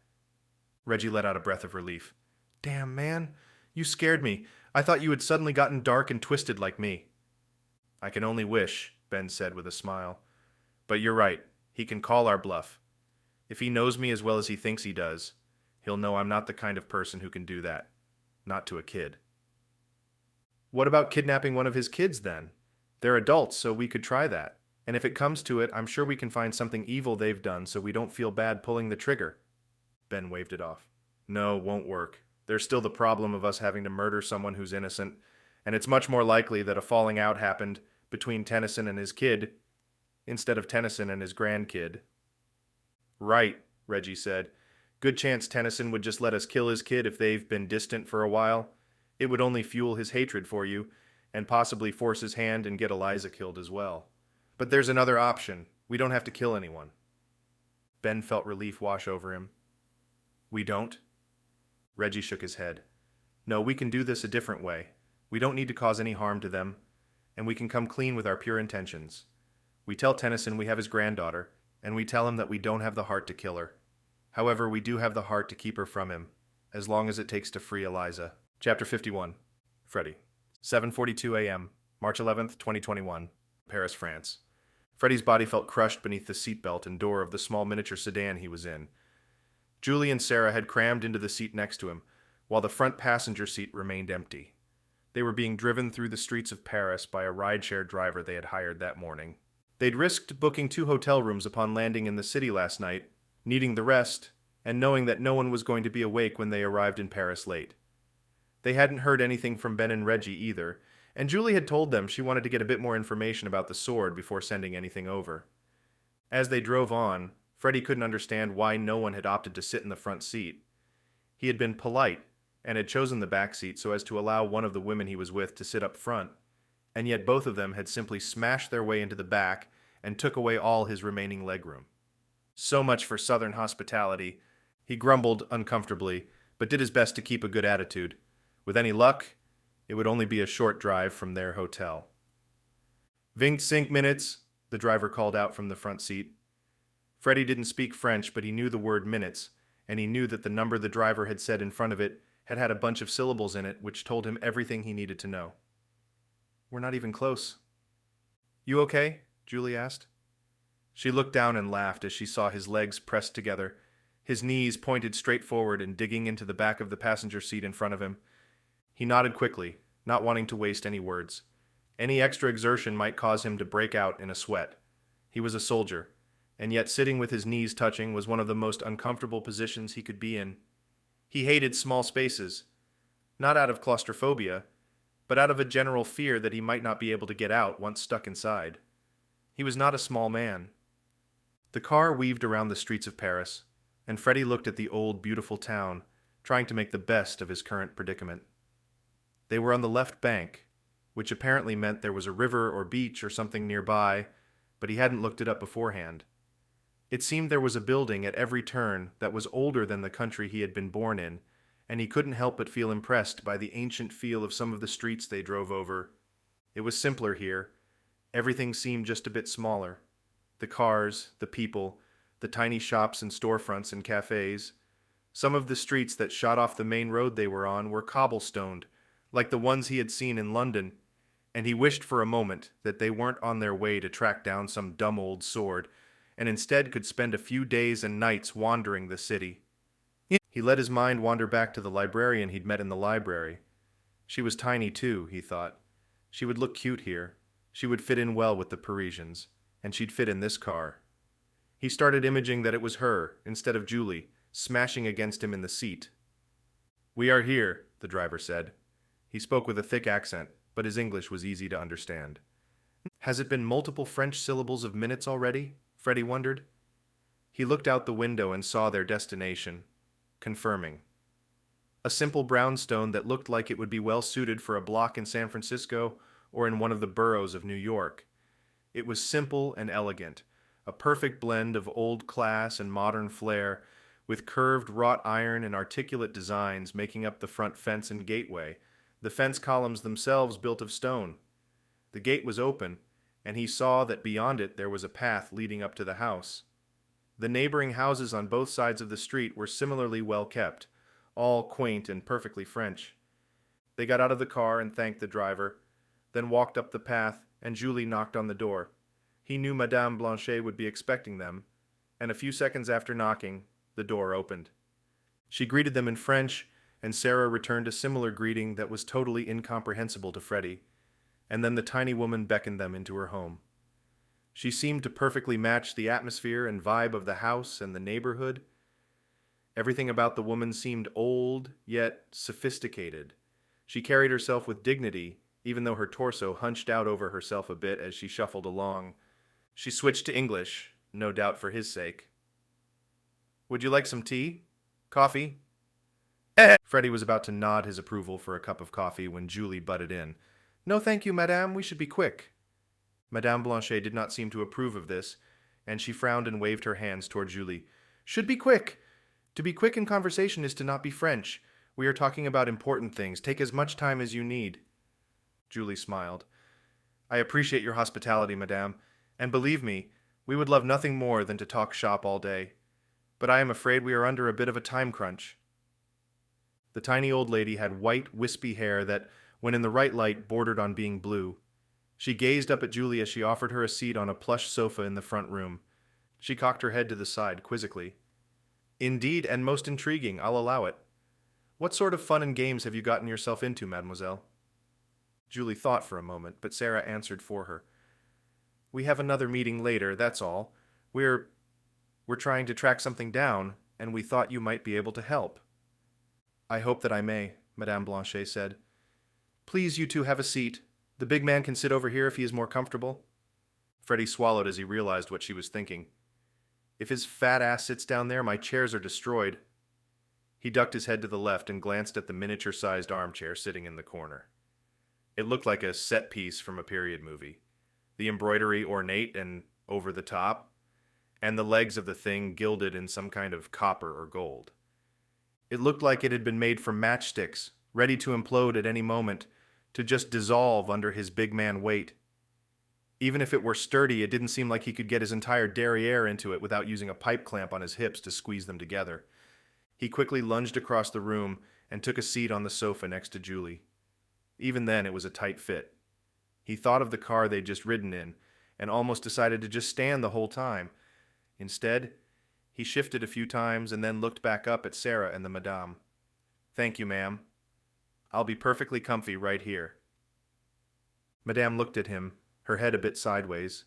He wondered if she had another question for him, but if so, she kept it to herself. She looked back at Julie as Sarah sat down in the armchair across from them. When they were all seated, she began. "I was the official historian for the Museum of the Army of France for the better part of a decade. Before that, I taught French history at a local college." Julie nodded along. "Yes, your CV is quite impressive. We believe you are the perfect person to help us with tracking down this—" "The objet de désir," she said with an artful flair and flick of her wrist. "What is it, my dear? The item in question?" Freddie watched Julie from the side as she swallowed and then answered. "Well, it's something that might be considered a bit controversial." "And why is that?" "Well, perhaps not controversial as much as it is something that most do not believe actually exists." Madame Blanchet raised an eyebrow and looked at all three of them in turn. "You wish to find something that does not exist? A most curious query." "We have reason to believe it may," Sarah said. "That's why we are here. If there is any hope it exists, you might be able to verify that." "What is the object?" "A sword." She took this in and sat with it for a brief moment before responding. "A sword? Yes, these are things that certainly do exist." She winked at Freddie, and he smiled. "A sword carried by Napoleon," Julie said. "Of Austerlitz?" "Yes, sort of, but not the actual sword of Austerlitz. A copy, a replica." The madame shook her head quickly a few times, her brow furrowed and deep in thought. "No, I'm afraid I have never heard of such a thing. It must be a modern creation. Something perhaps commissioned by a museum for a Napoleonic display? We don't think so, Sarah said. We have reason to believe whoever created the sword of Austerlitz. Béarnais, Madame Blanchet interjected. Yes, Béarnais, Sarah continued. We believe that Béarnais created the sword of Austerlitz, but perhaps also another version of the same sword. Something perhaps not designed for Napoleon, but for his son. But Napoleon II had not been born when the sword of Austerlitz was forged, nor was he even a twinkle in his father's eye. I see, Julie said. So, what can you tell us about Béarnais? Well, my dear, the madame said, everything. You'll have to be more specific. Chapter 52. Ben. 7:45 a.m., March 11th, 2021. Verrières, Geneva, Switzerland. Okay, Ben said. Tell me again what you need me to do. After landing at Geneva Airport last night and booking a room at the nearest cheap motel, Reggie and Ben had rented a small sedan. They were currently navigating through the suburbs of a municipality called Verrières, looking for the house of Baden-Tennyson's granddaughter. They had tried to simplify things and get a ride share, but apparently the service hadn't taken off in this country as much, and the wait time for a ride would have been somewhere close to 40 minutes.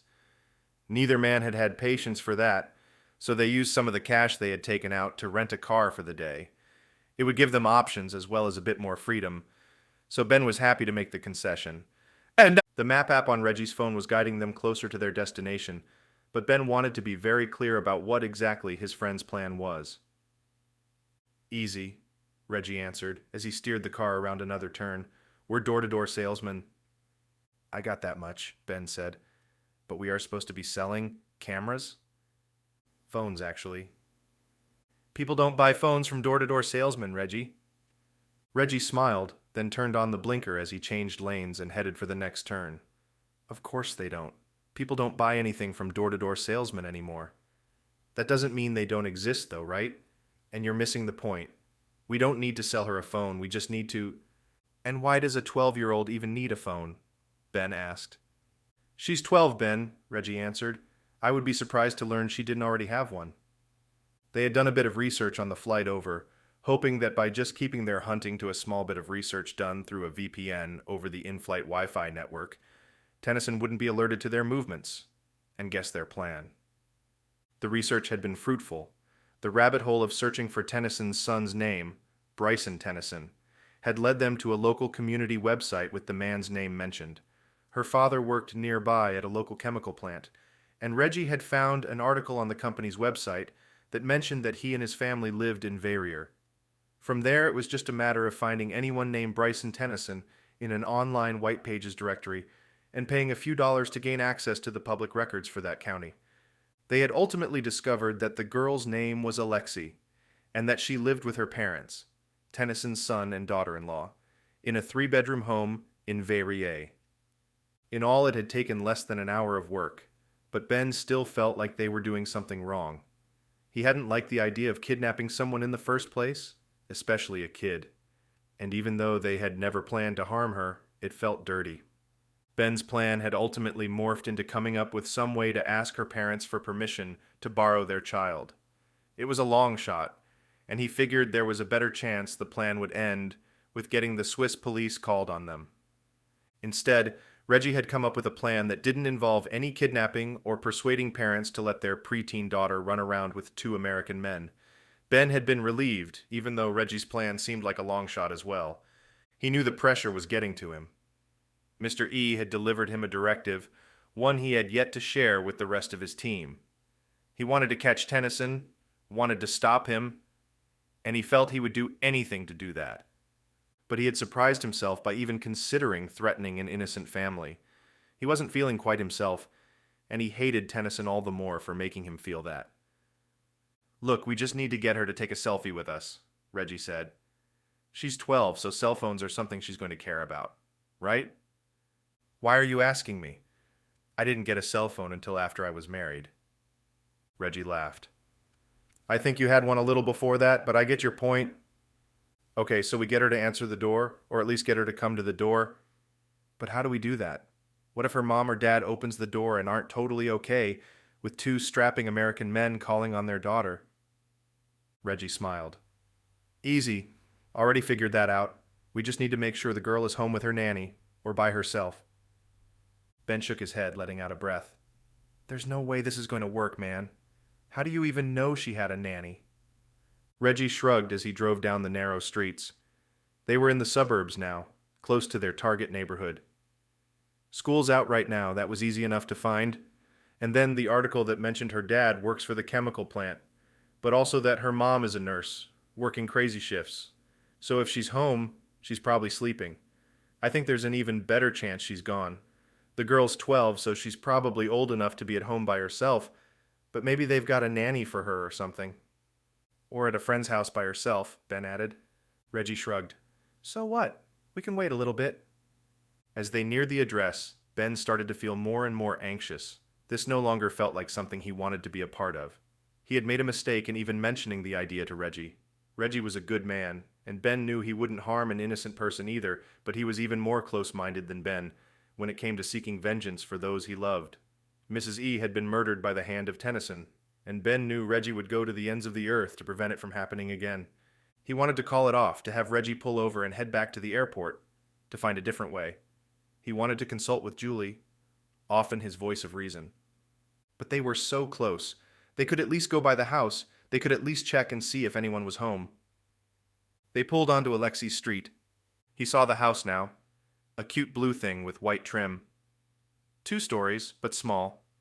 It was nice, but not luxurious, matching most of the houses on that block in style and size. Should be up here on the left, Reggie said under his breath. Reggie, Out of the corner of his eye, Ben saw something that caused him to catch his breath.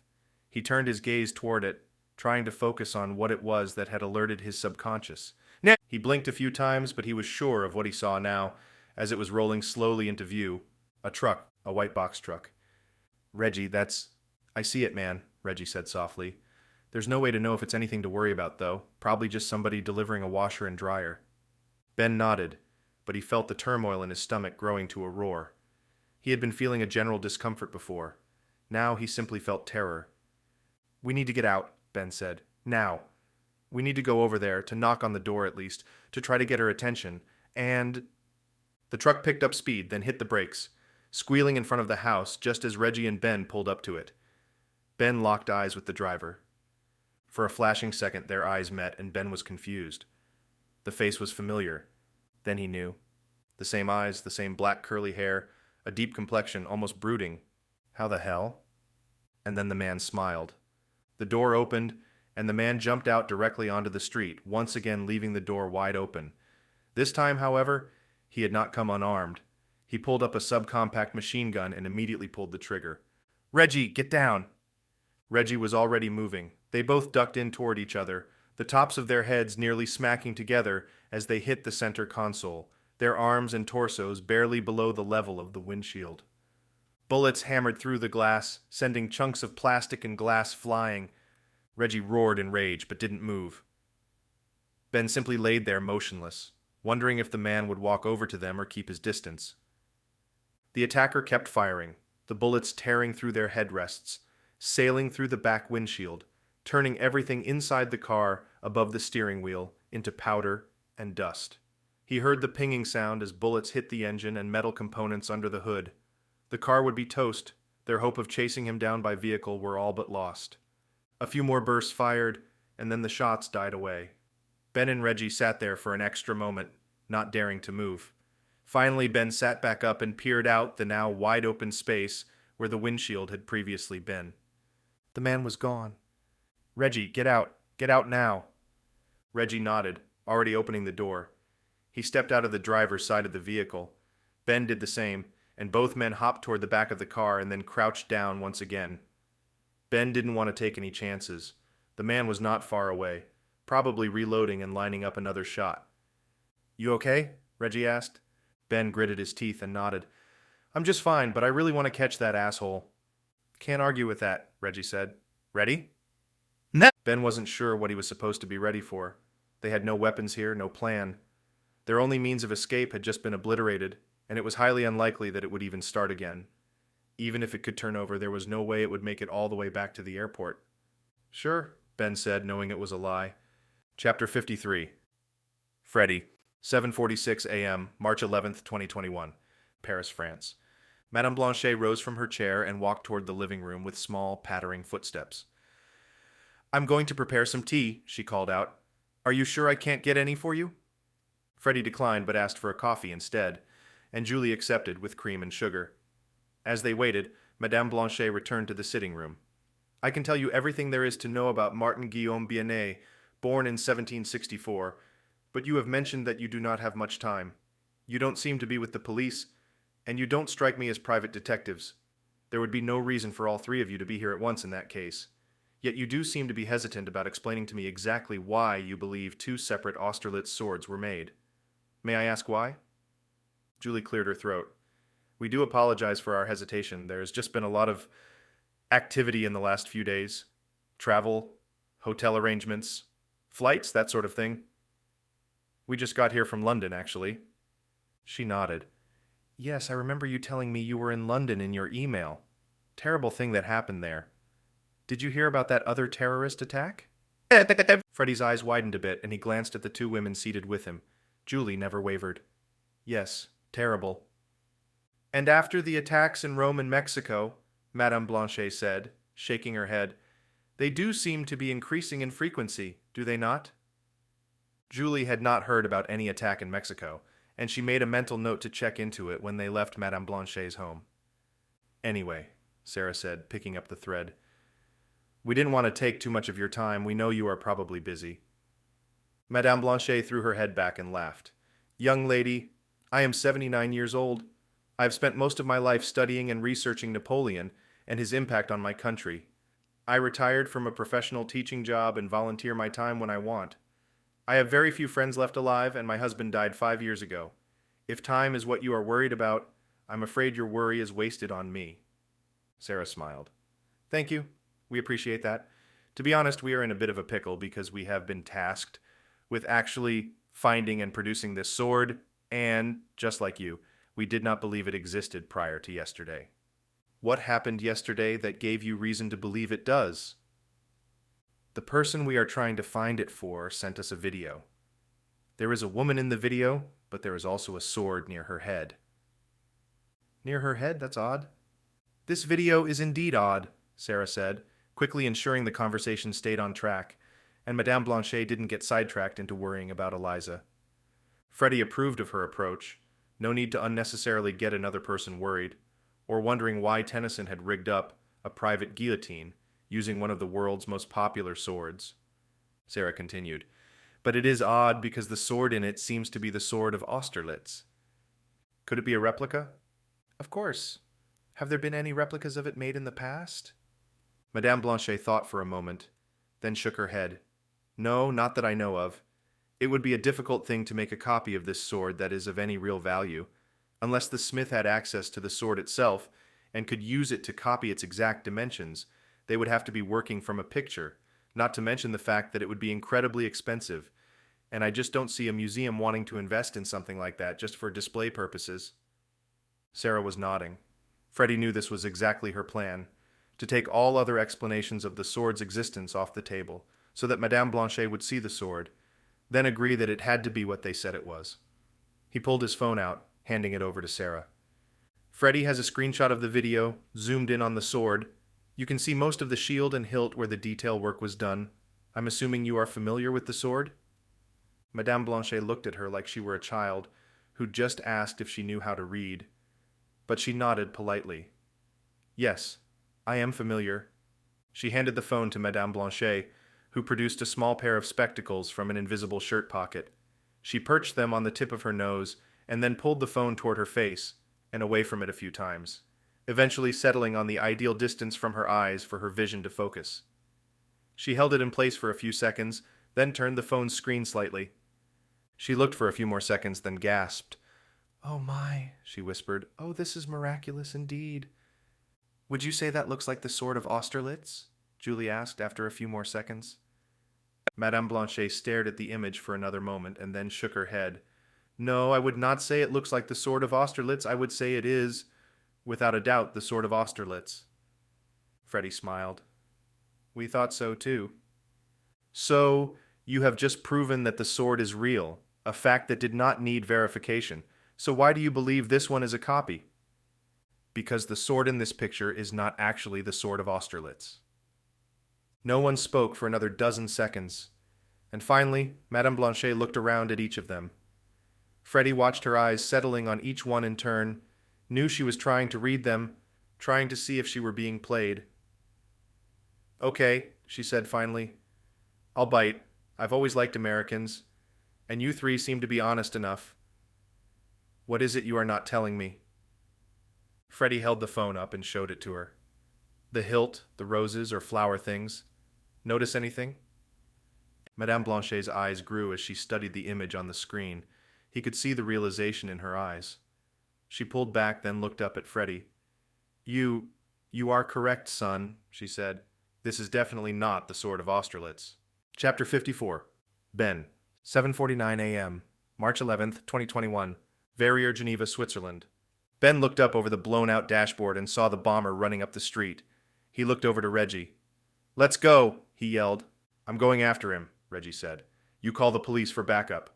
Ben shook his head. "There's no time, Reggie. Go after him, but I have to get to that truck, if it's what we think it is."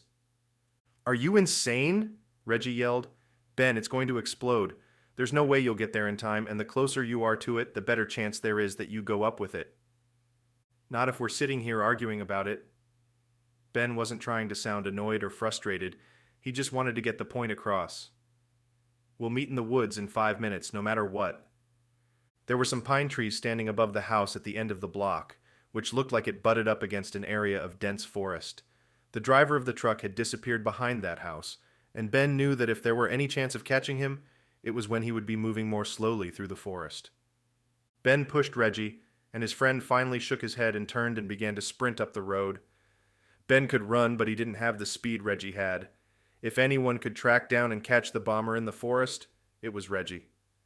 Ben turned and focused on the house, the truck still parked and running in front of it. So far, he hadn't seen anyone peek out from inside the house, but he couldn't take any chances. He had a feeling Reggie had been correct, that Tennyson's granddaughter was home, even though there were no cars parked out front or in the driveway. He started toward the truck, hoping there would be enough time to get there before... He was lifted off the ground and sent flying through the air backwards before he heard the sound or saw the blast. The truck in front of him simply ceased to exist, as did the house it had been parked in front of, and parts of the two houses next door. Windows up and down the street broke simultaneously, blasted inward from the pressure wave that had lifted Ben and thrown him back. He landed just as he felt the heat from the blast wash over him, and his mind was pulled back to the attack on his own cabin. He felt his head smack against grass, thankful that he had landed in a yard and not on the sidewalk or road. Still, he was less concerned for his own safety than he was for the innocent people living in these homes. It took a few seconds of adjustment to gain his composure once again, but he blinked away the butterflies and did his best to stand up. On shaky feet, he looked over toward the space 100 feet away. A crater sat where the road had been, which extended over the asphalt, over the sidewalk, and halfway into the yard in front of the picturesque house that had been reduced to rubble. The house itself had just disappeared, only a few framing boards left standing, their bases mounted in the concrete slab beneath. The houses to the left and right had suffered similar damage, though there were a few walls on their far perimeter still standing erect. He screamed, cursing the driver who had left the bomb. If only he had not argued with Reggie. If only he had had a few more seconds. He shook his head. Then what, Bennett? Would he have had enough time to defuse the bomb? He knew it was highly unlikely. He knew very little about how to disarm a bomb, and he was pretty sure it was a little more complicated than just chopping a wire. What should he have done? Could he have driven the truck away?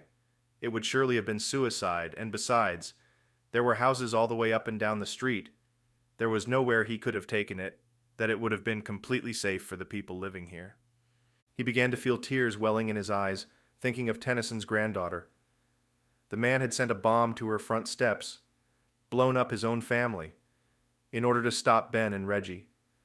The tears were quickly replaced by a feeling of rage, and anger building intensely inside him, burning hotter than anything he'd ever felt. He had seen people die.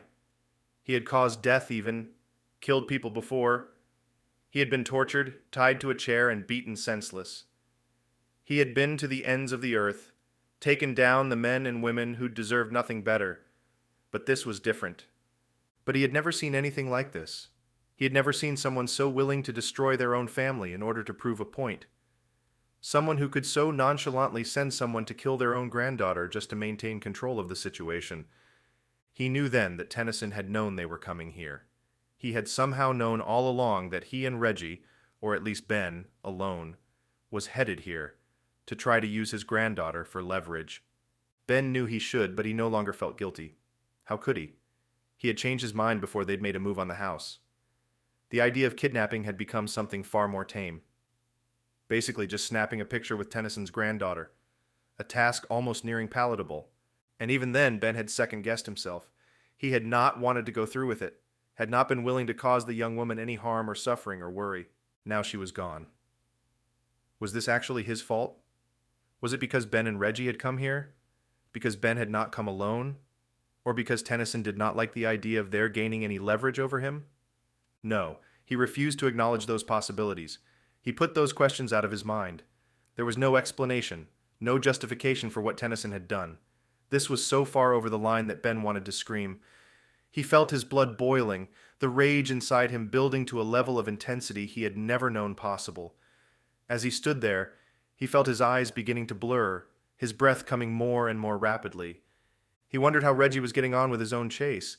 There was nothing left here for Ben, nothing he could do. If he stayed, just watching everything burn, there would be questions to answer. The police and fire department would be here any minute, and surely neighbors would be coming outside seeing him standing there now. There was no reason they should think him suspect, but eventually Interpol would hear of the attack. They would hear Ben's description from the neighbors. They would eventually put things together. He needed to leave. He needed to get out. To extract himself and Reggie from this place and keep pushing forward with their mission. Find Tennyson. Chapter 55. Ben, 7:50 a.m., March 11th, 2021, Verrier, Geneva, Switzerland. Hey! He felt his neck tensing up as well, like his hackles were being raised through some force that was not his own. It was strange, and he frowned as he reached his arms up to try to loosen himself up. As he did so, he felt them tightening as well, almost like the feeling of sitting for too long in one position. He wasn't sure what it meant, but then his back and legs spasmed and hardened. He tried to take a step forward, but nearly stumbled and fell back to the grass. His foot left the ground an inch and then froze, causing him to nearly fall forward. He was barely able to balance himself again before his entire body shut down. He could no longer move. He could hardly breathe as well. His eyes began bulging out of his head as far as they would go as if pushed from inside. Then they too froze in place. It was the strangest sensation, but it wasn't exactly painful. The exertion of trying to move while frozen was, however. He wondered what was happening, how this could be happening. He was able to sniff just before his nostrils stopped responding, holding in the sweet air for a moment, but unable to expel it from his lungs. Ben stood there, frozen in place, noticing a few people at the end of the street running toward the scene of the explosion. They were still far away. They still had not seen him. He wanted to call out to them, to ask them to push him, to see if he were going crazy, or if he had somehow been miraculously frozen by some unknown force.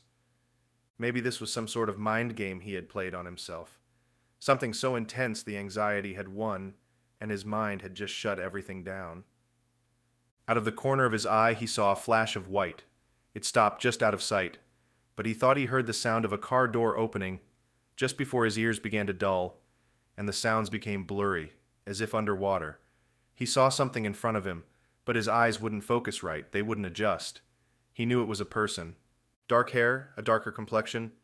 The driver? Was this the man who had been driving the truck? It looked exactly like the man who had taken out Mrs. E, but how was that possible? Ben had seen that man's body, dead, with a bullet in his skull. He was currently buried outside Ben's house in Alaska. Before he could get a good answer for those questions, he felt the sensation of falling. There was no active mechanism telling him this. It just felt like his entire body had become a vase, and that vase had been toppled over. He couldn't quite feel the falling, but he felt the stiffness now, a darkness in front of his eyes. He was looking up at something, maybe laying on his back. He felt a tingling sensation in his fingers. Then some of the dullness in his ears turned back into audible sound. Another car door shut, followed by one more. He was sure of it now. He was in the back of a van, laying on something hard, probably the van floor which had been cleared and the seats removed.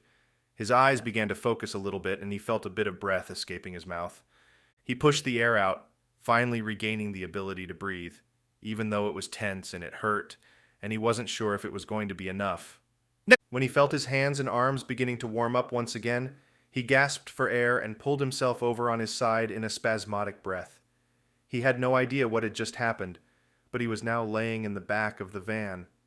The doors had closed, and he felt the transmission coming alive beneath him as the van sped up and drove away. Where am I going now? His body was still not his own, not completely, and the thoughts seemed to be from someone else. It was like he was watching this all play out, unable to speak or help or interfere. He realized that Reggie had not been able to catch the bomber. He was in the back of the van, being driven by that same man, the man that had gotten a jump on both of them. But that left one nagging question in Ben's mind. How the hell did he freeze my body and get me into the van? He shifted, preparing an attack. He needed to be free, to get out of this van and find Reggie. The driver was preoccupied with the road, which meant Ben had the advantage. He needed to... A tiny object fell at Ben's side. It was round, thumbnail-sized. A wisp of smoke or haze began falling from it. "Too strong a dose and you would not be able to breathe," the driver's voice said. He was talking calmly, as if describing the rules of a card game. "But to weaken it, it does not last long." Ben was shaking, furious, and ready to move in on the man. He turned his head and looked around. There was a small window in the wall between him and the driver, possible large enough to get through. "All I need is an arm. I'll choke him." He moved forward, but the man continued talking. "My brother warned you in Alaska. You will all die. Thankfully for you, we need something more from you, so today is not the end for you. But soon, very soon. Now." Ben rushed forward, hoping the driver wasn't paying attention. He reached the tiny window just as he felt the back of his neck tensing up again. No. His arms slowed, and his legs felt like mush, then firmed up and began to slow as well. He was losing control. Almost. There. His hand reached up and pushed the window closed. Shit. Before the gap disappeared completely, the driver of the van spoke again. "The faction gave me plenty of product, as they fully intend to keep you alive throughout the trials. Please consider staying on the floor so you do not fall and hurt yourself when the acid hits." Ben had not been ready for that. He was halfway to the window as it slid closed, one arm outstretched, precariously leaning off balance. When the acid worked through his system once more, he fell. Hard. His eyes were rigid, open, and he was face down on the bottom of the van, staring at the cold metal subfloor, completely unable to move once again. Chapter 56. Julie. 7:50 a.m., March 11th, 2021. Paris, France. Madame Blanchet looked around the room, still in disbelief. Julie watched her face, trying to read any hints of what the woman might be thinking. All she could see was shock and confusion. You are sure this is accurate?" Freddie cleared his throat. "Madame, if you are implying that the video was faked, then I can assure you it was not. I made that thumbnail image myself, and believe me, I've got zero Photoshop skills."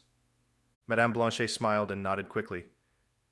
"No, of course not that. I would not accuse you of such a thing.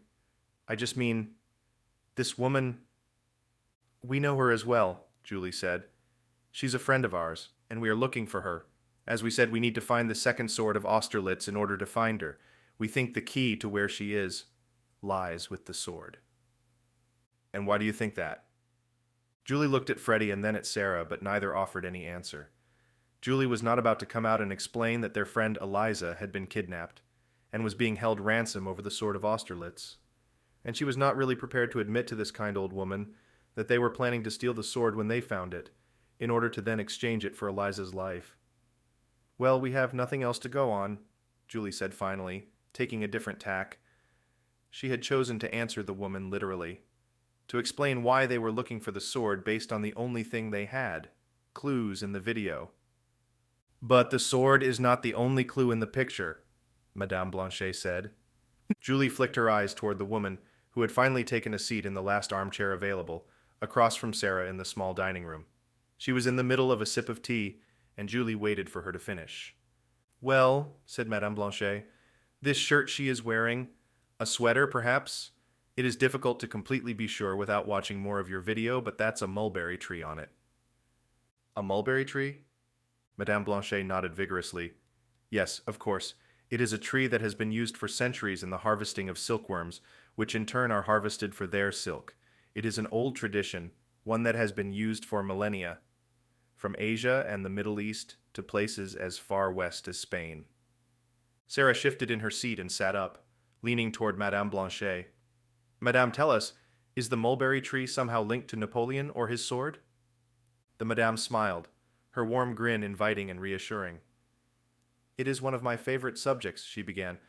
Napoleon Bonaparte was born of a family that lived in Corsica, an island off the coast of Italy.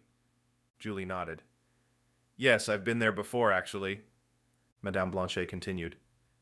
His family was not particularly wealthy, but they did have ties to the royal family, which allowed them a bit higher status and business opportunities.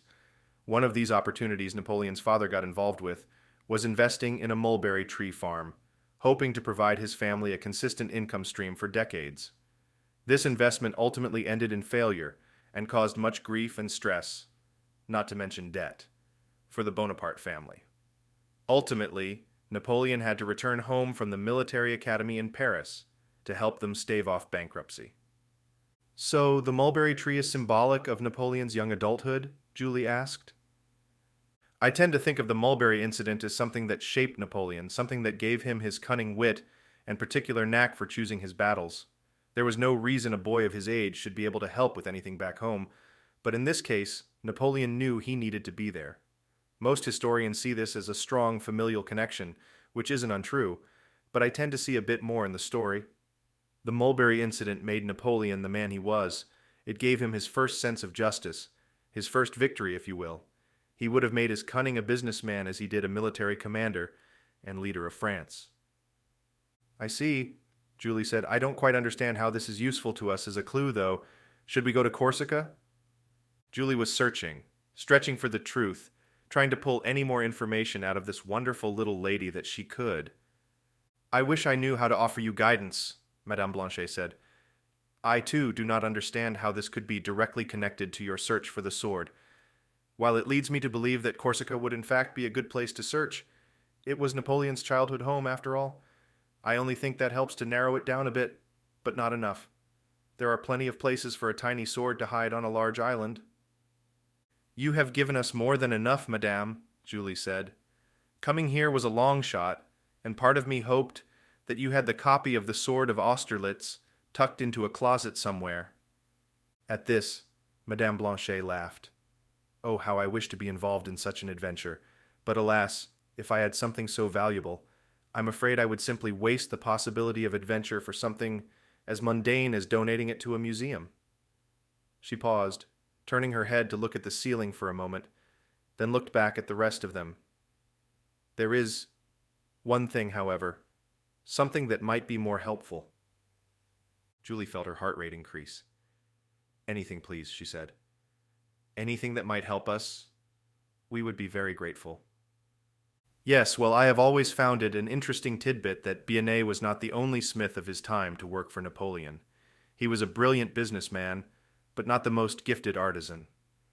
While he was without a doubt the designer and creator of the original Sword of Austerlitz, if someone created a copy of it, it would most likely not have been him. What other goldsmiths from Paris can you tell us about? There were others, particularly one other smith who had a respectable and professional feud with Bennett, particularly when it came to government projects. That's interesting, Sarah said. So Bennett was not the only smith that Napoleon commissioned? Oh, heavens no, Madame Blanchet said. Napoleon had a purse of 1,000 francs per year for commissioned custom gold pieces, but he often used many times more than that using gold from his own pocket. He spent this doling out commissions to Bennett, as well as a few small dealers and craftsmen. But especially later on, there was one man with whom Napoleon trusted his private commissions. A company that is still in business today, started by the goldsmith's own family in 1690, a man named Jean-Baptiste Claude Odiot. Chapter 57. Reggie, 7:51 a.m., March 11th, 2021. Verrières, Geneva, Switzerland. The forest closed in around him, pressing him on all sides, constricting him. Reggie used to love being in the forest, feeling the natural presence around him, unfettered by human civilization, untainted yet by human greed and gluttony. But right now, he wished all of it had been razed to the ground and turned into a long, flat parking lot. He didn't want to play cat and mouse. He didn't want to chase anyone. He wanted to catch the bastard who had shot at them, the one he had already killed at Ben's cabin just before it exploded. This guy must be a look-alike, a twin brother of the man who had killed Mrs. E, but he was every bit a terrorist as the one from Alaska. This one had blown up a little girl's house. He hadn't told Ben, but he had a reason for wanting to catch Tennyson. He wanted to kill the man, personally. He wanted to watch him suffer, slowly draining the life from him, drawing it out. He imagined taking a paring knife to the man's eyelids, prying his fingernails up and away from the flesh of his fingers, cutting him 1,000 times and letting him bleed a slow, agonizing death. Ben would not approve, but he told Reggie himself. He was not the kind of man to give orders. The CSO was not the military. They were a group of individuals. Sure, they worked together to solve problems, but there were no written rules regarding anything like this. It didn't matter anyway. Ben could try to stop him, but he would fail. Reggie would fight back even his best friend in order to get vengeance for Mrs. E's death. He turned in a tight circle, feeling his heart beginning to pound faster. His body was rigid, the only part of him not experiencing a surge of adrenaline, his prosthetic arm. He needed to calm down, to slow the dopamine coursing through him. He was too excited to focus well, and he may have already missed a crucial clue. The man had hidden his tracks through the forest well, something that would not be terribly challenging to do, considering the forest floor was all pine needles and brush. A broken stick or trampled leaf would not look terribly out of place. Still, Reggie had trained for far more than just tracking a human through the woods. He had trained others how to do it as well.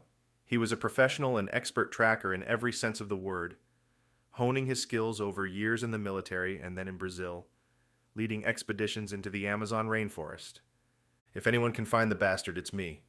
But it seemed the guy was a little better equipped than he'd thought, or at least had been well trained.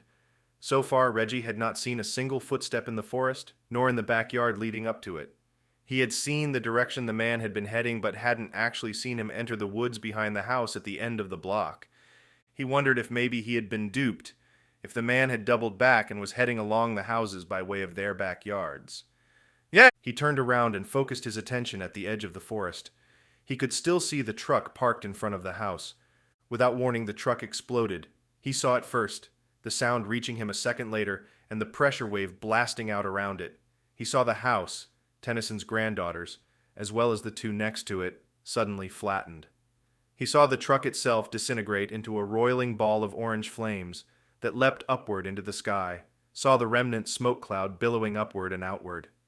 Then he saw Ben as well, thrown backwards and into a front yard about 8 houses down from Reggie's own spot in the woods. Reggie roared in anger, then ran toward the edge of the forest. He needed to check to see if anyone was still alive in the house, though he knew it was a long shot. Ben would probably be okay. He had not gotten any closer to the truck, and Reggie had seen him flailing through the air as he was thrown backward. He was fine, but he would be a bit dazed. As he ran, he saw an older couple coming out of the house nearby. He turned left, hoping to get behind them and stay out of sight. There was no sense getting himself implicated at the scene. So he ducked behind a trash can and waited for an opportunity. He heard the couple speaking to each other in German, but they seemed to be observing and not yet willing to go across the street and help.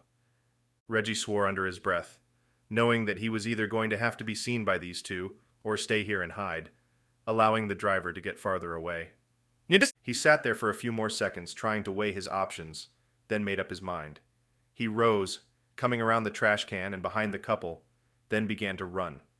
He didn't turn to acknowledge them, hoping they wouldn't be able to describe him to police later since they hadn't seen his face. He aimed for a spot across the street from them and didn't slow down when the man yelled something his direction. He turned left and ran down the sidewalk toward the crater in the street. He made for the flattened house next to it, but then strange movement caught his eye. Or rather, a lack of movement. At the other end of the street, about 4 more houses away, he saw Ben standing, his arm half raised, not moving. There was a van, unmarked, just like the one they had seen in the street in front of the hotel in London, the same make and model as the one the gunman had spilled out of. And then he caught a glimpse of the driver, the man he thought he had been chasing through the woods. He must have had the van parked somewhere nearby, planning for exactly this moment. Reggie felt sweat began to pour down his brow, felt I's hands beginning to clench. He wanted to scream, but any element of surprise, any attack he might be able to pull together would be ruined. Instead, he started running again, aiming directly for the crater. If he could get down inside of it, he might be able to stay out of sight and shield his approach. Hopefully, there was not still anything burning in it, and he wondered if the heated asphalt around it had melted and was still liquid enough for him to get stuck in. He didn't bother to find out. He approached the side of the crater and jumped down into it.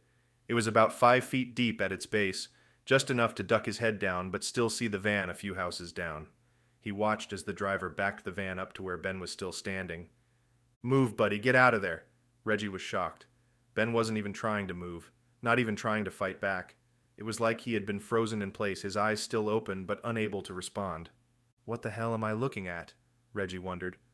The driver got out, then approached Ben calmly. Reggie knew he only had a small window. He needed to get to Ben, to fight off this...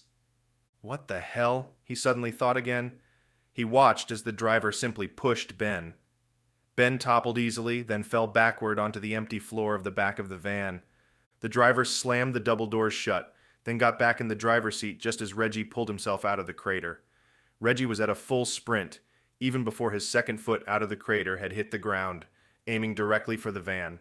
Either the driver had seen him or was just in a hurry because the van lurched forward, the tires squealing, then headed up the road. Reggie knew he wouldn't catch up, but he did his best to memorize every letter and number on the license plate, in order. It wasn't hard, and he knew it would be seared into his memory for as long as it needed to be there. Ben was gone, but the fight was far from over. Reggie had information now. It was just a tidbit, but that would have to be enough. No, he would make sure it was enough, making a silent promise to his friend. He stopped sprinting now, knowing it was pointless. He knew the police would be here soon, followed shortly thereafter by whatever Switzerland called their SWAT teams, and, almost without a doubt, Interpol. Once the police had logged it in their systems and the question of international terrorism was raised, Interpol would come knocking. Eventually, someone on the street might describe him or Ben, and Interpol would be even more interested. He figured they had at least a day or two before that information bubbled to the surface.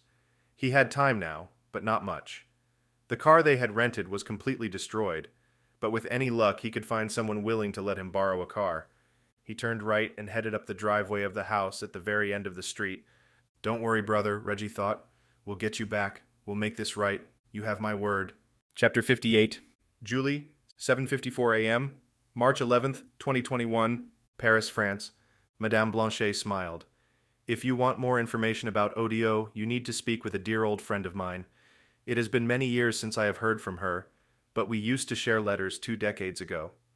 She was just a child then, interested, like you are now, in the history of Napoleon, as well as his quirks."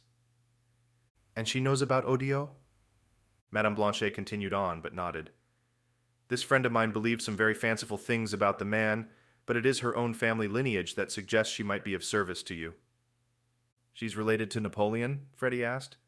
"She's related to Odiot, hence her interest in tracking down any quirky Napoleonic information." Julie stood up and began pacing the room. "I would like to speak with her, in fact," she said. "If she has any information at all, it would be worthwhile.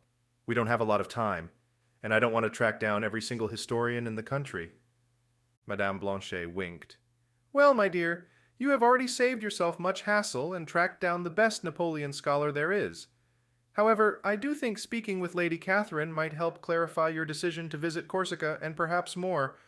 "You have me convinced," Julie said. Sarah and Freddie nodded along as well. "Where is Catherine?" "I can get you her exact address," Madame Blanchet said. "She is in... Ed." Before she could finish the sentence, a knocking sound came at the door. Julie flicked her eyes over and saw that the deadbolt was locked, then turned back to Madame Blanchet.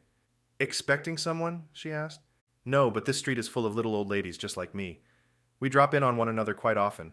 Perhaps Greta has made me more of those god-awful cookies again, the ones with old raisins in them." Madame Blanchet had risen from her chair and was halfway across the room. Julie saw Freddie stand up as well, no doubt intrigued by the visitor. It was probably nothing, but Julie didn't want to be too careful. She was glad Freddie was suspicious as well. With everything that had happened to them. Madame Blanchet unlocked the deadbolt and was moving her hand to turn the knob when the door burst open nearly sending the frail old lady backwards down the hall. Sarah screamed, and Freddie was making his way toward the door when Julie heard shots fired, 3 in rapid succession, all hitting Madame Blanchet in her chest and stomach. This time, the impact of the bullets did knock her backwards and onto her butt, where she sat on the floor and clutched at the wound closest to her heart. Julie watched the life drain from her eyes. It only took a matter of seconds. She had been standing there in shock, watching Madame Blanchet die on the floor, so she had missed the rest of the action. The man who had shot Madame Blanchet from the stoop was now turning his weapon toward the rest of them. Sarah had ducked out of the way, so the man shifted his aim and was now preparing to fire at Julie. He had not seen Freddie, however, who was still barreling toward him from the opposite side of the door. The man's arm and a leg were just inside the doorway, his hand twisted around the side of it, using the door as a makeshift shield. For that reason, he could not see Freddie at all. Julie watched Freddie kick the door with his right foot as hard as he could, which sent the door slamming closed. That motion smacked the gun out of the man's hand and slammed into his knee. The man roared in pain and pulled his foot back from the doorway. The door closed behind him. Freddie was there, reaching to open it. Julie ran up behind him as he got the door open again, and together they both peered out. The man was gone. In a matter of seconds, Madame Blanchet was dead on the floor, and the attacker had already vanished. Julie was confident that if Freddie had not foiled his plans, he would have put a bullet or 3 into each of them. Who was it? Julie was seething, her mind racing. Who did this? Why did they do this? If they wanted information, wanted something from us, they could have gotten it without killing an innocent woman. It seemed too much, even for a man like Tennyson. To her knowledge, while he had invested in and had built a company that had no trouble engaging in research that was, at best, sadistic, she wondered if he could have been persuaded to outright murder. Sure, he had had the woman who had purchased the sword killed, just as he was threatening to do with Eliza, but something about those events seemed to fit into Tennyson's game. They seemed to be in line with who she believed Tennyson to be, but this one had been different.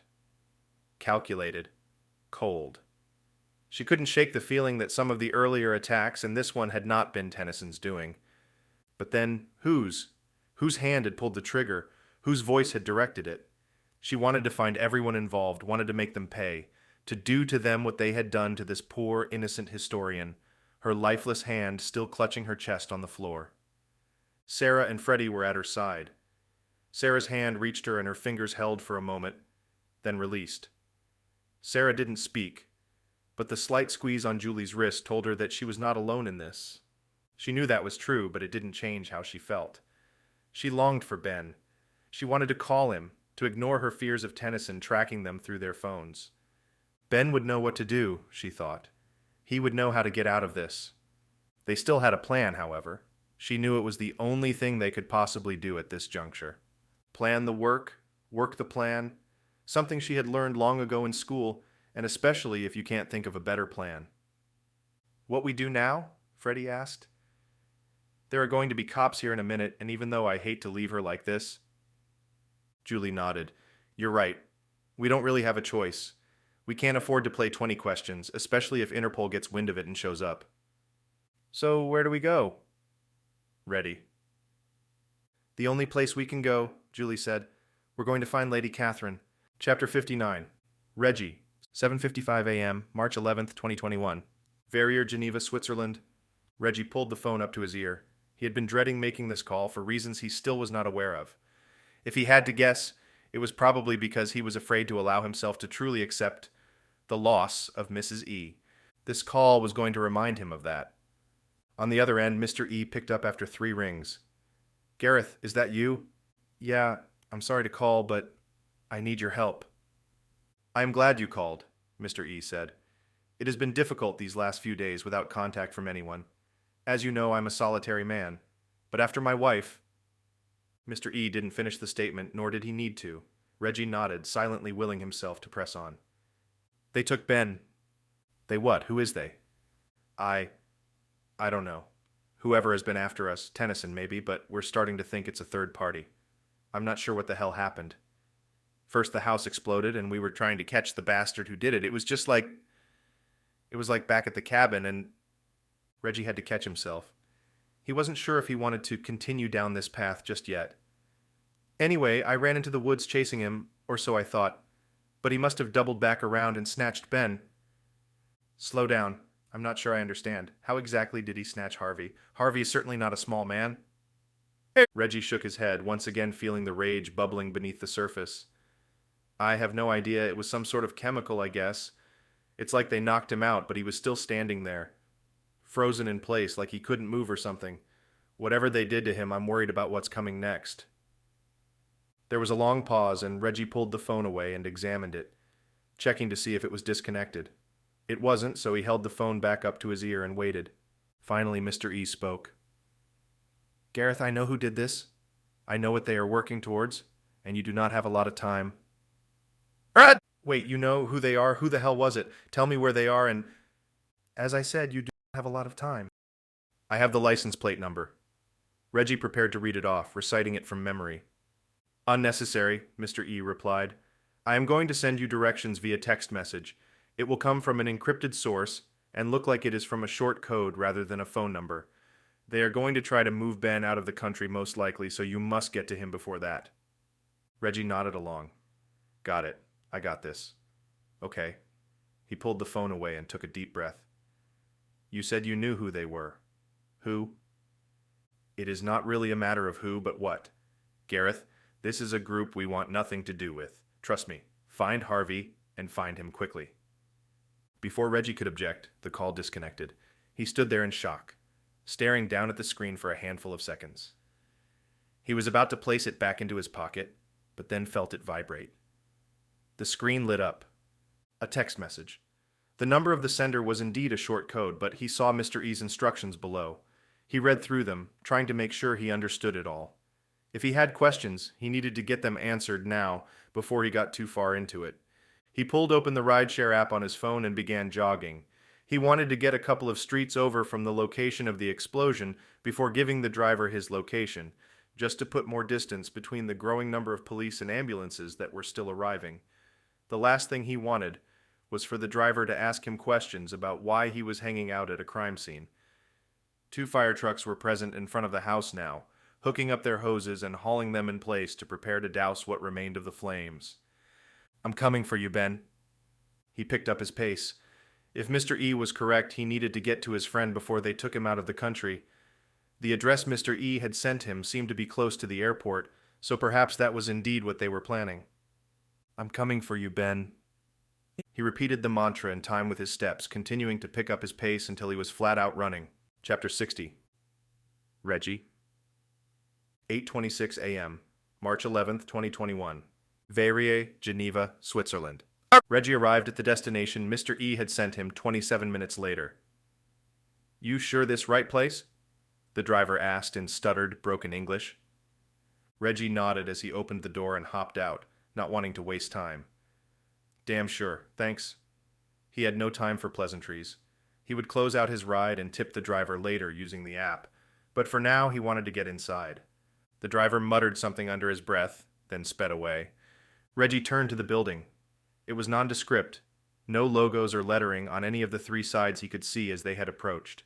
There was no roof visible either, just a wide, flat top, like most of the industrial buildings he had seen on the way. There was a sidewalk that led up to a set of metal double doors, but he could not see through them. He turned to the right instead, deciding to look for a side or back entrance. So far, he had seen no security. The building was on a street in a hidden corner of the city, tucked away near the airport. His best guess was that the buildings like this one were warehouses that stored cargo before being shuffled out to their final destinations. This one was one of many similar-looking buildings that lined the street. There were very few cars around, and he chalked that up to his guess that most of the space inside these buildings were either completely empty or only used for storage. All the better, he thought. If Ben was somewhere inside, he didn't want to have to lug the big man out while simultaneously fending off a bunch of guards. He thought of Mr. E's words. They are going to try to take him out of the country, and by then, it might be too late. No. He shuddered to think what that would mean. If they wanted Ben dead, they would have already done it. That meant they had something else planned for him. Something far worse, Reggie was sure. And who was it anyway? Not Tennyson? That much he was sure of. Who was trying to kidnap Ben and kill the rest of his team? Still, they were here because of Tennyson. This was Tennyson's fight, one he had picked with them. Reggie cursed Tennyson's name as he approached the rear of the building, finally seeing what he was looking for. There was a single window, mounted on the second story above a door. He tested the doorknob, knowing it would be locked. The window would be off limits too. Breaking the glass would immediately alert anyone inside, and would easily set off the alarm if there was one. But it did mean that one thing might be in his favor. The window implied there was some sort of office or meeting room inside this building. And if that were the case, it was very likely that whoever worked in there would want it climate-controlled. Perfect. Reggie looked up higher, seeing a retracted ladder bolted onto the side of the building near the bottom right side of the window, just out of reach. It was probably 10 feet off the ground, but he knew it was his best chance at getting inside. He backed up a few paces and then jumped forward, sprinting toward the wall. At the last moment, he lunged forward, his leg up and foot flat and parallel to the building. He kicked upward with his back foot at the same time, propelling him up the wall a few extra feet. He jumped forward and caught the ladder with his hands, 3 rungs up. Nice, he thought. Room to spare. He pulled himself up and onto the ladder fully, soon able to climb normally when his feet reached the bottom rung. He hoped it hadn't made any noise on the inside, but the building seemed to be made of concrete. Unlikely anyone in the building would hear anything from outside quieter than a train. When he reached the top of the building, he swung his legs over the ledge. The roof was just as he'd imagined. A flat, open expanse of panels with a 2-foot ledge all the way around. And directly to his right, an air conditioning unit. The unit was small, likely a miniature industrial version meant to cool a single space, just as he'd predicted. It also meant there would be an access panel for airflow. He approached the unit and bent down on his hands and knees. Using his thumbnail, he worked one of the 2 screws out. Thankfully, whoever had installed the hatch cover had not been concerned with security and had left the screws nearly loose, only to grow looser over time. He unscrewed the first and second screw and then set them aside and carefully lifted the hatch cover up. A torrent of dust enveloped him immediately. He sat back and coughed over the ledge, careful to keep his mouth muffled beneath his elbow. When he had recovered, he looked back at the hatch and thanked God he was not claustrophobic. He wasn't even sure he would fit through the hatch all the way, or what he might do when he got to a corner. He hoped the HVAC contractor had simply installed a straight chute rather than deciding to snake the ductwork around the edge of the room. Only one way to find out, he thought. He took a breath, braced himself above the open hole, and then lifted his arms straight above his head and dove in feet first. It turned out to be a straight shot, about 12 feet down to the dusty second-floor office. His feet smashed against the vent cover on the other side of the chute, and it tore off its housing and fell loudly to the linoleum floor. His feet hit the ground on top of it, and he used his hands to regain his balance. It was noisy as hell, but he was in. All told, he had made worse entrances. He was still worried that it had made too much noise, however. Anyone inside the building would now know he was here. Thankfully, however, there was no one currently in the room. He looked around. It was very clearly an office, one that had been set up quickly and hastily, and then completely forgotten. A filing cabinet sat to his right against a wall, 2 of its doors open and empty. A heavy steel desk stood in a corner of the room, no chair behind it. There were no decorations, no notebooks or knickknacks, or pictures of family laying around. The desk had been completely cleared. Whoever works here must like keeping things simple, he thought. He heard footsteps on a stairwell, and Reggie imagined what the outside of the office space in the building looked like. He guessed this would be the only office, and that it was set up and above the rest of the space, judging by the row of tiny rectangular windows against one wall. They were all blacked out with a poor coating of paint, so he couldn't use them to see who was ascending the stairs. They pounded up the steps heavily and purposefully. That means they're armed, Reggie realized. No one unarmed and scared of intruders marches upstairs with that sort of confidence.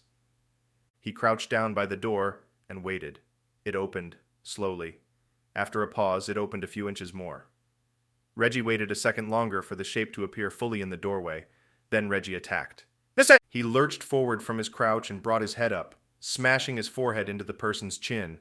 It took them completely by surprise, and the man wobbled and stumbled backward, crashing into the open door. And yet they didn't fall over. Their recovery was nearly immediate, and he felt a punch to the side of his head, glancing off his ear. It hurt, but it had not been a direct blow. The attacker followed up with a blow to Reggie's side that he was able to dodge, using the defensive move to come in closer to the man. He wrapped him up in a bear hug. He jostled for positioning and brought his leg around the man's raised back foot, then pulled upward. Both men crashed to the ground. Reggie heard a grunt, but otherwise the man was silent. In the darkness he couldn't see any particular features, but he didn't care. He knew it was not Ben, which meant that this man was going to die. The man, however, was not going to die easily. He rolled to the side and got a foot out from under Reggie, which gave him enough leverage to swing it over Reggie's back and then lift both of them off the ground. He completed the motion by twisting at his waist and throwing Reggie back down, smacking his head hard against the floor. Reggie saw stars, realizing the man was on top of him now. His hands were working his way toward Reggie's throat. Like hell you're going to kill me, he thought. He reached out with his right hand and felt something, the only thing available, nearby. He pulled it up and grasped it tightly, knowing he would only have one chance. With a flick of his wrist and a swing of his arm, he flung the register cover from the vent into the side of the man's head. He had aimed it and timed it appropriately, and the sharp corner of the rectangular metal object pierced through the man's temple, lodging itself somewhere in his skull. It was not a kill shot, but Reggie didn't need it to be. The man howled in agony and lifted his hands away from Reggie's throat, reacting involuntarily to the new appendage Reggie had given him. It was enough to get the leverage Reggie needed. He brought his torso up and threw 3 punches at the man's jaw, the last one making a cracking sound. He hoped it was the guy's jaw and not his own fist that had just been broken, but he had too much adrenaline coursing through him to be able to tell. The man loosened his grip that his legs had around Reggie's waist, and Reggie pulled himself up and away, squirming back and out of the man's reach. He tried to grab Reggie's shirt as he moved, but he was in too much pain. Reggie easily slipped the hold and turned and roundhouse kicked the man in the face, aiming for his already smashed jaw. This did the trick. The man sailed backwards and smacked his skull on the hard floor, out for the count. Reggie didn't want to take any chances, and he knew he had to finish the job. The man's chest rose and fell, but he did not sit back up. Reggie looked around, not knowing how exactly to finish him off. He didn't want to have to lift his body and cradle him in his lap in order to snap his neck, and that was not an easy task to pull off anyway. He could choke him, but there would be no way of knowing how long it would take before he died. He also didn't feel like bringing him to the window and tossing him out. With Reggie's luck, the fall wouldn't kill him, and the cops would find the body 5 minutes after he did it. As Reggie looked around the office, his eyes happened to glance at the man he had taken down. He got a glimpse of his face. Reggie recoiled in shock. He knew the face immediately. The short, Caesar trim haircut, the dark, deep-set features. This was the man who had blown up Ben's cabin. This was the man who had killed Mrs. E. Or, rather, it was a spitting image. He hadn't been wrong. This guy looked exactly like the man he'd killed at Ben's cabin. It must have been a twin brother. "You bastard," Reggie whispered, filled with a new need to rid the world of the look-alike version of the man that had already caused them so much grief. Reggie walked over to the heavy metal desk as the plan formed in his mind. He picked up the 2 short edges of the desk, grunting under the effort, then tilted it so he could grab it by its legs. He took a leg in each hand and allowed the desktop to rest against his belly as he carried it over to the unconscious attacker on the floor. He pulled the desk higher and aimed for a moment, already losing his grip on the impossibly heavy object. He didn't want it to slip, but he really didn't want to miss the mark. He positioned the edge of the desk over the man's throat and then raised it up even higher, grunting at the effort. Reggie felt no remorse whatsoever. This was not the only person he had killed, and he had a feeling it would not be the last. But he knew that this man, like a few others he had come across, deserved it. Reggie let the desk fall, sending it the 3 feet straight down onto the man's windpipe, knowing it would finish the job. Chapter 61. Ben, 8:29 a.m., March 11th, 2021, Verrier, Geneva, Switzerland. Ben was groggy but coming to his senses. He squeezed his eyes shut and then opened them again, noticing that his vision was not much better with his eyes open. If his sight was going to return, he wished it would happen sooner rather than later. He didn't know where the guy was who had drugged him. But he was likely to return soon and send Ben back into the strange stupor. He stretched, feeling the muscles in his neck and back loosening. Whatever tension had been there a moment ago was gone. He swallowed next, feeling his tongue scratch against his throat. It was dry, and he tried to use saliva to moisten it again. Whatever the hell it was, he didn't want to go through it again. He remembered the way the strange haze had floated around him and caused him to freeze up, had caused his breath to catch in his throat. With enough pressure, enough force, he could still breathe, but it was laborious and painful. He had stayed like that the entire time, feeling his body fall onto the hard floor of the empty van, feeling the man carrying him out of the van and roll him into this corner, as if he were a statue. Maybe that's why my back and shoulder are killing me. He heard a noise from somewhere above him, and he tilted his neck to try to see what it was. As he did, he felt handcuffs on his wrists and ankles pulling tight against his limbs. Bastard trust me too? He looked around once again, but couldn't tell where he was. Some sort of storage unit or storage space, a mostly empty warehouse. It was dark inside too, the only light coming from behind blacked-out glass doors about 20 feet away. There was not enough visual stimuli to get a good feel for the space, but he thought he saw stacks of boxes across from him. He was sitting, his back against the hard metal wall. Definitely feels like a storage locker, he thought. The noise he'd heard was replaced by footsteps, and he worked his way up to a kneeling position, then a standing one. The handcuffs on his wrists prevented him from using his arms for balance, but at least he wasn't fastened to a pole or something. He needed to get into a standing position so he'd have a better chance of getting into a fighting position. If that asshole shows his face, he's dead. He had no question he could take whoever was about step foot onto this level, even with just his feet and hands. He would hobble around a bit, but a well-placed headbutt should do the trick. If not, his hands had been cuffed in front of his waist, so he could potentially swing his fists up and pummel his kidnapper. He only hoped he was not going to be drugged with whatever potent chemical had taken him out before. There was something shockingly visceral and terrifying about being kidnapped while completely frozen, unable to speak or move. He imagined it was like drowning, knowing what was happening yet unable to fight back, eventually being forced to take a deep breath full of seawater. He shuffled to a position beneath the stairs, feeling the heavy footsteps as they thundered down and onto the concrete floor. He was completely concealed now, in the dark, and hopefully in a spot where he could get around the person. He just needed them to walk by, so he could slip his hands around their neck. They stepped close. A man, large and dark, still hidden by shadows. He could sense them, seeing only a dark presence, a flicker of movement. He worked his way forward, lifting his hands and preparing to slip them over the man's head. 3 more inches. The man turned. Ben? Ben's mouth fell open and his hands fell back to his waist. Reggie? Jesus, Ben, Reggie said. A wide smile erupted on his friend's face, and Ben could see his perfectly white teeth gleaming at him, even in the... Damn, what took you so long? Ben asked. Reggie laughed. I figured you'd want to get to know your host a little bit better. Time's up, though, for him and for you. Dead? He asked. Only the best for him. Ben shuddered. Good riddance, you recognize him. Reggie nodded. He's got to be a twin brother of the guy who took out the cabin. Killed Mrs. E. Yeah, Ben answered. Too bad we couldn't question him anymore. Ben shook his head. He wasn't going to talk. Whoever he's working for, it's not Tennyson. But they're definitely still after us. Reggie's grin disappeared, and his face grew dim as they walked toward the back door of the building.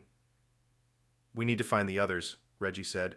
They tracked you and me pretty easily, which means they'll be able to track the girls and Freddie too. Ben had already considered this. He had already come to the same conclusion. It was not Tennyson who was after them now. At least not just Tennyson. Whoever these newcomers were, they were good.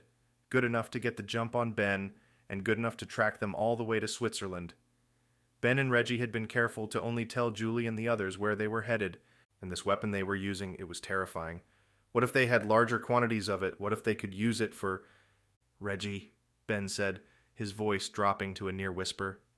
What's up? This stuff they used on me? It's like a haze, an aerosol or something, and it completely shut me down. Like I was dead and rigor mortis was setting in. Yeah, I saw, Reggie said. What about it? I was just thinking, what if they had larger quantities of it? Or a stronger version of it? Couldn't they use it for taking out not just one guy, but a lot? Like a terrorist attack, Reggie answered. Exactly. Ben nodded. He was thinking of the attack in the piazza in Rome, about how the newscasters were trying to piece it together, and how they were confused as to why no one tried to run. If the attackers there were related somehow to what had happened to Ben, It meant they were in trouble.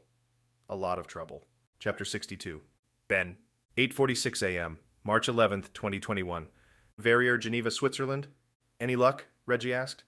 Ben shook his head, frustrated. He had tried calling 3 times, dialing each of their numbers. Freddie nor Sarah had answered. He knew it was too early to worry, but he couldn't help but feel like he was losing connection. If none of them were answering, it meant Julie was worried about someone potentially listening in, or it meant they were traveling. But it meant Ben was no closer to finding Eliza, or the sword Tennyson had tasked them to find, and he knew he was no closer to finding Tennyson himself, and completing the job Mr. E had given him.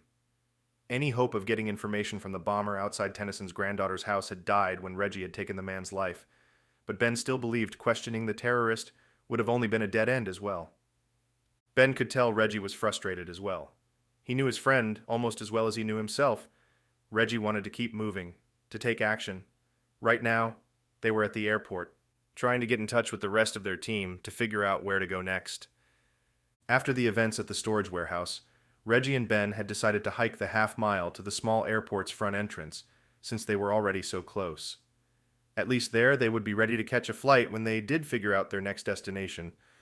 Any ideas about what to do next? Reggie asked. Where to go? Ben shrugged. We have to stay ahead of Interpol, obviously, and we have to stay ahead of whoever these new guys are. At least we know now there's a third party involved. Yeah, but we don't know a damn thing about them. Why are they after us? What do they want with you specifically, and how have they been following us? I have no idea. Whatever they're doing, they're using some fancy new tech. I've never seen anything like that in my life. Ben recalled the strange sensation of his body being locked down from the inside. It was like some sort of aerosol stuff. He squirted something around me that was like a powder, light and airy and raining down all around me. I guess I could have held my breath, but I don't know that it would have done any good. Stuff seemed to lock me down on contact.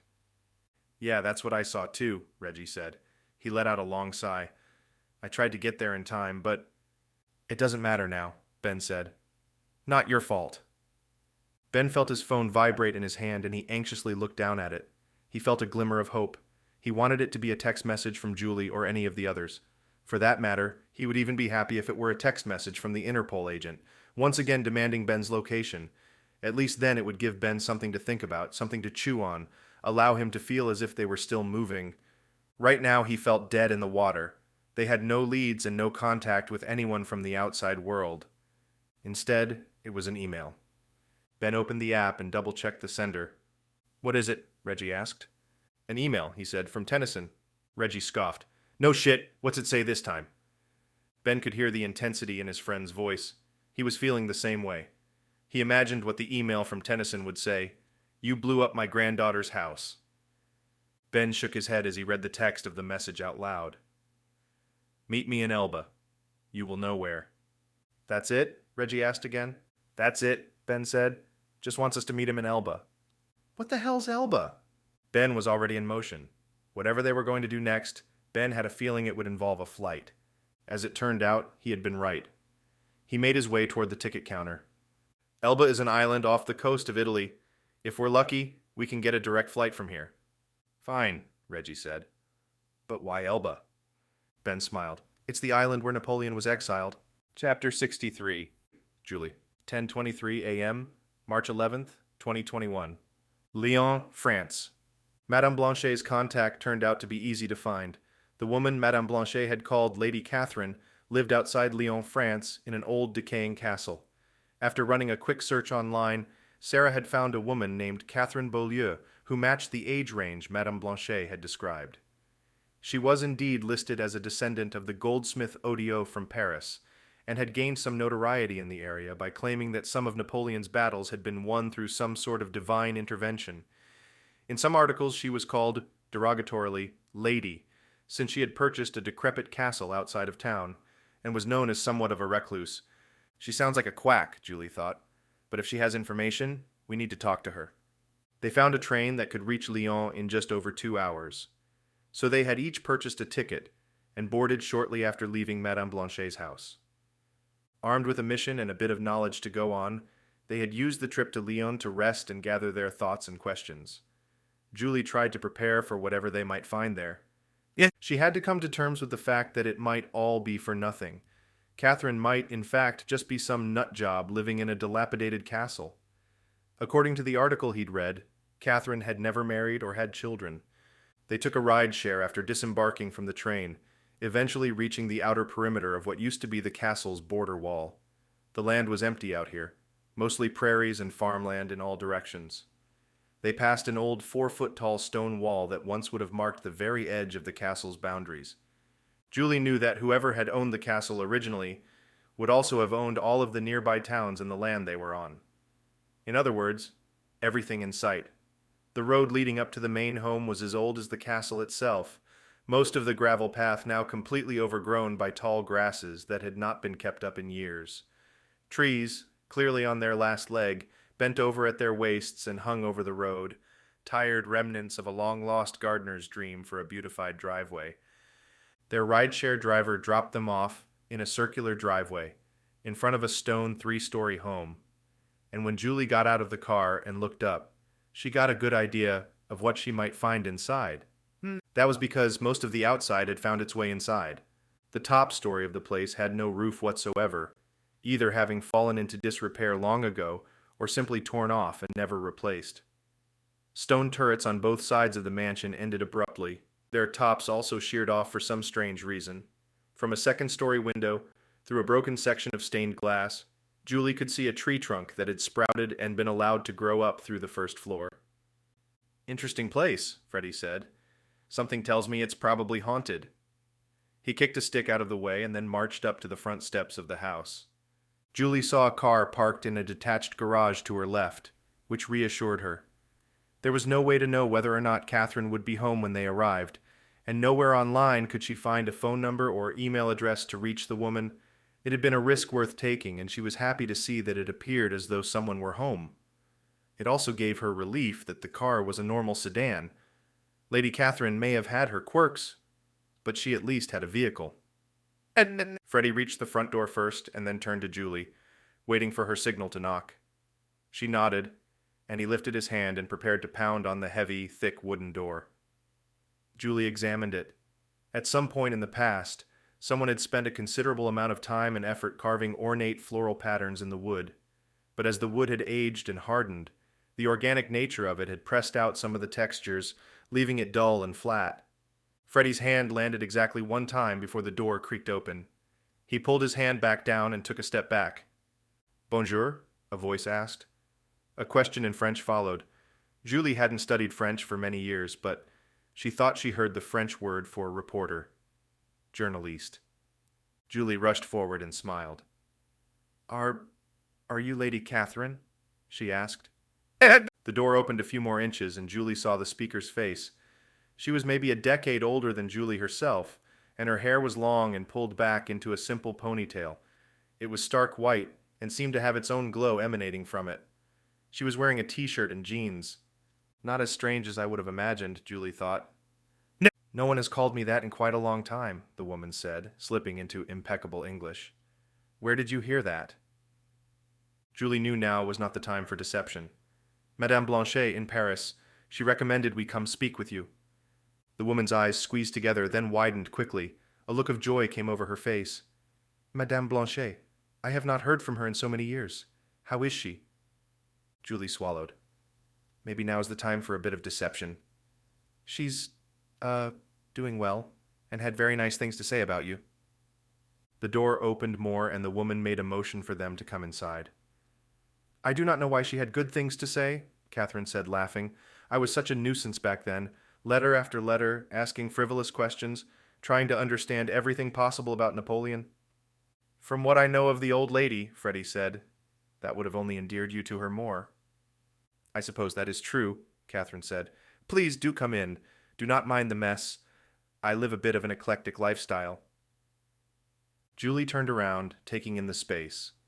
The foyer of the castle was still mostly in the shape it always had been, with archways leading into deeper chambers to her left and right, and directly in front of her. The one in front of her was much larger than the others, and led to a lobby or wide, open seating area. There were no seats, however. in this seating area. Instead, Julie saw a single mattress lying on the floor with a single sheet on top of it. Next to the bed lay two cardboard boxes, both open and unlabeled. From the top of one of the boxes, she saw piles of clothes poking out. On the opposite side of the bed was a line of shoes, ranging in function from elegant flat to more utilitarian boots. There were no pictures or paintings on the walls anymore, but Julie could see rectangles of lighter stone where they must have hung for decades, or even hundreds of years. In the space to her left, she saw the tree she had spotted from outside. Not only had it been allowed to grow out of the floor, a neat pile of rocks had been arranged in a circle around its base, soil dumped inside the ring. The first of its branches shot out through a broken window near the end of the hallway, and she could see a hole in the ceiling above the trunk, where the tree had pushed through during its escape to the outside. She heard a shuffling noise from her right, and then felt Freddie bump into her. "Guys," he said softly. Chapter 64, Julie. 10:25 a.m., March 11th, 2021. Lyon, France. Julie turned to see what had Freddie so bothered. At the end of the opposing hallway stood three tiny hooded creatures. They were all staring directly at them, not moving. The one on the left rubbed a front hoof on the stone. "Goats?" Sarah whispered. "Huey, Dewey, and Louie," Catherine said nonchalantly. "They should not be any trouble. They probably just want to know if any of you brought crackers." Should we have brought crackers?" Freddie asked. "I have some in the kitchen I can bring in. They absolutely love meeting new people. Unfortunately for them, I am not much of a socialite, so they don't get to meet people very often." "I see," Sarah said, not taking her eyes off the goats. Julie smiled and walked toward the grand bedroom in front of her, hoping to eye more of the mysterious spaces within. She had a feeling that every single room hosted treasures as strange and juxtaposed as what she had already seen. She also got the feeling Catherine was a woman who did not appreciate art from an outsider's perspective. She had decided to turn her entire life into a work of art. Everything Julie had seen so far felt like a less surreal version of Alice in Wonderland. Catherine returned a moment later with a tray of teacups, a steaming pot of tea in the center. Piled next to them was a stack of small graham crackers. She set the tray down on some sort of twisted wooden stool that had been fashioned out of petrified branches, and then handed the cracker stack to Freddie. "Just whistle, and they will come right over." Freddie looked at the three women around him, a confused look on his face, but then pursed his lips and let out a low, quiet whistle. The effect was immediate and chaotic. All three of the tiny goats began stamping their hooves wildly, trying to gain purchase on the castle's smooth stone floor. The one on the left finally gained enough traction to move and began galloping toward them. The two others bleated their disappointment at coming in second and third place, but soon were speeding toward them as well. Freddie lowered himself to a knee, then stood back up quickly when he realized what was happening. The goats were not going to slow down. Julie held a hand over her mouth, unable to control her laughter. All three tiny mammals crashed into Freddie's knees and legs with a force that nearly pushed him back into Julie once again. "These little guys aren't playing around," he said. Catherine threw her head back and laughed. "Of course not. They truly love their crackers." Freddie held the stack of graham crackers out in his right hand and prepared to peel off one from the top.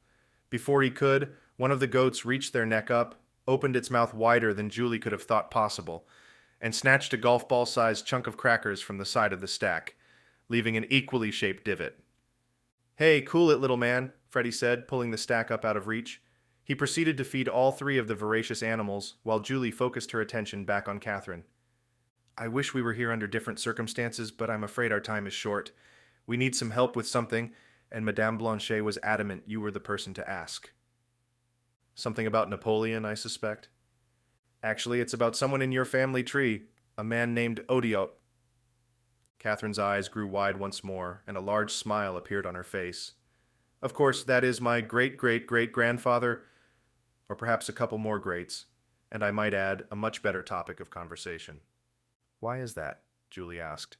"Well," she began, "I was fascinated with Napoleon as a child. I studied him in school, spent all of my spare time researching his life and his leadership. When I found out that I was a descendant of Odio, I studied him as well. I began to develop a distaste for Bonaparte himself. He did not treat Odio well, at least in my opinion. And I believe Napoleon was a bit of a charlatan as well." That's very interesting, Sarah said. What makes you say he was a charlatan? Catherine chuckled. It does seem dubious to call him that, don't you think? After all, a man like Napoleon should be allowed at least a bit of egotism after what he accomplished. He was without a doubt an important figure, a fantastic leader. I just have reason to believe he was not completely forthcoming about some of the victories he won. Can you give us an example? Julie asked. It's not important anymore, she said, her voice trailing off. You may have read certain things about me, some of which are true. I do admit to a bit of a strange lifestyle, and I know that it makes me look like some sort of modern-day witch. No, not at all, Julie said. She almost immediately regretted saying it.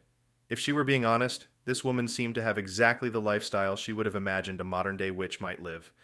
Even though she was wearing jeans and a t-shirt, there was no secret that this woman lived life in the fringes of society. No need to be kind, my dear, Catherine said, offering a genuine smile. I'm not clueless. I don't care about all that anyway. But I still believe most of what they said in those articles was said just to discredit me. Sarah interjected. You mean about how you think Napoleon was somehow able to win his battles with divine intervention? Catherine nodded quickly. Divine intervention, the hand of God, magical spells, sorcery, whatever. I don't know exactly what it was, but I believe it was something that bolstered Napoleon's ability to fight in his battles. Julie jumped back in, hoping to keep the conversation moving toward her end goal. Catherine, we have a friend who is in some trouble. We need to find something and bring it to her, or we are afraid something bad will happen to her. Catherine stood there silently, taking it in. What is it? What is it you're looking for? Julie felt a flicker of hope spark within her. A sword. A replica of the sword of... The sword of Austerlitz, Catherine said. One moment, please. Chapter 65. Julie. 10:30 a.m., March 11th, 2021. Lyon, France. Julie half expected Lady Catherine to return with the actual sword of Austerlitz, and she felt herself a bit let down when the woman came back into the room with a simple journal. She had produced it from somewhere deeper in the house, and Julie could see that it was stuffed full of photocopied articles, newspaper clippings, photographs, and handwritten notes.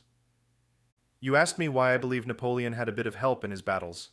The Battle of Austerlitz is a great example, Catherine continued. She flipped through the leather-bound journal for a moment, and then pulled open a section with the title Austerlitz at the top of it.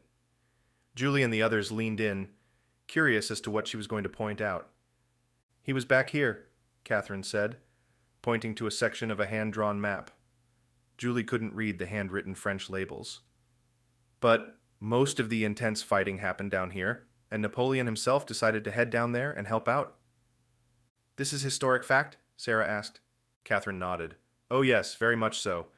This battle, like just about all of the battles Napoleon had a hand in, has been picked apart by historians and military strategists for the better part of 2 centuries.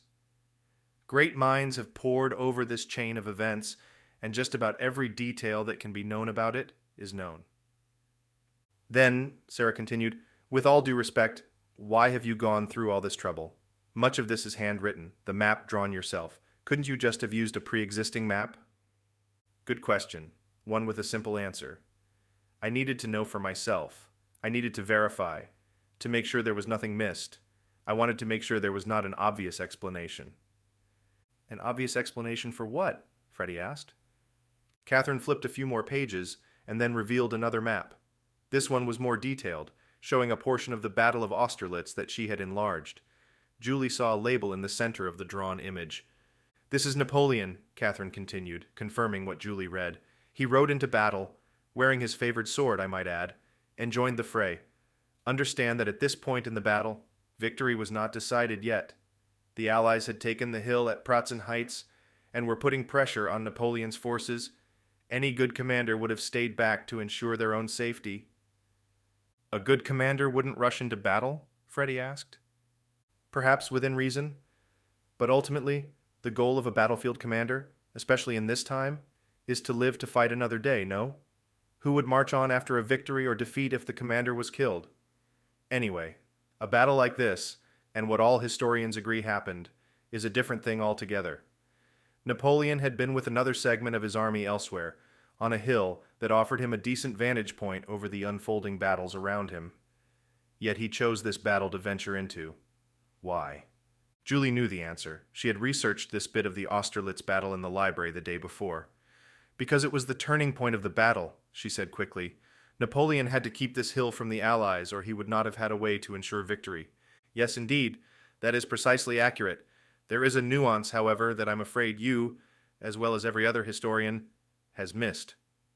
Julie was intrigued, but she felt they were about to hear the true reason why this otherwise intelligent and learned historian had been ostracized from her professional community. Napoleon, by riding into battle, may have added a spark of morale to his team, to his men, a bit of extra edge, but that alone would not have been enough to turn the tide of a fierce battle such as this. Every report claims that the Allies were winning here, soundly beating Napoleon's forces back into submission. In movies, we all know the commander can ride in on a brilliant white horse with a flag in the air and shout great things, and that is all it takes for men to suddenly remember how to fight better. Julie smiled, and Freddie laughed. She couldn't argue with that. Most battles in Hollywood period piece films featured a scene that depicted exactly that. Nor did he bring with him a large enough cadre of men to have made much of a difference. 3, maybe 4 manned horses at a minimum, possibly twice that. These would have been capable officers and loyal soldiers, but I do not believe they would have helped much at turning this around. Freddie shifted as he stood, looking down at the journal. But they did, he said. They did turn the tide of the battle. They eventually won the Battle of Austerlitz. What am I missing? The white-haired woman lifted a finger and held it out in front of her. Exactly, she said. What are we missing? And then Julie knew this was the point at which the woman was supposed to claim some sort of divine intervention that had descended upon Napoleon Bonaparte and helped him win this battle. If she continued, she would probably claim the same such intervention for other decisive Napoleon victories. I'm so sorry, Julie said. This is utterly fascinating, but I'm worried we don't have much time. How exactly does the sword of Austerlitz fit into all of this? She asked. Catherine did not seem at all fazed by this, but she stopped flipping through the pages and closed the book. She set it down on the tea tray, nearly causing the porcelain teapot to crash off the side of the crooked table. The goats milling around their feet jumped at the clattering noise. I'll be right back once again, Catherine said. Julie felt her exasperation growing, already having sat through one woman's Napoleonic lecture. The more time they wasted here, the more danger Eliza was in. She thought of Madame Blanchet. The more danger we are in. Catherine returned a minute later with another book, this one also a small leather-bound journal, in her hand. This is Odios' journal, she said. She opened the front cover and read the inscription on the first page. The Journal of the Goldsmith Odiot of Paris. Julie's eyes grew in amazement. She was staring down at a priceless piece of history. She was stunned that it was not in a museum, being kept safe and maintained, but she suspected that Catherine had gone to great lengths to acquire it and had simply wanted to keep this relic of her family's past in a personal, private space. She couldn't fault the woman for that. Catherine opened the journal to a spot near the middle, and Julie saw a drawing of a sword. It had been rendered on all of its axes in 2 smaller pictures beneath it. She flipped the page over, and there were more drawings of the sword on the opposite side. The Sword of Austerlitz, Freddie whispered. Well, a copy of the Sword of Austerlitz, Catherine said. Odiot was given this commission. It says so right here in the pages before. I have read them many times and committed them to memory. Our Grand Commander has given me a special privilege this day, she began. Well, that's basically what it says in French. But I thought Napoleon gave the commission for his sword to Béarnais? Sarah asked. He did, and Béarnais produced that sword. Perhaps the very sword that appeared in battle by Napoleon's side. But you don't think so? Julie asked. Catherine shook her head. No, I suspect otherwise. I suspect that the sword we see painted on Napoleon's side in the famous portrait is actually this version, the Odiot sword of Austerlitz. What makes you think his was the real thing? Freddie asked. Catherine leaned forward, taking a moment to gaze at her willing subjects before continuing. Well, technically, they are both the real thing, but, she said, as she flipped slowly through the pages of drawings, after these pictures you'll see a description of the sword, transcribed by Odio from Napoleon's instructions. She flipped to this page and Julie saw the fanciful, ornate calligraphy from Odiot's pen dancing across the page. She didn't understand the French lettering, and she certainly couldn't make sense of the tall, sweeping italics, so she was relieved when Catherine continued to read. The last sentence on this page reads, and on the hilt. She flipped to the next page and Julie saw a single word written across it. Avril. She knew that meant April in French. It seemed Odio had never finished the previous sentence. There is a missing page, Catherine blurted out. Look here. If you peel back the binding just a little bit, you can see where it has been ripped from the rest of the book. Lady Catherine stretched the journal flat and held it up for the others to see. Sure enough, Julie saw the tiny, jagged edge of a piece of paper that had been ripped away. And on the hilt, Freddie said. Julie felt a chill. You think Odiot was given special instructions to put something on the hilt? Something that was not in Béarnais's version of the sword, and something that Napoleon could have used in battle to help him achieve his victories. Absolutely, Catherine said.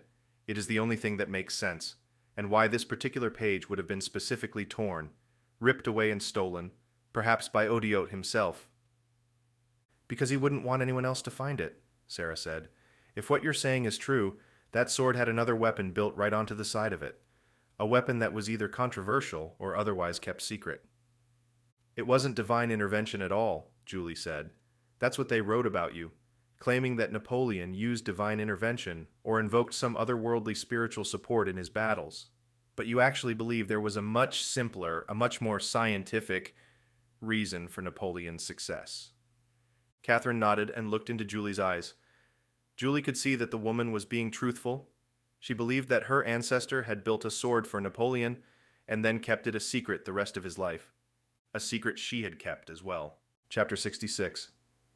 Freddie. 10:35 a.m. March 11th, 2021. Lyon, France. Freddie yawned, but continued listening to Catherine's conversation with Julie and Sarah. I think he had some sort of explosives stored there, she said. Julie and Sarah nodded along.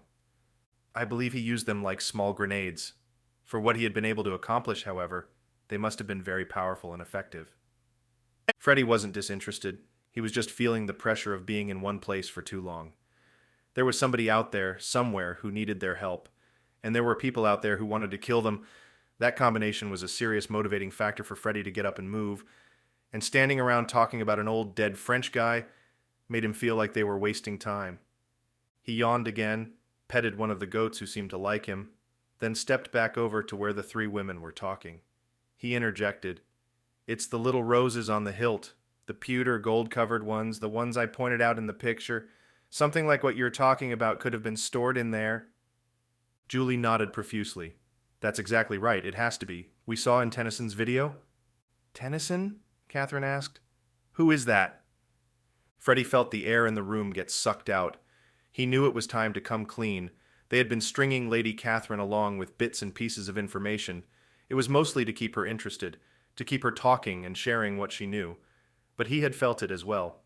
The conversation was turning, and Catherine was going to be wanting to know what they knew very soon. It seemed that time was now. He saw a frown appear on the woman's face, and she stepped back, her long white ponytail whipping around as she did. She snapped the journal shut, and then addressed the trio. I do love talking history, but you alluded to running out of time more than once. Now you mention there is someone else who has a picture of this sword, Odiot's sword? Freddie looked at Julie. Sarah was waiting for her answer as well. Julie sighed. Yes, Catherine, she said. I'm so sorry we could not be more upfront with you. But the truth of the matter is that we simply do not know who to trust. We have a friend, and she was taken by a man named Baden Tennyson. We believe he is going to do her harm. Catherine's face fell, and she took a half step back once again. Freddie jumped in, trying to rescue the moment and get this woman back on their side. You read about the sword of Austerlitz's being sold at auction a few days ago? Catherine nodded, then dropped her head. And then the terrible murder and theft of it afterward. Whoever did that was sent by this man, Julie said. Tennyson. And he's had men following us ever since, trying to pick us off and separate us as a team. Catherine swallowed, looking at her front door. We're safe, Freddie said, for now. No one knows we came here. How many are you? Us, plus 2 more. They're in Switzerland right now, trying to track down any ties to Tennyson that might tell us where he is. Can I see the picture? Catherine asked. Of the sword? Freddie watched Julie's face, watched her considering this. He didn't think there was any harm in bringing the woman fully up to speed, but he knew Julie and the others had been in situations like this more than he had. He trusted their judgment. He would follow their lead. If they still felt there was a reason to not trust Catherine, he'd get on board with it. Julie relented. Of course, she said, pulling out her phone. She flicked around on the screen and then held it out to Catherine. Catherine's eyes widened and she put her hand over her mouth. This is miraculous, she said. Truly incredible.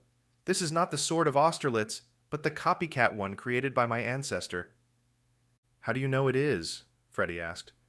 How do you know this isn't the actual sword of Austerlitz and the one missing, the one we're trying to track down, isn't Odiot's version? She shook her head. No, this is definitely Odiot's. You've probably already noticed the difference, but I pointed it out in this journal. She flipped through the pages and came to the one that showed the sword from 3 different sides, all hand-drawn but with immaculate precision. Look, she said, right there on the hilt, the page that's missing from the journal that describes exactly what these roses are made of and what's inside them. We cannot know that answer without the missing page, but my ancestor still drew in the roses on the previous pages. They all leaned over the journal. Immediately, Freddie saw what she was talking about. The hand-drawn hilt of this sword indeed only had 4 roses on it. There was a 5th rose drawn, but it was sketched in as hovering over the end of the hilt, as if it were removable. Interesting, Freddie mumbled.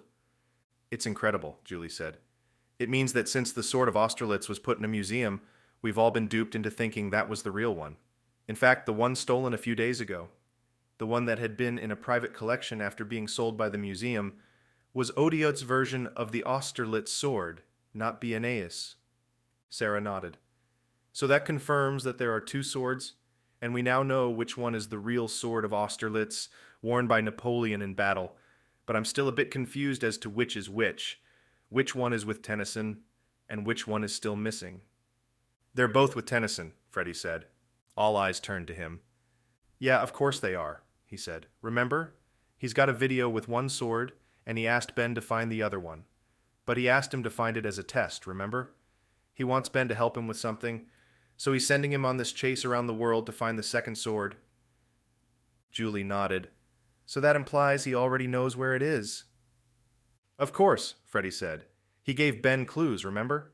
That means he knows exactly where the second sword is. And knowing a guy like Tennyson, Julie continued, I can't imagine he'd want to leave it out of his sight. That's what I'm thinking, Freddie said, nodding again, which leads me to believe the second sword is with him. Find the sword, find Tennyson. And find Eliza, Sarah added. Catherine looked confused for a moment, but Freddie was glad she didn't ask questions about that. They were getting a bit closer to their next step, and he wanted to keep moving. He suddenly jerked his head up, feeling his stomach turning with a realization. Catherine, he began, you are one of the only people in the world who knew that your ancestor crafted a look-alike sword, and you are one of the only people who guessed the secret it contained. He saw Catherine's face turn white. Who have you told? He continued. Over the course of writing about him, of studying Napoleon and his battles and his favorite sword, who else might know that you think there are multiple swords in existence? Julie nodded. Yeah, Freddie's right. I didn't even think of that. You just let us in on an old family secret. Please tell me you haven't told anyone else. Ed! She thought for a moment, her eyes rolling up to the stone ceiling of the foyer. There was one, she said slowly. A man, a long time ago. It had to have been 30 years ago now. He was frail, pale-looking. I thought he might have been albino, but didn't really pay close enough attention at the time. What did he ask about the sword? Sarah asked. Not much, really. He had read one of my articles. I must have been in high school or university, and he came to my house, where I was living with my aunt at the time. She wasn't home. I let him in, not having any reason to fear a skinny little man who seemed kind enough. He asked about my work studying Napoleon, asked why I was interested, and I told him about my family ties to Odiot. Did he press into that? A bit, if I recall, but he was definitely more interested in the sword itself. He asked me a few questions, and I could tell as I answered them that he was getting excited. I didn't feel threatened, but I also started to feel uncomfortable with it all. I just told him that I believed there was something special about Napoleon's sword, and that I didn't think it was just one sword, but 2. I told him I suspected my ancestor, the goldsmith, had produced a look-alike that only he and Napoleon knew about. Did you tell him about the journal? No, I thought that would be too risky. The page had always been missing, So I suspected someone like this would see immense value in the journal, and I didn't want to let him know I had it. That was smart. Did he say anything else? Sarah asked. She shook her head, her brow furrowing. It was so long ago. No, I don't think so. He thanked me, then shook my hand. I told him his French was impeccable, and he laughed, complimenting me on my English. Then he left. What about his name? Any way to track the guy down? Freddie asked. She thought for a moment, then shook her head again. No, again, I'm sorry. I don't know that he even introduced himself. I'm sure I asked at one point since he was so interested in a subject I cared deeply about, but he only gave me an initial. Freddie's stomach did a backflip, and he blinked a couple of times. No way. He saw Julie silently gasp and then grab Catherine's arm. An initial? She asked. Catherine nodded, no doubt startled by how intensely they were all looking at her right now. Yes, just a single initial, something like Mr. E. Chapter 67, Julie. 10:41 a.m., March 11th, 2021, Lyon, France. You are all going to Corsica, right? Catherine asked. Julie stopped in her tracks. They had already begun to leave, Freddie outside working to call a rideshare driver.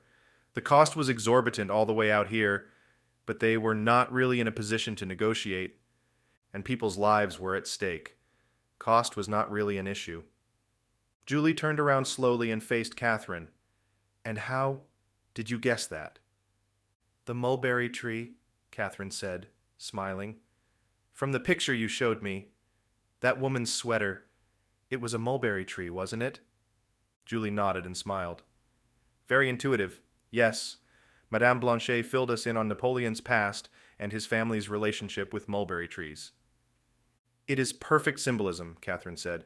This Tennyson man who is threatening her, that is a terrible, twisted thing to do, but you have to admire his cleverness and wit. No, I don't. Catherine's smile faded. Julie took another breath. I'm sorry, I wasn't trying to be offensive. Catherine waved her wrist. No, that was insensitive of me. I merely meant to point out that he did a good job putting clues in place for your friend. Ben, was it? For Ben to find. My husband, actually. Oh, Catherine said, in that case, yes, you are a woman on a mission. Do you mind if I go with? Julie was taken aback. It was a strange request, and it had been so sudden. You want to go with us to Corsica? Yes, and I have a passport, though something tells me you all have ways around that sort of thing. She let out a bit of nervous laughter, then straightened up again. Look, I am probably the world's foremost expert on Napoleon's early career, if not his entire life, yet no one takes me seriously because of a few articles I wrote decades ago, but I believe that you now know I am who I say I am. Catherine, your knowledge and expertise is without question. It's dangerous? She asked. That's fine. I'm okay with that. Besides, how is it not dangerous for me to stay here? No offense, but you all stumbling here into my home and claiming there are people out there trying to kill you, chasing after you. It doesn't give me much confidence that I will be okay staying here by myself. Julie had been thinking the exact thing, unable to forget the sight of Madame Blanchet's dead body on her entryway floor, and that had happened while we were there, while we were with her. She shuddered, then shook her head. No, you're right. You're exactly right. I am so sorry to have put you in danger, but You had no choice, Catherine said. Besides, I have a car. It will take half an hour at least for a rideshare to show up way out here. By that time, we could be at the airport. Julie nodded. What do you guys think? Freddie answered immediately, taking her by surprise. Absolutely, she's in. We can use the help. I agree, Sarah said. She knows everything we don't about this sword and Napoleon, and if Tennyson is adamant that we find it, she's probably the best hope we have at this point. Julie stuck her hand out, and Catherine shook it. Congratulations, she said. You're now an official contractor for the Civilian Special Operations. It's not much of a title. And I can assure you, Freddie said with a smirk, the actual job is way worse. Chapter 68. Freddie. 11:32 a.m., March 11th, 2021, France. Freddie sat with his knees almost to his chest, the cramped tiny aircraft nearly too much for him. First it had been the taxi in Paris, smashed between a hard window and two women, but in his mind, when it came to uncomfortable and impossibly stupid seating, commercial flights took the cake. The flight they were on didn't even seem real to him. Where had they even gotten an airplane this small? How had it even taken off? Were there engines attached to the wings? Or was it a tiny little propeller up front? Did the pilot have to stand on a ladder and jump and push the propeller down to start it? Freddie was not afraid of flying, but he certainly didn't enjoy it. He considered it a means to an end. That was it. Although he had to admit his interest in using that means to any particular end had decreased exponentially after the plane crash in Antarctica. "You okay?" Catherine asked from the seat next to him. She had impossibly requested a window seat. He nodded, still incredulous that an actual grown human could fit against the window. He couldn't imagine what it would feel like for his frame being smashed against the curved wall and window. He wondered if it would stay like that, if he tried it, if you would constantly have a bulging convex right side. "I'm fine," he said, "just a little tight." "Well, you are the size of at least 2 men," she said. That's probably the most forward way I've ever been called fat," Freddie said. She laughed, then shrugged. "Not fat, just large, muscular, built like a tank, and I have never really had much interest in meandering. I much prefer direct, to the point." Freddie smiled. "Yeah, it's sort of refreshing." He looked across the aisle at Julie and Sarah, who were hunched over their phones, researching and studying something that he felt he had no more to contribute to. He did want to be helpful, and there still were quite a few puzzles related to the sort of Austerlitz and Tennyson's scavenger hunt that were nagging at him. But he wasn't sure there would be enough time on this flight to even get started on a new direction. They were getting ready to depart from Lyon on a short hop to northern Italy, where they would then board a, hopefully, larger plane headed for Corsica. This leg of the journey would only be 35 minutes long. In a flurry of activity, flight attendants rushed up and down the narrow aisle, and the captain began to taxi the plane. Within minutes, they were airborne. Freddie was impressed at the efficiency of overseas flights, able to move much more quickly because they didn't have to explain every possible movement to a worried American public. They didn't have to deal with nearly as many strenuous regulations either. And finding himself already bored and not any more comfortable than before they had taken off, he pulled his phone out and opened the forwarded email Ben had received from Tennyson. As he read through it for the 3rd time, he had to admit the thing was a puzzle. That had been Tennyson's intent, of course. It was very strangely worded, and the whole thing seemed off to him, like it had been written by someone on drugs, or at least a bit inebriated. He knew that Tennyson had sent them clues inside the video file, so he wondered what other clues might be in the email as well. "What is that?" Catherine asked, her white hair suddenly swinging across his face. He pulled back a bit, but found that it didn't offer him any more of maintaining his personal bubble. He sighed, then turned the phone screen so she could see it. "It's from that guy Tennyson. This is how he reached out to Ben to tell him to find the sword." "It's worded very strangely." "Yeah, it's part of the puzzle. We're not exactly sure how, though, but it's definitely a clue. Like, look at these capital letters. They're seemingly random. He didn't capitalize the beginning of sentences or some proper nouns. I tried pulling out the capital letters and seeing if they made a word or anagram or something, but I can't figure it out." Catherine grabbed the phone and took it out of Freddie's hand. It was like a tiny bird snatching a worm. Too quick for him to react, so he just resigned himself to no longer having a puzzle to work on and looked over at her. "It is on a very tiny screen," she mumbled. He wasn't sure if she was talking to herself or to him, but he ignored it either way as she mumbled on. "I wonder if it would look any different on a computer screen."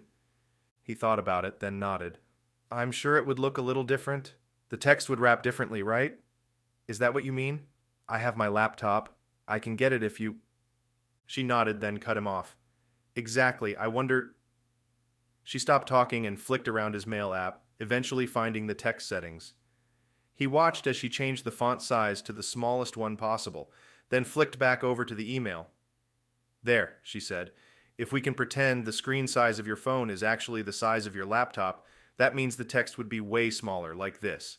But it should make the text wrap and appear the same way it would show up on a laptop screen or monitor," Freddie said, finishing her thought. I recognize this," she said. Her voice had dropped a couple of decibels, and Freddie had to lean closer to her to hear over the roar of the engine. "I guess there are engines," he realized. "What are you talking about?" She used her finger and pointed to the first row of miniature letters on the screen. He could not see what they were from this distance, but he knew they were the same capital letters he had pointed out earlier. "These are your capital letters," she confirmed, "but now it looks a bit different. Each is on the beginning of a new line. Seem familiar to you?" He pulled the phone back up to his eyes and nearly smashed into his eyeball before he could read anything. He blinked a few times, allowing his eyes to adjust and focus, then read the email again, this time allowing his eyes to dance over the letters and words naturally, gently lifting before the end of each line and putting emphasis on the first capital letter of each new line. "Yeah," he said. "It's like a poem." Freddie read the screen once again. "Truly, it seems you got my message. Alas, thank you for attending to my request in such a timely fashion. Let it be true that, indeed, we will work well together. On that note, hear this. I have a job for you. This is related to the work you already do. There's a particular sword that wants to find its way into my collection." "It is a poem," Catherine said, "albeit a terrible one. Nothing rhymes, and it is not even correct iambic pentameter, which would be the closest structure to what I am seeing here." "So, Tennyson is a terrible poet?" She laughed, tossing her head back. "He may be, but that's not my point. I recognize the first letters in the line, as in I know what they're actually from." Freddie frowned. "Okay," he said. "You lost me." She closed the mail app on his phone and then went over to his web browser, apparently having no difficulty whatsoever navigating the man's device. She either had the exact same model, or she was a little more intuitive than he when it came to phones and computers. "Should be one of the top," she began, her voice drifting off. "There." Catherine pointed to the screen and clicked on the second result. He read it out loud. "Lord George Byron, Napoleon." It was a poem, a long poem, with what seemed to be hundreds of stanzas. The page scrolled as he moved his thumb, and he silently read a couple of lines. "'Tis done, but yesterday a king, and armed with kings to strive." Freddie had never enjoyed poetry. He didn't understand it. It was too lofty, too pretentious. "Tennyson is referencing a poem in his email," Catherine said. "He's telling us the poet, see? By George." "George Byron," Freddie said in a voice that was barely audible. "But how can you be sure it was this poem?" "Because there are the same number of lines in each stanza of this poem as there are in Tennyson's terrible one he emailed. He didn't mean to write a poem, but to simply reference this one. He used the first letter of each line of his poem to tell us which stanza he's talking about." "Meh." Catherine pulled the phone back and scrolled down until she found the one she was looking for. She showed it to Freddie. Each line of the stanza she had found started with the same first letter in each of the stanzas Tennyson had written. "Well, I'll be—" Freddie smiled. "You cracked it." Lady Catherine had figured it out. Whatever Tennyson wanted them to find, they should be able to find another clue, or the answer itself, in this stanza. "Go ahead," he told Catherine. "Read it." He watched the lines dance by as she read it aloud, noticing the first letters and how they matched Tennyson's own poem. "Then haste thee to thy sullen isle and gaze upon the sea, that element may meet thy smile. It ne'er was ruled by thee. Or trace with thine all idle hand, in loitering mood upon the sand, that earth is now as free, that Corinth's pedagogue hath now transferred his byword to thy brow." "Oh, crap," Freddie said. "This ain't good." Catherine's gray head dropped as well as she realized the implications. "No, I suppose it's not." Freddie reached across the aisle and tapped Sarah's shoulder. She looked up, frowning, then leaned over. "What is it?" she asked. "Julie and I were just—" "We can't go to Corsica," Freddie said quickly. His voice was in a near panic. "What? What are you talking about?" "She figured it out," Freddie said. "Lady Catherine, she saw it in Ben's email from Tennyson. All the weird capital letters, they line up a certain way because it's a poem, or actually, Tennyson was telling us to go find a poem." Julie was now leaning over Sarah's seat so she could hear better. "What do you mean? What poem?" "Napoleon by Lord George Byron," he said. "It's right here. Read it for yourselves." He watched as the women did just that, scanning over this phone and screen as they read the lines. When they got to the last line of the stanza, he saw it on their faces, immediately. They would not be going to Corsica. "Sullen isle," Freddie said. "It ne'er was ruled by thee. Byron is talking about where Napoleon was exiled." Catherine jumped in. "Lord Byron wrote about Napoleon a lot, actually. He knew a lot about the man as they were contemporaries." "At the next airport," Julie said, We need to get off the plane and get another ticket. We need to book a flight to a different island. Sarah nodded. We need to go to Elba. Chapter 69. Julie. 11:32 a.m., March 11th, 2021. Marina di Campo Airport, Isola d'Elba, Italy. Freddie had taken it upon himself to book an SUV while en route to Elba. Julie smiled when she saw it in the rental lot after disembarking the aircraft. It was absolutely massive, and she knew he had done it on purpose. He was tired of cramming into a seat and being at the mercy of a rideshare driver. Plus, they had now added a fourth member to their crew. Lady Catherine had already proven to be a major asset to their search, finding the code in Tennyson's poem that pointed to Elba as Napoleon's sullen isle. Without her, Julie and the others would still be headed to Corsica, a neighboring island just southwest of Elba, but the wrong island altogether. Tennyson wanted Ben in Elba for whatever reason. Either Tennyson was here himself, or this is where they would find the sword.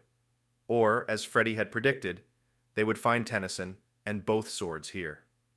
Julie pictured the sword in her mind, then pictured the size of the island.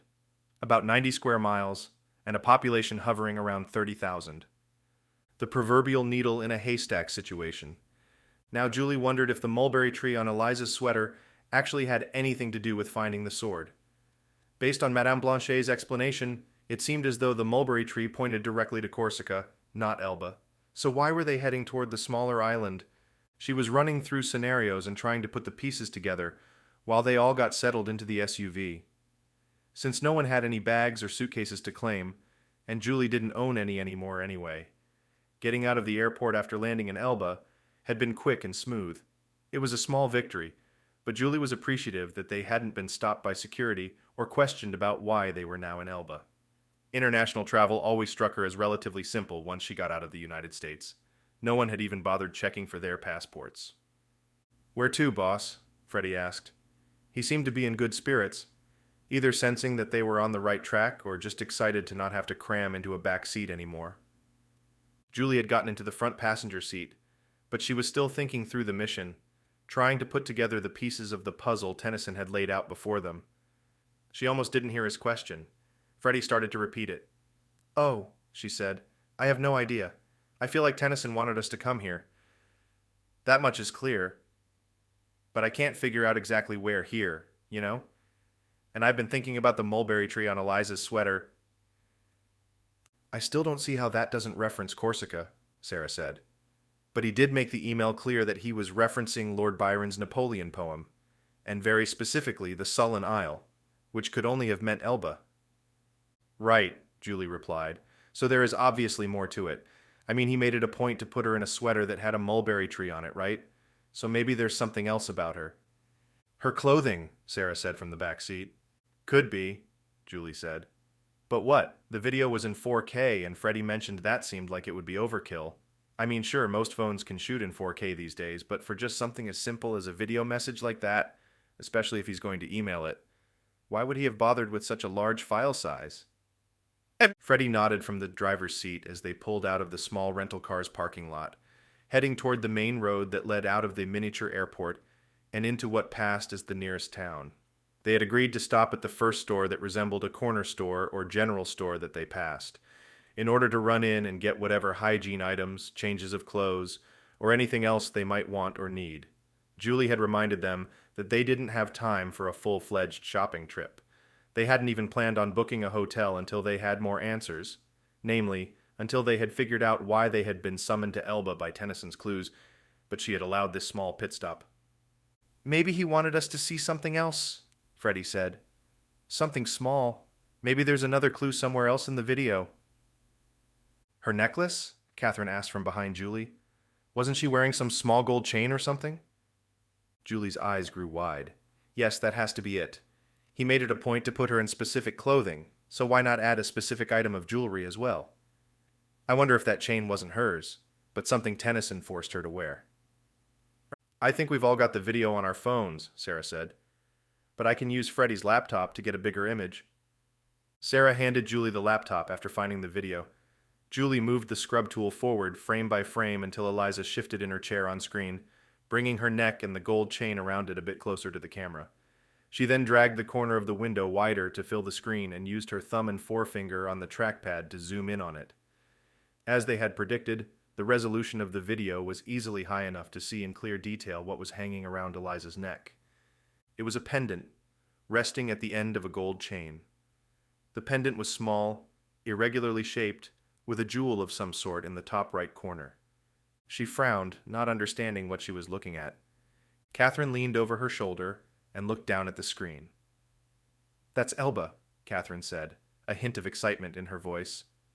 "What do you mean?" "I mean the pendant is depicting the island of Elba. The pendant is shaped exactly like this island."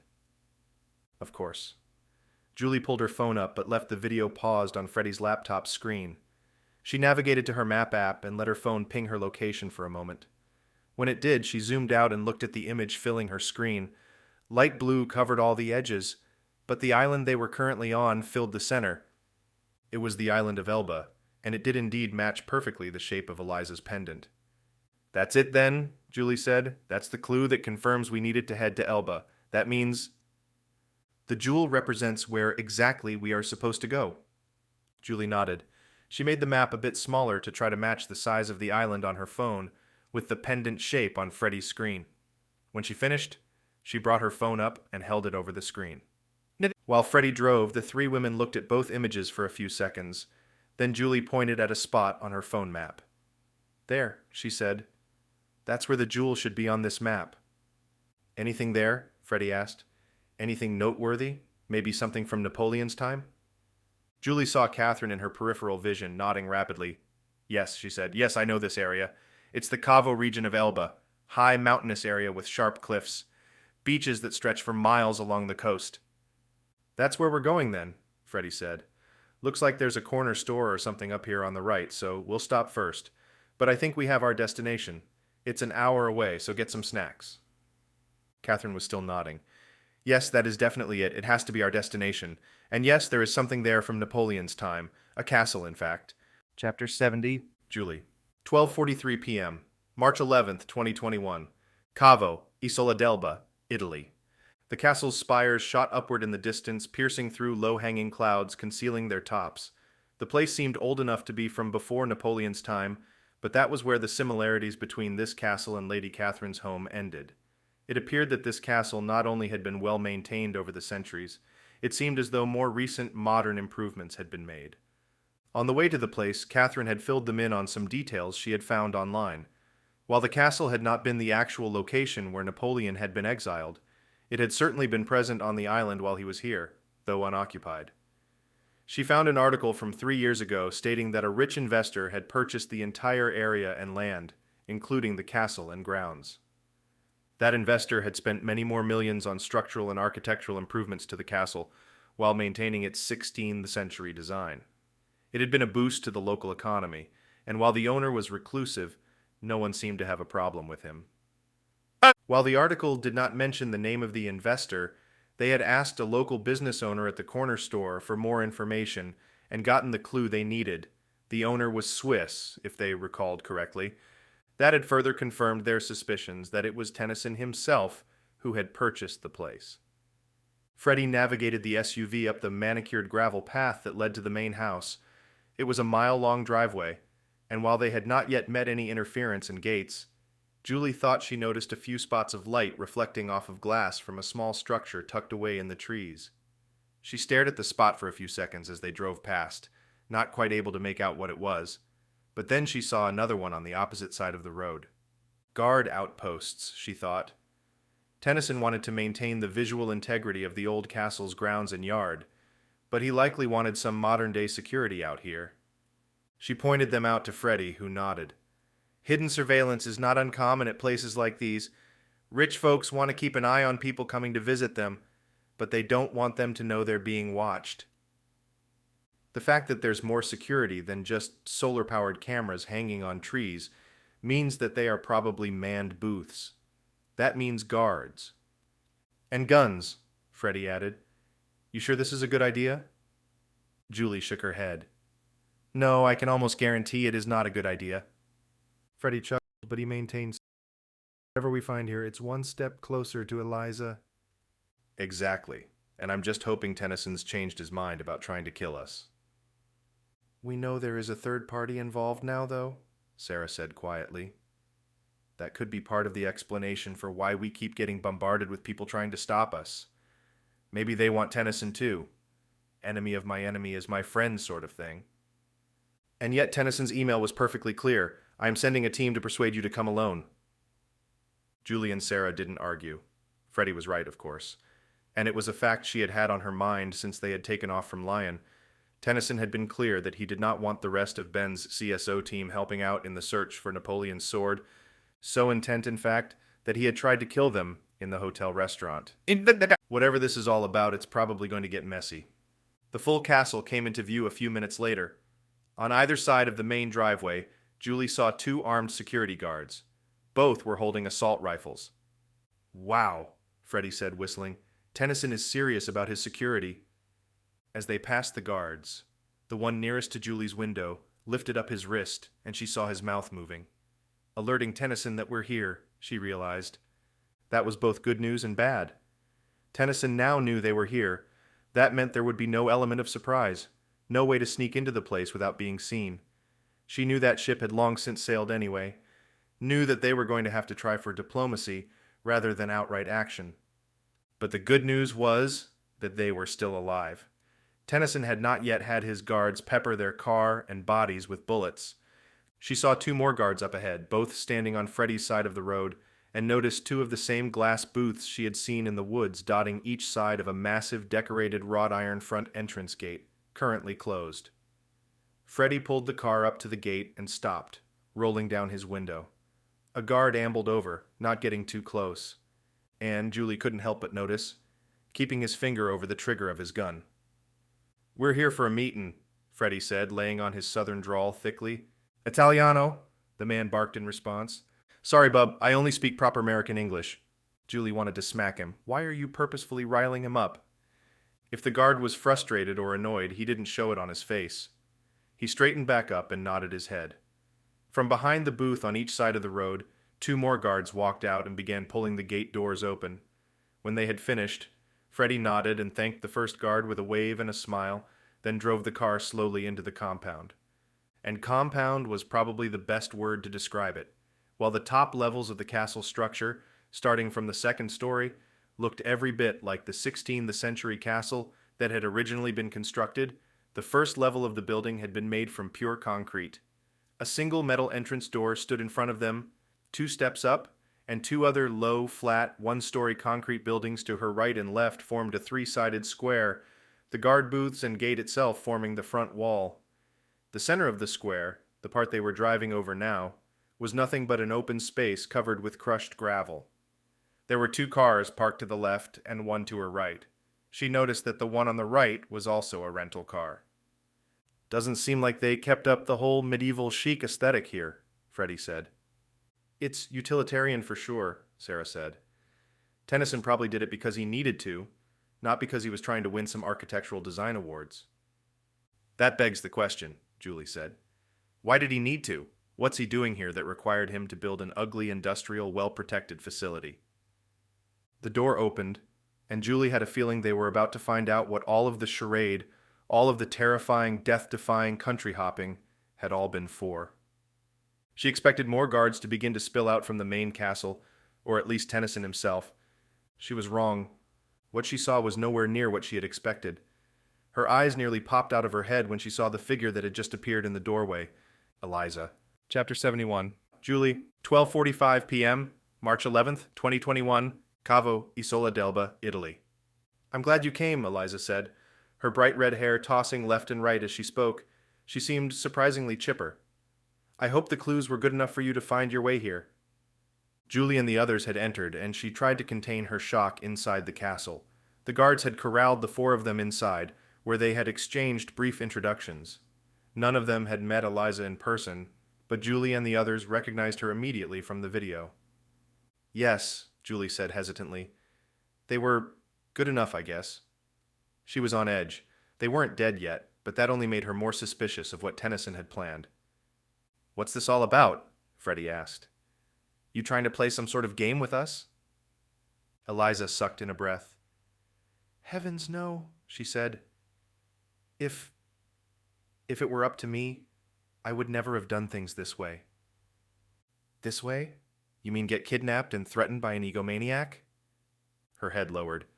Yes, Tennyson did kidnap me and he did threaten me, but... Where is he? Freddie asked. That bastard and I need to have a word. She held up a hand. No, that's just it. I mean, I think the situation has changed. I'm not exactly sure how or why, but about 4 hours ago, he let me out of the room he had been keeping me in and told me to change clothes, then meet him in his office. There were guards around me the whole time, just like there are now. I'm not free, but at least I'm no longer tied to a chair in a room and being kept in a makeshift jail cell. Julie involuntarily reached out and touched Eliza's shoulder. We're sorry we didn't come sooner. We tried. I'm glad you're okay, but I'm with Freddie. This is all really weird. Is Tennyson here? Eliza nodded. Yes, I was told to welcome you. She chuckled, as if realizing how absolutely bizarre that sounded. I believe he was going to try to kill you all, but something changed his mind. Probably... Her voice fell away before she could finish, and Julie saw her twist her head around and stare at a door in the hallway to their left. Probably what? Sarah asked. Eliza shifted her gaze back to them. It's probably best for you to just come and see for yourselves. Julie felt cold, both from the low temperature in the concrete building, but also because of the growing fear that was percolating through her system. Everything was changing quickly, the status quo and her expectations for what she would find. Never in a million years would she have imagined Tennyson welcoming them with open arms through Eliza, using her as the same bait he had originally used to lure them all here in the first place. It was all too much. She felt the urge to sit down, but fought through it. She pulled her phone out, seeing that there was no service out here. Great, she thought. One more unwelcome surprise. She needed to get in contact with Ben and Reggie. Needed to tell them. Come on, right this way, Eliza said, interrupting Julie's thoughts. Eliza turned on a heel and began walking down the hallway toward the door she had been looking at, her soft flats barely making a sound as she moved. The others followed in a line, and Julie was behind Eliza and second to reach the door. Eliza knocked and then turned the handle. Julie noticed Freddie tensing up behind her, and she followed his silent cue to mentally prepare herself for what she might find on the other side of this door. If this were a trap, there was not much they could do. They were unarmed and still being followed by two of the assault rifle-wielding guards. Even if they had weapons, what would they be able to do here? Catherine and Eliza would only be in danger of becoming collateral damage. If Tennyson had wanted to bring them all here for their execution, she wasn't sure they would have much chance of a fight. The door swung open, and bright yellow light from inside the space beyond forced her eyes to adjust. She blinked a few times, then stepped into the room confidently. No sense being timid now, she thought. Jules? Not possible, she thought. She knew the voice. She'd know it anywhere. There's no way. Her eyes finally finished adjusting, and she pulled her head to the left, trying to take in all the details of the room. Her brain faltered, not allowing her to fill in any specific details other than the two massive, obvious details standing directly to her left. Two men standing side by side, one of them now moving quickly toward her. Ben? She asked. The others filed into the room. What? What the hell, man? Freddie asked, flicking his eyes around to the left and right. This thing just got a whole lot weirder. Ben reached her and wrapped her in a bear-like embrace. She didn't move, she couldn't. She wasn't sure what was happening. This is... I don't know what... Freddie couldn't even get a sentence out. Julie felt like Freddie sounded. Confused, scared, angry, relieved. Reggie smiled, then stepped forward and extended his hand out to Freddie. They shook. Trust me, Reggie said.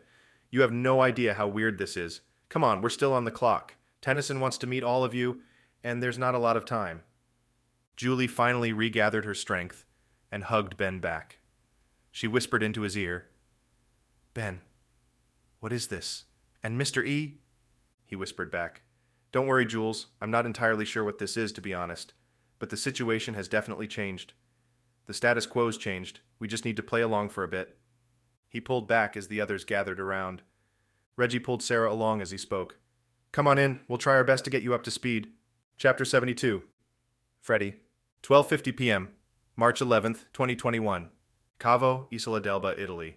As dull as the rest of the first-floor concrete fortress seemed, the office Freddie stepped into was exactly the opposite. It wasn't lavish, but it was certainly luxurious. Smooth concrete walls stretched up to an impossibly high ceiling, and decorative furniture, armchairs and a sofa, had been placed on a massive area rug in the center of the room. On the opposite side of the room from the door they'd entered through sat a simple, modern desk. A bearded man stood behind it and moved toward them as they entered the room. Bodden Tennyson. He knew the man from the picture the others showed him. Tall, nearly 6 feet, with a wizened look on his face. Wrinkles, but far fewer than someone his age should be sporting. White hair, kept short and combed sideways, with a white, well-manicured beard. He wore a smart suit as well, dark brown, with a white Oxford poking out from underneath. He strode toward them on crisp leather shoes that clacked on the concrete floor. Freddie felt the anger inside him growing once again. This man had not only kidnapped a friend of Ben's, he had also tried to kill them. He couldn't imagine the mental torture Eliza had endured, but he knew it was probably 10 times what he had put the rest of them through. That's enough for me, he thought. Better men have been killed for less. To make things worse, Tennyson had done it all through a proxy. Freddie had no problem with a fight. His beef was with a man who was too cowardly to show up to the fight in person. To take to allowing others to fight battles for them was something that bugged Freddie. It was part of the reason he had been disillusioned by, and subsequently quit, military service. Everything at one point or another came down to telling boys and girls to fight and die for a war they hadn't started in the first place. For older boys and girls who thought they were doing right by God or their country, or whatever deity they prayed to. He clenched his fists but held them at his side. "Welcome, all of you," Tennyson said with a powerful, booming voice. The man was no nonsense, no smile or lightheartedness, and Freddie felt grateful for that. At least we don't have to pretend we're all friends, he thought. We can cut the crap and get down to brass tacks. "We have some matters to resolve," Tennyson continued. "I will answer your questions, but I am going to need your help." "Bullshit," Freddie said. "Why should we help?" "Give him a minute to explain," Reggie said, cutting in. "Trust us, we were pissed too. He's been trying to kill us. But to be fair, we all wanted to kill him first." "Doesn't mean he doesn't deserve to die," Freddie said under his breath. Tennyson took the slight in stride, continuing to move toward them. When he was about 10 feet away, he stopped. He didn't offer his hand or any other pleasantries. "I'm going to get straight to the point. We don't like each other, and that has not changed. I meant what I said when I emailed Ben the first time. I need his help. At the time, I did not think I needed yours. It's now come to my attention that you do, in fact, work best together as a team." He turned to Julie. "You're here, which is proof enough that you are capable of putting pieces of a puzzle together." "How did you find this place, Ben?" Julie asked. Ben smiled sheepishly. "I wish we had figured it out like you guys did. It was right there in the video, Eliza's necklace, right? Unfortunately, we got a bit sidetracked in Switzerland. After Tennyson's granddaughter's house blew up, we—" "Wait, what?" Sarah asked. I know, Ben said, holding up his hands. "Trust me, we'll go through all of that later. Tennyson thought we had done it. Meanwhile, we were worried. Tennyson thought we were the ones who had done it. The ones who threatened his granddaughter and her family. We were there after all, but that was not our plan. Never in a million years." Reggie jumped in. "They're okay, by the way. No one was home. But Tennyson already knew who had done it. It was the same people who have been trying to take us off the map for the past few days." "The ones who sent a truck filled with explosives to your cabin," Freddie said. Ben nodded, his face and solemn. "Exactly, just like the attack in Switzerland. Again, I assumed it was Tennyson." "It wasn't?" Sarah asked. "I mean, his first email was right after the attack at the cabin. It even started with, 'Now that I have your attention,' remember?" Tennyson's brow creased. "An unforgivable error in judgment," he said, "and I have apologized to Harvey. I was simply referencing the lawsuit that is currently being prepared against your group by my legal team." Freddie nodded. He remembered Julie mentioning something about that, a legal suit the team had been talking about before he'd arrived at Ben's cabin. "Anyway," Tennyson said, "I had not heard of the destruction at your home until well after I had sent that email. I am, once again, sorry for your loss." Freddie didn't respond. It seemed as though this man was telling the truth, but there was plenty more of that truth that needed to be told before he could even remotely start trusting this guy. Tennyson continued. "As you can imagine, finding the second sword of Austerlitz, the copy, has never been about fun and games. I am a collector of people. A connector, if you will. That is what has made me successful over the years. I own many businesses." He paused. "Some of them are admittedly illegitimate, and in sectors that you, as you well know, operate in a bit of a moral gray zone." His eyes landed on Eliza, but she didn't respond. "I do not believe I am a bad person, but I am a man who is willing to do things others find distasteful in order to further science and technology. That's it. As such, I have no time or interest in trifles such as collecting artifacts and antiquities." "So, something about this sword is important to you for reasons other than posterity?" Sarah asked. Tennyson's voice dropped. "Yes, absolutely. Come this way and I'll show you exactly what I mean." They followed Tennyson over to the seating area, and Freddie noticed a stack of documents that had been laid on the low coffee table on the center of the rug. There were notebooks and folders opened and waiting there as well. Tennyson pulled out one of the folders from the stack and flipped through the loose pages inside. Finding what he was looking for, he pulled out a photocopy of another piece of paper. Behind him, Catherine gasped. "It's the missing page," she said. Chapter 73. Freddie.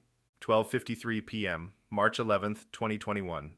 Cavo, Isola d'Elba, Italy. Tennyson looked at Lady Catherine, seeming to notice her for the first time, but then nodded once. Indeed, taken from the Journal of Audiobook, who created a copy of Napoleon's Austerlitz sword. It was a top-secret project at the time, and any record of it has been all but lost, if it existed in the first place. He held out the photocopy, and Catherine lurched forward to grab it, holding it up and examining every word on it. The others waited around her, and after a few seconds she held her hand up to her mouth. It's exactly as I had feared. It's exactly what I had predicted." "Some sort of chemical compound," Tennyson said, explaining for Freddie and the rest of them. "Napoleon somehow got his hands on a special acid that, when dispersed through the air, could render subjects completely incapable of moving." "Acid?" Julie asked. Tennyson nodded. "When aerosolized in a powder or liquid form, it has intriguingly strong effects." "It works too," Ben said. Freddie and the rest of the CSO team in the room all looked at him quickly, but he didn't offer any more. Napoleon wanted another sword, an exact copy of his favored sword of Austerlitz, the one created by Bionnaise, in order to store this acid for use on the battlefield. For this project, he needed to ensure that no one else would ever be suspicious, that no one else would ever know about it, in fact. His plan was to recreate the sword of Austerlitz, albeit with a tiny alteration. "On the hilt," Julie said. "He replaced the roses with little versions of whatever chemical this is." "Precisely," Tennyson said. "They were like little pouches, essentially, able to hold the acidic powder until he needed them." "It is how he wanted Austerlitz," Catherine whispered, still in awe over the page she was holding in her hands. "Indeed it was," Tennyson said, "not to mention a few other decisive victories of his. He was every bit as capable and successful a leader as history has proven him to be," Tennyson said. "Yet history has erased what exactly made him so successful in battle." Freddie recalled Catherine's explanation back at her own castle. "So, what does all this mean?" he asked. "You pitched this to Ben as a sort of game. Find the sword and you'll let Eliza go. What's changed now? Why's the game over?" Tennyson responded immediately. "Your friends Harvey and Eliza killed someone who meant a great deal to me, someone from my own family. As such, I had planned to exact revenge by taking someone he cared about, by taking his professional life away from him. Now, however, the status quo has changed." Eliza's eyes widened a bit, but she held herself with composure. "In a sense, it was all a game to me. Now I realize Ben was just doing what he thought was best, and I must admit he did stop my grandson from continuing with that terrible research taking place at the EKG facility." "The facility you own and funded," Eliza blurted out. Tennyson shot dark eyes toward her. "As I said, my research is in areas that exist in the gray space of morality." Freddie shifted, watching the reactions of Ben and Reggie. They had stayed strangely silent for most of Tennyson's explanation, and he figured it was because they already knew most of this. He decided to follow their lead. If they weren't worked up about it, he wouldn't be. "This third party that's in play," Tennyson said, "they are the reason I need your help. I want to keep the sword out of their hands." "But you must already know where it is?" Sarah asked. "You have to already have it, right? Otherwise, why send Ben on this wild goose chase around the world? Why go through all the trouble? You've even dropped clues that were meant to send us looking for it. So you have to know where it is." "Yes," Tennyson said. The second sword is here. It has been in my possession for some time.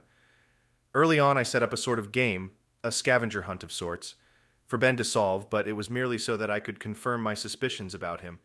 It was a test to see that he was good enough to find something like this, given a few inauspicious clues. Because you needed him to find these other people? Julie asked. This third group that's now after us? They want it in order to weaponize this compound. They're trying to kill us.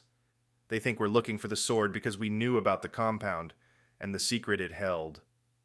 Tennyson nodded. His voice was grave. Yes, precisely. I thought Ben could help me prevent them from completing their next attack. I believed if he could find the sword that I had hidden, he would understand the importance of working with me to prevent this group from finishing their fourth and final attack. Their final attack? Chapter 74. Ben, 12:57 p.m., March 11th, 2021. Cavo, Isola d'Elba, Italy. Yes, Tennyson said. What have you noticed about those terror attacks around the world? The group looked at each other, then back at Tennyson. Ben cleared his throat and spoke.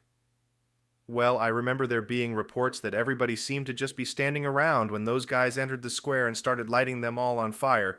One person said on the news that it was like they were all too scared to move.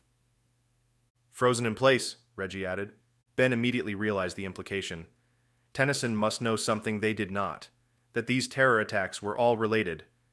From the square in Italy to the strange scuba diving incident off the coast of Mexico to the mining accident, all of them had involved people all dying the same way, being frozen in place, unable to move, just before their deaths. Precisely, Tennyson said. The Piazza attack in Rome is the most telling. At least 3 gunmen all working on their own side of the square. How did they ensure everyone would remain in place while they firebombed it? How could they make sure no one would turn and run away? With these sorts of things, you usually have survivors who get away just as the attack begins. In this case, while there were survivors, everyone directly involved were killed or seriously injured, and reports are indeed that no one turned to run away. You think they drugged everyone with this acid first? Julie asked. Almost without a doubt. They were testing it, Tennyson said. Best we can tell, it causes the same sort of effect as rigor mortis, after the body dies, a severe buildup of lactic acid, which essentially locks the body in place. Except in this case, it is reversible. The body quickly is able to flush the lactic acid, which must end up exiting the system as urine or sweat, or even as a gas, through the lungs. We don't know yet, but they were preparing for something much, much larger. You mentioned that before, Reggie said. A final attack. Why do you think there's going to be another one? Tennyson moved over to the low-set table and sat down at one of the armchairs. Not the fourth and final attack, he said calmly. That is too late to stop now, I'm afraid. But they are not going to be done even after that. There will be more. There will always be more. Something much bigger, Ben whispered. Yeah. Tennyson pulled out another folder closer to him at the edge of the table and opened it. I have been collecting everything I can on these attacks, following along with them from the first one. Initially, I didn't think they were related, but one of my researchers found an old web page from 2 years ago. Some young radical by the name of Raoul wrote up a manifesto of sorts, claiming to be threatening the world with 4 attacks. The manifesto was a bit poetic, I'll admit, but there were some elements of intelligence and concrete details within. He pulled a printout of the web page out of the folder. This is it, he said. This is the sort of thing I track at one of my companies. Right now, it is just a small arm of a research company, but this is ultimately the beginnings of the organization that I was hoping Harvey would join me in starting. A group tasked with finding bits of information just like this, putting it together in meaningful ways. To find patterns around conspiratorial or simply interesting events, so that we might prevent these sorts of things from happening. Ben stiffened.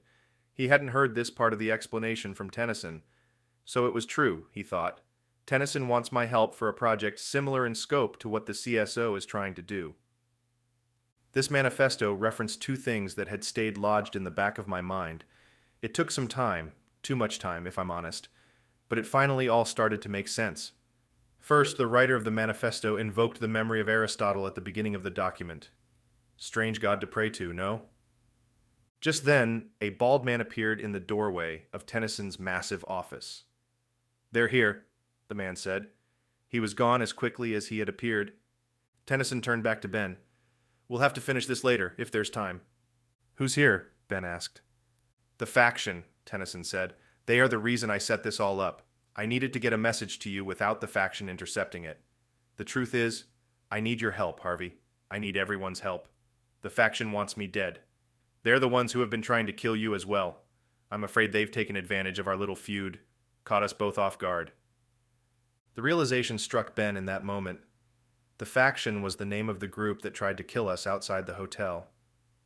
But you sent men to shoot at us in the hotel restaurant, Reggie said. And then the faction was waiting for us outside. You're not innocent in this, Tennyson. I was just hoping to scare you into joining my cause, Tennyson said, still addressing Ben directly. They were never going to harm your team. Yeah? Freddie asked. Sure as hell seemed like they were trying to harm us. I don't think I'm going to be able to forgive you for that one, old man. Tennyson's stoic front broke, and he glared at Freddie. Again, I apologize for my rash actions. I was angry, wanting revenge for my grandson's death. And now, I want revenge for the attack on my granddaughter's home. Your friends and I have already discussed this at length. If you want to hold a grudge, fine. But right now, in this moment, we have bigger problems. What do they want? Sarah asked. Why are they really here? Yeah, Reggie added. I get they want to kill us, but what do they really want? How did you get involved? And what is it they want from you specifically? Tennyson swallowed, then looked at his watch.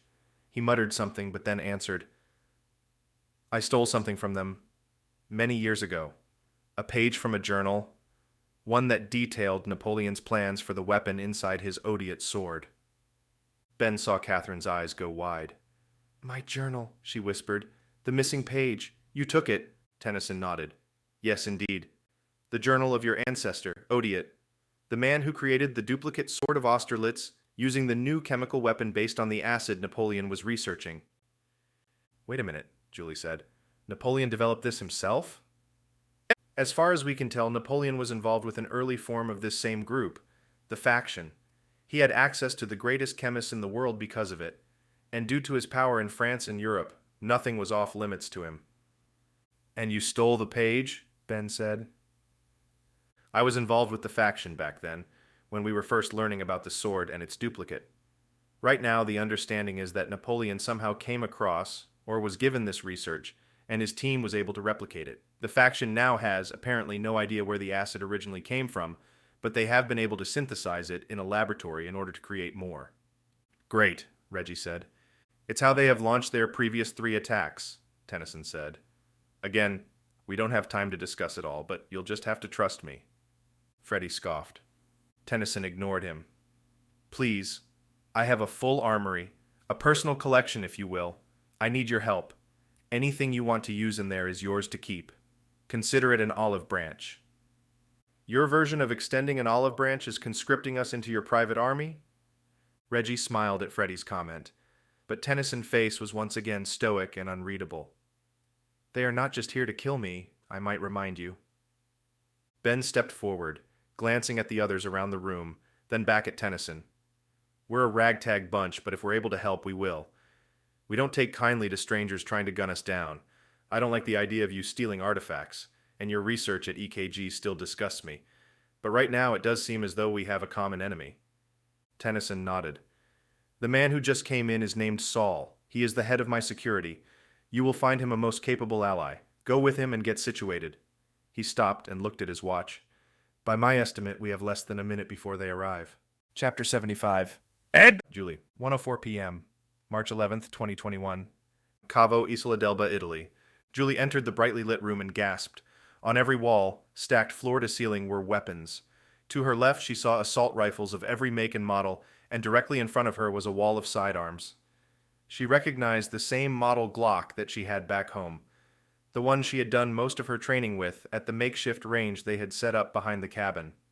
Hey! She felt a pang of regret when she thought about the cabin, and Mrs. E. fire straight, Mrs. E. used to tell her. And to fire straight you can't anticipate. To her right were even more weapons, but these were of a kind far more eclectic and obscure. She noticed a medieval-era crossbow hanging next to a more traditional-looking bow and a quiver of arrows that looked like it had come straight from the movie set of Lord of the Rings. Tennyson is an avid collector, the bald man who had led them into the room said, And in case he did not mention it, my name is Saul. I am his director of security.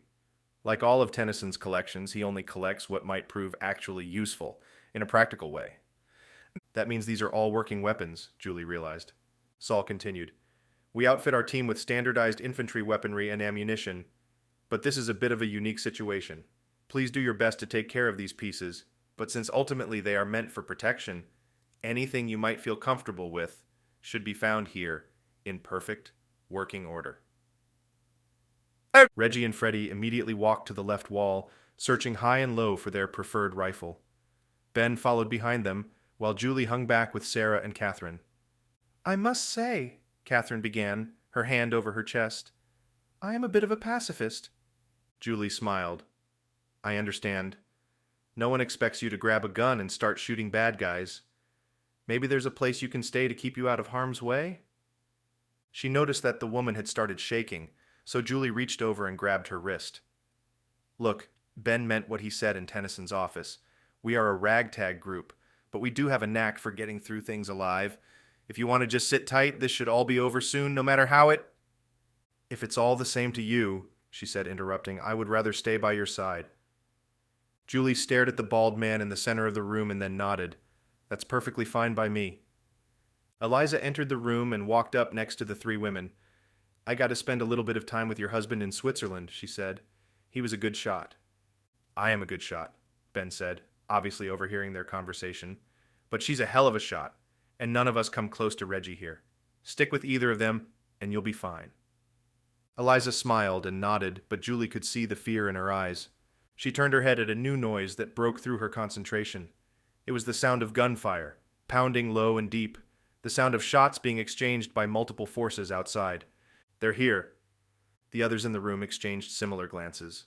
She knew the faction's team would probably have come up the main road with their largest force to earn the attention of Tennyson's security force, but also drop in smaller units somewhere along the vicinity of Tennyson's land. It was the tactical move she would make, try to get in on their flanks, while the main force was preoccupied.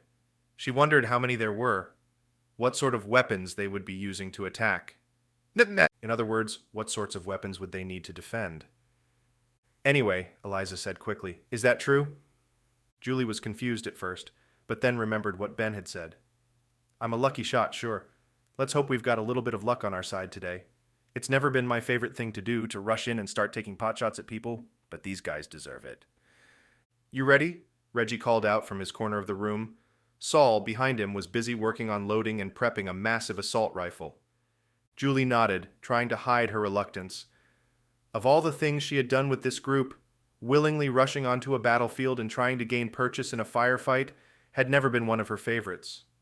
She wasn't military trained. She barely knew her way around a gun, even if she was a crack shot. She looked over at Reggie, then at Freddie, who were both checking their magazines and making sure their weapons were loaded and ready for combat. Ben turned and grabbed an assault rifle from the wall near the spot he'd gotten his own from, then walked it over to Julie. He leaned in close and kissed her. I'm not sure this is a good idea, Jules, he said. Nothing we've ever done had been a good idea, Ben, she said. Quickly she added, except marrying you. That was an okay idea? He smiled down at her and handed her the rifle. She took it, feeling its weight and power in her hands. And if this even remotely makes the world a slightly better place, we need to do it. We need to end this, right here and right now. The look on Ben's face was multifaceted.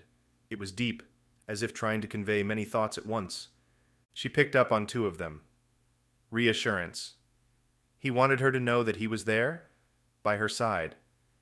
That they would get through this. And she couldn't help but get the feeling that the other thing he was trying to tell her was that this was nowhere near the end. Chapter 76, Ben, 1:12 p.m., March 11th, 2021, Cavo, Philadelphia. Ben heard an explosion from somewhere very close by. Saul raced out of the room and he followed behind, his new assault rifle ready and waiting for a target. He wasn't sure if he believed Tennyson, that if they finished this all now it would all be over, but not finishing things here meant certain death.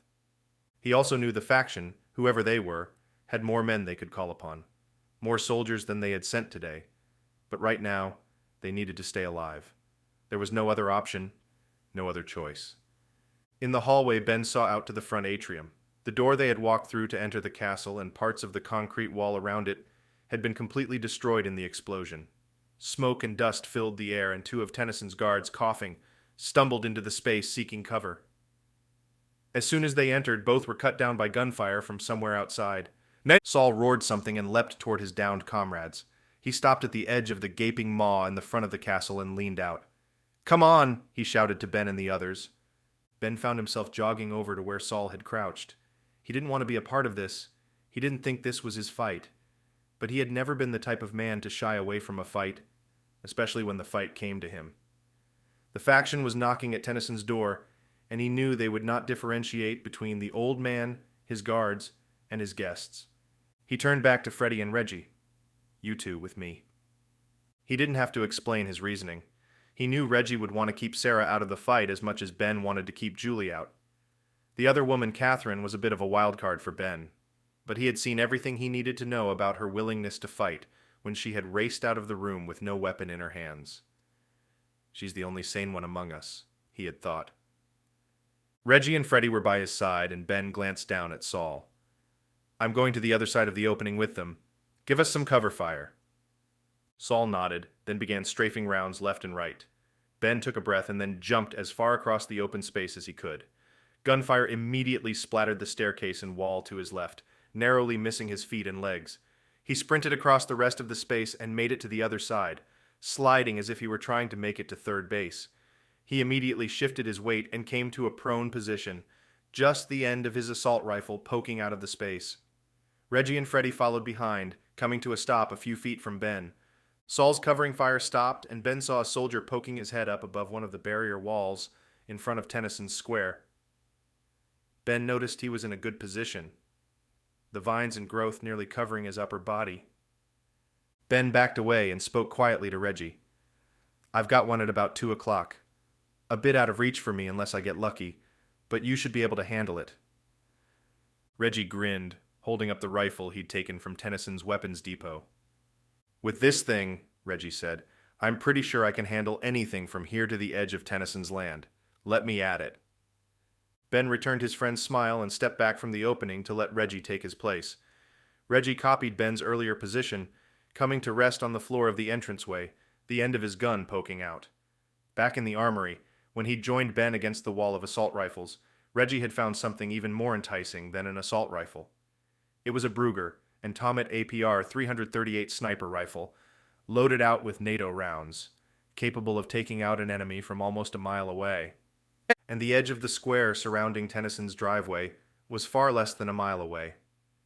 Reggie took a few breaths, and Ben watched him come to a complete and utter standstill. He saw Reggie's prosthetic fingers working the dial on the side of the sniper's scope. Finally, Reggie snapped off a single shot. Ben jumped. He had no idea Reggie was about to fire. The sound was deafening, and Ben felt his ears ringing. He looked across the space to see Saul staring, open-mouthed at Reggie. "Nice shot," Saul said. "Is he dead?" "Well," Reggie said, "let's just say that if he's still alive, I've rewired his brain a bit. He'll have a slightly different personality after this." Saul flicked his eyes back out the opening. "There is another one, on your side this time. I think they sent these two forward to keep us busy, while the rest of their men flank us." "Any way they can get in from the sides or back?" Ben asked. "Not easily, no. There are no roads to the castle but the one directly in front, and my team has positions all the way around the main compound. That said, I do not think they will be knocking on doors and asking politely to come in. Judging by what we have seen already, breaking and entering is more their M.O. Reggie shifted his position slightly while Saul continued to lay down covering fire. Ben noted that Saul was aiming slightly around the attacker's position, and Ben realized the strategy. Keep the bad guy thinking they didn't know exactly where he was while Reggie lined up his shot. Another 3 seconds passed, and it was over. The end of Reggie's sniper rifle smoked, and he pulled it back and slung the shoulder strap over his prosthetic arm. "He ain't going home either," Reggie said. "Looks like you still got it, brother," Ben said. "Still? Hell, I'm better now than I ever was in the army. Something about getting to choose my own targets makes me a better shot." Saul ran across the open wound in the castle's front wall and joined the 3 men. Behind him, Ben saw Julie huddled outside the armory room with Sarah, Eliza, and Catherine on the other side of the hallway. They were discussing something deep in thought. "We cannot sit back and wait for them to hit us again," Saul said. "We know they have the firepower to smash through any wall here, and there is no reason to suspect they do not have enough ammunition to do it." "What's the strategy then?" Reggie asked. Before he could answer, they heard the sound of another explosion, this one muffled and to Ben's right. It was deep and boomed through the castle's stone and concrete walls, vibrating everything and causing some dust to fall from cracks in the walls. It had come from the backside of the castle. "We're too late," Saul yelled. "They are heading for the back of the building." "You three go with Saul," Ben said. "Try to keep them from getting into the castle. I'm going to go with the girls and try to find somewhere to get them out of sight." Ben hoped that the faction didn't know exactly how many people were in Tennyson's castle. He assumed Tennyson would be their main target, followed by the men making up his security detail. Perhaps the faction army had been informed that one or two members of another team had joined Tennyson, but he figured they wouldn't know how many. All in all, it meant Tennyson's forces, however many security guards were currently alive and still in the vicinity, as well as a few more men, would be what the faction would expect. If there were any chance Ben could get the rest of his team tucked away safely and somewhere out of sight, he was going to try it. "You got it," Reggie said. He glanced up at Saul. "You good with that?" Saul nodded and then addressed Ben. "There is a basement, and the only entrance is the door across from Tennyson's office. That would probably be the best place for them." Ben nodded. "Thanks," he said. He immediately took off across the opening on the front wall and toward Julie and the others on the opposite side of the hallway. Reggie, Freddie, and Saul ran the opposite way, heading to a spot deeper within the castle. Chapter 77.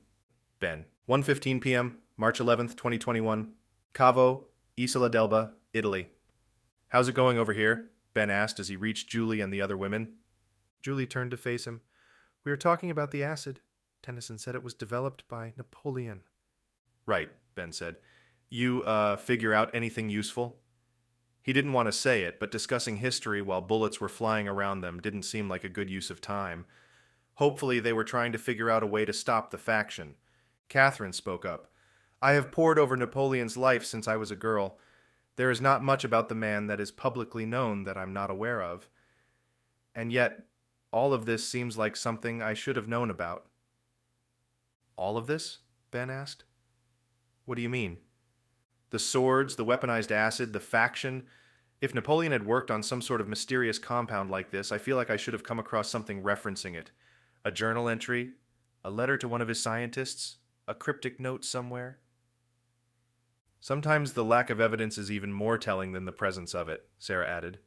Catherine nodded. "Yes, that is true, and that could very well be. Perhaps he erased all record of it while he was here in exile.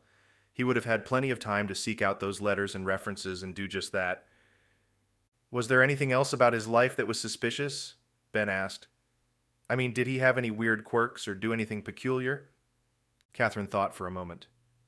"That was exactly the thread I was trying to chase earlier. The only possible thing I can think of would have been his visit to Corsica while attending military college. It was abrupt, so unnatural for a young man like him. Napoleon was a very studious person, very focused, and he loved being one of the youngest kids at the school. As much of a family man as he was as well, it seems like something so mundane as helping his father with the family business just would not have been enough to call him home." "You mentioned it was a business deal that went south," Sarah said. "Can you be more specific?" "It didn't. As far as anyone knows, that really was the gist of it. Charles Bonaparte had plans to start a mulberry farm, hoping to raise silkworms and sell their silk. It was not an unknown thing to do, but for someone of his relatively high status in Corsica and a total lack of entrepreneurial and business skill, it just seemed to come out of left field." Ben considered Catherine's words, but he heard the more pressing matter outside. Gunshots rang out, and he thought he heard the dense impacts as they slapped into a nearby exterior wall. He corralled Julie, Sarah, Eliza, and Catherine toward the door Saul had pointed out. "Where are we going?" Julie asked. "Saul said there was a basement we can hide in," Ben said.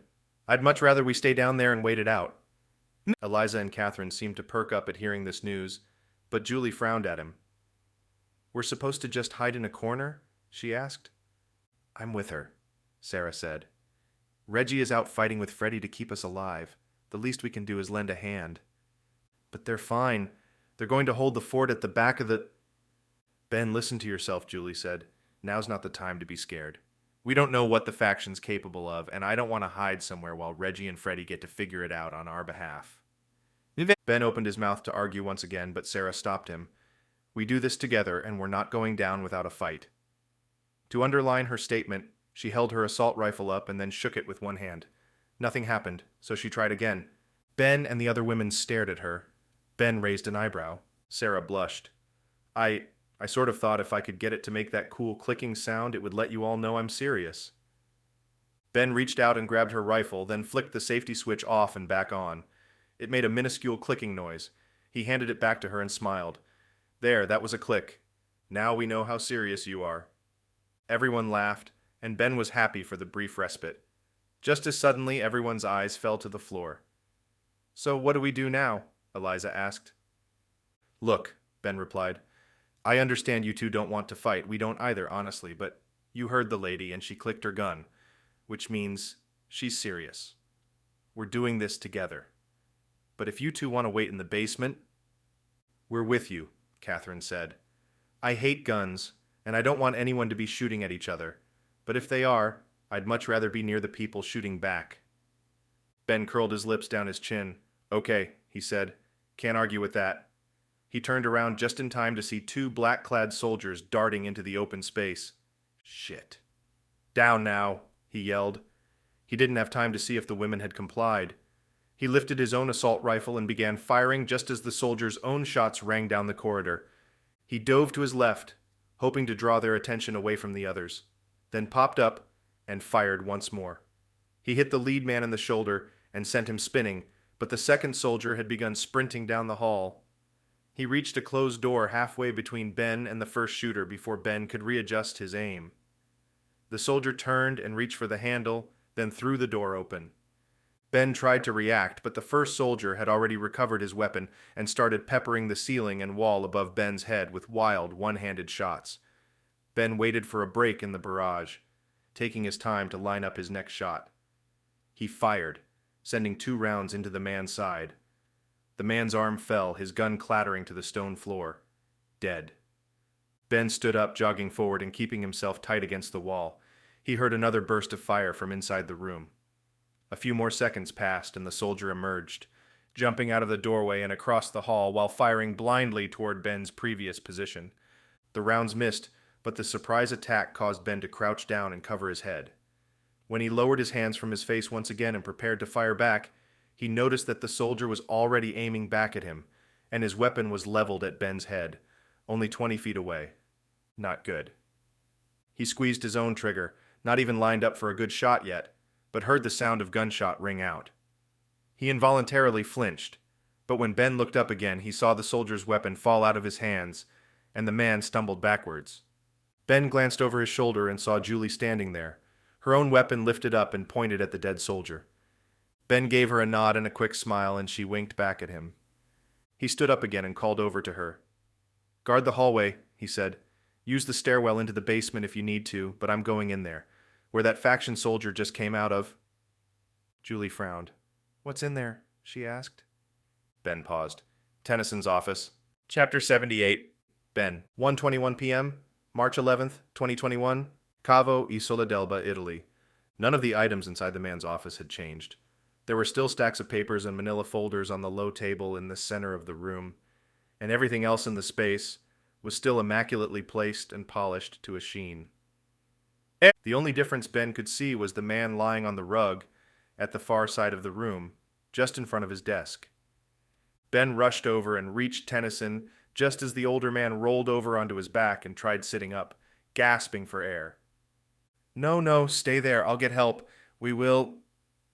Tennyson's hand was shaking, but it raised up and held Ben at bay. No, he whispered. There's nothing you can do. Find Saul. He can get you out of here. We're going to take out the faction, Ben said. Tennyson coughed, and Ben thought he heard the man trying to chuckle. Blood appeared at the corners of his lips. You said you knew about the last attack, Ben said. Something about Aristotle and what the faction was planning. Tell me, please. If we're going to stop them, stop whatever it is they're... Tennyson shook his head slowly. There is no stopping it now. It is far too late. Why do you say that? Tennyson gasped for air once again, and Ben placed his hand over the man's gunshot wound. He knew it was in vain. Tennyson was quickly losing blood, and his injury was fatal. But if it buys me another 10 seconds of information, so be it. I thought they came here for me, Tennyson said, that they believed I had an antidote, a vaccine, something to fight against the acid, but I do not.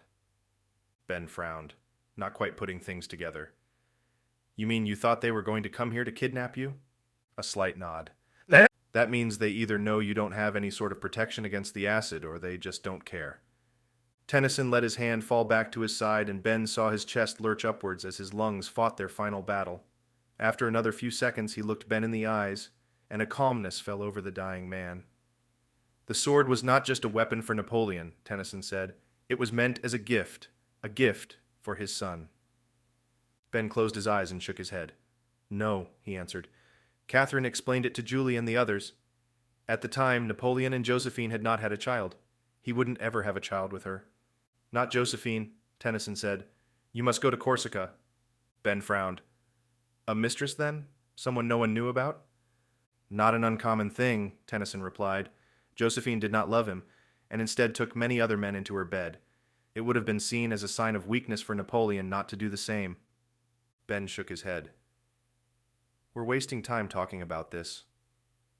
Why does that matter now? Tell me more about what the faction is planning. What Napoleon was planning. What are you talking about? Ben asked. The faction has one more attack. You said there were going to be 4, right? There have only been 3 so far, so we need to... Slow down, Bennett. Tennyson coughed again, then smiled. You will figure it out, as you always do. You have all of the pieces now. You can figure out why I needed you, specifically you, and no one else. It had to be you, and you will come to know why. You must go to Corsica after this. You will understand why I did what I did, and the way that I did it. I could not finish the game I started. The faction came for my family before we could finish, but follow the threads they have left throughout history. They all lead back to Napoleon himself. Ben's mouth fell open, but Tennyson wasn't done. You will also find that that thread extends past Napoleon, to a time long before he was born, a plan that had been put in place by the great philosopher himself. Aristotle, Ben whispered. You mentioned Aristotle before? And the writer of the manifesto invoked Aristotle's name. Why? Tennyson was fading faster now. Ben had so many more questions. He was no longer angry at this man, no longer wanting to kill him, no longer wanting to do as Mr. E had told him. Ben sat back as he thought of Mr. E. Why the strange reaction from Julie and Sarah about him? Earth, Tennyson whispered. Earth, water, fire. He never got to finish the sentence, but Ben knew the rest. Earth, fire, water, air. He didn't understand the meaning of it. Were these just the incoherent ramblings of a dying old man? Something told Ben that was not the case, that Tennyson was trying to tell him one last thing, give him one last piece to the puzzle. Whatever that piece was, Ben was not going to get it. Ben suddenly heard gunfire from all sides, as well as a low, deep booming sound from the back wall of Tennyson's office, then the higher-pitched, rattling sound of assault rifles in the hallway. He picked up his own weapon he had set on Tennyson's rug when he'd entered, and turned around. He jogged toward the door. And that? There was still a fight to fight, and his wife was leading it. No way he was going to let her go it alone. Chapter 79 of T. Ben, 1:32 p.m., March 11th, 2021. Cavo, Isola d'Elba, Italy. Ben once again caught up with Julie and Sarah. They were fighting at the open edge of the driveway, the wrought iron gate still open. Eliza and Catherine were near the side of the gate, huddled together behind one of the concrete walls. The SUV they had driven in on was still parked to their right. Ben ran over and got a status update. We're holding them back at the tree line, Julie said. Looks like there are still some of Tennyson guards out there, hidden in the woods, so it's a sort of skirmish. Good, Ben said. That should keep them busy for a bit. We should get to the SUV, try to swing around the backside and pick up Reggie and Freddie. Julie shook her head. Not yet. I can still hear gunfire back there, so we know they're still fighting it out. I think they can hold out for a few more minutes. But if we bring a target the size of the SUV around to them, it'll call too much attention to ourselves. What? Ben asked, incredulous. Why wait? We need to get out of here. Sarah yelled across to Ben from her own perch against the concrete wall. "Over there," she said, pointing with her gun. "Check it out. Look familiar?" Ben lifted his eyes to where her rifle was pointing and tried to make out anything abnormal about the scene. She seemed to be pointing to a field a couple of 100 yards away. It was on a slight rise to the field, a small hill sitting just higher than the ground the castle's base was sitting on. But there was nobody out there. No structures or cars that should have warranted their attention. It took him a moment. Then he noticed what it was he was supposed to be looking at.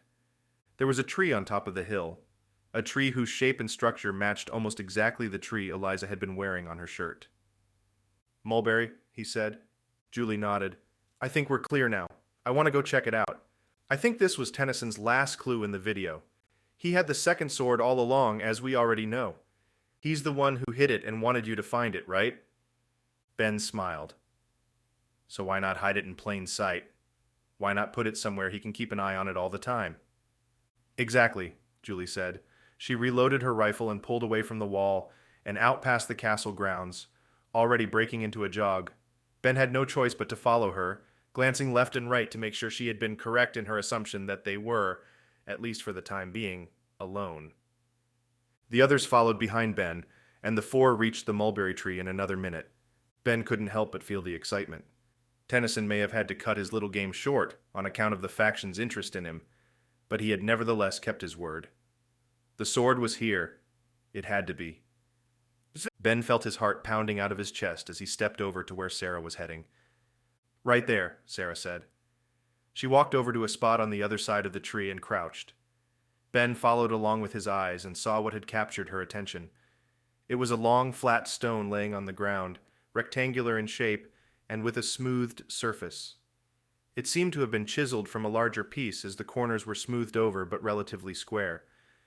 He walked over and crouched down on the opposite side of the stone, and together they pried their fingers into the dirt and under the stone and pulled. It took some shifting and wiggling, but eventually Ben felt the stone give way. It lifted off the earth, revealing a cavity inside, about 6 inches deep. And inside that cavity, laying on top of another similarly shaped stone, was an object wrapped in a piece of silk.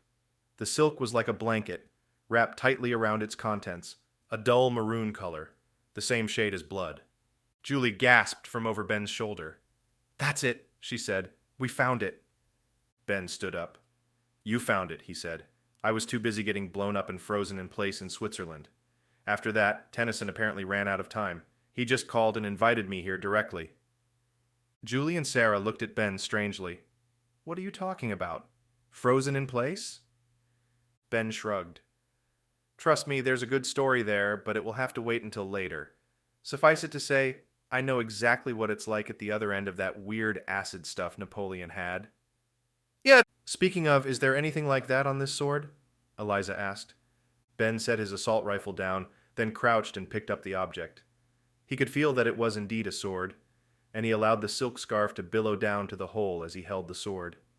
It was extremely heavy, heavier than he imagined it would have been. No doubt the sword had been designed for display rather than combat, which only added to the intrigue as to why Napoleon had carried it into certain battles. An answer they now had. He turned the sword over in his hands, examining the hilt and the pewter roses on it.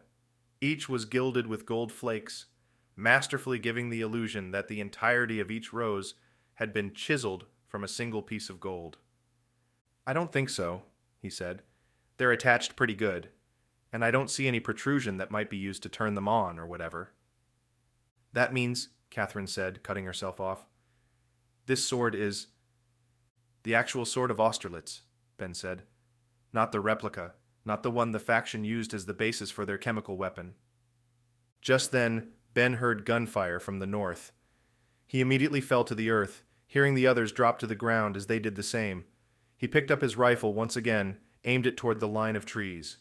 He saw one of the faction's soldiers, wearing all black and brandishing an evil-looking, massive assault rifle, step out of the woods into a clearing.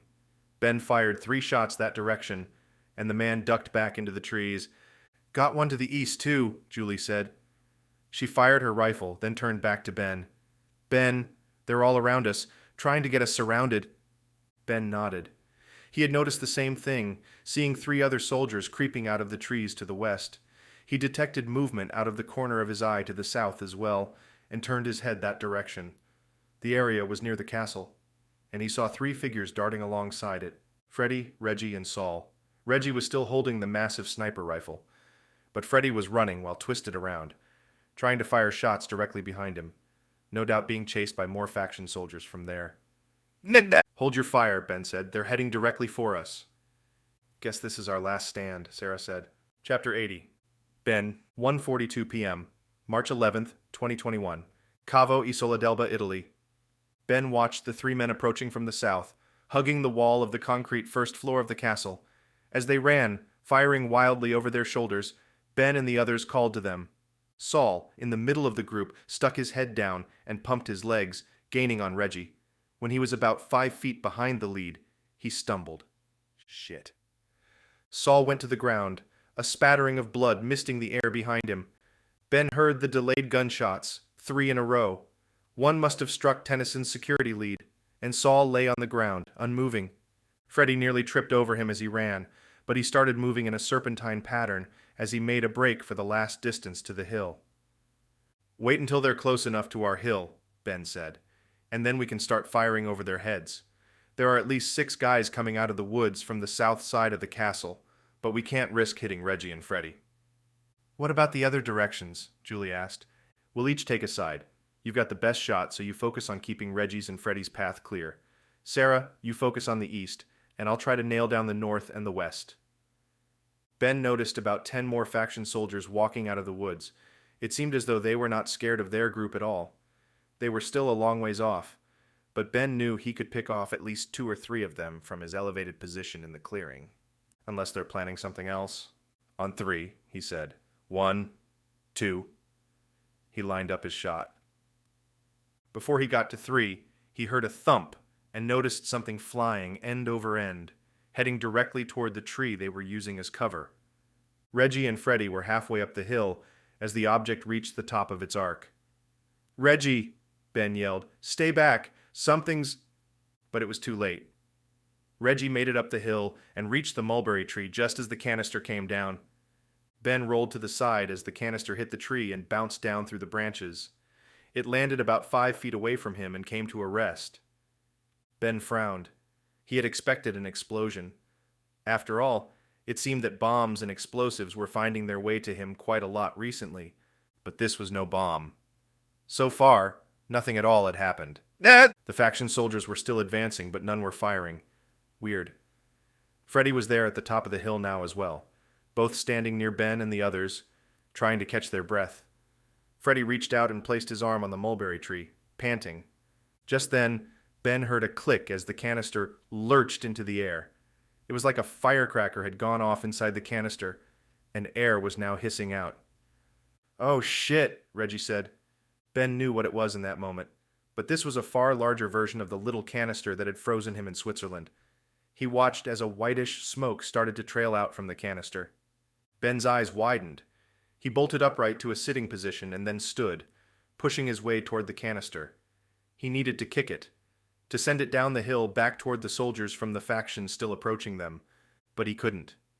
Even though the can was still 5 feet away, his body was slowing. It was not moving any longer, and this time he knew why. He noticed Julie and Sarah in the corner of his eye, also struggling against the effects of the onset rigor mortis. He imagined their bodies, like his, pumping itself full of the newly created lactic acid, caused by the particles of acid released from the canister. There was nothing Ben could do. The soldiers were still advancing. The canister was still spewing out its whitish contents. Ben knew this was a much higher dosage than he had been given in Switzerland, enough to knock out his entire team, easily. And he was the closest person to it.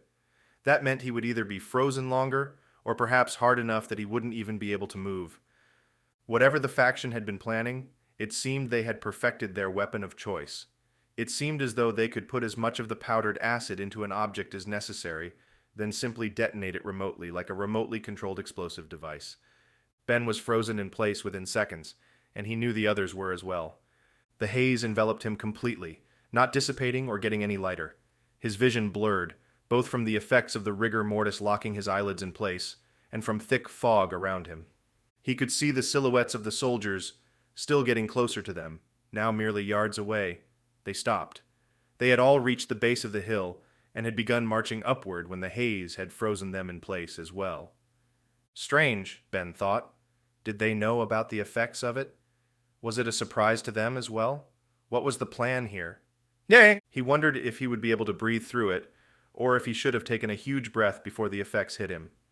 He remembered that a smaller dose of the stuff had caused his lungs to slow, to fight against the rigidity of the rest of his body. Would a stronger dose cause a stronger effect, or would it just last longer? He figured he was about to find out. Chapter 81. Reggie. 1:46 p.m., March 11th, 2021. Cavo, Isola d'Elba, Italy. Reggie tried to blink, but his eyes were fighting against him. Every bone in his body was stiff, hard as a rock. He recognized the effect immediately. He had seen Ben get locked down by the same mechanism in Switzerland, but he had yet to feel it himself. Turns out it was intense. He had never thought such a thing possible, but Tennyson had described the science briefly. It was, effectively, a temporary form of rigor mortis, a 100-fold increase in lactic acid in the bloodstream that simply caused the body to shut down, even hardening with the stress. Every limb felt like it was on fire, and then it simply stopped feeling like anything at all. Except, not all of his limbs felt that way. As it was, Reggie only had 3 limbs. He had lost an arm about a year ago in Peru, thanks to another deranged psychopath wanting to make a point. Now he had 2 legs and 1 biological arm. Reggie had grown up in a neighborhood where a one-armed man lived. In grade school, he knew kids had made fun of him for the fake-looking plastic prosthesis. It wasn't something Reggie had taken part in, and he had felt bad for the old guy. The limb seemed more a nuisance than an aid, and he used to wonder why the man had bothered with getting one in the first place. But that was 30 years ago, and apparently prosthetic technology had come a long way. That was Reggie's silver lining. Most of the nerve endings where his arm had been severed had been replaced by surgically implanted electrical impulse machines, which were fully controlled by the same thing that had controlled all of his limbs before, his mind. All he had to do was send the same signal he had always sent. Move a finger, wiggle the wrist, and his prosthetic arm and hand would move. It had taken a little bit of practice, but it had been far easier than Reggie had imagined, and within months after the surgery, he had gotten completely used to it. These days, he could use his right arm as if it were the same arm he had always had. So that's exactly what he did. The titanium alloy prosthetic had no bloodstream running through it, and therefore no lactic acid that could lock it down, so his arm moved as freely as it always had. The sniper rifle would now be useless to him. He still needed 2 working arms and hands to operate that. So he pulled out the other weapon he had gotten off of Tennyson's armory wall, a sidearm. More specifically, a massive, deadly-looking pistol that Reggie knew from experience could put a hole through a concrete wall. And none of these assholes are made of concrete, he thought. He brought the pistol up with his prosthetic arm and placed it in front of his body, then locked his titanium limb in place. He didn't want to call attention to himself. Not this early. Better to appear frozen, like the others, until his moment came. He sensed movement, but couldn't turn his head to see what it was. Thankfully, the person moved into his vision a few seconds later. It was someone from the faction, judging by the black military outfit he had on, but the lower half of his face was hidden behind a gas mask. The man was walking through the frozen lines of his own men, up the hill toward Reggie and the others. While he was dressed like the rest of his men, there was nothing in his hands. No weapons whatsoever, as far as Reggie could tell. Reggie had to strain to breathe, but at least the rigor mortis effect still allowed his lungs to take small, gasping breaths. While his chest couldn't move, his internal lungs could still expand and contract around just enough to allow him to pull in the oxygen to stay alive. The faction man knew where he was going. He walked over to Ben and stood there, his hands clasped in front of him. After a few seconds, he spoke. "Harvey Bennett," the man said. "Never in all my years at Interpol did I think something like this would be possible. See, that's why I joined, originally. I thought it would be saving the world, stopping people like you." The asshole from Interpol, Reggie realized. He must also have been a faction member. You probably wouldn't be surprised to learn that Interpol, like most other government-backed organizations with too much bureaucracy and red tape, is mostly useless. Sure, We are good at finding bad guys and putting people behind bars, but that's not real change, is it? It's not actually preventing people like that, people like you, from existing in the first place. And why would it? Interpol is funded by the same governments that fund the current power structure. They have that power, and they're too afraid to lose it, so what do? They keep perpetuating the same lies, the same bullshit that they always have, setting up organizations like Interpol and the CIA and MI6 to tell the world that they will be safe. But I know better, Galbraith continued. The faction found me, and for once they had a goal that not only aligned with my own, but it seemed plausible, actually doable. I couldn't sign my life away fast enough, and that's the difference between you and me, Harvey. You don't know who you are loyal to. You don't know who you're fighting for, but I do. And I'll continue to fight, as long as there are guys like you running around. Reggie watched as the man looked into Ben's frozen eyes for a few more seconds, then shook his head slowly. He crouched down and disappeared from view for a second. When he stood back up, Reggie began silently screaming in his mind. He was holding the sword of Austerlitz. The Interpol man, Galbraith, held the sword in his hands as if weighing it carefully, then grasped the sword's hilt and pulled the metal shaft out of its sheath. "What a meaningful and poetic way to die, Harvey," Galbraith said. His voice was muffled through the mask, and it sounded like he were talking from the other end of a phone. "I'm not sure you deserve such a poetic death, but I'll try to make it quick and painless for you." He held up the sword and examined it a bit closer before speaking again. "However, I'm not going to extend that decency to your friends here." Galbraith turned and examined Julie, standing near Ben. Reggie saw the Interpol agent look her up and down, sickeningly. Now or never, Reggie thought. He twisted with his arm and brought the pistol out and up, careful to move slowly so he wouldn't draw too much attention to himself. He didn't want to pull it all the way up to his eye to aim, as he was afraid the man would see it, so he just held it out in front of him like an Old West gunslinger. He would have to just fire off the rounds and pan as he went, since there would be no moving his body to get into a better position. It felt awkward, but he knew he wouldn't miss. He was only standing about 10 feet away from Galbraith, and he was still far enough away from Julie that if he missed... Shots rang out, the deafening sounds jolting into Reggie's stiff ears. He couldn't see who was firing, but he definitely saw what they had hit. Galbraith stumbled backwards, immediately dropping the sword straight down. The sword of Austerlitz sank through the earth near Ben's feet. The man fell backwards as more gunshots rang out, and Reggie knew he would be dead before he hit the ground. What the hell? Somebody was not frozen as they should have been. Someone had fired from just behind Reggie, but Reggie knew who was behind him. Freddy. He desperately wished he could turn around to see who had been who had fired over his shoulder, but he could not. As if reading his mind, a figure stepped into view and closed in on Reggie's face.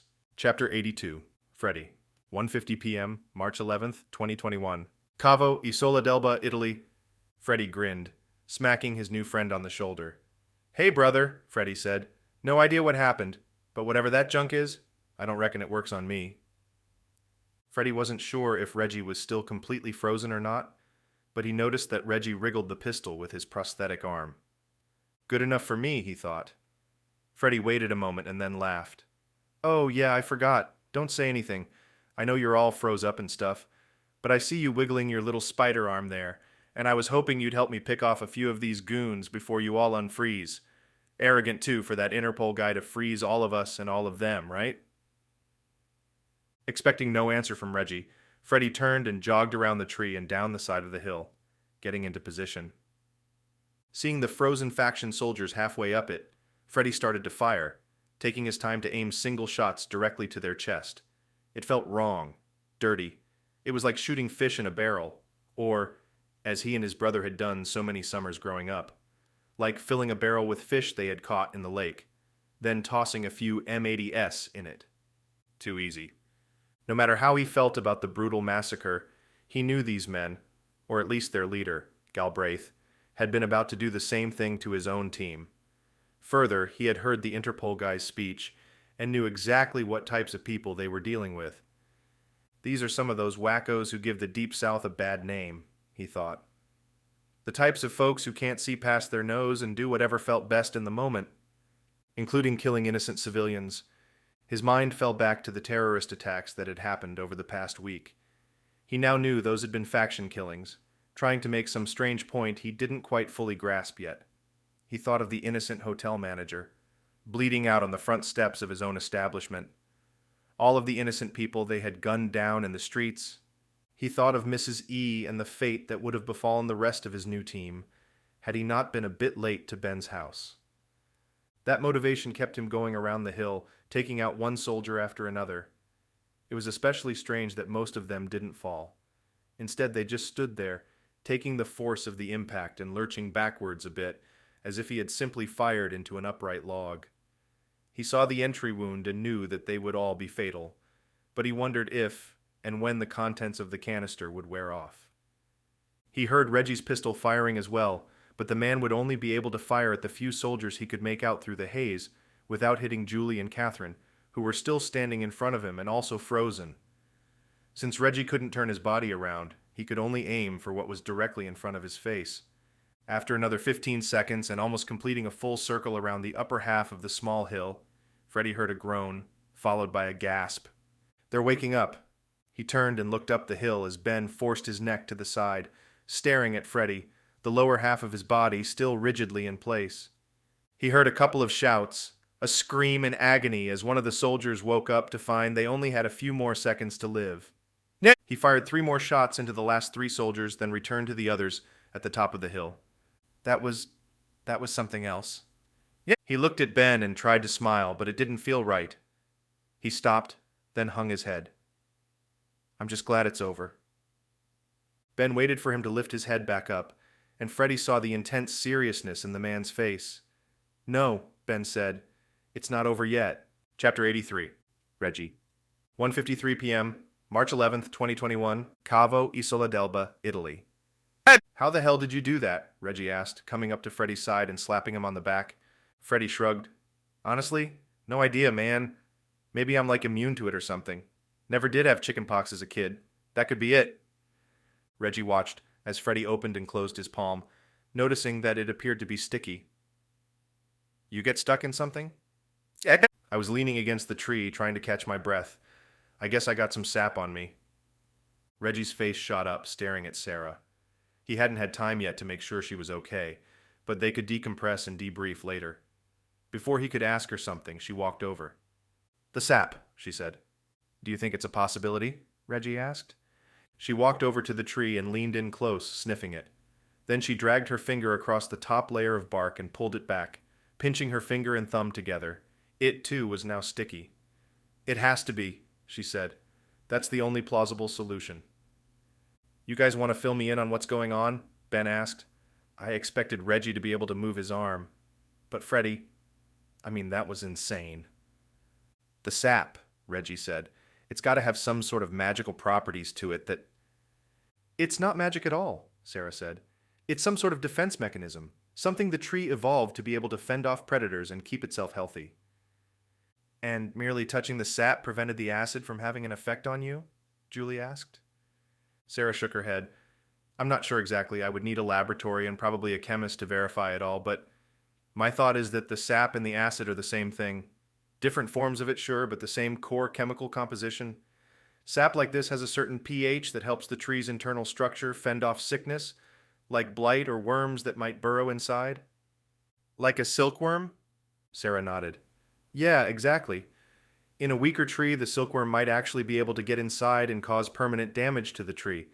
While the relationship is probably a mutually beneficial symbiotic one, I'd bet that when an older mulberry tree begins to get weaker, the silkworms move in and take advantage. This sap is likely a last-ditch effort, something the tree produces to help it fight, like it can prevent something from getting inside the tree by literally locking their bodies down. The younger sap is safe and even has the adverse effect of not allowing the older, drier sap to have an effect." Julie smiled. "I see how that would be mutually beneficial for a tree species that, for a while anyway, needs the silkworms around." Reggie nodded along. He wanted to verify this, but right now it seemed to be a perfect solution to an elegant problem.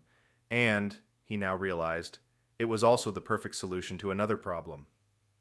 "Corsica," he said. Ben walked over and smiled. "Corsica, exactly. That's where Tennyson told me we should go next. Said there's someone there I should talk to, but I couldn't figure out why Napoleon wanted to go back to Corsica, just to help out with his father's failing mulberry tree business. Reggie frowned. Julie answered anyway.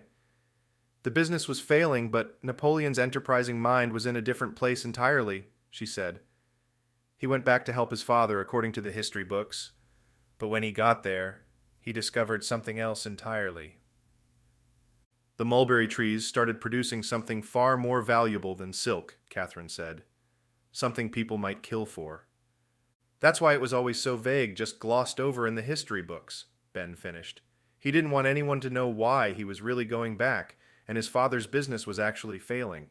He left school to go be with his family, but he was also working on something that would prove to be extremely useful to his future as a soldier and commander.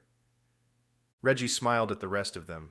It seemed Tennyson's puzzle was finally coming into focus, and a different puzzle, a much larger puzzle that they were only beginning to see the edges of, was beginning to reveal itself. And a significant portion of that puzzle seemed to still be in Corsica. Back to the SUV? He asked. Freddie laughed. Yes, but I get to drive again. I'm tired of cramming myself into a tiny car with you, and now there's even more of us. Chapter 84, Captain Edwards, 2:45 p.m., March 11th, 2021. London Heathrow International Airport, London, England. Captain Jonathan Edwards flicked his eyes over to his co-pilot. You seeing this? He asked his second-in-command. Ralph Stevenson nodded slightly, swallowing a lump in his throat. George is offline. George was the commercial pilot nickname of the suite of software that commanded the aircraft once the pilot engaged it, usually after the plane hit cruising altitude. Today, however, it seemed George had decided not to come to work. Hey, no big deal, okay? Captain Edwards said, calmly reassuring the man. He smiled, trying to keep the younger pilot in high spirits. It really was no big deal in the whole scheme of things. He had seen things like this happen in the past, a last-minute hot fix to the autopilot system that needed to be installed immediately. Usually that sort of update would happen offline, well after the plane's last flight of the week. However, on long-haul flights such as this one, the update needed to happen while the plane was in the air. Since Wi-Fi and internet-enabled plane and flight systems could download and patch the update from anywhere in the world they had a decent satellite connection, he thought it was an ingenious solution to keeping planes up to date with the latest software and firmware, no matter how busy their schedules. Still, it was a bit strange that this one was taking place in the middle of the day for most of the flights disembarking from London.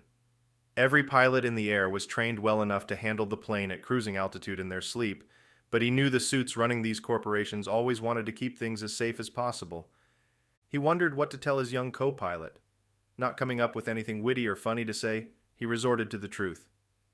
Look, he said, these updates take maybe half an hour at most. It will patch itself and then come back online when it's ready. He finally found something somewhat witty to say. And if it doesn't, I've got hundreds of hours of training, and there are 2 of me. Stevenson smiled, but Captain Edwards knew it was forced. The poor guy probably was terrified. Nowhere in their training had they been told to expect an autopilot update mid-flight, but there was only so much he could do. His headset buzzed and air traffic control came through his ear. United Niner Tree Golf Ground, heading 09er Fife for immediate landing. Captain Edwards squinted out the front window of the 737. 800. What the hell? He sensed Stevenson staring at the side of his head, but he didn't want to add to the kid's anxiety. He flicked the switch on his stick and spoke into the microphone. Pan, ground, tower, United Niner Tree Golf. George is down currently. Please repeat instruction. Unclear. Air traffic control repeated the instruction word for word, and he double-checked their heading against his own flight plan. They want us to turn around and head back, he thought. He had to switch again and spoke, losing a bit of the formality. United Niner Tree Golf, please explain instruction. That's heading the wrong way. What the hell is going on down there? We've got George down here. There was a pause, then a crackling of activity electrostatic, then another voice picked up. Captain Edwards, ATC dispatcher number 81 Tango. Sorry for the confusion, but it's chaos down here. Seems something's gone haywire with our systems. Haywire. Systems. This have anything to do with George going down? Another pause. Yeah, I'm afraid it does. He waited for a few more seconds, Then Stevenson hit his own trigger. Care to elaborate, ATC? We are flying blind up here and would love to know why the hell we've been rerouted. Wish I could tell you more, came the response, but our system's been compromised. We're trying to regain access now. As I said, we hate to reroute you, but we've got a lot of birds in the air right now and need to drop you down into a holding pattern that won't burn up too much fuel. This is the closest we've got, but at least it's the same airport. We'll have a lot of pissed off customers, but we'll make it up. Captain Edwards sighed. This was something he had never encountered.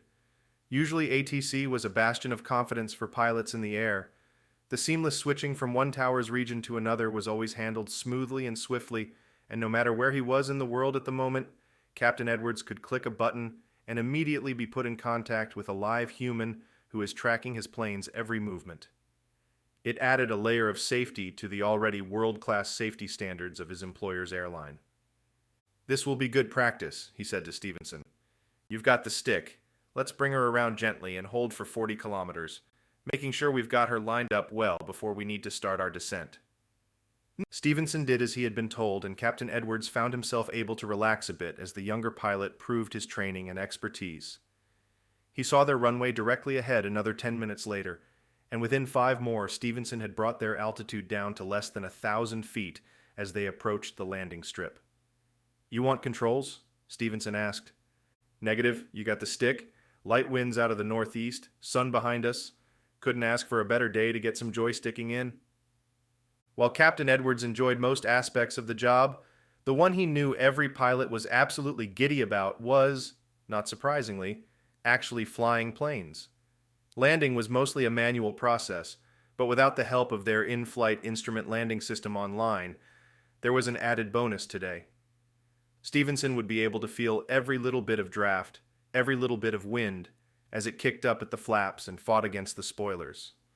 The beacon indicator light came on, and the low tone sounding in his headset as they approached final descent. Captain Edward removed his hands from the controls and stuck them up above his head. Might have to bring her nose up a few extra degrees today on this runway, Edwards said. I believe we are heading uphill once we hit. Stevenson nodded but didn't reply. He reached his hand down and rubbed at the muscles on his neck, massaging out some sore spots. He hated to admit it, but he was going to be relieved to be on the ground again. He had a 4-day weekend coming up, and London was as good a city as any to spend it in. He knew there were plenty of places to find entertainment in the huge city. As he worked his muscles free from the tightness and cramps of the past few days, he felt his fingers begin to tingle, and then harden. He tried to pull his hand away from his neck in order to crack his knuckles, but they wouldn't budge, and what the hell? His right hand was still on the back of his head, so he tried to slide this down to feel around his left hand to see what was going on. It too was completely frozen. His eyes widened, but he noticed it was hard to pull them back together again. He felt his breathing begin to slow, and he found he had to suck in more and more air with each breath. It seemed like his whole body was shutting down slowly. He tried to crane his neck to look at Stevenson, but his neck wouldn't move from its position. His eyes, too, now seemed to have trouble even moving their gaze over to his co-pilot. Out of the corner of his eye, he saw a whitish haze beginning to trickle toward them from the rear of the cockpit. He felt his senses on high alert. All of the extra training he had done had so far been pointless and frivolous. Terrorism seemed every day like a smaller and smaller reality. Now, however, there was only one thing on his mind. Somebody had put something into the air. But why? And what was their plan? If they were trying to hijack the airplane, why had they waited until they were about to land? He saw the nose of the great aircraft begin creeping upward, pulled back by Stevenson's hands. When the nose cone crested the horizon, Edwards waited for Stevenson to push the stick forward once again and bring their nose level as the plane dropped the last 100 feet to the runway. It didn't. He saw the horizon turn to the tops of buildings in the distance, which then turned to empty blue sky, then finally clouds. He wanted to scream.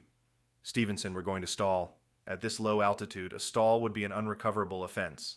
There would be no way to pull an aircraft that size from a stall at this low of an altitude, which meant a deck. Captain Edwards knew in that moment that Stevenson had similarly been incapacitated.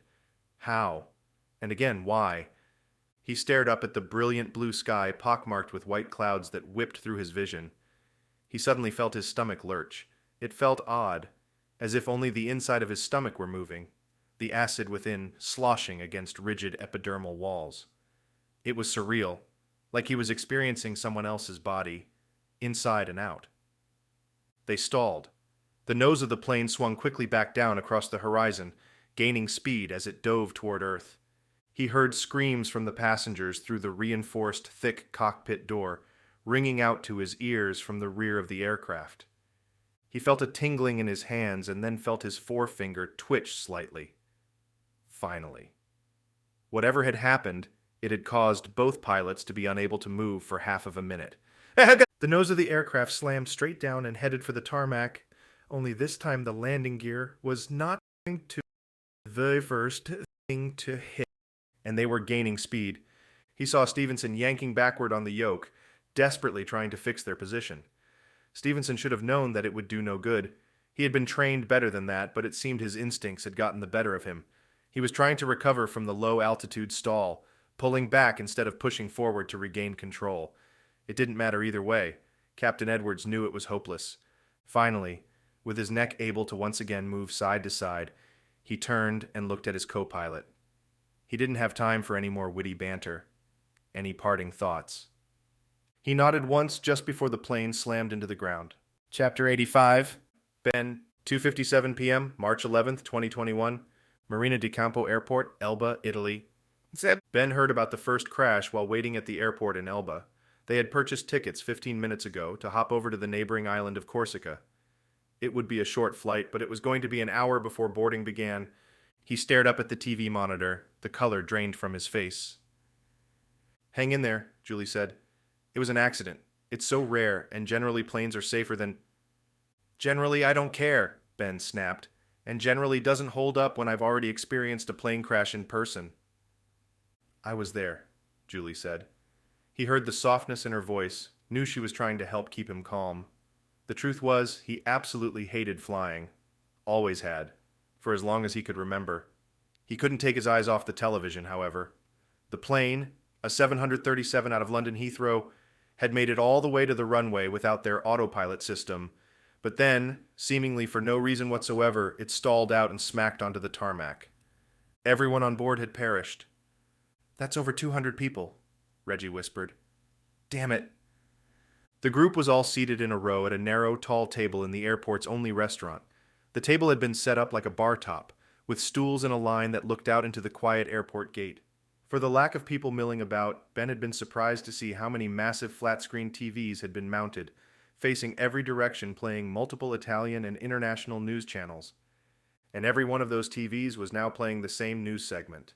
The newscaster was reporting in Italian, but English captions were displayed at the bottoms of the screens. The closest television was too far away for Ben to read it, so he simply watched the images. He saw the newscaster put a hand up to her ear, frowning. She stopped talking, something Ben had never seen a newscaster on live television do.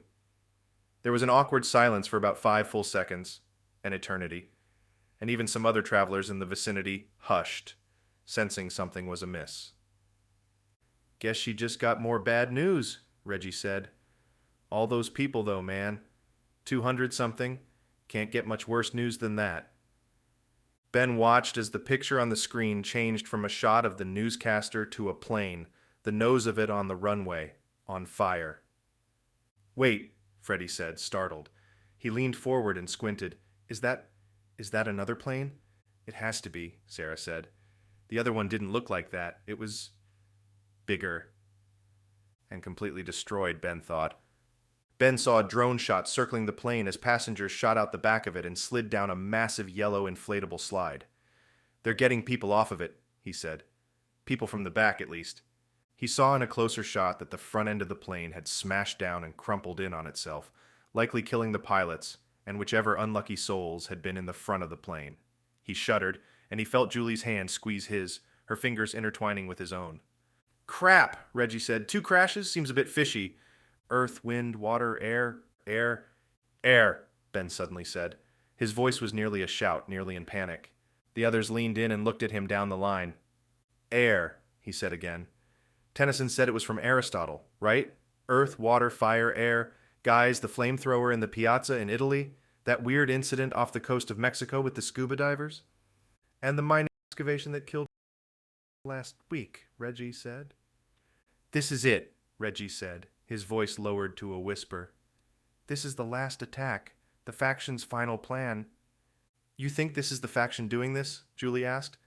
Ben nodded, then stood up. It has to be, right? Earth, water, fire, air. Tennyson said something about references to those 4 elements of the attack sites. Said that the would somehow loosely be based. They would all represent this thing from Aristotle's time.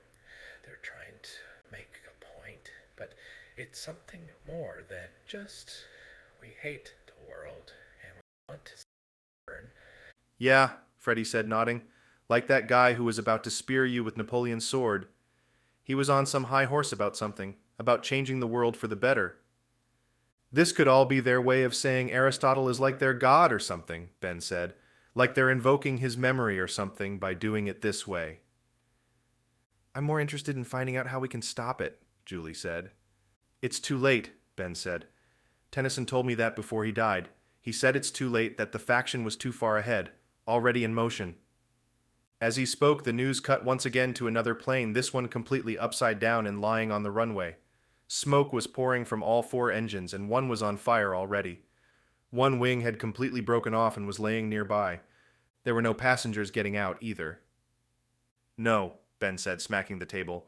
No, we have to try to stop it. Whatever we can do, whatever information we can get to them, maybe there's something we can do. The others were getting to their feet, but Ben was already in motion. He nearly knocked down a pair of travelers as he picked up speed and ran toward the only room in the entire place he thought might be able to help. Chapter 86 of Ben, 3:04 p.m., March 11th, 2021, Marina di Campo Airport, Elba, Italy. Ben was nearly shouting, and he took a second to try to calm himself down before speaking again. It didn't work. I need to speak with someone in air traffic control, he said. ATC?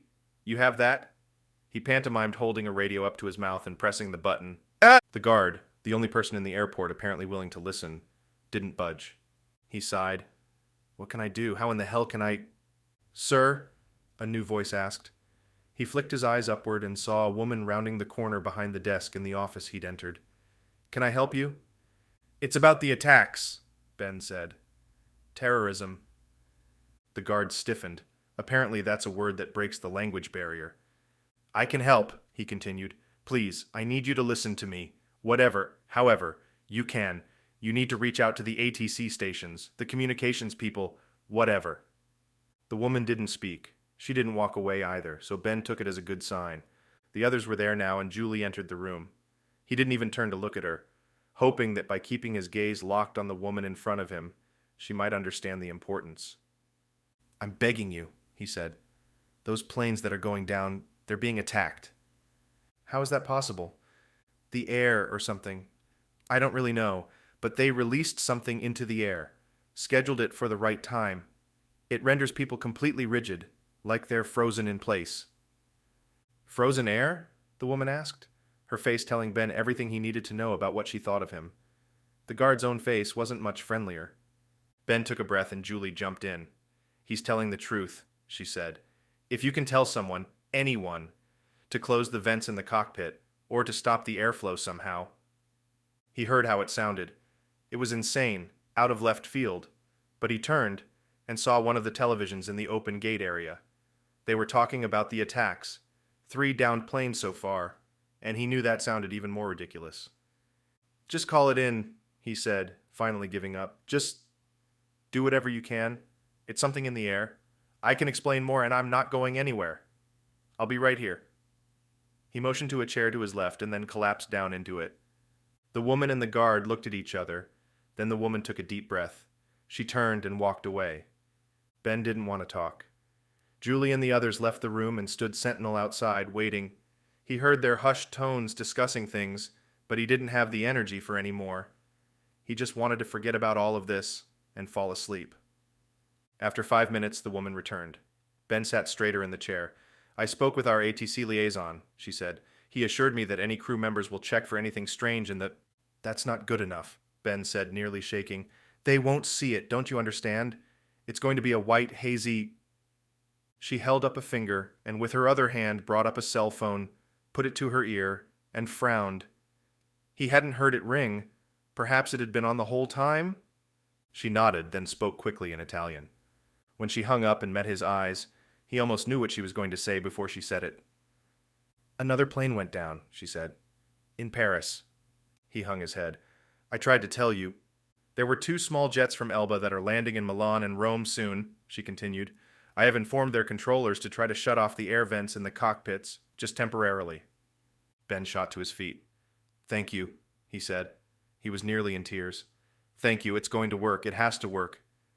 She put the phone back over her ear and continued discussing in Italian, offering annoyed glances up at Ben a few times, no doubt telling whoever it was on the other end of the line just how persuasive the American could be. He waited for her to be done, and then she approached him. The guard was suspiciously close to him now, and he sensed his personal space disappearing rapidly. "We are grounding all flights," she said. "As you can imagine, we want to end these strange occurrences as soon as possible." He shifted. "And we would like to keep you here to ask more questions."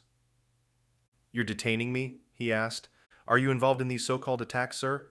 He shook his head. "No, of course not." "Then it is not a detainment, but an amicable exchange of information. Surely you would not have a problem with that." He looked out at the others, knowing that they weren't going anywhere anytime soon anyway.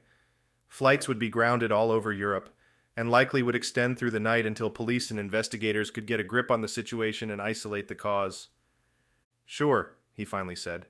"I'm here to help. I can tell you whatever you want to know, even though you're not going to believe half of it." He stood up, then invited in the rest of the group.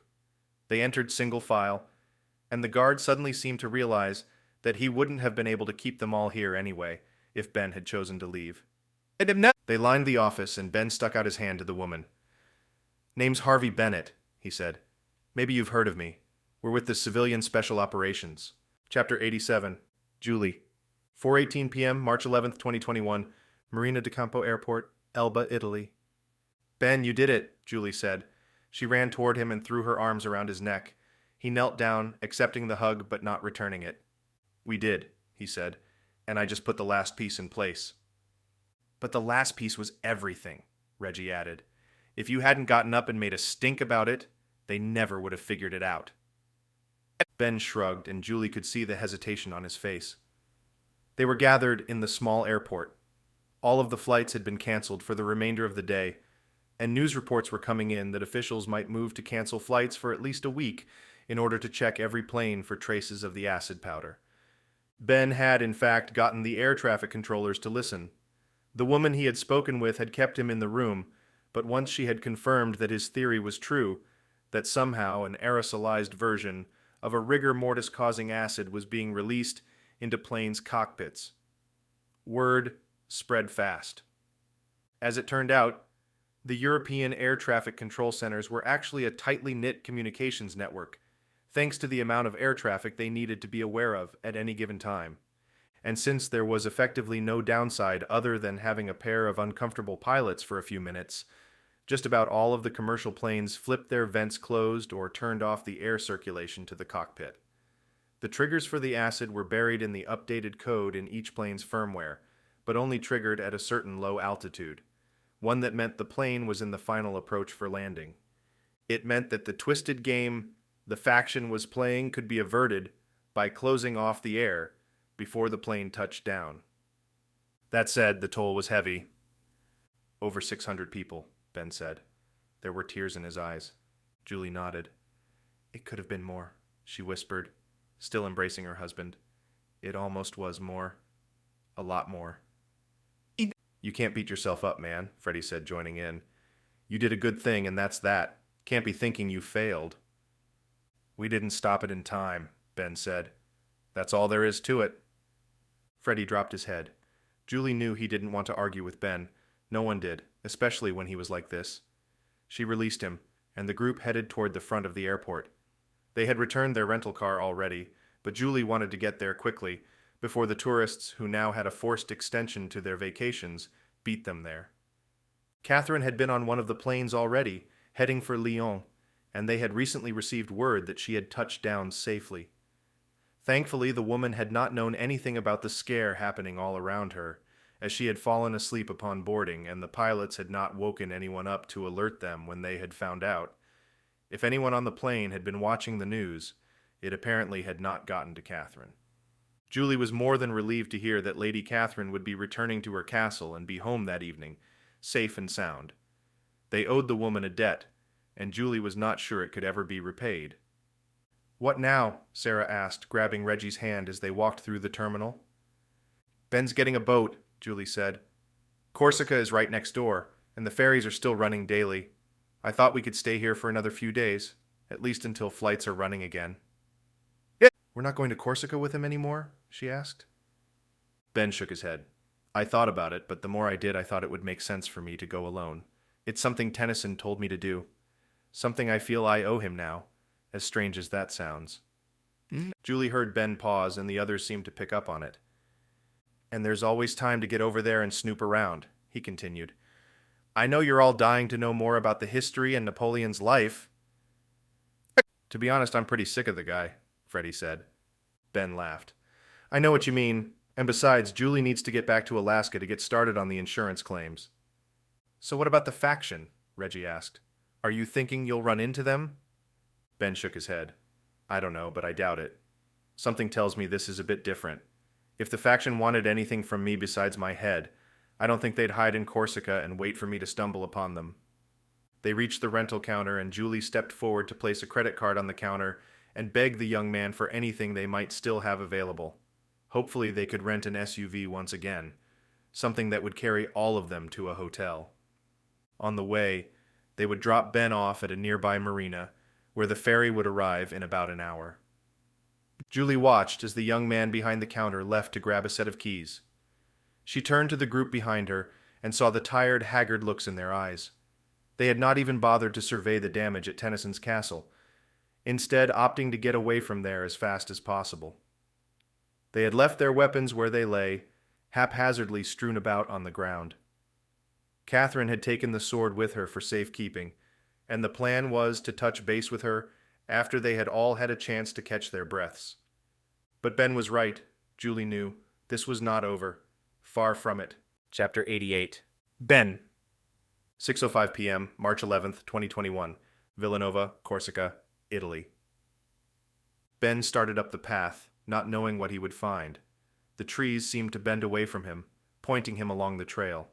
While the driver could have deposited Ben farther up the road, the dirt path that Ben was now on was far narrower than the road he'd been left at. They had wound up the hill toward the idyllic town of Villanova, near where Napoleon had been born. He had gotten the email shortly after leaving the airport in Elba.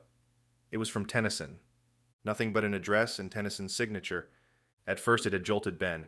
"Tennyson is dead," he remembered. "I watched him die. Surely the email had to be a trick." When he had shown it to Julie, she clicked on the sender's address in his phone's mail app, and she had pointed out that it had not been from Tennyson, at least not directly. Instead, it appeared that Tennyson had used a forwarding service, masked behind his name, to send the email at a scheduled time. For whatever reason, Tennyson had pre-scheduled this email with the Corsican address to be sent to Ben. It did not confirm that the email was, in fact, from Tennyson, but Ben had a feeling it was legitimate. He remembered Tennyson's final words: earth, water, fire, air. And before that, "You must go to Corsica." The man had never told Ben exactly where in Corsica, and Ben had remembered from his and Julie's first brief trip to the island that it was a massive place. They had run out of time in Tennyson's office, so Ben wasn't surprised that Tennyson had used an email forwarding and scheduling service like this one to prepare the email, to make sure it got sent out after the events at the castle that ultimately took Tennyson's life. It was a last-ditch security effort, Ben thought. Something important enough, he had to make sure it got through. And there was another feature of this email, Julie had told him. Apparently Ben was not the only recipient of the email. It had been routed back through the service, ultimately landing in the inbox of another unknown person. Intriguing, Ben had thought. As he crested the hill over the dirt path, he saw a Tuscan-style home come into view. It was not massive, but it certainly was not small either. It sat on picturesque rolling hills, manicured and well kept. The white stucco walls of the main structure ended with a bright red curved brick roof, similar to what he might find on any roof elsewhere in the Mediterranean. And at the end of the path, in the rounded driveway of the house, sat a man. He was in a wheelchair, seated in front of a small fountain that stood in the center of the circular drive.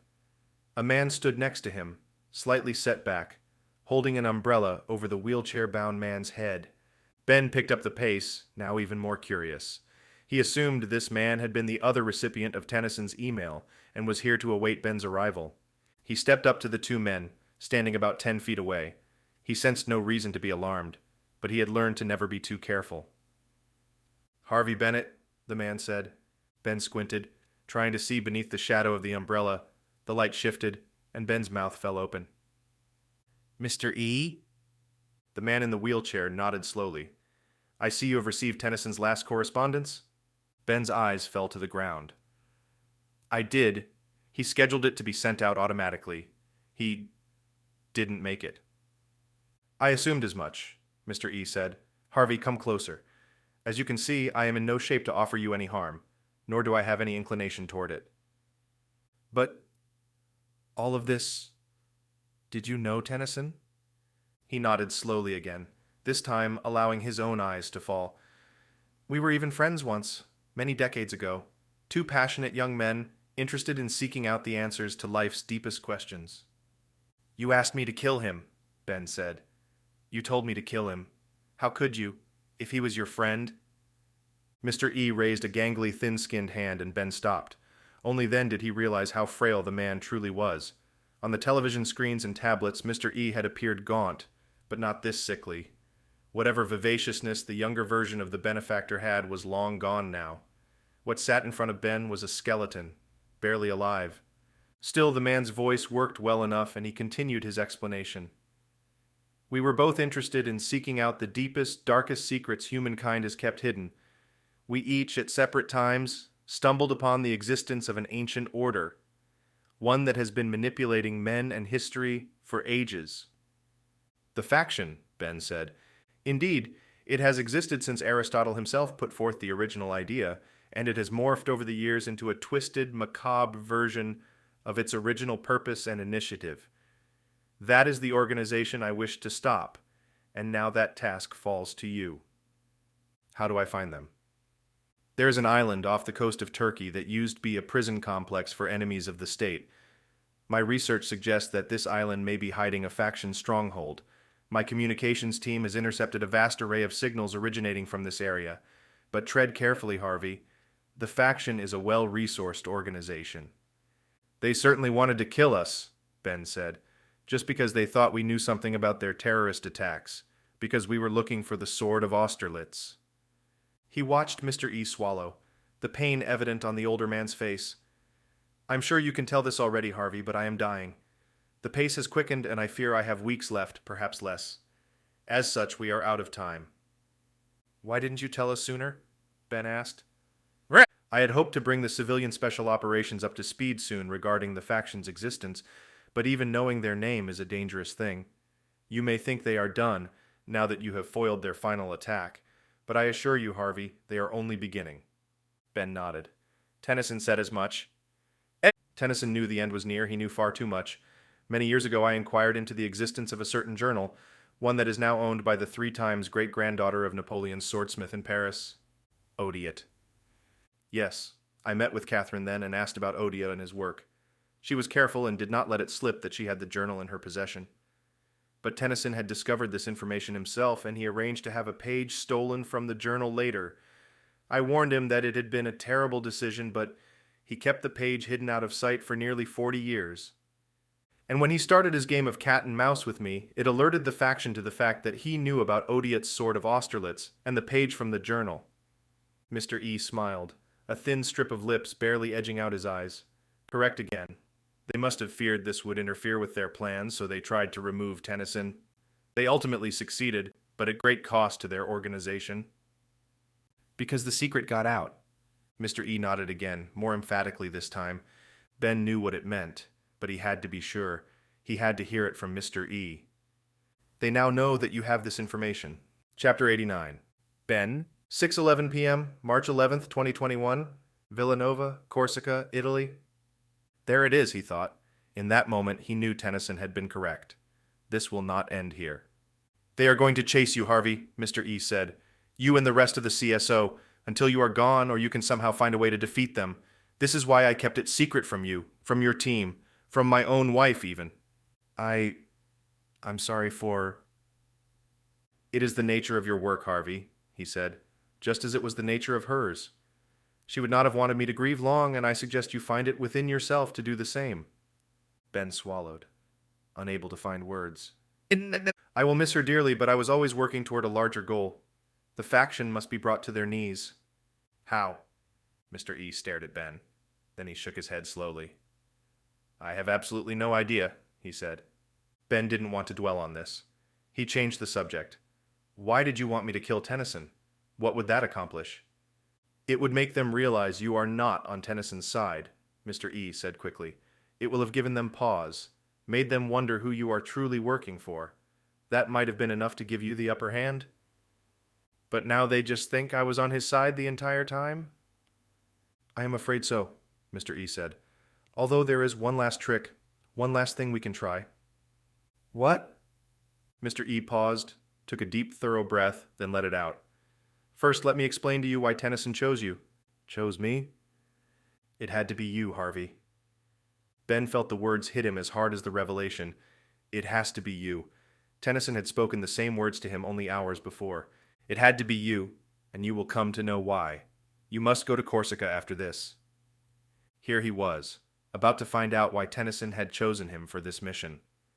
I thought it was revenge, Ben said. Tennyson's grandson died because of me, so he was paying it back.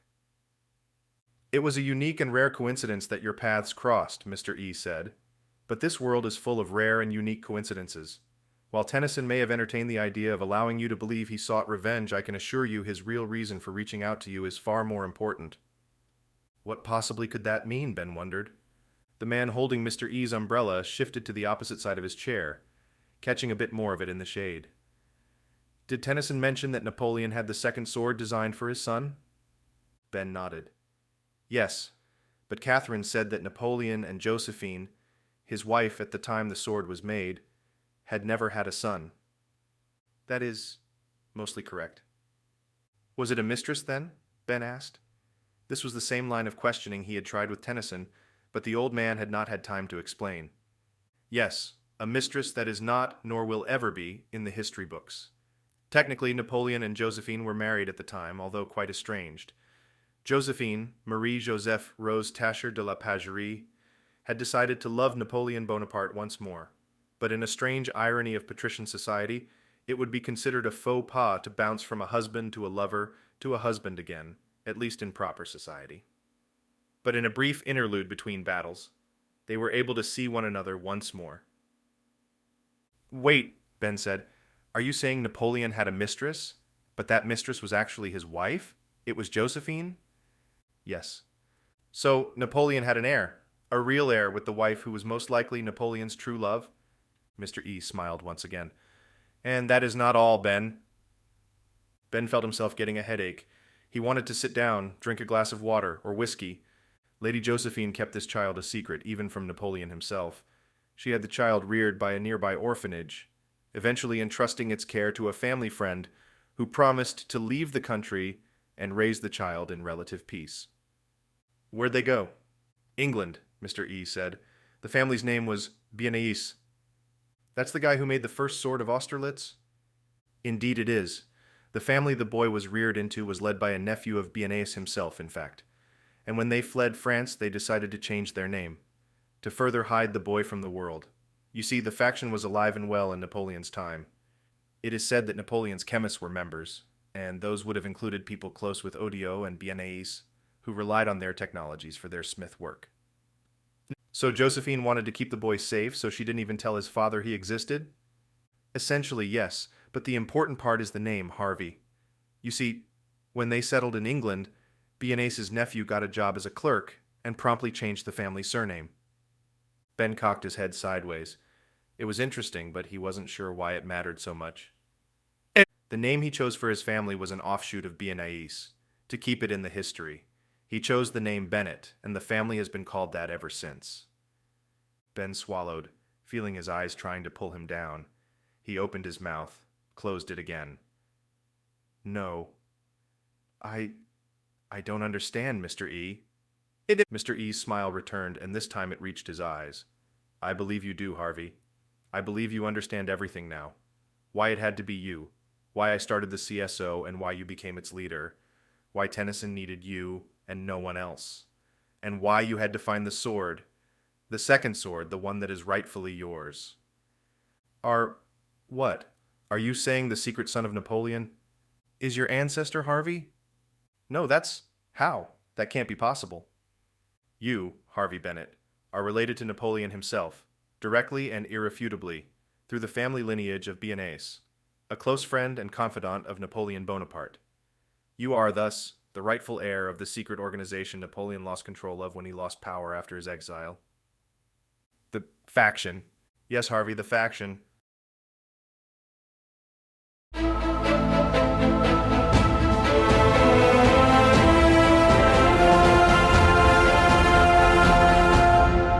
This has been The Napoleon Job by Nick Thacker. Copyright 2023 by Conundrum Publishing. All rights reserved. ConundrumPub.com.